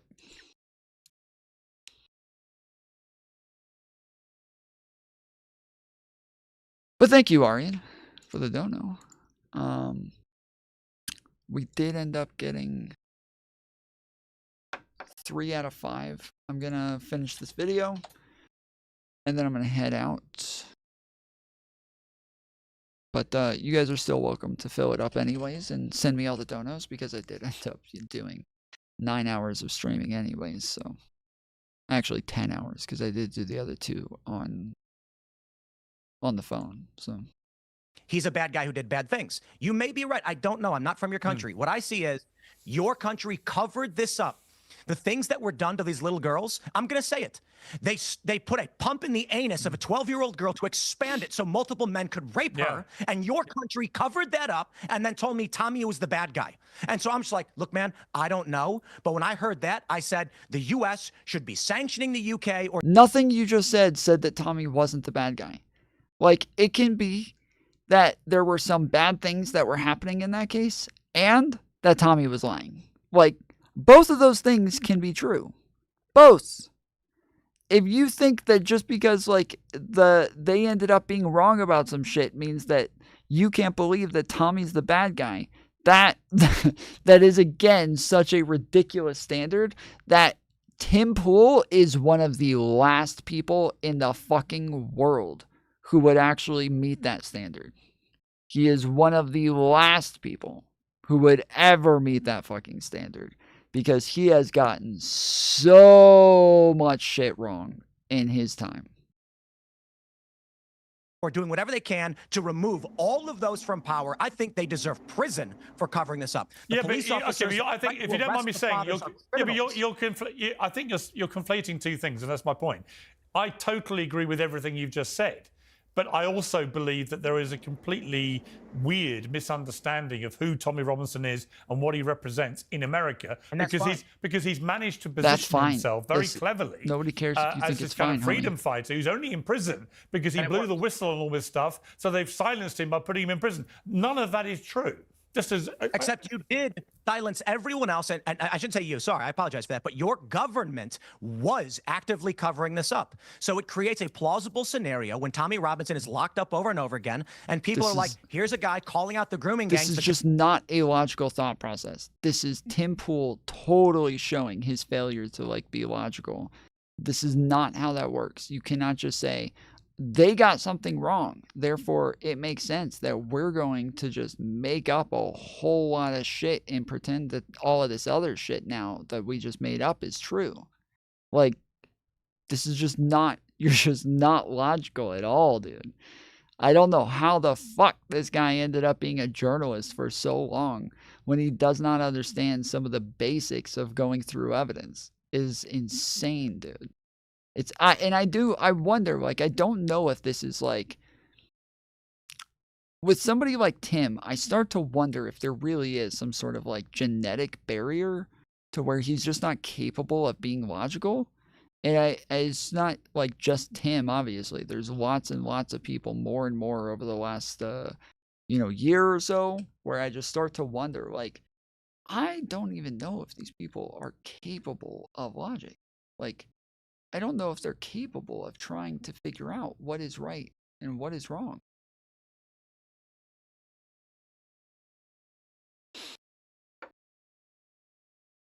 Government is actively covering up, and now they're imprisoning him.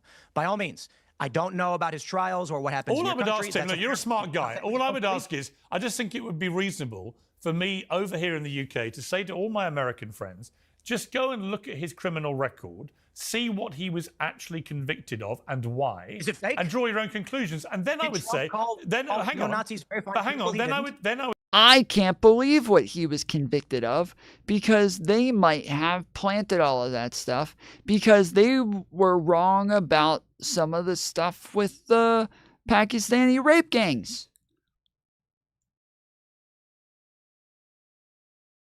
That's the argument that he's using. That's what he's saying. Just FYI. If you didn't know. I would say go and look at the judge's verdict in the defamation case, where you'll see a very, well, it's actually worth 20 minutes of your time. Because what you'll understand. This is what Elon Musk wants you all to do. I'm sorry. All right, Tim. Like, don't let the facts get in the way of a good story, is an expression they use in journalism. The fact that they pulled 34 charges with beyond the statute of limitations. There is no evidence that they resisted prosecutions out of political correctness. The person who was the actual chief prosecutor has supported. No, you're misreading. Well, no, I don't think the Telegraph did report it. I believe that the Telegraph reported that they didn't release the information publicly.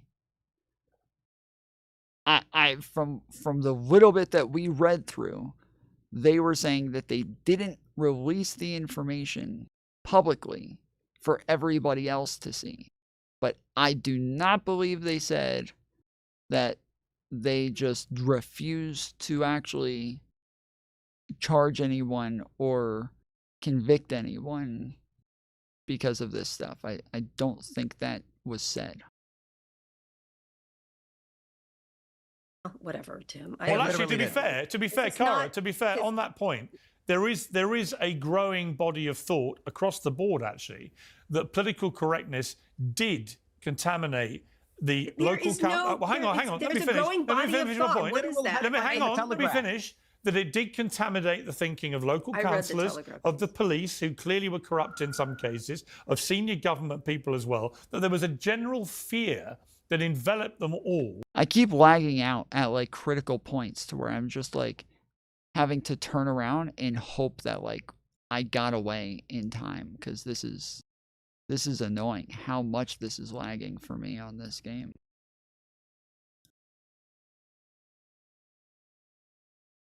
This is gonna drive me fucking nuts. Like 3 different times I've gone to fuck these mother fudgers up, and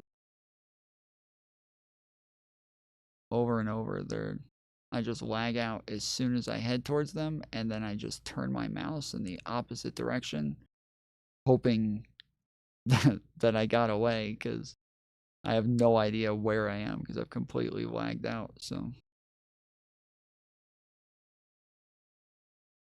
that they couldn't take the action they felt they should take because the repercussions would be they would be branded a bunch of racists. In the Times investigation by Andrew Norfolk, which I think was a terrific investigation, they counted 14 grooming gang prosecutions. In 2022, there were 35 grooming-related convictions in Starmer's last 3 years. This is Elon doing his Elon thing, which is exactly what he does. He takes a small bit of possible problem and mistakes and puts it out, and then Tim gets a hold of it and decides and conflates 3 or 4 different things together so that, possibly you could, and there was a lake. And, it's the same thing that the Loch Ness Monster. It's the same. For my own age. True. I don't get my news from Elon Musk.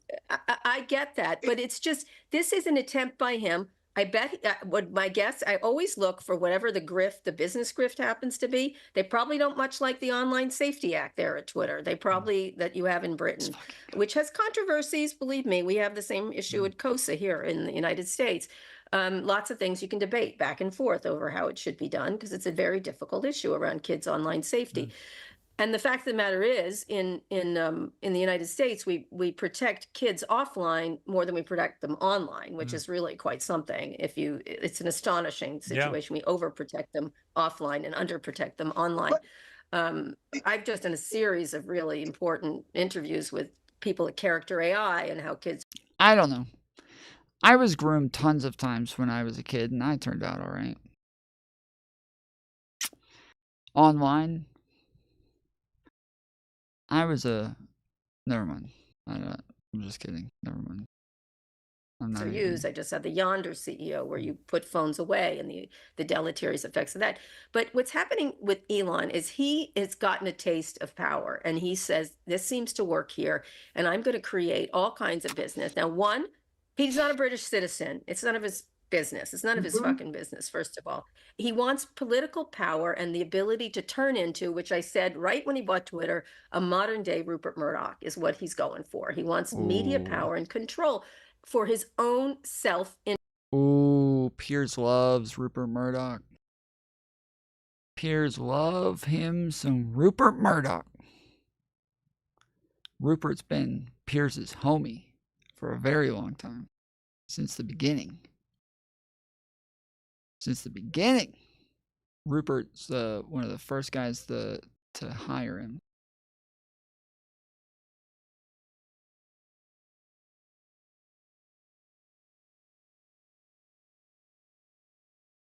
Interest in his own financial interests and his own ability to influence things. If you think, literally, it makes me laugh when you think about the idea of, first of all, they all act like victims. Elon's always on some victim thing that someone's out to get him. When the world's richest people Let's fucking whine go, and moan about dude. how they're victims, how they're misunderstood, how they don't have the thing, when they have got the power and the influence and the money over everything in their own business self-interest, something is going desperately wrong with they're what we are. fucking We are babies. we have an idolatry of victims.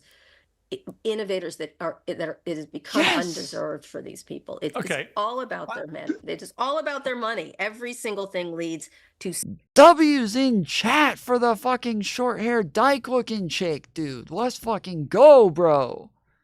Yes! Finally! Some financial. Okay, Dean, you respond, then I'll come to Dave after you. You're right. Quick thing, Piers. First of all, today you called Elon Musk a genius. Yeah. Yesterday I watched his show. You called him a genius numerous times. He's not a genius. Piers, you are a genius. He is a genius. I say that he's not a genius. Look, it's my first time on the show. I'm just kissing up to you. I do think you're a genius in certain ways. You've had success on different platforms. Elon Musk, my friend, is a cancer to democracy. That's what he is. His goal, and I challenge everyone watching, Google Elon Musk and criticism of China. And what you'll find is article after article about, well, Elon Musk refuses to criticize the Chinese leadership. Even Steve Bannon, the philosopher king of MAGA, just said Elon Musk's paymaster is China. Vivek Ramaswamy said in 2023 that Elon Musk is a circus monkey. That's his word, a circus monkey from China. You know, you just have Elon Musk block a budget deal, according to Democrats in Congress, because they had a provision banning investments in China. And Elon Musk wants to build a battery factory and AI storage plant there. Elon Musk's biggest factory outside of the U.S. is in Shanghai. 50% of his cars come from China. This man's all about the money. That's why Piers, he goes after Keir Starmer and Nigel Farage. But I would say, Dave, yeah, I would say this though. In response to that, I would say you can be all about the money, but you can also come from inherently a good place, right, in your heart. And the reason I say that is I look at what he's. Well, let me just present the argument. You can respond. I think that what he's done with Starlink, what he's done with Neuralink, what he's done with Tesla, what he's done with all these things, what really is motivating him? Yes, to make money, but also actually to save the planet. You could argue from itself. I mean, I sat with him for a couple of hours in the summer, listening to him talking about why we have to colonize Mars and humanoid robots, sort of thing. And of course, part of it is he's going to make himself even richer. He admitted that. But also, I just got a feeling of a guy who genuinely thinks the planet is eating itself alive and people like him have to save it. Now, you might not agree with it. No, Piers, there's one thing. Let me tell you. I think let me tell you. That's true. He does have those interests. And I've probably done more interviews with him than anyone else, long form. Yeah, not she anymore, knows. we don't speak. But one of the things that it has occurred to me over the many years is he doesn't want to just save humanity. He thinks he is the savior of humanity. Yeah. In one interview that we did when Tesla was on a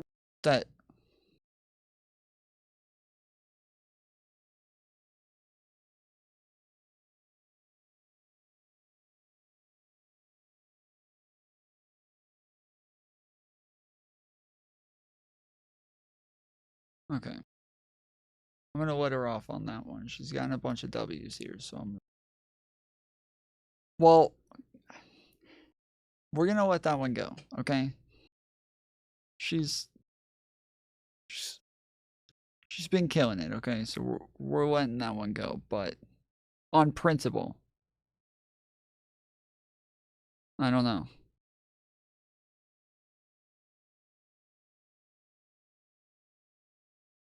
That she said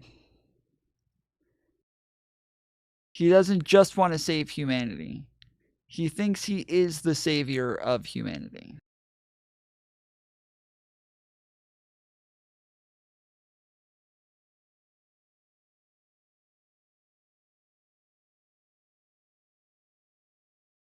Like, what is a savior of humanity?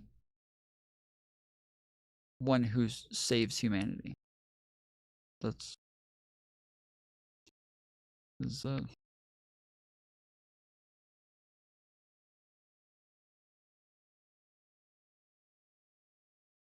I'ma make a pound cake, cake, cake, cake, cake, cake, cake, cake, cake, cake, cake, cake, cake. I'ma make a pound cake. Ropes and was actually getting money from the federal government. He said, if Tesla doesn't survive, humanity is doomed. And I thought that was an unusual and disturbing thing to say. Well, he said if Trump didn't win, I think humanity was doomed. Yes, he's very dramatic. He's a bit of a drama queen in many ways. Yeah. I think he thinks, and one time we did an interview, he thought we all live in a simulation, which I thought was interesting. Which, by the way, we might. How do you know we don't? Well, yeah. You don't. Well, it feels like it every day. It feels prove like we don't. You and I have no idea if we're even really here. Some teenager of the future is fucking with all of us. I get it. I get the whole idea. And they're just playing a video game now. Now Amazon funds Melania's movie. Now this, you could just see them just doing things like this. All right. I want to bring in Dave because he's been very patient. But let me say, I think he thinks he's ready. I'm at 38.7% right now. I'm trying so hard to be like super careful, but I also have 22 kills, dude. Like, that's a lot of freaking kills, bro. That's a lot of kills, dude. So I really want to get them kills up, homie. Like, I'm kind of like willing to take some chances to get some more kills up in here. Just because, I don't know. Because, I'm a fucking killing machine right now. I'm a fucking shark in the waters, dude. These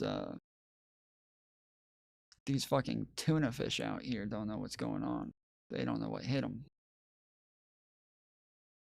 He's a big video game proponent. He's very good at video games, by the way. That is one thing I think he's quite good at. He thinks he's Ready Player One. And yeah, when we talk about Elon Musk, that's what we all think of. You know, one thing that he is quite good at is video games. That's what we all think of. Like, you know, this is annoying, dude. This is actually annoying. Every time I kill someone, I want to go and just take over that entire area that I just killed them in. And then somebody immediately spawns there. They already have 2 people who spawned here. Like, this is getting absurd.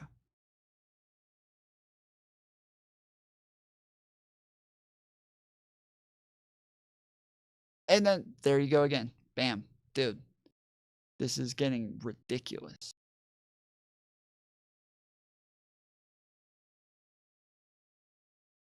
Rest of us are NPCs. Is that right? And non-player, whatever characters.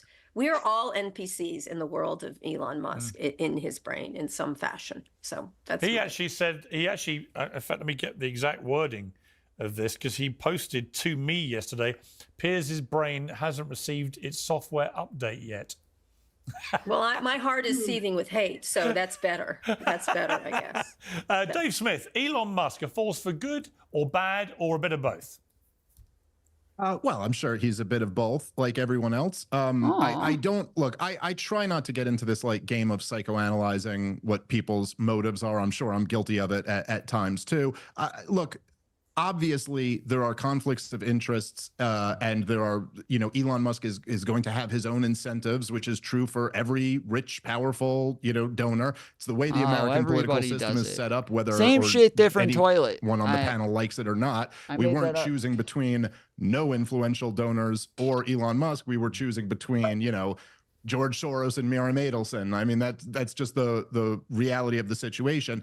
I think that Elon Musk, by buying Twitter for $44 billion, which certainly it's going to be pretty tough to convince me that that was motivated financially. I don't think that was like the best money-making scheme, but I think by buying Twitter, he's done very well with it.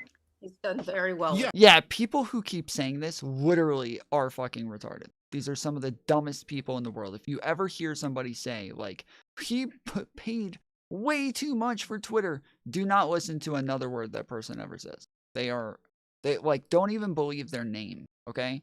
If they tell you what their name is, do not believe them, because there's absolutely no reason why you should.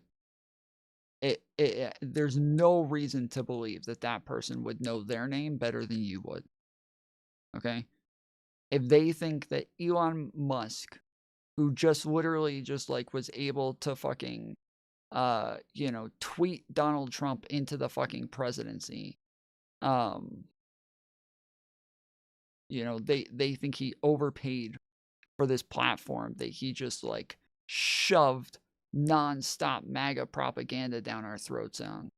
I'm sorry, but when you're able to influence the most powerful seat and position in the world just by like paying millions of dollars like that, I think that most anybody would have taken that deal.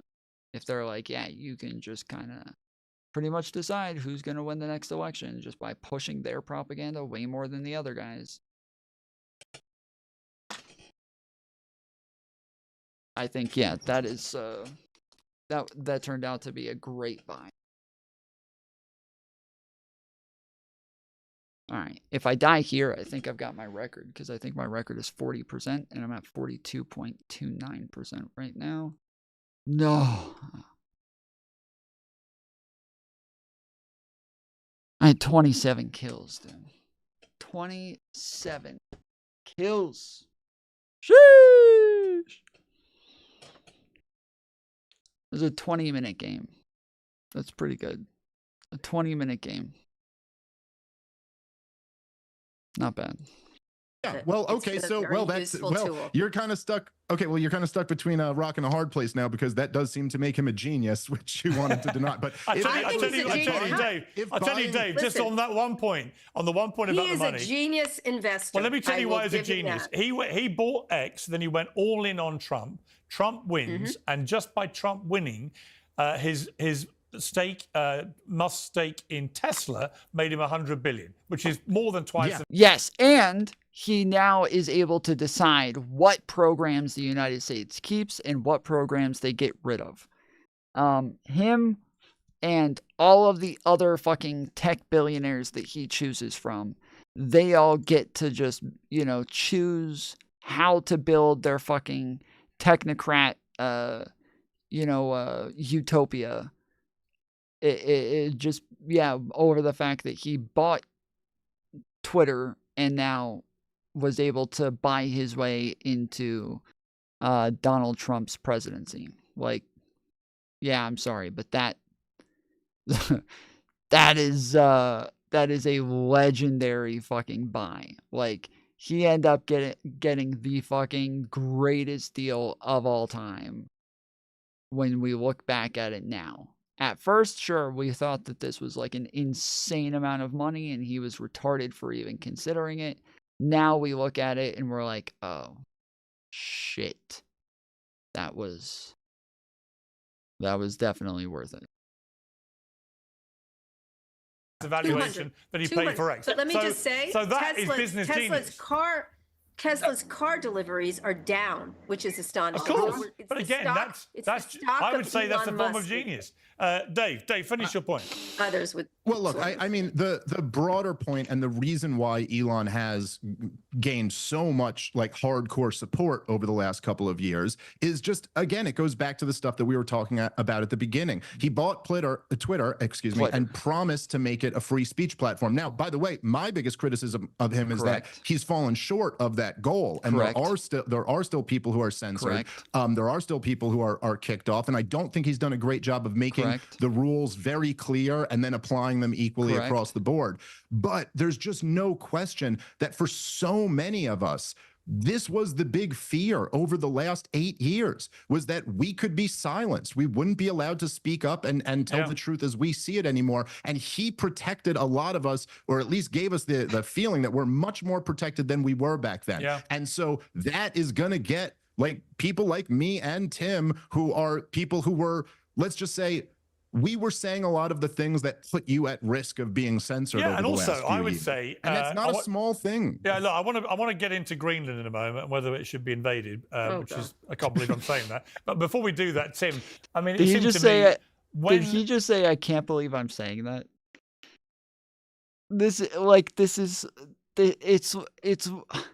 I feel like this probably, there was a there was a Trump cartoon a while ago. I think it was on like Comedy Central or something like that. I would bet that they had like an episode like this. I would bet that they had an episode like this where they're like making fun of Trump in a way and saying like, yeah, like he's going to try to like invade Greenland or take over Canada or some shit like that. And now he's actually like threatening this fucking shit.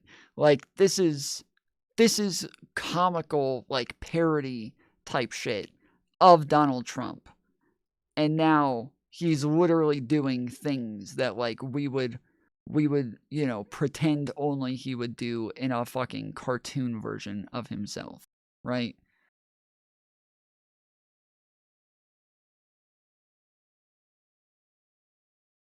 Yeah, I did that. They banned Trump from social media, but they still allow the Ayatollah of Iran and Putin and the head of the Taliban to have accounts. There, right there, was the absurd double standard of what they were doing. But Elon does that too. Elon does that too. No, I'm not saying he doesn't do that to a degree. He forces you to watch him. Listen, I'm not saying by any means he's without blemish. Stop pretending he doesn't use it. But nor should we. No, but Cara, nor should we pretend that the liberals, when they were in charge of the train set, weren't doing ridiculous things. I'm saying the le roi c'est moi. He does whatever he feels like, and by the way, he should. He owns it. Yeah. But let's not pretend he doesn't. When he's in India, he does a different thing than when he's in Venezuela. I agree. I don't know who Jesse Waters is. Devious Chris. Sorry. Yeah, I don't really know what the what the justification is for like banning some of those people and not others. So I'm not really sure on that one. Not banning the Taliban, but banning Putin and Trump. I don't know what the reasoning is behind that.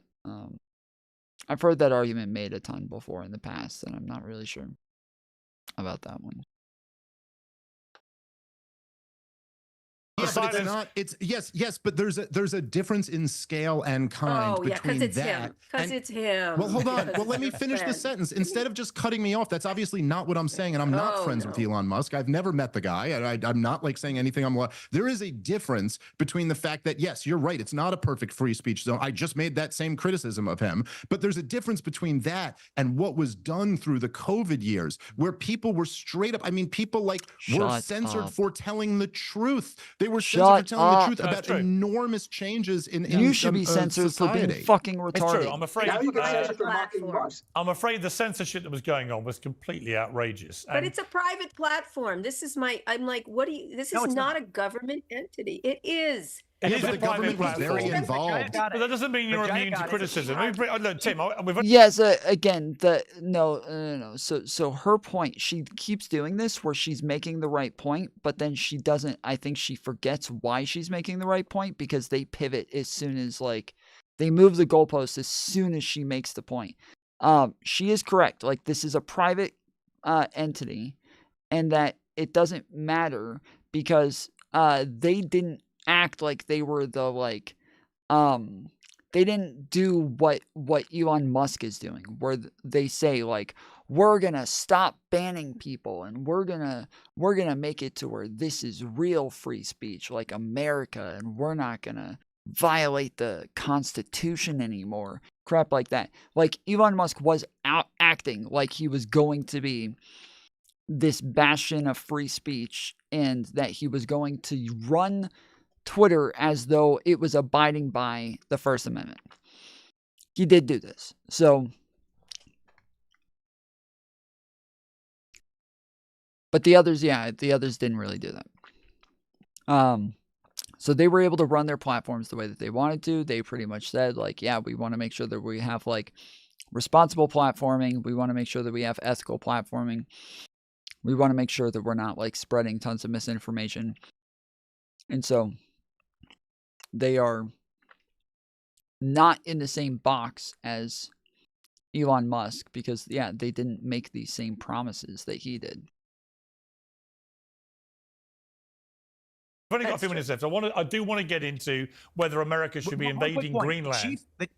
The chief counsel of Twitter was having regular meetings with the federal government, being advised on what to remove, and both X, at the time Twitter, and Facebook operated back doors, which we got to click, and we got to actually load up the login screens for how to do this, and we all got the emails from the Eric Berenson lawsuit showing that they were regularly saying, we're flagging this for removal, and everybody knows when the federal government comes to you and says, we're making the suggestion, wink, wink, we know it's not.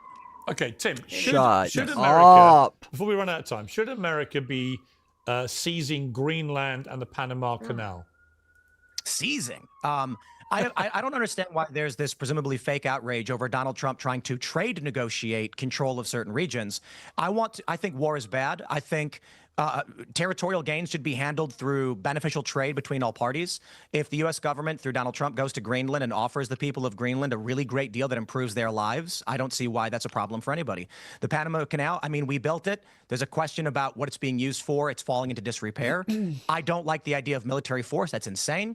But if Trump goes there and says, look, we're going to offer you X amount of dollars in investment, we're going to grow the region, it's going to be good for you, good for me, that sounds awesome. Yeah, Dean, I mean, is there any, I mean, I think the problem was Trump didn't rule out military force, which was, I think, an overreach, to put it mildly. But in terms of, I didn't know much about Greenland and the Panama Canal's history. Look, I'm not going to lie, okay? I love making fun of Trump as much as anybody. Him saying, I'm not going to tell you that I'm ruling out a military intervention. It just is a good negotiation tactic. Like, it just is, to make it sound like that's a possibility, even if he actually thinks it's like way off the board. Technically, it is a good negotiation tactic. I just normally with, like, you know, people like this that we get along with, we don't want there to be like that type of negotiations with them. So this is like a weird scenario where we're like threatening to use military force against countries that we should not be like threatening fucking wars against, like especially places like Canada. Like, bro, that is, you are on a whole other level of fucking like you know, full of yourself at that point. Once you start saying shit like like you're just gonna go and take over Canada. Like, it's true, Canada's just kind of lucky that we haven't done this before, and that we just allow them to exist there. But that's like part of what makes America fucking great, dude, is like that we have not been the crazy imperialist nutcases that all of the past superpowers were. And while that doesn't mean that we haven't had like imperialistic notions or imperialistic types of actions and shit like that, it does mean that yes, we could have taken over so much of the fucking world if we felt like it, and we just didn't. And so again, that doesn't mean that we haven't done things that are imperialistic. It just means that yes, there is a difference between us and every other you know, superpower that has ever existed in the past. We are not them. I just find it disingenuous to act like Twitter has not always placed itself as the town square or center of the marketplace of ideas, etc. It's a private company, and they never talk about free speech. Wait, hold on. They did not present themselves the way that Elon Musk is, where he's acting like this is like all about like free speech and like First Amendment shit. They did not do that. Yes, they did say that they want to be able to like keep as much speech as possible, and they said that they wanted to like they wanted to make sure that people were able to share their ideas because that's the point of the platform. Yeah, they did say that, but they were very clear about the point that like they were going to try to do that responsibly, and that in like kind of like the ideals that they were using to decide what was responsible. I think that like we all understand what it is that they were going for when they're saying that they want to do this shit responsibly. But yes, it's not, I'm not saying that like they didn't want people to be able to say things on their platform. Like, obviously that is the point of the platform. I'm saying that they didn't do it like Elon is, where they're doing it in this like First Amendment version, where they're like, oh, it's about, you know, free speech and being American, and like they didn't do that. They didn't do this fucking like cringe like principle of free speech. They were very clear that like it was about free speech because that's what's beneficial to their platform. That like that is what's beneficial to like them you know, as like capitalists and shit like that. They would say stuff like rhetorically, like, "Wait, I believe in free speech and I think that it's important and an important building block of our country as a nation," and blah blah blah. Like, they did say those things, but again, yes, it was just, it's not the same as what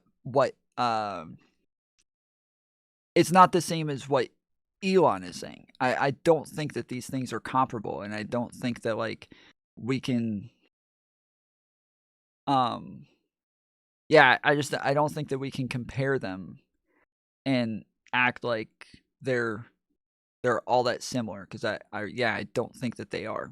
Fuck. When you actually look into it, you know, I saw John Fetterman talking about it. He seems to be a voice of common sense amid all the...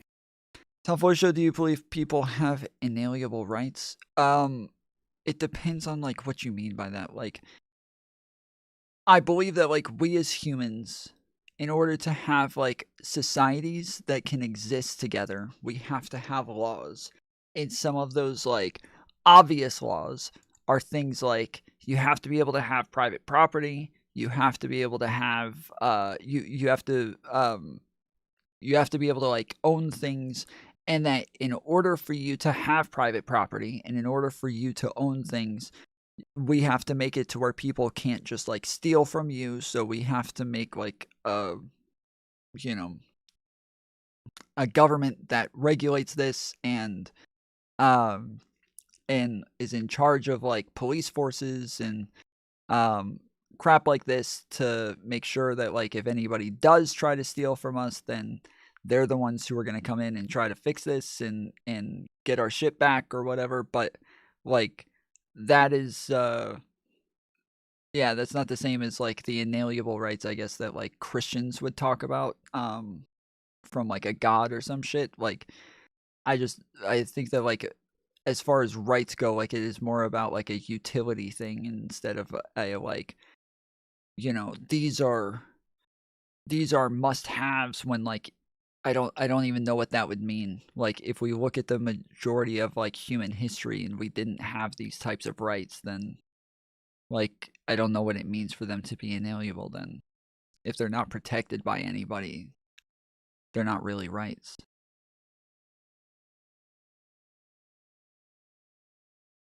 They have to be protected by somebody with some sort of like monopoly on violence. Most libertarians aren't Christians anymore. Yeah, sure. I don't think that libertarians make sense.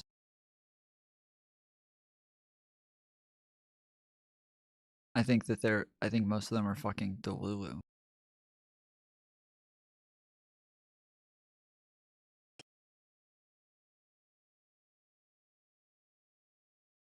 partisan shrieking these days. But actually, when you look at it, there's a perfectly sound argument why America might want to take territorially Greenland if they were up for it, and the Panama Canal. Take your First word, of all, take. with Greenland, Negotiate. If Trump was looking Hang on, at Carl, I will come to you. If Trump was looking for an island to take, I would recommend Aruba. I go there every year. It's really warm. It's nice. I won't have to go through customs. I hate to make it selfish. So that would be, start with Aruba and we'll go from there. Look, with Greenland, the idea of, let's remind Americans, we bought Alaska from Russia in the 1800s, right? if we made a deal with the people of Greenland, because they have the right to choose their way, and they wanted to join America and become a state, and we can work a deal with Denmark, I have an idea, Piers, that can actually work. You make Greenland a state, Puerto Rico, and D.C. a state, all three at the same time. That's a deal. You'll get Democrats on board. We expand the Senate, 2 Democratic senators from each state, probably. Democrats will control the Senate going forward. I love this idea. Wrap it up. Piers, I think I solved it all. Yeah. Dave, Interestingly, Greenland was for Kamala Harris 83 to 13% or something like that. Some number. Cara, did you even? Cara, did you? Cara, be honest. Did you know, Cara, that Denmark owned Greenland? Because I didn't. I did not know that. But here's the thing: they're looking for rare earth minerals. Wait, how did you guys not know this? Trump, in his first administration, got into a big Twitter fight with the lady, I forget what she's called, like the Princess of Denmark or whatever. But I don't know, the president, it's not a president, but it's I don't know, a chief something. Anyways, he got into a big fight with her because he told her that he wanted to buy Greenland from her. And she thought that he was fucking joking. And then it turned out he wasn't joking. And everybody just fucking ripped on him and made fun of him. And I think that is why he's doing this. Truly. I'm not being hyperbolic or anything. I honestly think that is the whole reason that he's doing this. Is that he acted like, if you're going to laugh at me for wanting to buy this, I'll take it from you. And everybody just laughed at him anyways, including her. And she straight up said, I will never do business with you again. I'm never doing anything with you again. You are a fucking idiot. And that was that. And so I think that his ego was really hurt by this. And I think that he wanted to go back and try to get a W out of this. That's what I think. I think that it is all from the last time that he did this shit, that he's trying to go back and kind of, I don't think he likes that he ended up taking the L in that back and forth. And so I think that he wants to go back and get the W.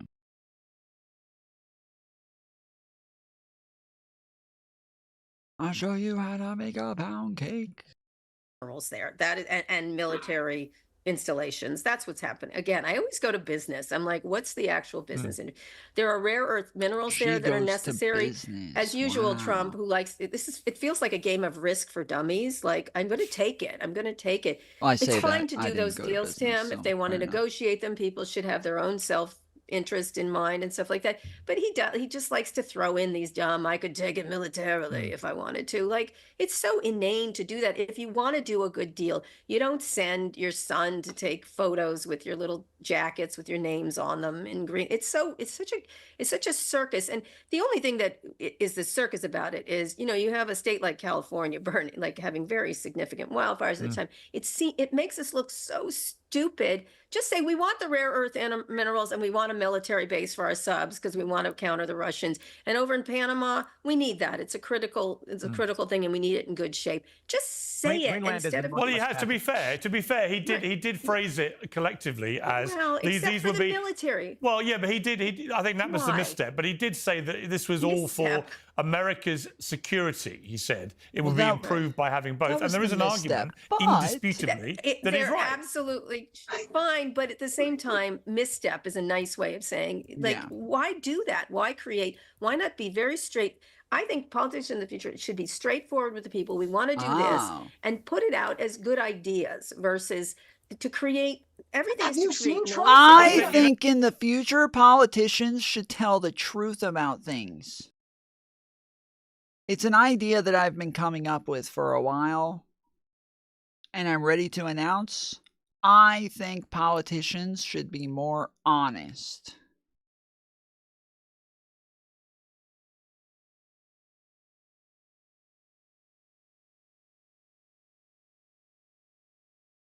You know what? I want to bring Dave Smith in. I want to bring Dave in because the truth is that Trump is a bit like his 60% tariffs with China. Nobody actually expects him to level 60% tariffs. He's taking a battering ram to get what he really wants. And it may be with Greenland. He's just letting it breathe for a bit.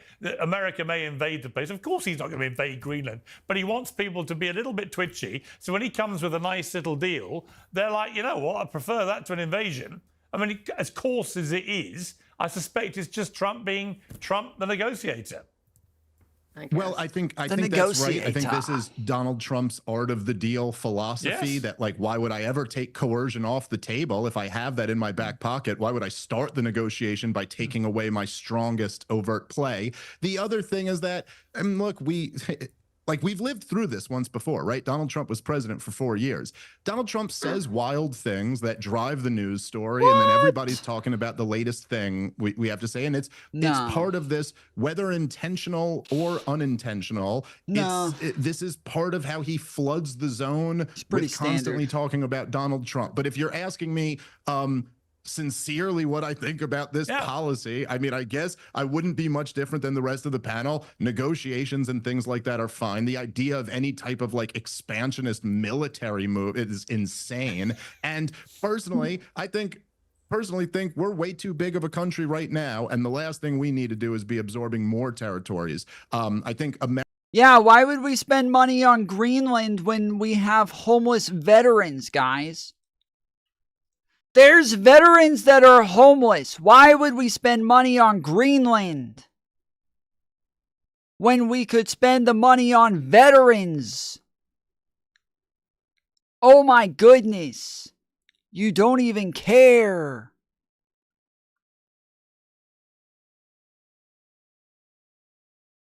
America has many very, very serious problems, and coming off of 20 years of disastrous terror wars and now the proxy wars in Ukraine and in Gaza, I think the last thing America needs to do right now is say, hey, what else can we take on? So look, America is the global empire. We're the most powerful government in the history of the world. We don't need to seize the Panama Canal in order to make sure that we can do business there. There's lots of other ways that we can. You know what, though? When I read that Jimmy Carter gave it away for $1, I think it was, in 1977, I didn't know all that stuff. And actually, when I saw Trump's argument about the Panama Canal, I was like, you know what?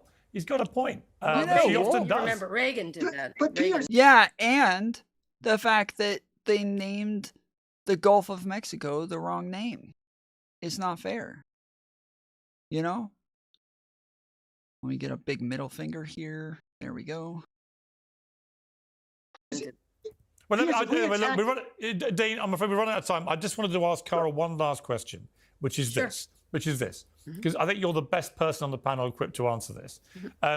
Many people believe it is a matter of when, not if, Elon Musk and Trump have a spectacular falling out. Do you agree? And what timeline are you giving it?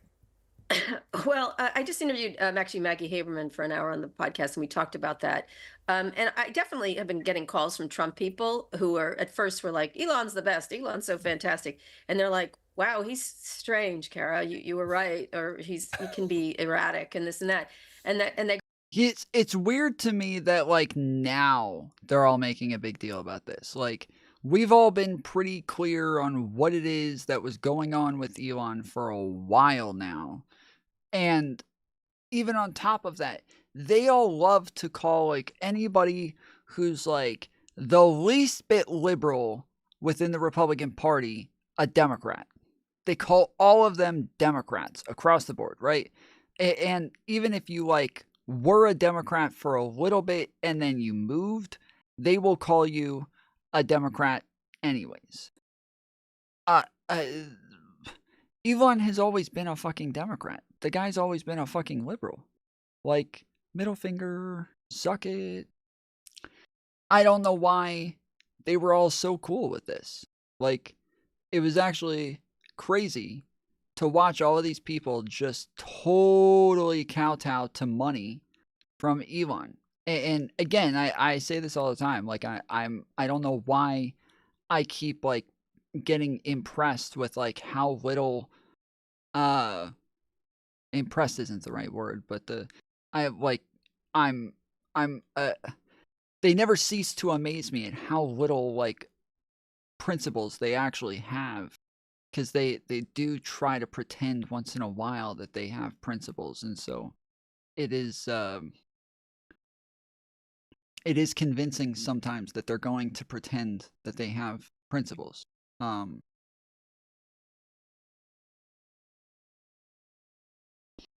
They do convince me a lot that they're going to keep pretending that they have principles. And what's up, Fletch? How's it going, homie?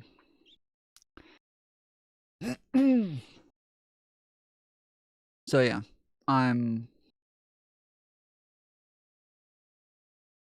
think of the veterans. True.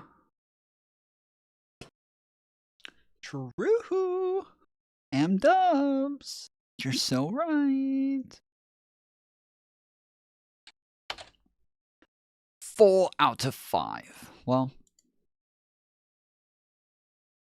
let's let her answer the question, then I'm gonna get off. They go, what do we do? What suggestions do you have? And I just say, good luck, and I hang up. Yeah, anyways, Elon's a fucking liberal. He's always been a liberal. So it amazes me that nobody got mad that a fucking liberal was going to be able to make all of these decisions. Because I'm like, he's yours. He bought you. He broke you. That's how I feel about it. And she thought, and I think she's correct, Trump is irritated by his presence, and it probably will change once he gets to the White House. Brooklyn Queen? It's a very different thing. The question whether he gets a West Wing office, whether he gets one of those blue cards that allows you instant access, that's a good question. See what happens there. I think that she feels like Trump is a one-ring circus, and there's only one ringmaster. And he is irritated behind the scenes, and if you bother him in front of the scenes about it, he'll say he loves him. Because why not love the world's richest man who gave you all this money to help you get elected and was critical to that and can be used as a cudgel against other congressmen and everything else. I suspect there will be a breakup, and it will be spectacular, and we will have to endure it, unfortunately. Personally, I would like to get better characters in a new season of something, but... Endure it. Bro, fucking content creators, we cannot wait for this. Probably in the end, it is a one-ring circus. I think Maggie's right, and her reporting is correct that there is irritation, and in the end, Trump will prevail in that regard. Although Elon will still be the richest. He will. I've got to leave I it feel there. sorry for none of these people. So. I've got to say that was a brilliant panel. So thank you all very much indeed, and I wish you all a very happy New Year. Thank you very much. All right. Thanks, Chris. Bye. Oh ho ho. Righty then. Yeah, so I ended up doing about 11 hours of streaming today. You guys can all shower me with your money, shower me with your donos, shower me with tips, preferably the Take Cash card, Visa, MasterCard, all of those things. The link is in the description under tips. You can send it there. That way, you don't have to fund big tech, okay? Do not give your money to big tech. Give it to me. I want your money. I don't want big tech to have your money. So send it through the link in the description under tips. That way, I get the money, not big tech. I'll probably be back on tomorrow because I am an addict and it is snowing a lot here. And actually, what is the weather here? Okay, Google, what's the weather today? Saturday in Canton, it'll be cloudy with a high of 34 and a low of 19. Okay, Google, is it gonna snow? Probably not. On Saturday in Canton, there's only a very slight chance of snow. Okay, Google, why isn't it gonna snow? I couldn't find an answer to that specific question, but according to climatecentral.org, warmer air holds more moisture, which can fall as snow when temperatures are below freezing. Winter is the fastest warming season for most of Google, the US. When is it gonna snow again? This week in Canton, there's only a very slight chance of snow, but there's a good chance of rain from Friday around 7 p.m. until Saturday around 7 p.m. Okay, Google. Order me a 5-pack of dildos, please.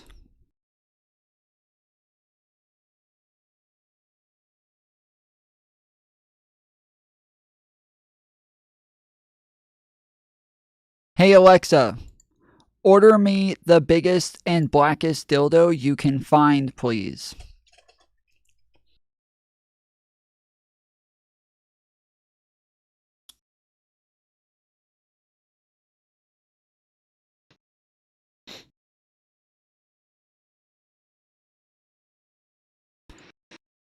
But all right. I'll be back on tomorrow.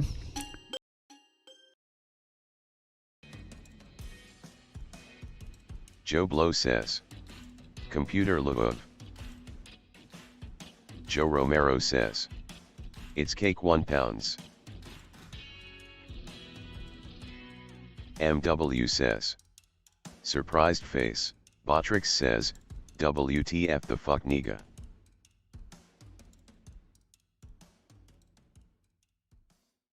Damn, look at that, they broke the mold. Give you some more, make it overdose. Damn, look at that, they broke the mold. Give you some more. Spartacus says,